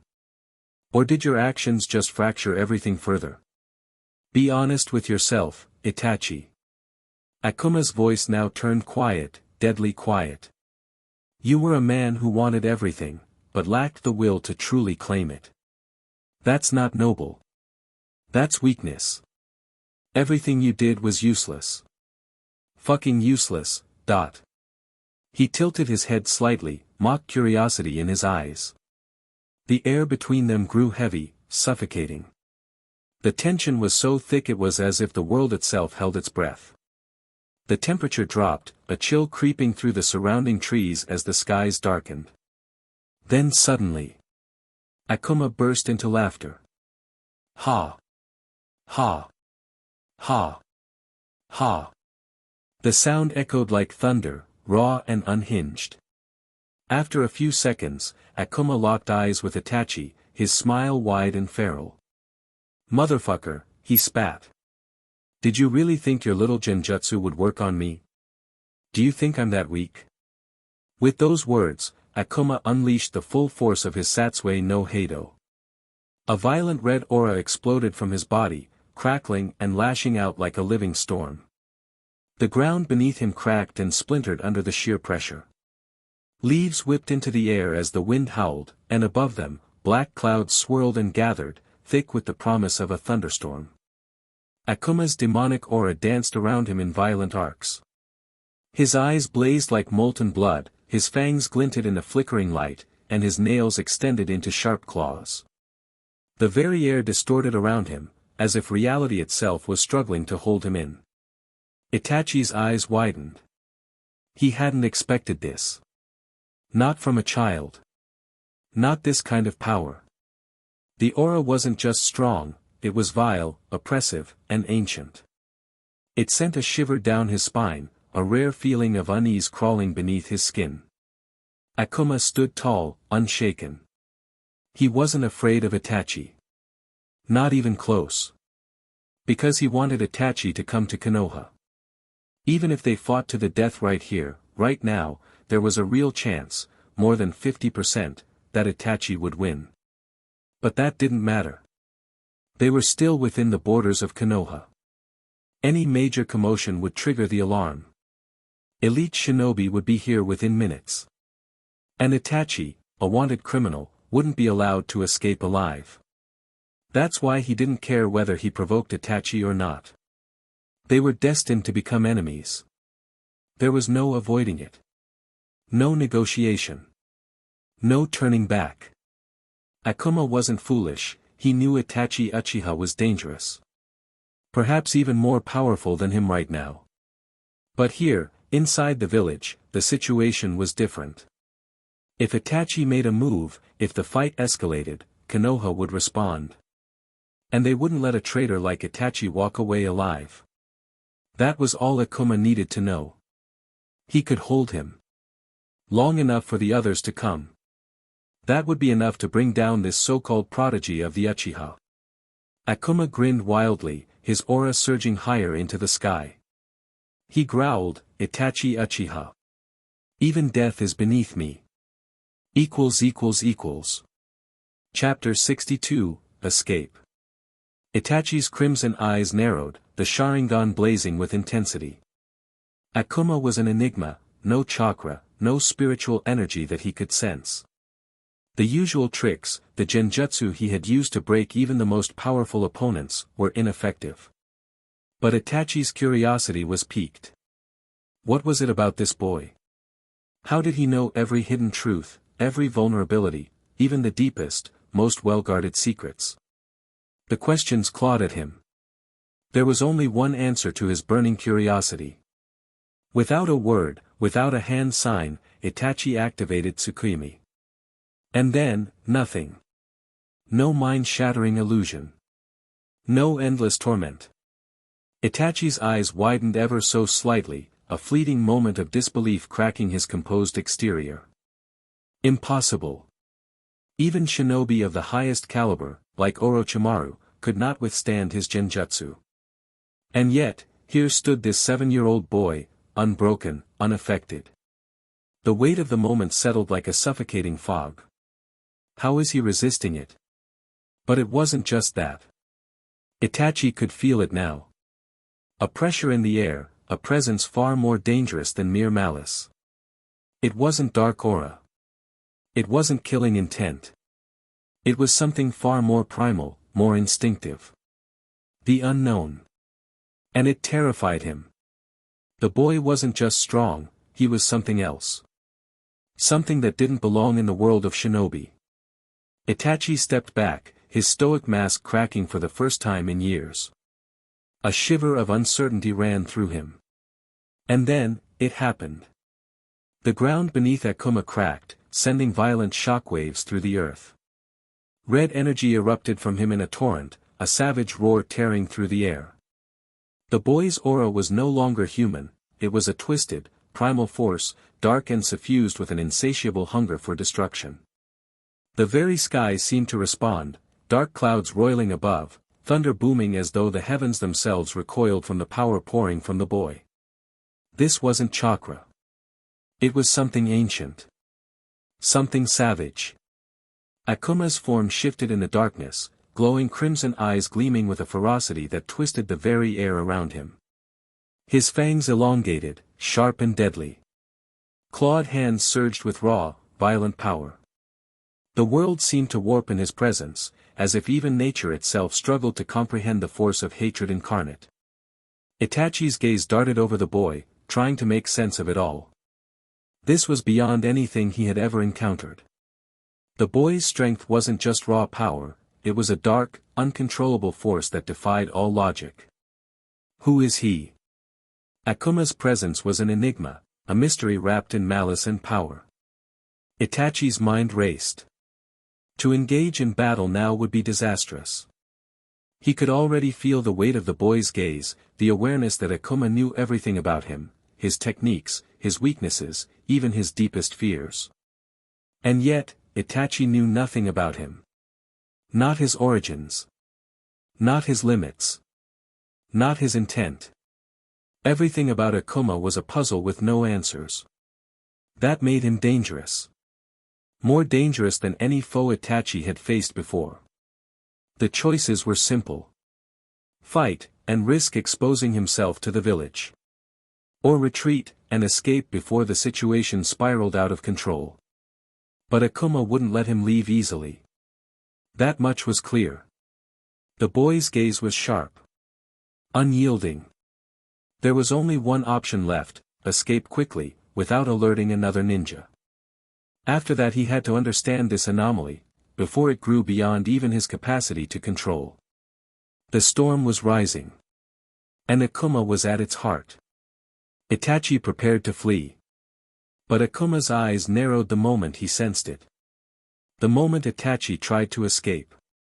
In a flash, he lunged forward, his fists crashing through the air like hammers of judgment. With no time to dodge, Itachi crossed both arms in defense. Boom! The impact sent shockwaves across the battlefield. Even with the block, the sheer force launched Itachi backward, skidding and flipping across the ground before regaining his footing. He used the momentum to widen the gap between them, his mind racing. Without wasting a breath, Itachi formed 3 clones, each darting in a different direction with flawless synchronization. A classic feint. But it failed instantly. Akuma's eyes didn't even flinch. The absolute dimension lock ring pulsed faintly around his finger, locking onto the real Itachi with unerring precision. There. He bolted forward like a bullet, leaving dust clouds and fractured stone in his wake. Realizing his trick had failed, Itachi redirected the 3 clones, sending them to intercept Akuma mid-charge to buy himself precious seconds. They never stood a chance. With ruthless efficiency, Akuma tore through them. A single punch shattered the first. A spinning kick erased the second. The third barely raised a hand before being crushed into smoke and wind. But even that brief delay had given Itachi a significant lead. He was already faster than Akuma, but now, with more distance between them, catching up seemed almost impossible. Akuma clenched his fists. At this rate, Itachi would escape. Unless. A sudden pulse of crimson energy surged around his body. The Satsui no Hado stirred, like a beast awakened. Without hesitation, Akuma vanished, teleporting forward with a burst of raw power. Space itself trembled from the violent distortion. Crack. He reappeared just a few feet from Itachi, his presence crashing down like a hammer of gravity. Itachi glanced back, and froze. He closed the gap, instantly. He had no idea what technique Akuma had used, but one thing was certain, if Akuma used it again, escape would be impossible. The grim truth sank in. He couldn't run. Not from this monster. With a sharp breath, Itachi skidded to a halt, spinning on his heel to face Akuma. His expression was unreadable, but his eyes were razor-focused. He had to end this. Quickly. Before the ninja of the village arrived. He still didn't know the full extent of Akuma's power, but one thing was clear, he could no longer afford to underestimate him. So he made a decision. To go all out. No more holding back. This fight needed to end, now. Chapter 63, Broken. Seeing that Itachi wasn't running away, Akuma smiled. Itachi Uchiha produced 3 clones, each holding a kunai. In response, Akuma gripped his own kunai tightly, ready for battle. All 3 clones charged at him simultaneously. But Akuma didn't focus on them, instead, his eyes were locked on the real Itachi. At that moment, Itachi formed a hand sign and unleashed a massive fireball, hurling it toward Akuma with incredible speed. Akuma quickly dodged to his left. The fireball crashed into the ground and exploded into countless smaller fireballs, scattering across the sky and raining destruction throughout the area. The 3 clones closed the distance and attacked from all sides. Akuma dodged their strikes and countered with a powerful punch, but just as he made contact, all 3 clones self-destructed in front of him. Boom! A massive explosion erupted, blasting dirt and debris everywhere. But through the smoke, Akuma lunged straight at the real Itachi, completely unharmed. Itachi was stunned. He took that head-on and survived. Akuma's fist flew at him, and Itachi barely dodged. The punch smashed into the ground, cracking it apart. Suddenly, a jolt of electricity surged from the earth and struck Itachi, paralyzing him momentarily. Akuma didn't hesitate. He delivered a devastating kick to Itachi's chest. Itachi barely managed to block with his arms, but the force still sent him crashing through several trees. Akuma landed and looked at him. One of Itachi's arms was clearly broken. He smiled. Now it'll be harder for him to form hand signs. Not wanting to give Itachi a chance to recover, Akuma lunged again, this time with his fist infused with electricity. But just as his punch was about to land, Itachi's body burst into a flock of crows. A clone. Akuma looked up and spotted the real Itachi in the trees, hand seals already completed. Great fireball technique. A massive fireball came barreling toward him, fast and destructive. Too close to dodge. Akuma gritted his teeth and activated the Satsui no Hado, letting it surge to its maximum. He braced for impact. Boom! The explosion leveled the surrounding forest, burning trees and shattering rocks. As the smoke cleared, Akuma stood in the center of the devastation. His skin was scorched and burned, but within seconds, his wounds began to heal. Rapidly. Visibly. In mere moments, he was completely healed. Even Itachi was stunned by the speed of Akuma's regeneration. Then he sensed it, other ninja approaching quickly. He coughed up blood, his chakra nearly depleted, and one arm broken. His illness weighed heavily on him. His mind was clouded by Akuma's words, making it harder to focus and use ninjutsu. His body was failing. If I stay, I die. Akuma noticed too.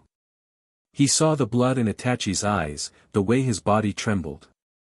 He understood Itachi wanted to end the fight quickly. And Akuma wasn't about to let him escape. He made his decision, stall Itachi long enough for backup to arrive. Itachi activated his incomplete Susanoo. He was going all out. Akuma, in response, unleashed his full power. The Satsui no Heido consumed him. Violent red aura erupted from his body. Thunder roared above. Rain poured down. Akuma moved first. Too fast to follow. Lightning and fire ki surged into his fist. He struck at the incomplete Susanoo. Itachi met him head-on. Their fists collided. Kaboom! The explosion devastated the battlefield. Trees were ripped from the ground. Shockwaves spread in every direction. Akuma was sent flying, his arm burnt from the impact, but it healed in the blink of an eye. He looked toward Itachi. One of Susanoo's arms had been destroyed. Itachi stared at Akuma with his Mangekyo Sharingan. I've never met someone like you, but this ends now. Black flames ignited, Amaterasu. They shot toward Akuma at terrifying speed. This was the one technique Akuma truly feared. The black fire. Hot as the sun. Impossible to extinguish. If it hit him, it was over. He had no seals, no tools, and not enough speed to escape. Only one option remained, teleport. It was risky. Pain racked his entire body, making it hard to focus. If he failed, he'd teleport straight into the flames, and die instantly. Still, he had no choice. He focused everything and teleported behind Itachi. But Itachi had predicted it. He turned immediately and stabbed Akuma through the heart with a kunai. This is the end, Akuma, Itachi said quietly, sadness in his voice. Do you fucking think I need your pity? Akuma roared. Crimson ki spiraled around his arm, swirling into his palm like a collapsing star. The Gohadoken, his last weapon. He thrust it forward, straight at Itachi's heart. Itachi barely managed to twist his body in time, but the blast hit his arm, vaporizing it completely. The Gohadoken flew past and slammed into the distant mountains, destroying half of it. Itachi staggered back, clutching the bleeding stump, using the few chakras reserves he had left to stop the bleeding. Akuma, meanwhile, gritted his teeth, pulled the kunai from his chest, and activated the Satsui no Heido one final time. His body was falling apart, bones fractured, muscles torn, but he focused all his energy on healing his heart. With the help of a 90% recovery item, he had a chance to survive. It was a gamble.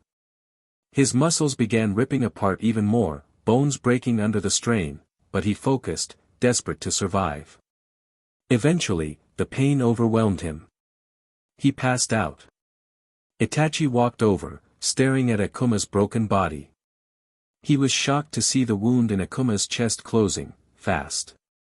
He pulled out another kunai, preparing to end it. But just then. "Who are you?" a voice called out. Leaf Shinobi had arrived. Itachi froze. He couldn't fight them. Not like this. He turned and fled into the jungle, several ninja chasing after him. A few stayed behind. One of the shinobi stepped back, eyes wide looking at Akuma's battered body. What is this kid? Quickly, get him to the hospital, now. Chapter 64, Thunder. The thunder roared overhead as rain fell in torrents across the village. Hiruzen Sarutobi entered his office, his robes soaked and clinging to him, droplets trailing behind as he moved. Without delay, he settled behind his desk, his expression stern as his eyes fell on the 5 shinobi kneeling before him. Well, he said, voice calm but laced with authority. You requested an urgent meeting. Speak. One of the shinobi stepped forward, bowing low before answering. Hokage-sama, we've encountered the wanted criminal. Itachi Uchiha. He was seen inside the village. Hiruzen's eyes narrowed. Itachi, he repeated quietly. Then, more sharply, was he captured? The shinobi hesitated, clearly troubled.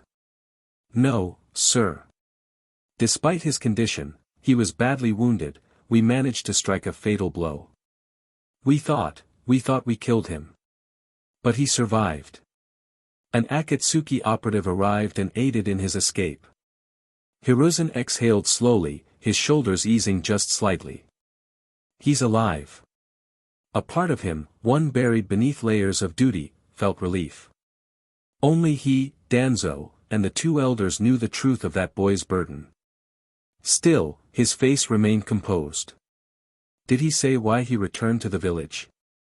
We're uncertain, the shinobi admitted. We're still piecing it together. But what we know is this, Itachi engaged in a violent battle near the outskirts. His opponent was a boy. Akuma. Hiruzen's gaze sharpened instantly. Akuma. The shinobi nodded. Yes. We examined the battlefield. The destruction was, beyond belief. Itachi lost an arm. His injuries were severe. As for the boy, multiple fractures, torn muscle tissue. It's a miracle he's still breathing. He's been taken to the hospital, but his condition is critical. For a long moment, Hiruzen said nothing. His thoughts churned. Akuma fought Itachi, and survived. He knew Itachi's strength. Even in his prime, Hiruzen wasn't certain he could best the boy. And yet, Akuma had endured a battle with him. Not only that, but wounded him so grievously. It didn't add up. And why would Itachi fight him to begin with? He'd heard of the incident with Sasuke, yes, but Itachi was not one to act on impulse. There had to be something more behind it. Then there was Akuma himself. That child was a mystery. An anomaly. His growth, both in ability and presence, was unlike anything Hiruzen had seen. That overwhelming pressure the boy exuded, it wasn't normal. It was something else. And now, to learn that he fought a shinobi of Itachi's caliber.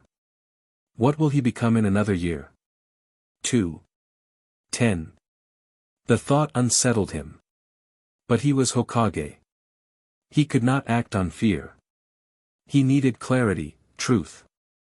I want a complete report, he ordered, his tone even but resolute. Every detail, every witness account, every scrap of evidence. I want to know exactly what happened. The shinobi bowed deeply. Yes, Hokage-sama. As they departed, Hiruzen stood slowly, his expression unreadable. He retrieved his staff and turned toward the window, the rain still lashing against the glass. After a moment, he turned and walked out the door, only one destination in mind. Konoha Hospital. He needed answers. The cave was quiet, save for the relentless drum of rain pounding the earth above.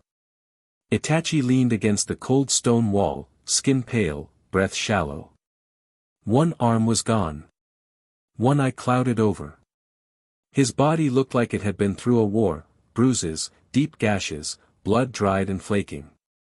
Kisame sat nearby, arms folded, Samahata twitching faintly beside him. It didn't like being apart from him, but it had reluctantly lent chakra to Itachi, accelerating the healing. He'd done what he could, bandaged the worst wounds, forced a few field meds down his partner's throat.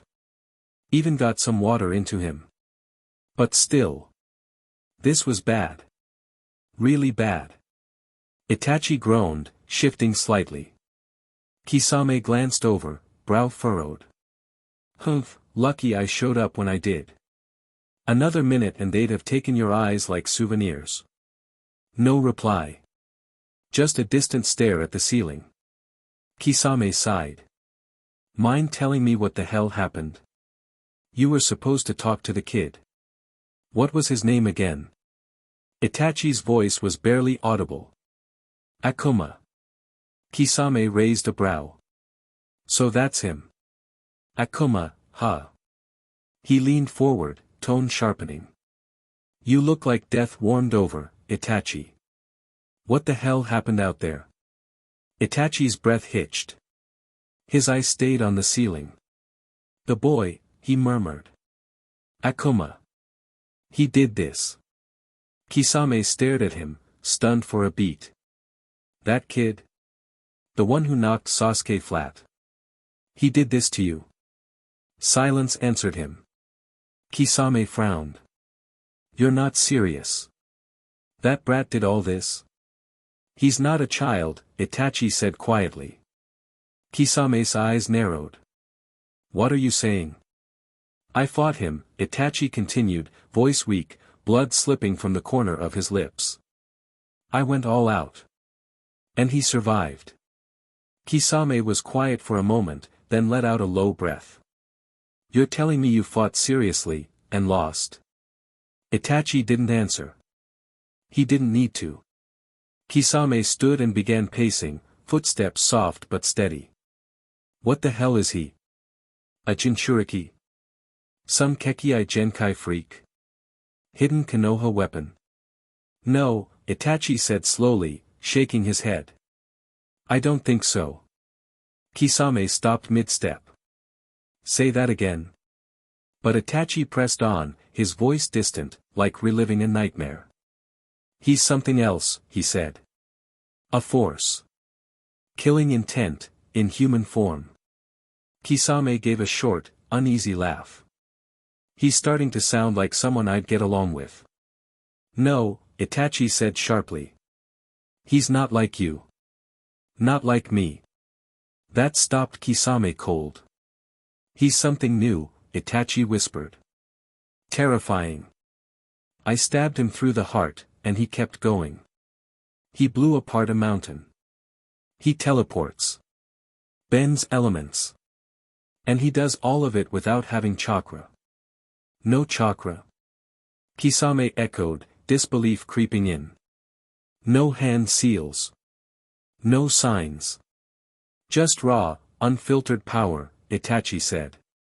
He walks a path outside the shinobi world. A path of pure will. Kisame stared at him for a long moment. Then slowly, a grin crept onto his face. You're not messing with me, are you? I wish I was. Kisame let out a low whistle, sitting down again. TCH, damn. This Akuma kid, he sounds like a real piece of work. Itachi's gaze dropped, voice barely a whisper. We watch him. From the shadows. Learn everything we can. If he keeps growing, he'll be a threat. Kisame snorted. But he couldn't shake the image in his head, of a ruined mountain, the scent of scorched earth. Hard to believe, he muttered. But I trust what I see. He reached into his pouch and tossed a blood pill into Itachi's lap. Don't die on me yet, he said with a small smirk. You still owe me a proper fight. And this Akuma kid? Yeah. I definitely want to meet him myself. Chapter 65, Homework. Akuma slowly opened his eyes, the white ceiling of the hospital room coming into view. The air smelled faintly of medicine and antiseptic. As his vision cleared, the first thing he saw was Might Guy sitting beside him, his brows furrowed with worry. The moment their eyes met, Guy's expression lit up. Finally. You're awake, Akuma, he said, grinning from ear to ear. Before Akuma could respond, a blur of green leapt forward. My little brother is awake. Rock Lee cried, tears streaming down his face as he threw his arms around Akuma. I was afraid you'd never open your eyes again. Lee, ease up. Guy stepped forward, placing a hand on Lee's shoulder. He's still recovering. Lee immediately let go, wiping his tears with the back of his sleeve. Sorry, Akuma. I was just so relieved. Akuma, though sore and exhausted, managed a faint smile. He didn't mind their reaction. In fact, a small part of him found comfort in it. Guy-sensei, how long have I been here? He asked, his voice rough and dry. Guy gave a firm nod, still smiling with relief. 6 days. The Mednin said your recovery was remarkable. Most of your injuries healed in just 3 days, but you wouldn't wake up. They feared you had fallen into a coma. We were all worried. Akuma went quiet, absorbing the information. He was alive. That much was certain. But a single question still burned in his mind. What about Itachi? He asked, voice dropping to a near whisper. What happened to him? Guy's expression immediately darkened. The joy left his eyes as his jaw tensed. He escaped, he said, fists clenching. Even after our shinobi managed to blow away half of his body, someone from the Akatsuki showed up and pulled him out. Investigators say they were caught in a genjutsu, just for a few seconds. But it was enough. It gave the Akatsuki time to retrieve him. Akuma's eyes narrowed. His heart pounded, not from fear, but from rage. He escaped, he had done everything, shattered Itachi's body, drained his chakra, fractured his mind. He had dug into the man's soul, pulled at the strings of his emotions, and yet they still let him get away. The fury inside him stirred like a storm. He could feel it creeping in, the dark, violent whisper of the Satsue no Heido. It called to him, begged to be unleashed. But Akuma exhaled slowly, eyes closing as he forced the storm back. No. Not yet.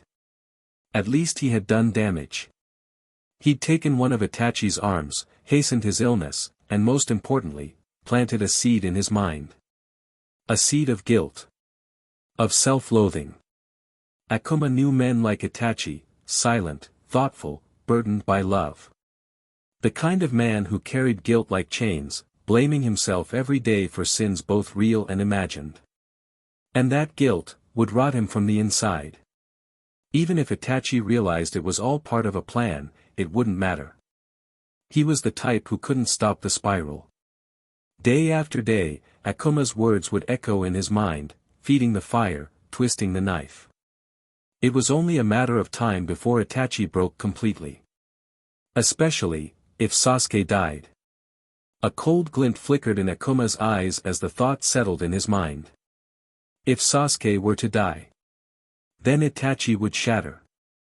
There would be no need for a second battle. No final confrontation. Itachi would crumble under the weight of his own guilt. A quiet, sinister satisfaction washed over Akuma, but he kept his expression blank. He simply stared at the ceiling once more. Now, it was time to begin planning Sasuke Uchiha's death. Might Guy and Rock Lee exchanged surprised glances as they watched the change in Akuma's expression. Just moments ago, he had been filled with anger, and now he sat in deep, unsettling thought. His face unreadable, his presence unusually quiet. Guy leaned forward, concern flashing in his eyes. Akuma, are you all right? He asked, his tone serious. The voice snapped Akuma out of his thoughts. He blinked and looked up at Guy as if just realizing he wasn't alone. Oh, yes, Guy-sensei, he said quickly. Both Guy and Lee watched him carefully, unsure of what had just passed through Akuma's mind. Guy especially was unsettled. He had seen many emotions in his years of teaching, but the silence that had just come from Akuma was heavy, and dangerous.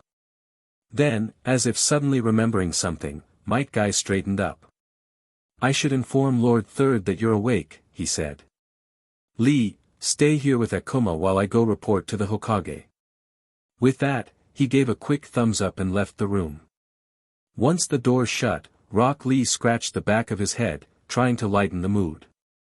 So, while we wait, did you know they served miso ramen yesterday? It smelled amazing. But they didn't let me bring any here. Something about hospital policy. He kept rambling about random village things until something caught his eye. Lee pointed at Akuma's hand. Oh. That ring, who gave it to you? He asked curiously. Akuma glanced down at his hand, noticing the black metallic ring securely around his finger, his absolute dimension lock ring. He quickly came up with a simple explanation. Oh.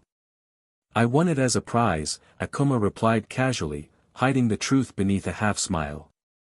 Lee nodded, seemingly satisfied, for a moment. Oh. I almost forgot, there was a girl who came by while you were unconscious, he said, rummaging through his pocket. She asked me to give this to you when you woke up. He handed Akuma a folded piece of paper. Akuma took it and unfolded it, his eyes scanning the message. In simple handwriting, it read. If you recover, come to my house. Hanabi Hyuga.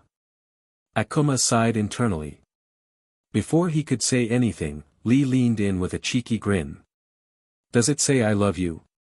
Akuma shot him a look and replied flatly, no. It says do your homework.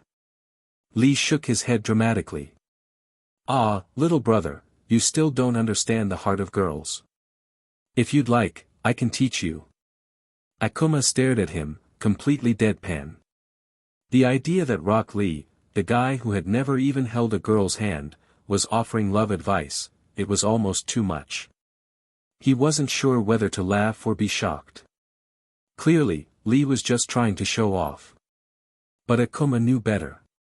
So he said nothing, simply letting the comment pass like the wind. Instead, his attention shifted. He could hear footsteps approaching from the hallway, measured and deliberate. They're coming, now begins the real interrogation. Akuma sat up straighter, mentally preparing himself for the questioning that was about to begin. Chapter 66, Sakura Tree. The door opened with a quiet creak, and in stepped the third Hokage, Hiruzen Sarutobi, followed closely by Might Guy. Rock Lee immediately stood up and offered his chair to the elderly leader. Thank you, Hiruzen said kindly, settling into the chair beside Akuma's hospital bed. Now face to face with the boy, he gave him a warm smile. How are you feeling, Akuma? Is your health improving? Akuma didn't return the smile. He simply stared ahead and replied curtly, I'm fine. Hiruzen's smile didn't waver. He nodded, as if expecting that kind of response. I heard you had an encounter with Itachi Uchiha. Can you tell me what led to that fight? Akuma glanced at him, expression unreadable. I assume it's because I had a fight with his brother, he said plainly. Other than that, I have no idea. I'd never met him before, never even spoken to him. Hiruzen raised an eyebrow slightly but nodded again. So, you can't think of any other reason this confrontation might have happened? Akuma acted as if he were pondering the question, then shook his head. No. Nothing comes to mind. Well, that's all right, Hiruzen said, his tone still patient. Then, after a brief pause, his expression turned more serious. You know, Akuma, your body is unique. Akuma feigned ignorance and replied, yeah. I know. I don't have chakra. Hiruzen chuckled softly and shook his head. No. I'm not talking about that.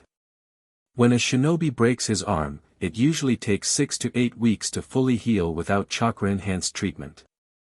But you had 34 broken bones, torn ligaments, ruptured muscles, injuries that would have killed a regular ninja or taken years to recover from. Yet, everything healed in just 3 days. Might Guy stiffened behind him, fists clenched, his eyes filled with anger upon hearing the extent of Akuma's injuries. Hiruzen glanced back at him, and Guy quickly bowed his head in apology. Seeing the tension ease, the third Hokage continued. Akuma, can you tell me more about your body? Is there anything else that sets you apart from others in the village? There was a subtle hint of anticipation in his voice, his curiosity sharpening. He suspected a Kekii Genkai, and wanted confirmation. Akuma paused, pretending to think.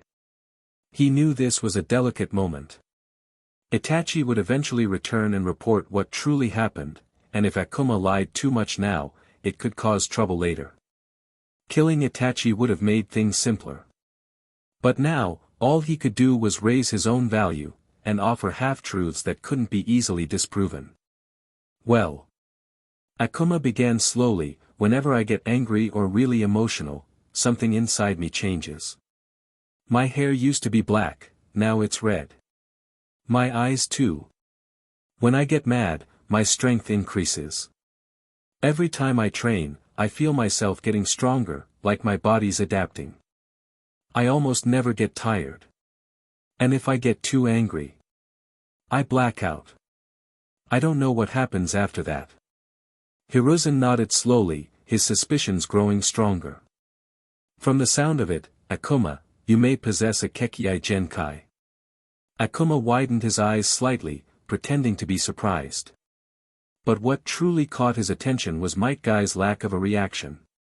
Either the old man had already told him, or Guy had suspected it all along. Kekii Genkai? What's that? Akuma asked. Hiruzen smiled and explained, Kekii Genkai are special abilities passed down through bloodlines. They can't be learned or copied, only inherited. There are 3 types, dojutsu, like the Sharingan or Byakugan. Elemental fusions, where 2 nature elements combine, and finally, unique traits. These are special physical abilities tied to the body, like controlling your bones, your blood, or regenerating rapidly. Judging from what you've described, yours falls under the unique trait category. Akuma nodded slowly, as if just now understanding. It was a misunderstanding, but one that benefited him. So he didn't correct it. That means. He began, a smile forming on his lips, I can become a ninja. Hiruzen chuckled and stood up. Yes. You have the potential to become a strong shinobi. But only if you work hard. I will, Akuma said firmly. I'll train harder than anyone. The 3rd Hokage placed a hand on his shoulder with a grandfatherly smile, then turned to Guy. Take good care of him, Guy. Yes, Hokage-sama. Guy said with his usual passionate salute.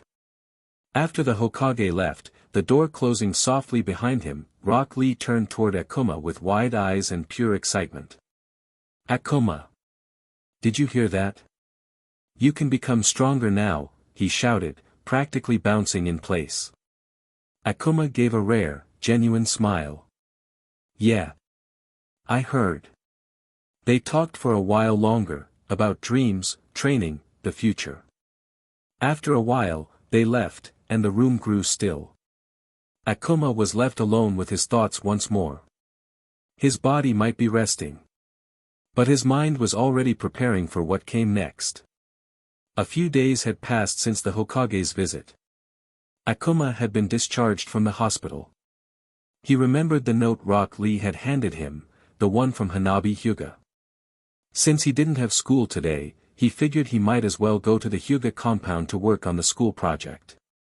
Come to my house once you've recovered. The Hyuga compound was quiet when he arrived. The massive wooden gates, lined with intricate carvings of the clan's history, stood tall and dignified.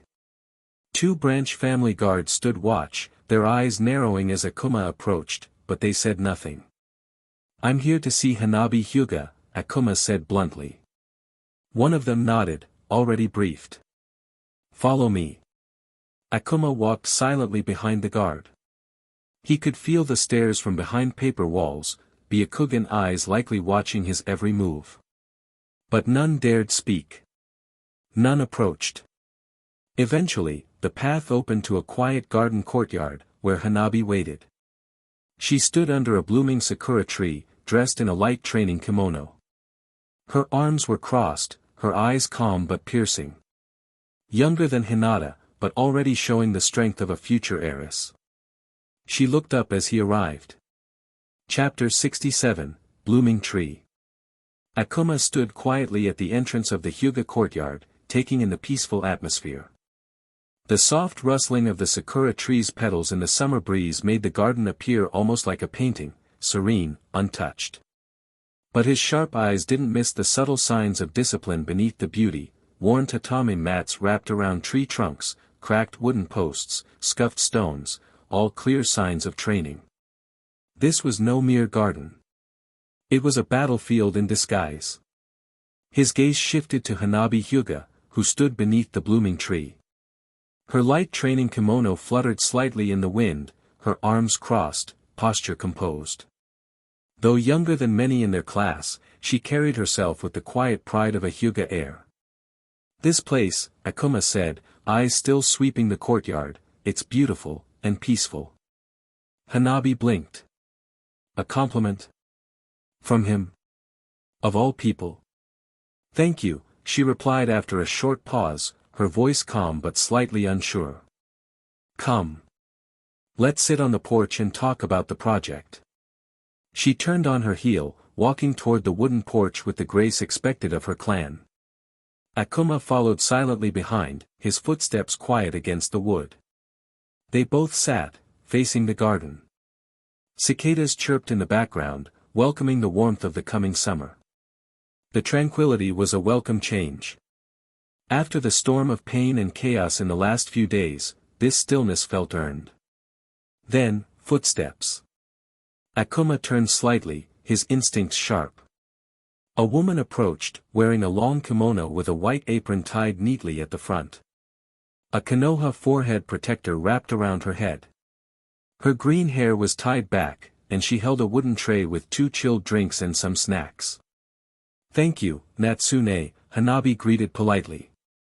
The woman, Natsu Hyuga, bowed her head politely. Then her eyes fell on Akuma. A flicker of surprise crossed her face. The boy Hanabi had brought with her wasn't like the others. He was tall for his age, his frame lean but muscular. His hands looked rough, more like claws than those of a child. But it was his eyes that unsettled her. They were sharp, beastly. Like something wild lived behind them. Akuma noticed her stare. He looked back at her. She quickly averted her gaze and silently took her leave. "How much of the project did you finish?" Hanabi asked, turning back to Akuma. "I don't even know what the project is about," he replied flatly. Hanabi clenched her fists, trying hard to control her temper. "So, you've done nothing?" Akuma shrugged. "Nope." There was a tense pause. "Did you even read the project paper Sensei gave you?" she asked slowly. Akuma tilted his head, thinking. "Oh. That paper. I tossed it in the trash the moment I left class." A vein popped on Hanabi's forehead. Without warning, she threw a punch at him. Akuma caught her fist mid-air with ease. "What's wrong with you?" he asked calmly. "What the hell is wrong with you? Why would you throw that paper away?" she shouted, her voice filled with frustration. Akuma didn't respond. He just let go of her fist. Hanabi huffed and handed him a copy of her project. "Your part was to write about frog anatomy. Mine's about fish. Once done, we compare the two for similarities and differences." Akuma took the paper, scanned it briefly, then grabbed a pencil lying nearby and began writing. 10 minutes later, he put the pencil down and handed her the sheet. "Done." Hanabi narrowed her eyes. "Let me see that." She expected a mess, maybe a few half-hearted notes or some scribbles. What she saw instead made her blink in disbelief. He had written detailed notes on frog anatomy, muscles, organs, bone structure, even cell information. There was a neat diagram too, complete with labeled parts. And all of it was accurate. "You."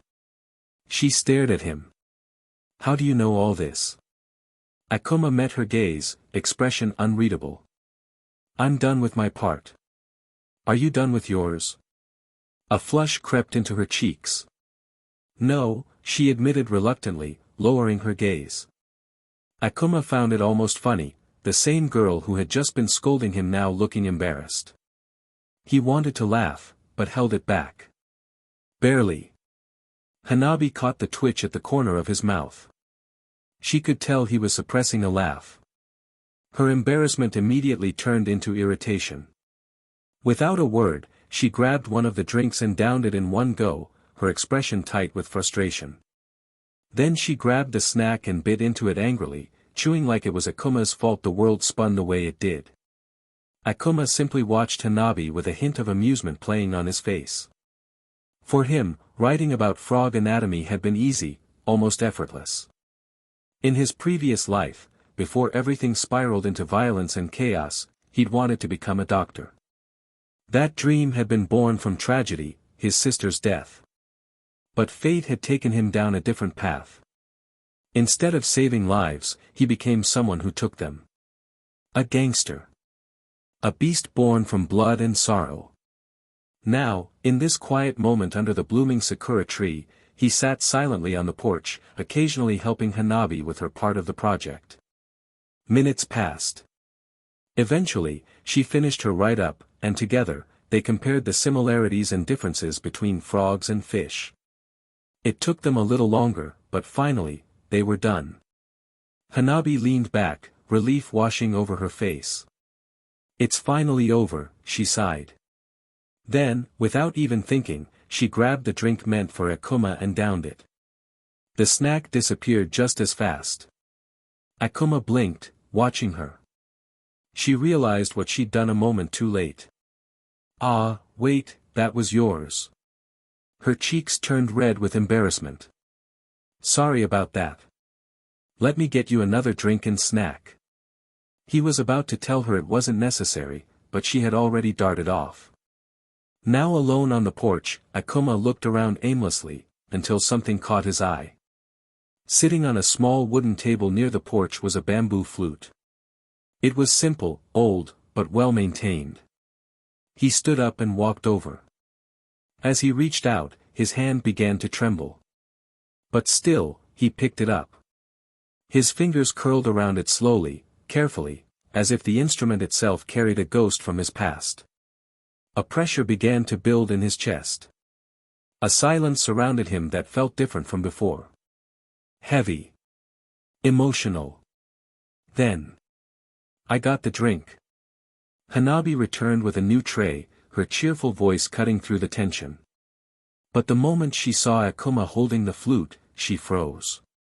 That's my grandfather's bamboo flute, she said. Do you know how to play it? Akuma didn't respond. Too quiet. The peaceful aura that had lingered moments ago evaporated. What replaced it was heavy, dark, and dangerous feeling. Hanabi felt her breath catch in her throat as a chill ran down her spine. Instinctively, she took a step back. Akuma's eyes were fixed on the flute, his hands shaking now. He held it as if he didn't know whether to treasure it, or destroy it. And in the next moment, he gripped it with both hands, as if he was about to snap it in half. Hey! Hanabi cried out, panic overtaking her as she dropped the tray. It clattered loudly on the floor. She rushed over and grabbed his arm. That's my grandfather's bamboo flute. Why are you trying to break it? Her voice rang out, sharp and desperate. Akuma blinked. The tension broke.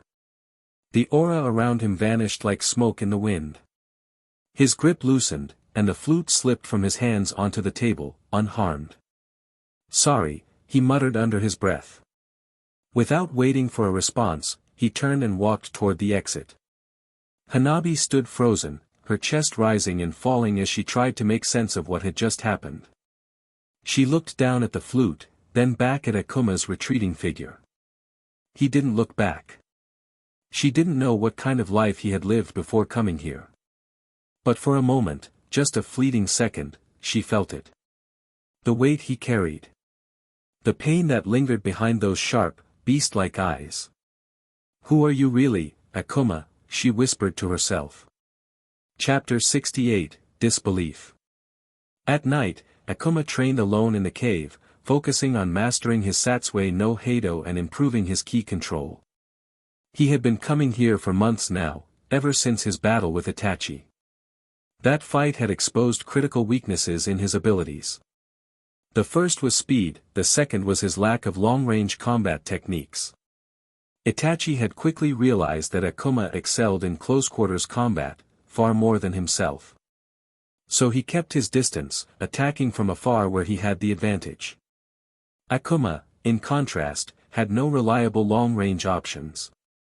He had tried again and again to close the gap between them, but Itachi was too fast, always staying just out of reach. Even in the rare moments Akuma managed to close the distance, Itachi would evade his strikes with ease. These weaknesses had nearly cost Akuma his life. He knew that if he didn't address them, the next time might be his last. And so, for the past few months, Akuma had thrown himself into relentless training, day and night, without rest. To improve. To grow. To become faster. Stronger. Deadlier. Thanks to the close of perfection 90% recovery, an item that allowed him to function with just 1 hour of sleep, he no longer needed full nights of rest. That single hour was enough to fully recover. The rest of his time was spent sharpening his body, mind, and spirit. Every second counted. Every breath had a purpose. Weakness had no place in his future. Itachi was preparing to return to Konoha to report everything that had happened between him and Akuma to the third Hokage. Even after fully recovering from their battle, a lingering sense of unease gnawed at him. He had no proper explanation, no justification, for why he had tried to kill the boy. His original intention had been simple: speak with Akuma, observe him, perhaps assess his growth. But the moment they met, Itachi realized something terrifying. It wasn't Akuma's strength that unsettled him, it was his knowledge. The boy knew things he shouldn't, intimate details about Itachi's past, his strengths, his weaknesses. Akuma had seen through him completely. And that wasn't all. His killing intent was suffocating, refined, focused, inhuman. His demeanor was calm, but chilling. It felt less like meeting a child and more like staring into the eyes of a predator in human form. Worse still were the words Akuma had spoken, words that pierced Itachi's mind like a slow-acting poison. Words that should have been impossible for him to know. Combined with the presence of other shinobi nearby, Itachi realized Akuma had come fully prepared, and had no intention of letting him escape. In that moment, instinct took over. Itachi made a choice, not out of hatred or rage, but pure survival. He had to kill Akuma, or be killed himself. But now, with the storm behind him, Itachi moved silently through the forests bordering the Hidden Leaf. Thanks to a hidden route provided by the third Hokage, he could slip into the village without triggering any alarms. It was a path left open for emergencies, or if he ever wanted to visit his brother. He would use it now, before the Chunin exams began. Once the exams started, the village's security would tighten, making future entry far more difficult. Guy, I've told you 3 times over the past few months, you cannot take this mission, Hiruzen said firmly, exhaling a slow stream of smoke from his pipe. Before him, Might Guy knelt, fists clenched, head bowed in frustration. But Hokage-sama, Guy protested, lifting his head, I am fully qualified for this mission. Am I lacking in any way that disqualifies me? Hiruzen studied him for a long moment, pipe in hand. Then, finally, he said, No, Guy. You are not lacking. You're more than qualified. A flicker of hope appeared on Guy's face. Thank you. But I still can't allow it, Hiruzen cut in, his voice heavy. Guy's smile faded. We need you here, the Hokage continued. You are one of the strongest shinobi in the village, and the Chunin exams are fast approaching. Konoha will be under immense pressure, and likely, danger. If we send you after Itachi, we'll be weakening our own defenses. Too many of our top shinobi have either died, or abandoned the village. Hiruzen's eyes dimmed slightly at the last words. Even my own students are gone. Guy lowered his head once more. I understand. Hokage-sama. Without another word, he rose and left the office. Hiruzen sat in silence, watching him go. He turned to look out the window, smoke curling from his pipe as his gaze drifted to the distant rooftops of Konoha. The more I think about this village's future, the darker it seems. Morning sunlight warmed the streets of Konoha as Akuma stepped out of a small flower shop, 3 bouquets cradled carefully in his arms. Without a word, he made his way toward the training grounds, his destination clear. After a while, he arrived. Little brother Akuma. Rock Lee's voice rang out the moment he saw him. What brings you here? Akuma glanced at Lee and the rest of his team, then stepped forward. His voice was calm, but carried warmth. Last year, you didn't get to participate in the Chunin exams, he said. But this year, you will. I thought I'd give you something, to mark the start of your journey. He held out a bouquet. Rock Lee's face lit up. Thank you, Akuma, for your encouragement. Akuma nodded silently and turned to the next person, Ten. Is that flower for me? She asked, surprised. Thank you, Akuma. You just turned 8 and you're already so thoughtful, so cute. She smiled warmly, hugging him tightly as she accepted the bouquet. Akuma stood still, eyes blinking once, unsure of how to respond. After a moment, she let go, and he turned to the last member of the team. Here, brother Niji. This is for you. Niji looked at the bouquet but didn't move to take it. I don't need a good luck charm, he said coolly. I know I'm capable of becoming Chunin on my own merit. Without another word, he resumed his training, leaving Akuma holding the bouquet in silence. Akuma turned to leave, but Ten stepped forward with a small smile. Don't worry about Niji. He's just, like that. But he does appreciate it. He's just bad at showing it, she said gently. Give it to me, I'll pass it on to him later. Yeah, Ten is right, Rock Lee added. Don't take it to heart. Akuma gave a small nod, handing the bouquet to Ten, and then walked away in silence, heading toward his usual training area, the flowers behind him, and his focus already shifting toward the battles ahead.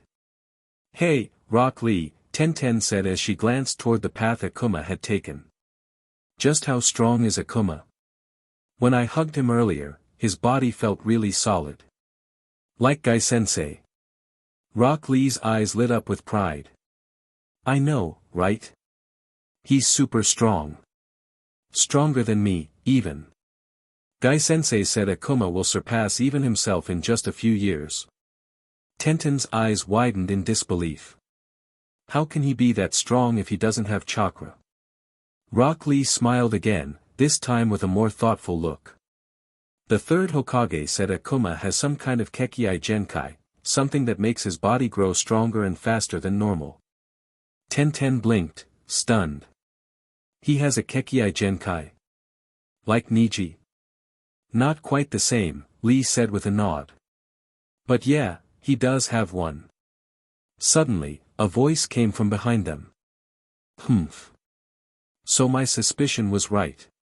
Ten and Rock Lee jumped at the sudden voice, quickly turning around, only to see Niji standing there calmly. Both let out a sigh of relief. Oh, Niji. Ten said. Did you already know about Akuma's Kekii Genkai? Niji shook his head. No. I only suspected. From the first time I met him, I noticed something unusual. His body is different. His muscles, his ligaments, even his bones, they're denser, stronger. And every time I see him, he's grown more powerful. Exponentially so. He looked toward the direction Akuma had gone. Right now, his body might already be as strong as Guy-sensei's. Ten and Rock Lee both shouted in disbelief. What? Chapter 69, Party. In the middle of the night, inside the residence of the third Hokage. That's everything that happened, Lord Third, Itachi said, kneeling before Hiruzen Sarutobi. His voice was calm but heavy with meaning. Hiruzen nodded slowly. Very well, Itachi. Go and visit your brother. Itachi bowed slightly before disappearing into the shadows. The moment he left, the calm mask Hiruzen wore cracked. His expression darkened, heavy with concern. Everything Itachi had reported about Akuma raised troubling questions. Hiruzen had always known the boy was unusually mature for his age, but now, there was doubt. Was someone controlling Akuma's mind? Possessing him? He shook his head. No. Impossible. He had examined the boy himself, thoroughly. He knew Akuma's background. More importantly, Akuma had no chakra. No ordinary technique, seal, or possession could affect him without chakra. Then how? Hiruzen's mind raced. How did Akuma know so many secret things? Information that only a few, including himself, were privy to. A chilling thought entered his mind. Can he read minds? The idea unsettled him. But it made sense. No one, would have told Akuma the things Itachi claimed the boy knew. Not Danzo. Certainly not the elders. And Akuma's abilities were growing: elemental manipulation, teleportation, energy projection, accelerated healing, all without chakra. It was too much. He's growing too fast. Too powerful. Too dangerous. Even if he was just a child. Hiruzen closed his eyes and let out a weary breath. I don't want to do this, but the safety of the village must come first. His decision made, he reached for the special summoning scroll beside him. Moments later, a shadow crept into the room. Danzo. Why did you call for me, Hiruzen? Danzo asked, his voice calm, almost indifferent. Don't act like you don't know what this is about, Hiruzen replied sternly. I want Akuma under constant surveillance, 24 hours a day. And if the opportunity arises, knock him out and bring him to the intelligence division. But be cautious. The boy is powerful, don't make the same mistake twice. Danzo's visible eye narrowed. The other two elders may not agree with your methods, Hokage-sama. Then tell me, Danzo. Hiruzen said, clenching his fist, what is it you want? Danzo stepped forward slightly, the shadows clinging to his cloak. You already know what I want. Hiruzen's eyes hardened. I will not allow you to experiment on the boy, not without irrefutable proof that he poses a threat to Konoha. Then at least allow me to collect his DNA. When the time is right. Hiruzen narrowed his eyes. You already have his DNA, don't you? Danzo shook his head. Not the kind I need. The room fell into silence for a long moment. Fine, Hiruzen said at last. You may collect it.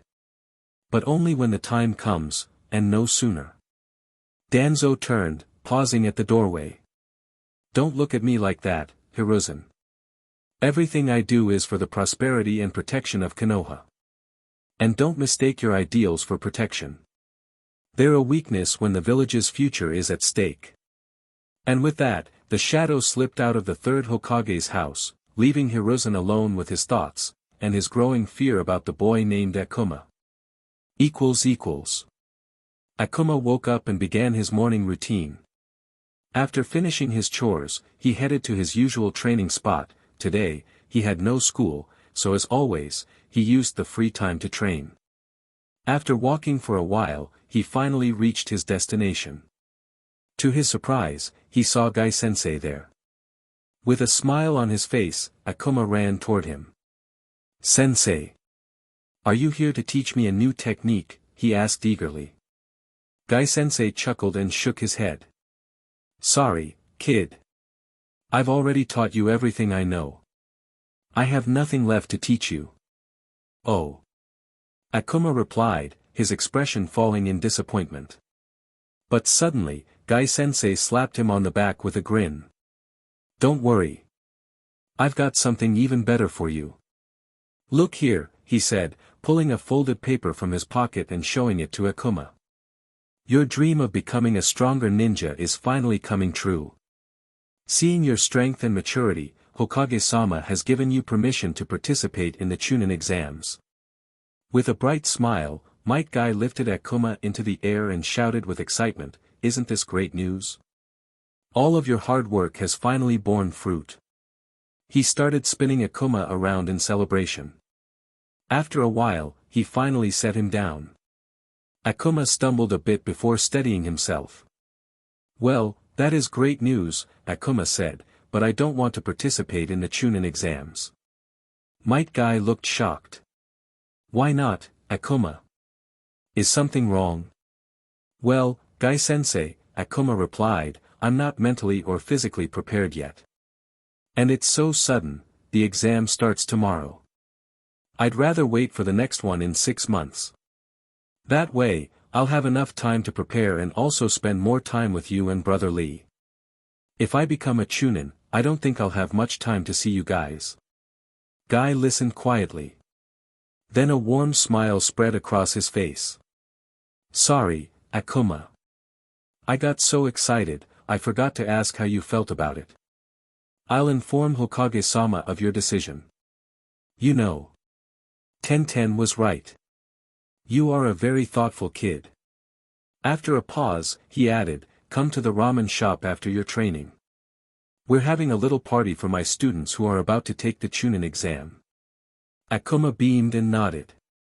"Okay, Guy-sensei. I'll be there. Also, can I watch Brother Lee's fight in the Chunin exams?" Might Guy shook his head. "No, Akuma. Only staff members and participants are allowed to attend the Chunin exams." Akuma looked up at him with pleading eyes. "I just want to cheer for Brother Lee when he fights. If I'm not there, he might feel bad. Please, sensei. Just his fight, it doesn't matter if I watch, does it?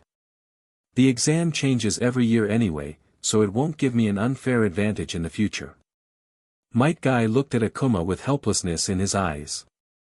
"You can watch your brothers fight in the final round, when it's held in front of the public, if he passes the earlier stages.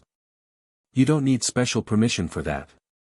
"I know that, Guy-sensei," Akuma replied softly, "but I want to see the earlier matches, the ones that aren't shown to the public. I know how difficult it is to even reach the finals. If he doesn't make it that far, at least I'll be there for him, to support him, to comfort him. That's why I want to watch. The chance of seeing him fight in the big stadium is really low." Hearing those heartfelt words, Might Guy suddenly had teary eyes, overwhelmed by the depth of Akuma's bond with Lee. Through his tears, he finally said in his usual enthusiastic voice, "I'll talk to Hokage-sama about this. Just wait, I'll bring you the news." Then, Might Guy gently tapped Akuma's shoulder, his eyes full of pride. "Be on time for the party, kid." And with that, he turned and left. Akuma's cheerful expression slowly faded. As the wind brushed against his face, he stood silently, deep in thought. Chapter 70, Ramen. "If I had just killed Itachi, I wouldn't have to deal with this troublesome situation," Akuma muttered to himself, brooding over the problem that was about to unfold. 3 days ago, he had sensed it, ANBU. More than 5 of them. Hidden, watching him from afar. Alone, he had been surrounded, yet not a single one escaped his notice. Thanks to the power of his world item, their presence was like a ripple in still water, impossible to miss. That alone confirmed one thing, the third Hokage had sent them. And the only reason Akuma could imagine, was Itachi. He must have reported everything about their fight.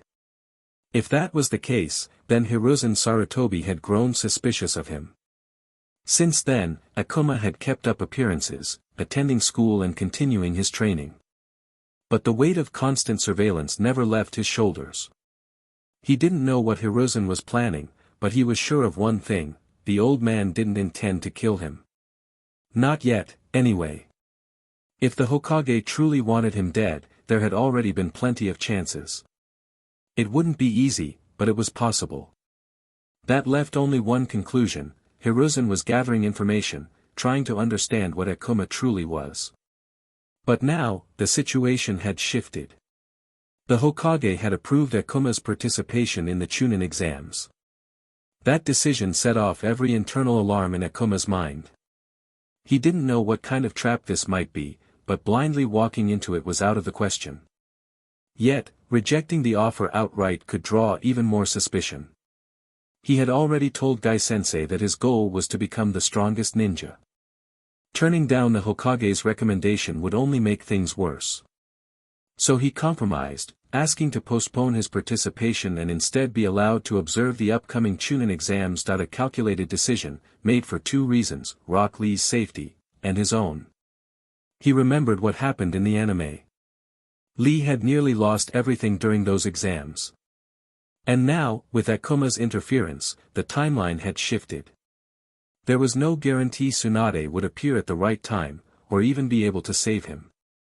That's why Akuma wanted to be there, not for entertainment, but as insurance. If anything went wrong, he'd step in. To protect Lee. Besides, as long as Gai-sensei was nearby, Akuma didn't have to worry. But if the third Hokage had denied the request, that would have meant something far worse. A trap. Then Akuma would have no choice but to activate Plan B. Kill the third Hokage, now rather than later. Risky. Dangerous. Complicated. But necessary. With that grim thought in his mind, Akuma waited in silence, for Gai-sensei's answer. After finishing his training, Akuma made his way into the village, heading straight to the familiar ramen shop. As he approached, he spotted Gai-sensei and the others already gathered around a table. Oh! Look, Akuma is here. Tenten waved him over, patting the seat next to her. Finally, you're here, little brother. Come quickly, we were just about to start. Rock Lee called out in his usual enthusiastic voice. Akuma walked over quietly and sat beside Tenten. It's been so long since I've seen you. How are you, Akuma? Asked Tucci, the kind-hearted ramen shop owner, from behind the counter. I'm doing well, Uncle Tucci, Akuma said with a faint smile. You've grown so much. I still remember when you came looking for a job. Those were the good old days. He grinned. Oh, Iam's missed you too. Iam. Come out here, little Akuma's back. Footsteps echoed from the back of the shop.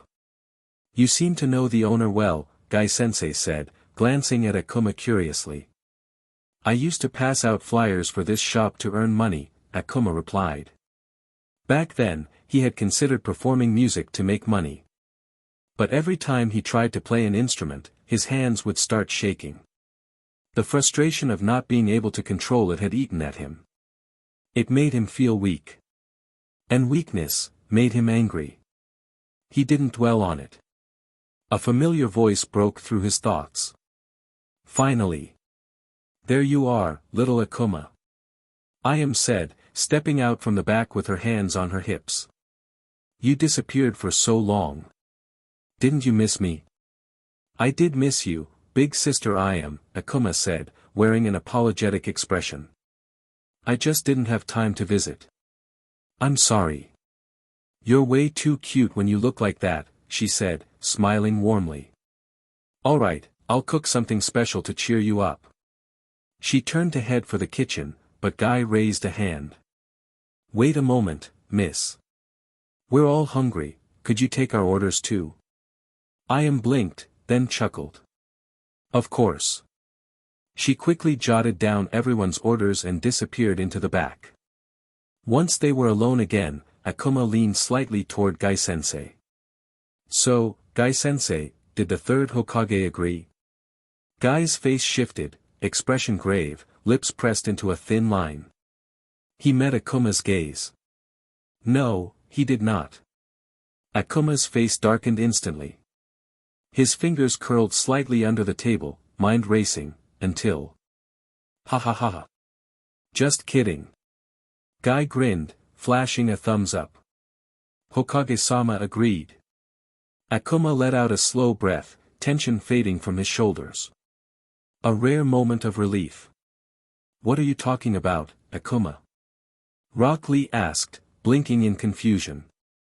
I asked the third Hokage to let me observe the Chunin exams instead of participating, Akuma said evenly. He agreed. Rock Lee's eyes widened, lighting up. He leapt to his feet, fist clenched. Then you'll get to see me defeat ninjas from other villages with taijutsu alone. Sit down, Niji muttered. You'll get us kicked out. Rock Lee instantly obeyed, sitting stiffly like a scolded student. Finally. Our food is here. Tenten exclaimed, eyes sparkling. Tucci and Ayam emerged, carrying bowls of freshly made ramen. They set them down with practiced ease. All right, kids. Ramen's ready. Gai-sensei clapped his hands. Let's enjoy it. The group dug in, the mood warm and full of laughter. For a little while, the steam rising from the bowls covered the tension in Akuma's heart, if only for a moment. Chapter 71, Miss Hannah. Morning at the orphanage. The sun had just begun to rise, casting faint golden rays through the cracked windows of the orphanage. Akuma slowly opened his eyes, his breathing calm and measured. Another day. He slipped out of bed without a sound, moving with the same quiet intensity that defined his every motion. His daily routine was precise: stretching, meditation, breathing control, and a short burst of intense physical training. It was all part of his discipline, honed over years of solitude and inner war. Once finished, he tied his worn gi, adjusted his topknot, and stepped out into the hallway. The moment he did, a cold hush swept through the orphanage corridors. Children playing froze. Conversations died mid-sentence. Every pair of eyes turned to him, wide, fearful, and filled with unspoken dread. When Akuma had first arrived at the orphanage, the other children had tried to mock him, picking on his fierce appearance and strange, quiet nature. But each attempt had ended the same way, a slap. Swift, precise, unforgettable. Some had taken more than one before learning the lesson. Eventually, they stopped. He was stronger than all of them combined, unnaturally so. But as the years passed, something else began to stir within him. A dark presence. An overwhelming aura. The Satsue no Heido. He hadn't meant to scare them. But as his power grew, his grip on that primal energy weakened. The aura leaked out, dark, violent, suffocating. Children collapsed from fear. Some wet themselves. Others screamed in their sleep after brief eye contact. It had taken years of focus and will to master the beast within. To suppress the aura. To walk among others without harming them. But the damage had been done. Even now, when he passed, the children shrank away, pressing against the walls as if a predator were stalking through their territory. None dared speak to him. None dared meet his eyes. And that was fine by him. As he walked through the corridor, the hallway seemed to split before him, a silent path forming as every child backed away, eyes wide and breaths held. He reached the caretaker's office door. Knock. Knock. Knock. 3 slow, deliberate knocks echoed through the wood. Come in. A gentle voice called from within. Akuma opened the door slowly and stepped inside. Seated behind the desk was his caretaker, a woman in her early 30s dressed in a simple nun's outfit. Good morning, Miss Hannah, Akuma greeted in his usual calm tone. Her lips pressed into a line, frustration flashing in her eyes. Akuma, how many times have I told you, she said, sighing. Call me mother, not Mississippi. You're so smart, why do I have to keep reminding you of something so simple? Akuma said nothing. His red eyes just stared into hers, quiet and unreadable. Silence settled over the room like a thick fog. Hannah broke it with a weary voice. You've been like this ever since you came here. Always so quiet. So distant. Why don't you talk to the other kids? Make friends. Be a normal child, just for once. You're intelligent and mature, but if you keep shutting everyone out, you'll always be alone. Akuma remained still. His expression didn't change. Please, she said softly. Try. Try to open up to the others. Even a little. He finally responded, his voice low and composed, yes, Miss Hannah. Her frustration deepened. Not Mississippi. Just call me mother, like the other children do. Can you do that, Akuma? Please. Her eyes pleaded with him, eyes filled with a pain that had lingered for years. Ever since Akuma first arrived, she had sensed the weight he carried. The quiet torment. The isolation. She remembered the bullying he endured in those early days. And when it stopped, when the bullies returned bruised and silent, she hadn't known what had truly happened until much later. She had blamed herself for not seeing it sooner. For not protecting him. Since then, she'd made it her mission to reach him, to help him be free from whatever pain he held. But no matter how hard she tried, he always kept his distance, especially when he called her Mississippi. It reminded her that she had failed to become a true mother to him in his eyes. Akuma's gaze didn't waver as he spoke again. I'm sorry, Miss Hannah. But, my mother on this earth is dead. I can't call another by that name. I don't mean to be rude. It's just something I cannot do. Hannah's heart clenched at his words, the sorrow in his voice far too deep for a child his age. But she managed a soft nod.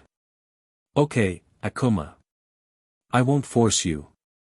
But, just try to play with the other kids sometimes, okay? He nodded silently. Oh. Hannah suddenly remembered. Why did you come here this morning? I came to let you know I may be staying with Guy-sensei for a week, he said, reaching into his pocket and handing her a folded note. She opened it, scanned the contents, and sighed. All right. You can go. Just don't get into trouble this time, okay? I don't want to see you in the hospital again like last time. Akuma gave another small nod. Without another word, he turned and walked out of the office, the silence following him like a shadow. Akuma headed toward the ninja academy, hands in his pockets, his expression unreadable. His thoughts drifted to the decision made by the third Hokage. The old man had agreed to let him skip the Chunin exams. That meant one thing, the Hokage wouldn't act any time soon. Good. That gave Akuma more time.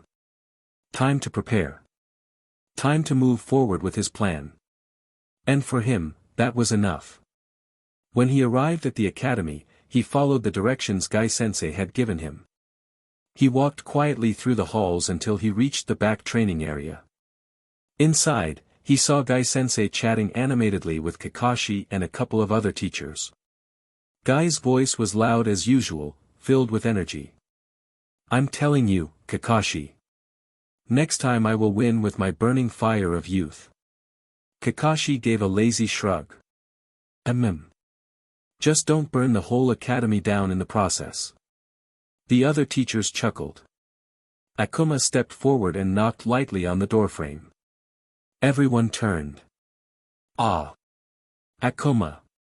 Guy beamed, giving him a thumbs up. You're early. That's the spirit. Akuma walked in and gave a small nod. He ignored the glances from the other teachers. I'm here, he said flatly. Guy gave a wide grin. Good. Let's begin. Chapter 72, Forest of Death. Where are we going? Akuma asked Might Guy, who was stretching his legs, full of energy as always. Oh. I'm headed to the Forest of Death, Guy said, giving his usual thumbs up. As for you, you'll be going with Kakashi. He'll tell you what to do. With that, Guy marched out of the room with the other teachers.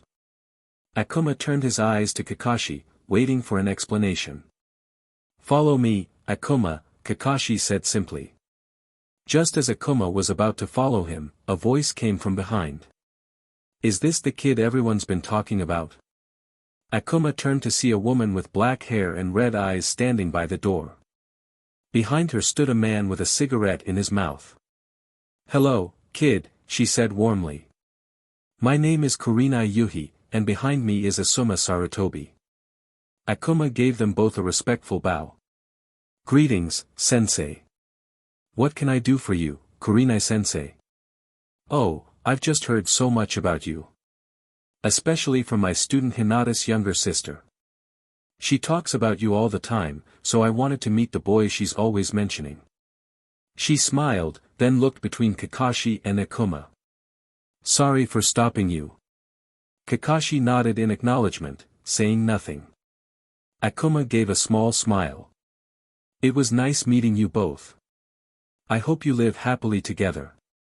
Asuma's cigarette fell from his mouth, and he immediately began coughing violently. Kurenai's face turned bright red. Kid, we're not a couple. We're not even dat. I mean, we're not." Kurenai stammered. "Oh.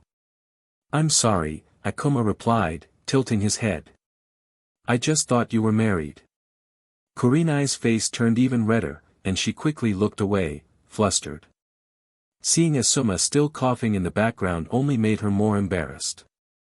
She covered her face with both hands and ran out of the hallway. Kakashi glanced at the fleeing figure, then back at Akuma, but said nothing. After a moment, Asuma finally recovered and looked at the boy. "Kid, you shouldn't say stuff like that to people unless you know for sure. But I'll forgive you." He pulled out a stack of cash from his pocket and handed it to Akuma. "Here. A greeting gift. Buy something for yourself, alright?" With that, Asuma walked away. Akuma pocketed the money and smiled. Kakashi glanced at him. "How did you know they were dating?" Kakashi asked. Akuma simply smiled. "Wasn't it obvious from the way they looked at each other, Kakashi-sensei?" Kakashi gave a small chuckle and nodded as they exited the academy building together. After a few minutes of walking, they stopped at a supply closet near a side hallway. "Inside there's a broom," Kakashi said. "Your job is to clean the academy." Akuma frowned. "Wait, shouldn't I be helping with the Chunin exams? Why are you making me a janitor?" "If you want to be present during the exams, you have to be either a participant or an employee," Kakashi replied casually. "You chose not to participate.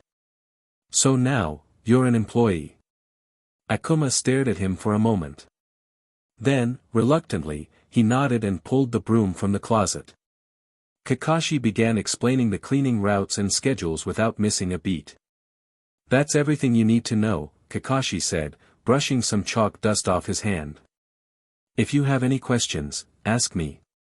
"I have nothing," Akuma replied flatly. "Alright then. I'm heading out." With a wave, Kakashi disappeared down the hall, leaving Akuma alone. Broom in hand, Akuma began sweeping the classrooms, moving door to door. It was dull work, but he did it without complaint. After some time, however, he heard a commotion echoing from the hallway. Curious, he followed the sound. Turning the corner, he saw a crowd of students gathered in the hall, voices raised in excitement and tension. Pushing past a few, he saw it was just a bunch of genin arguing and throwing a few sloppy punches. "Humph," Akuma muttered. "Nothing interesting." He turned and began to walk away. "Hey! Stop right there." A voice called out behind him. Akuma glanced over his shoulder and saw a boy with white hair and glasses walking toward him, holding a handful of cards. "Is this your first time participating in the Chunin exams?" the boy asked with a friendly smile. "If so, I can be a big help. Look here." He fanned out a deck of cards in his hands. "These are Nin-info cards. They contain data on every genin participating in the exams. I've collected tons of useful information. I can sell you a few, for a small price, of course." Akuma didn't even bother responding. He simply turned and kept walking. Unbothered, the boy caught up and matched his pace. Sorry for the late introduction. My name's Kabuto. I understand if you don't trust me, but I can prove my cards are real. This is my 7th time taking the exams. So trust me, I know what I'm talking about. Just as Kabuto was about to say more, Akuma stopped walking. Then, slowly, he turned his head and looked at him. Can't you see I'm holding a broom? Akuma asked, his voice calm but sharp. I don't have a headband. I'm walking away from you. Kabuto blinked, unsure what to say. You don't seem like an idiot. So that leaves one option, you already know who I am. Akuma stepped closer, the air around him chilling ever so slightly. If you make money by selling information on exam participants, that means you're here to gather intel. On me. His eyes narrowed, and a faint flicker of dark energy shimmered around his eye like a mirage. So stop pretending. Don't act like you don't know me. And get the hell out of here, before I make you.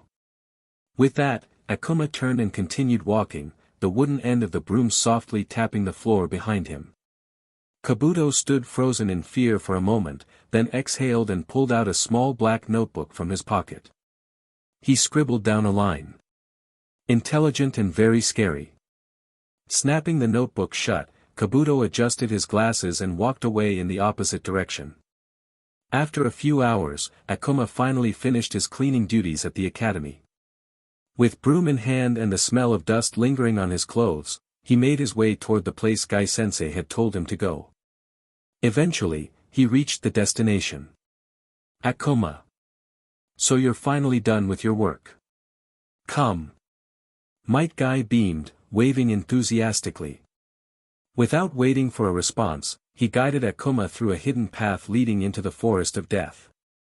They walked in silence, surrounded by dense trees and the distant echoes of wild creatures. After what felt like a long trek, they arrived at a large tower standing tall in the middle of the forest. This, Guy said, dramatically pointing toward the structure, is where we'll be staying for the next few days until the Chunin exams are over. Akuma took in the sight, nodding quietly. Might Guy then showed him to his room, handing him a few basic items, bed sheets, towels, and a small packet of food supplies. After getting settled, they both walked into a large observation room. Inside, several teachers were seated, eyes fixed on a wall of monitor screens showing live footage of the forest. Each screen displayed a different team of genin navigating the exam terrain. Here's where we monitor the participants, Guy said. He pointed toward a corner screen, where Rock Lee and his teammates were moving cautiously through thick underbrush. Look. That's Lee and the others. Come, let's sit and watch. Akuma took a seat beside him, arms folded as he watched silently. Gai-sensei, he asked after a moment, since I'm staying here now, does that mean I don't have to do my cleaning job anymore? Guy chuckled, placing a hand on Akuma's shoulder. Of course not. You'll just be cleaning this tower from now on. Akuma's eye twitched. Right. Chapter 73, Weapon. 3 ninja from the hidden sound village lunged toward Sakura at once. Her hastily set up trap, a giant tree trunk, had failed. Paralyzed with fear, she stood frozen as the attackers closed in, her eyes wide and shimmering with tears. Frankly speaking, you have no talent, the ninja in the middle sneered, his voice laced with contempt. People like you have to work harder. Weaklings like you shouldn't mess with guys like us. As all 3 of them prepared to strike. Leaf-spinning wind. A blur of green shot into the fray, and in a split second, all 3 sound ninja were sent flying, tumbling hard across the forest floor. The attacker landed smoothly on one foot, striking a battle stance. If weak people should work harder, he said, fists clenched, then you guys should definitely start working harder. It was Rock Lee. He glanced back at Sakura briefly, his face stern and determined. Now's my chance to prove myself. Sakura will see how strong I am and, maybe she'll even like me, he thought, hope burning behind his focused eyes. Who are you? One of the sound ninja snarled, recovering from the blow. The green beast of the hidden leaf, Rock Lee. Sakura blinked, surprised. Why are you here? I told you, he said calmly. I will always appear when you're in trouble. He gently placed a tiny squirrel down from his shoulder before turning back toward the enemy. Thank you, for saving me, Sakura said, still shaken. I meant what I said before, Rock Lee answered with conviction. I will protect you, even if it costs me my life. Back in the tower, Akuma watched everything unfold on one of the observation monitors. Hearing Rock Lee's clearly rehearsed declaration, he cringed slightly and muttered under his breath, second-hand embarrassment. But beside him, Might Guy's face shone like the sun, beaming with pride. He gave an enthusiastic thumbs up toward the TV. That's it, Rock Lee. Show them how awesome you are. Akuma glanced at him, genuinely wondering for the 100th time, are they actually related? Even though he knew they weren't, it was nearly impossible to believe. The matching bowl cuts, the identical jumpsuits, the burning passion and overly dramatic energy, it was uncanny. Shaking his head, Akuma turned his attention back to the screen. Rock Lee was starting to struggle, fighting 3 enemies at once was clearly pushing his limits. And then Akuma saw it, Lee slowly unwrapping the bandages on his arms. He's going to use it. Guy-sensei, Lee thought, I'm using this technique without your permission, but I need to protect someone important. Back in the tower, Might Guy was practically vibrating with intensity. His hands were clenched on the TV screen like he might dive through it. Lee. Show them the strength of the green beast of the hidden leaf. The scene was so over the top that Akuma couldn't help but chuckle quietly. Guy-sensei was practically tearing up, completely absorbed. But soon, Akuma's smile faded. He glanced down at his own clothes, covered in dust and grime from cleaning earlier. With a sigh, he made up his mind. Lee's got help coming, and Guy-sensei is here watching over him. He'll be fine. Leaving Guy alone with the TV, Akuma quietly slipped out to wash up and change. After cleaning himself and changing into fresh clothes, Akuma stepped into the hallway of the tower. His posture was relaxed, but every muscle in his body was coiled, ready to strike. His senses were razor-sharp. The absolute dimension ring was at its maximum range, 25 feet in all directions, feeding him sensory data in real time. Every flicker of motion, sound, every breath within that radius was felt. Still, Akuma stayed alert. Today's encounter with Kabuto had unsettled him more than he let on. Kabuto had approached him immediately, almost deliberately. That alone was alarming. Akuma knew Kabuto wasn't the kind of man to do anything without a carefully calculated reason. If Kabuto had taken the initiative to talk to him, that meant one thing. He knew who Akuma was. Which could only mean something worse, Orochimaru knew too. That realization had twisted something deep in Akuma's gut. The implications weren't lost on him. Orochimaru wasn't interested in just anyone. If someone like him was aware of Akuma's presence in the village, there was a high chance Danzo had whispered something he shouldn't have. Danzo, that shadowy rat. So it's begun, Akuma thought grimly, walking quietly through the stone hallway, the soles of his feet making no sound. The silence felt thick, like a warning before a storm. Every step was deliberate. Every breath, slow and controlled. Even after piecing together this much, there was still one part of the puzzle he couldn't figure out, what the third Hokage would do next. That man was hard to read. Too experienced. Too careful. Despite all his analysis, Akuma had no idea whether the Hokage was planning something, or watching quietly from the shadows, waiting for the right moment. That was the worst part, not knowing. His grip unconsciously tightened at his side. If Orochimaru truly had his eyes on him, things would escalate soon. The Chunin exams were just the stage. The real threat hadn't even entered yet. At the Hokage's office. The air was thick with tension and the lingering scent of tobacco smoke as Hiruzen Sarutobi, the third Hokage, sat behind his desk, puffing slowly on his pipe. His eyes, weathered by decades of war, loss, and responsibility, were fixed on the man standing before him, Danzo Shimura, the cold, calculating shadow of the village. "Danzo," Hiruzen said calmly, "have you figured out how that boy, Akuma, knew so many secrets?" Danzo's single visible eye narrowed. "Not yet. But based on the data I've gathered, it's clear the boy is hiding far more than he lets on."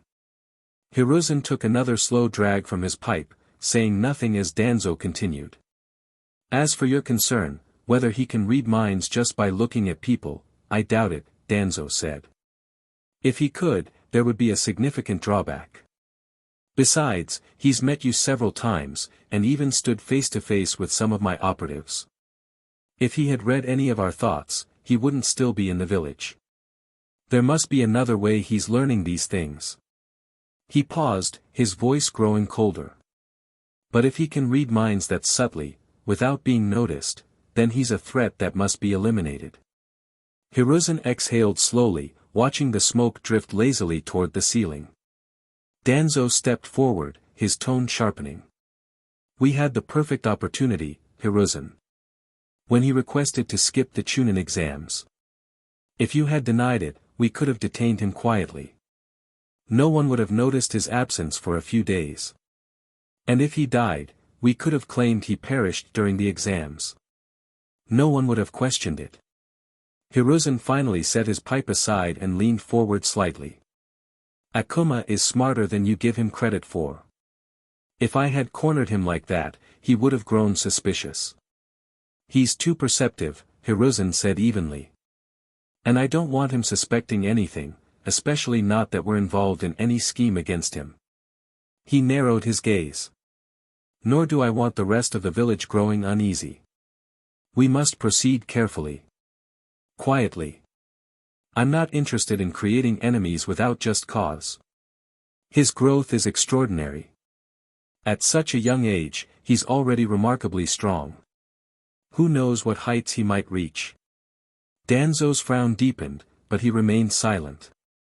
"If he's not a threat," Hiruzen continued, "then he could become one of our greatest assets, perhaps even someone akin to the first Hokage. But until we understand his full capabilities, I will not make a reckless move. This arrangement gives us time," Hiruzen added, his tone firm. "He'll participate in the next Chunin exams. If we must act, we'll do it then. Until that time, observe him. Discreetly. No confrontation. No pressure. Just information." He leaned back slightly, eyes narrowing. "I don't want any surprises." Danzo gave a slow, reluctant nod. "Understood. If he's not a threat, then perhaps you should consider having him join the ANBU." Before Hiruzen could respond, Danzo continued. "Hiruzen, we both know, a powerful weapon that isn't under control only brings destruction." Hiruzen's eyes narrowed. "I'll think about it."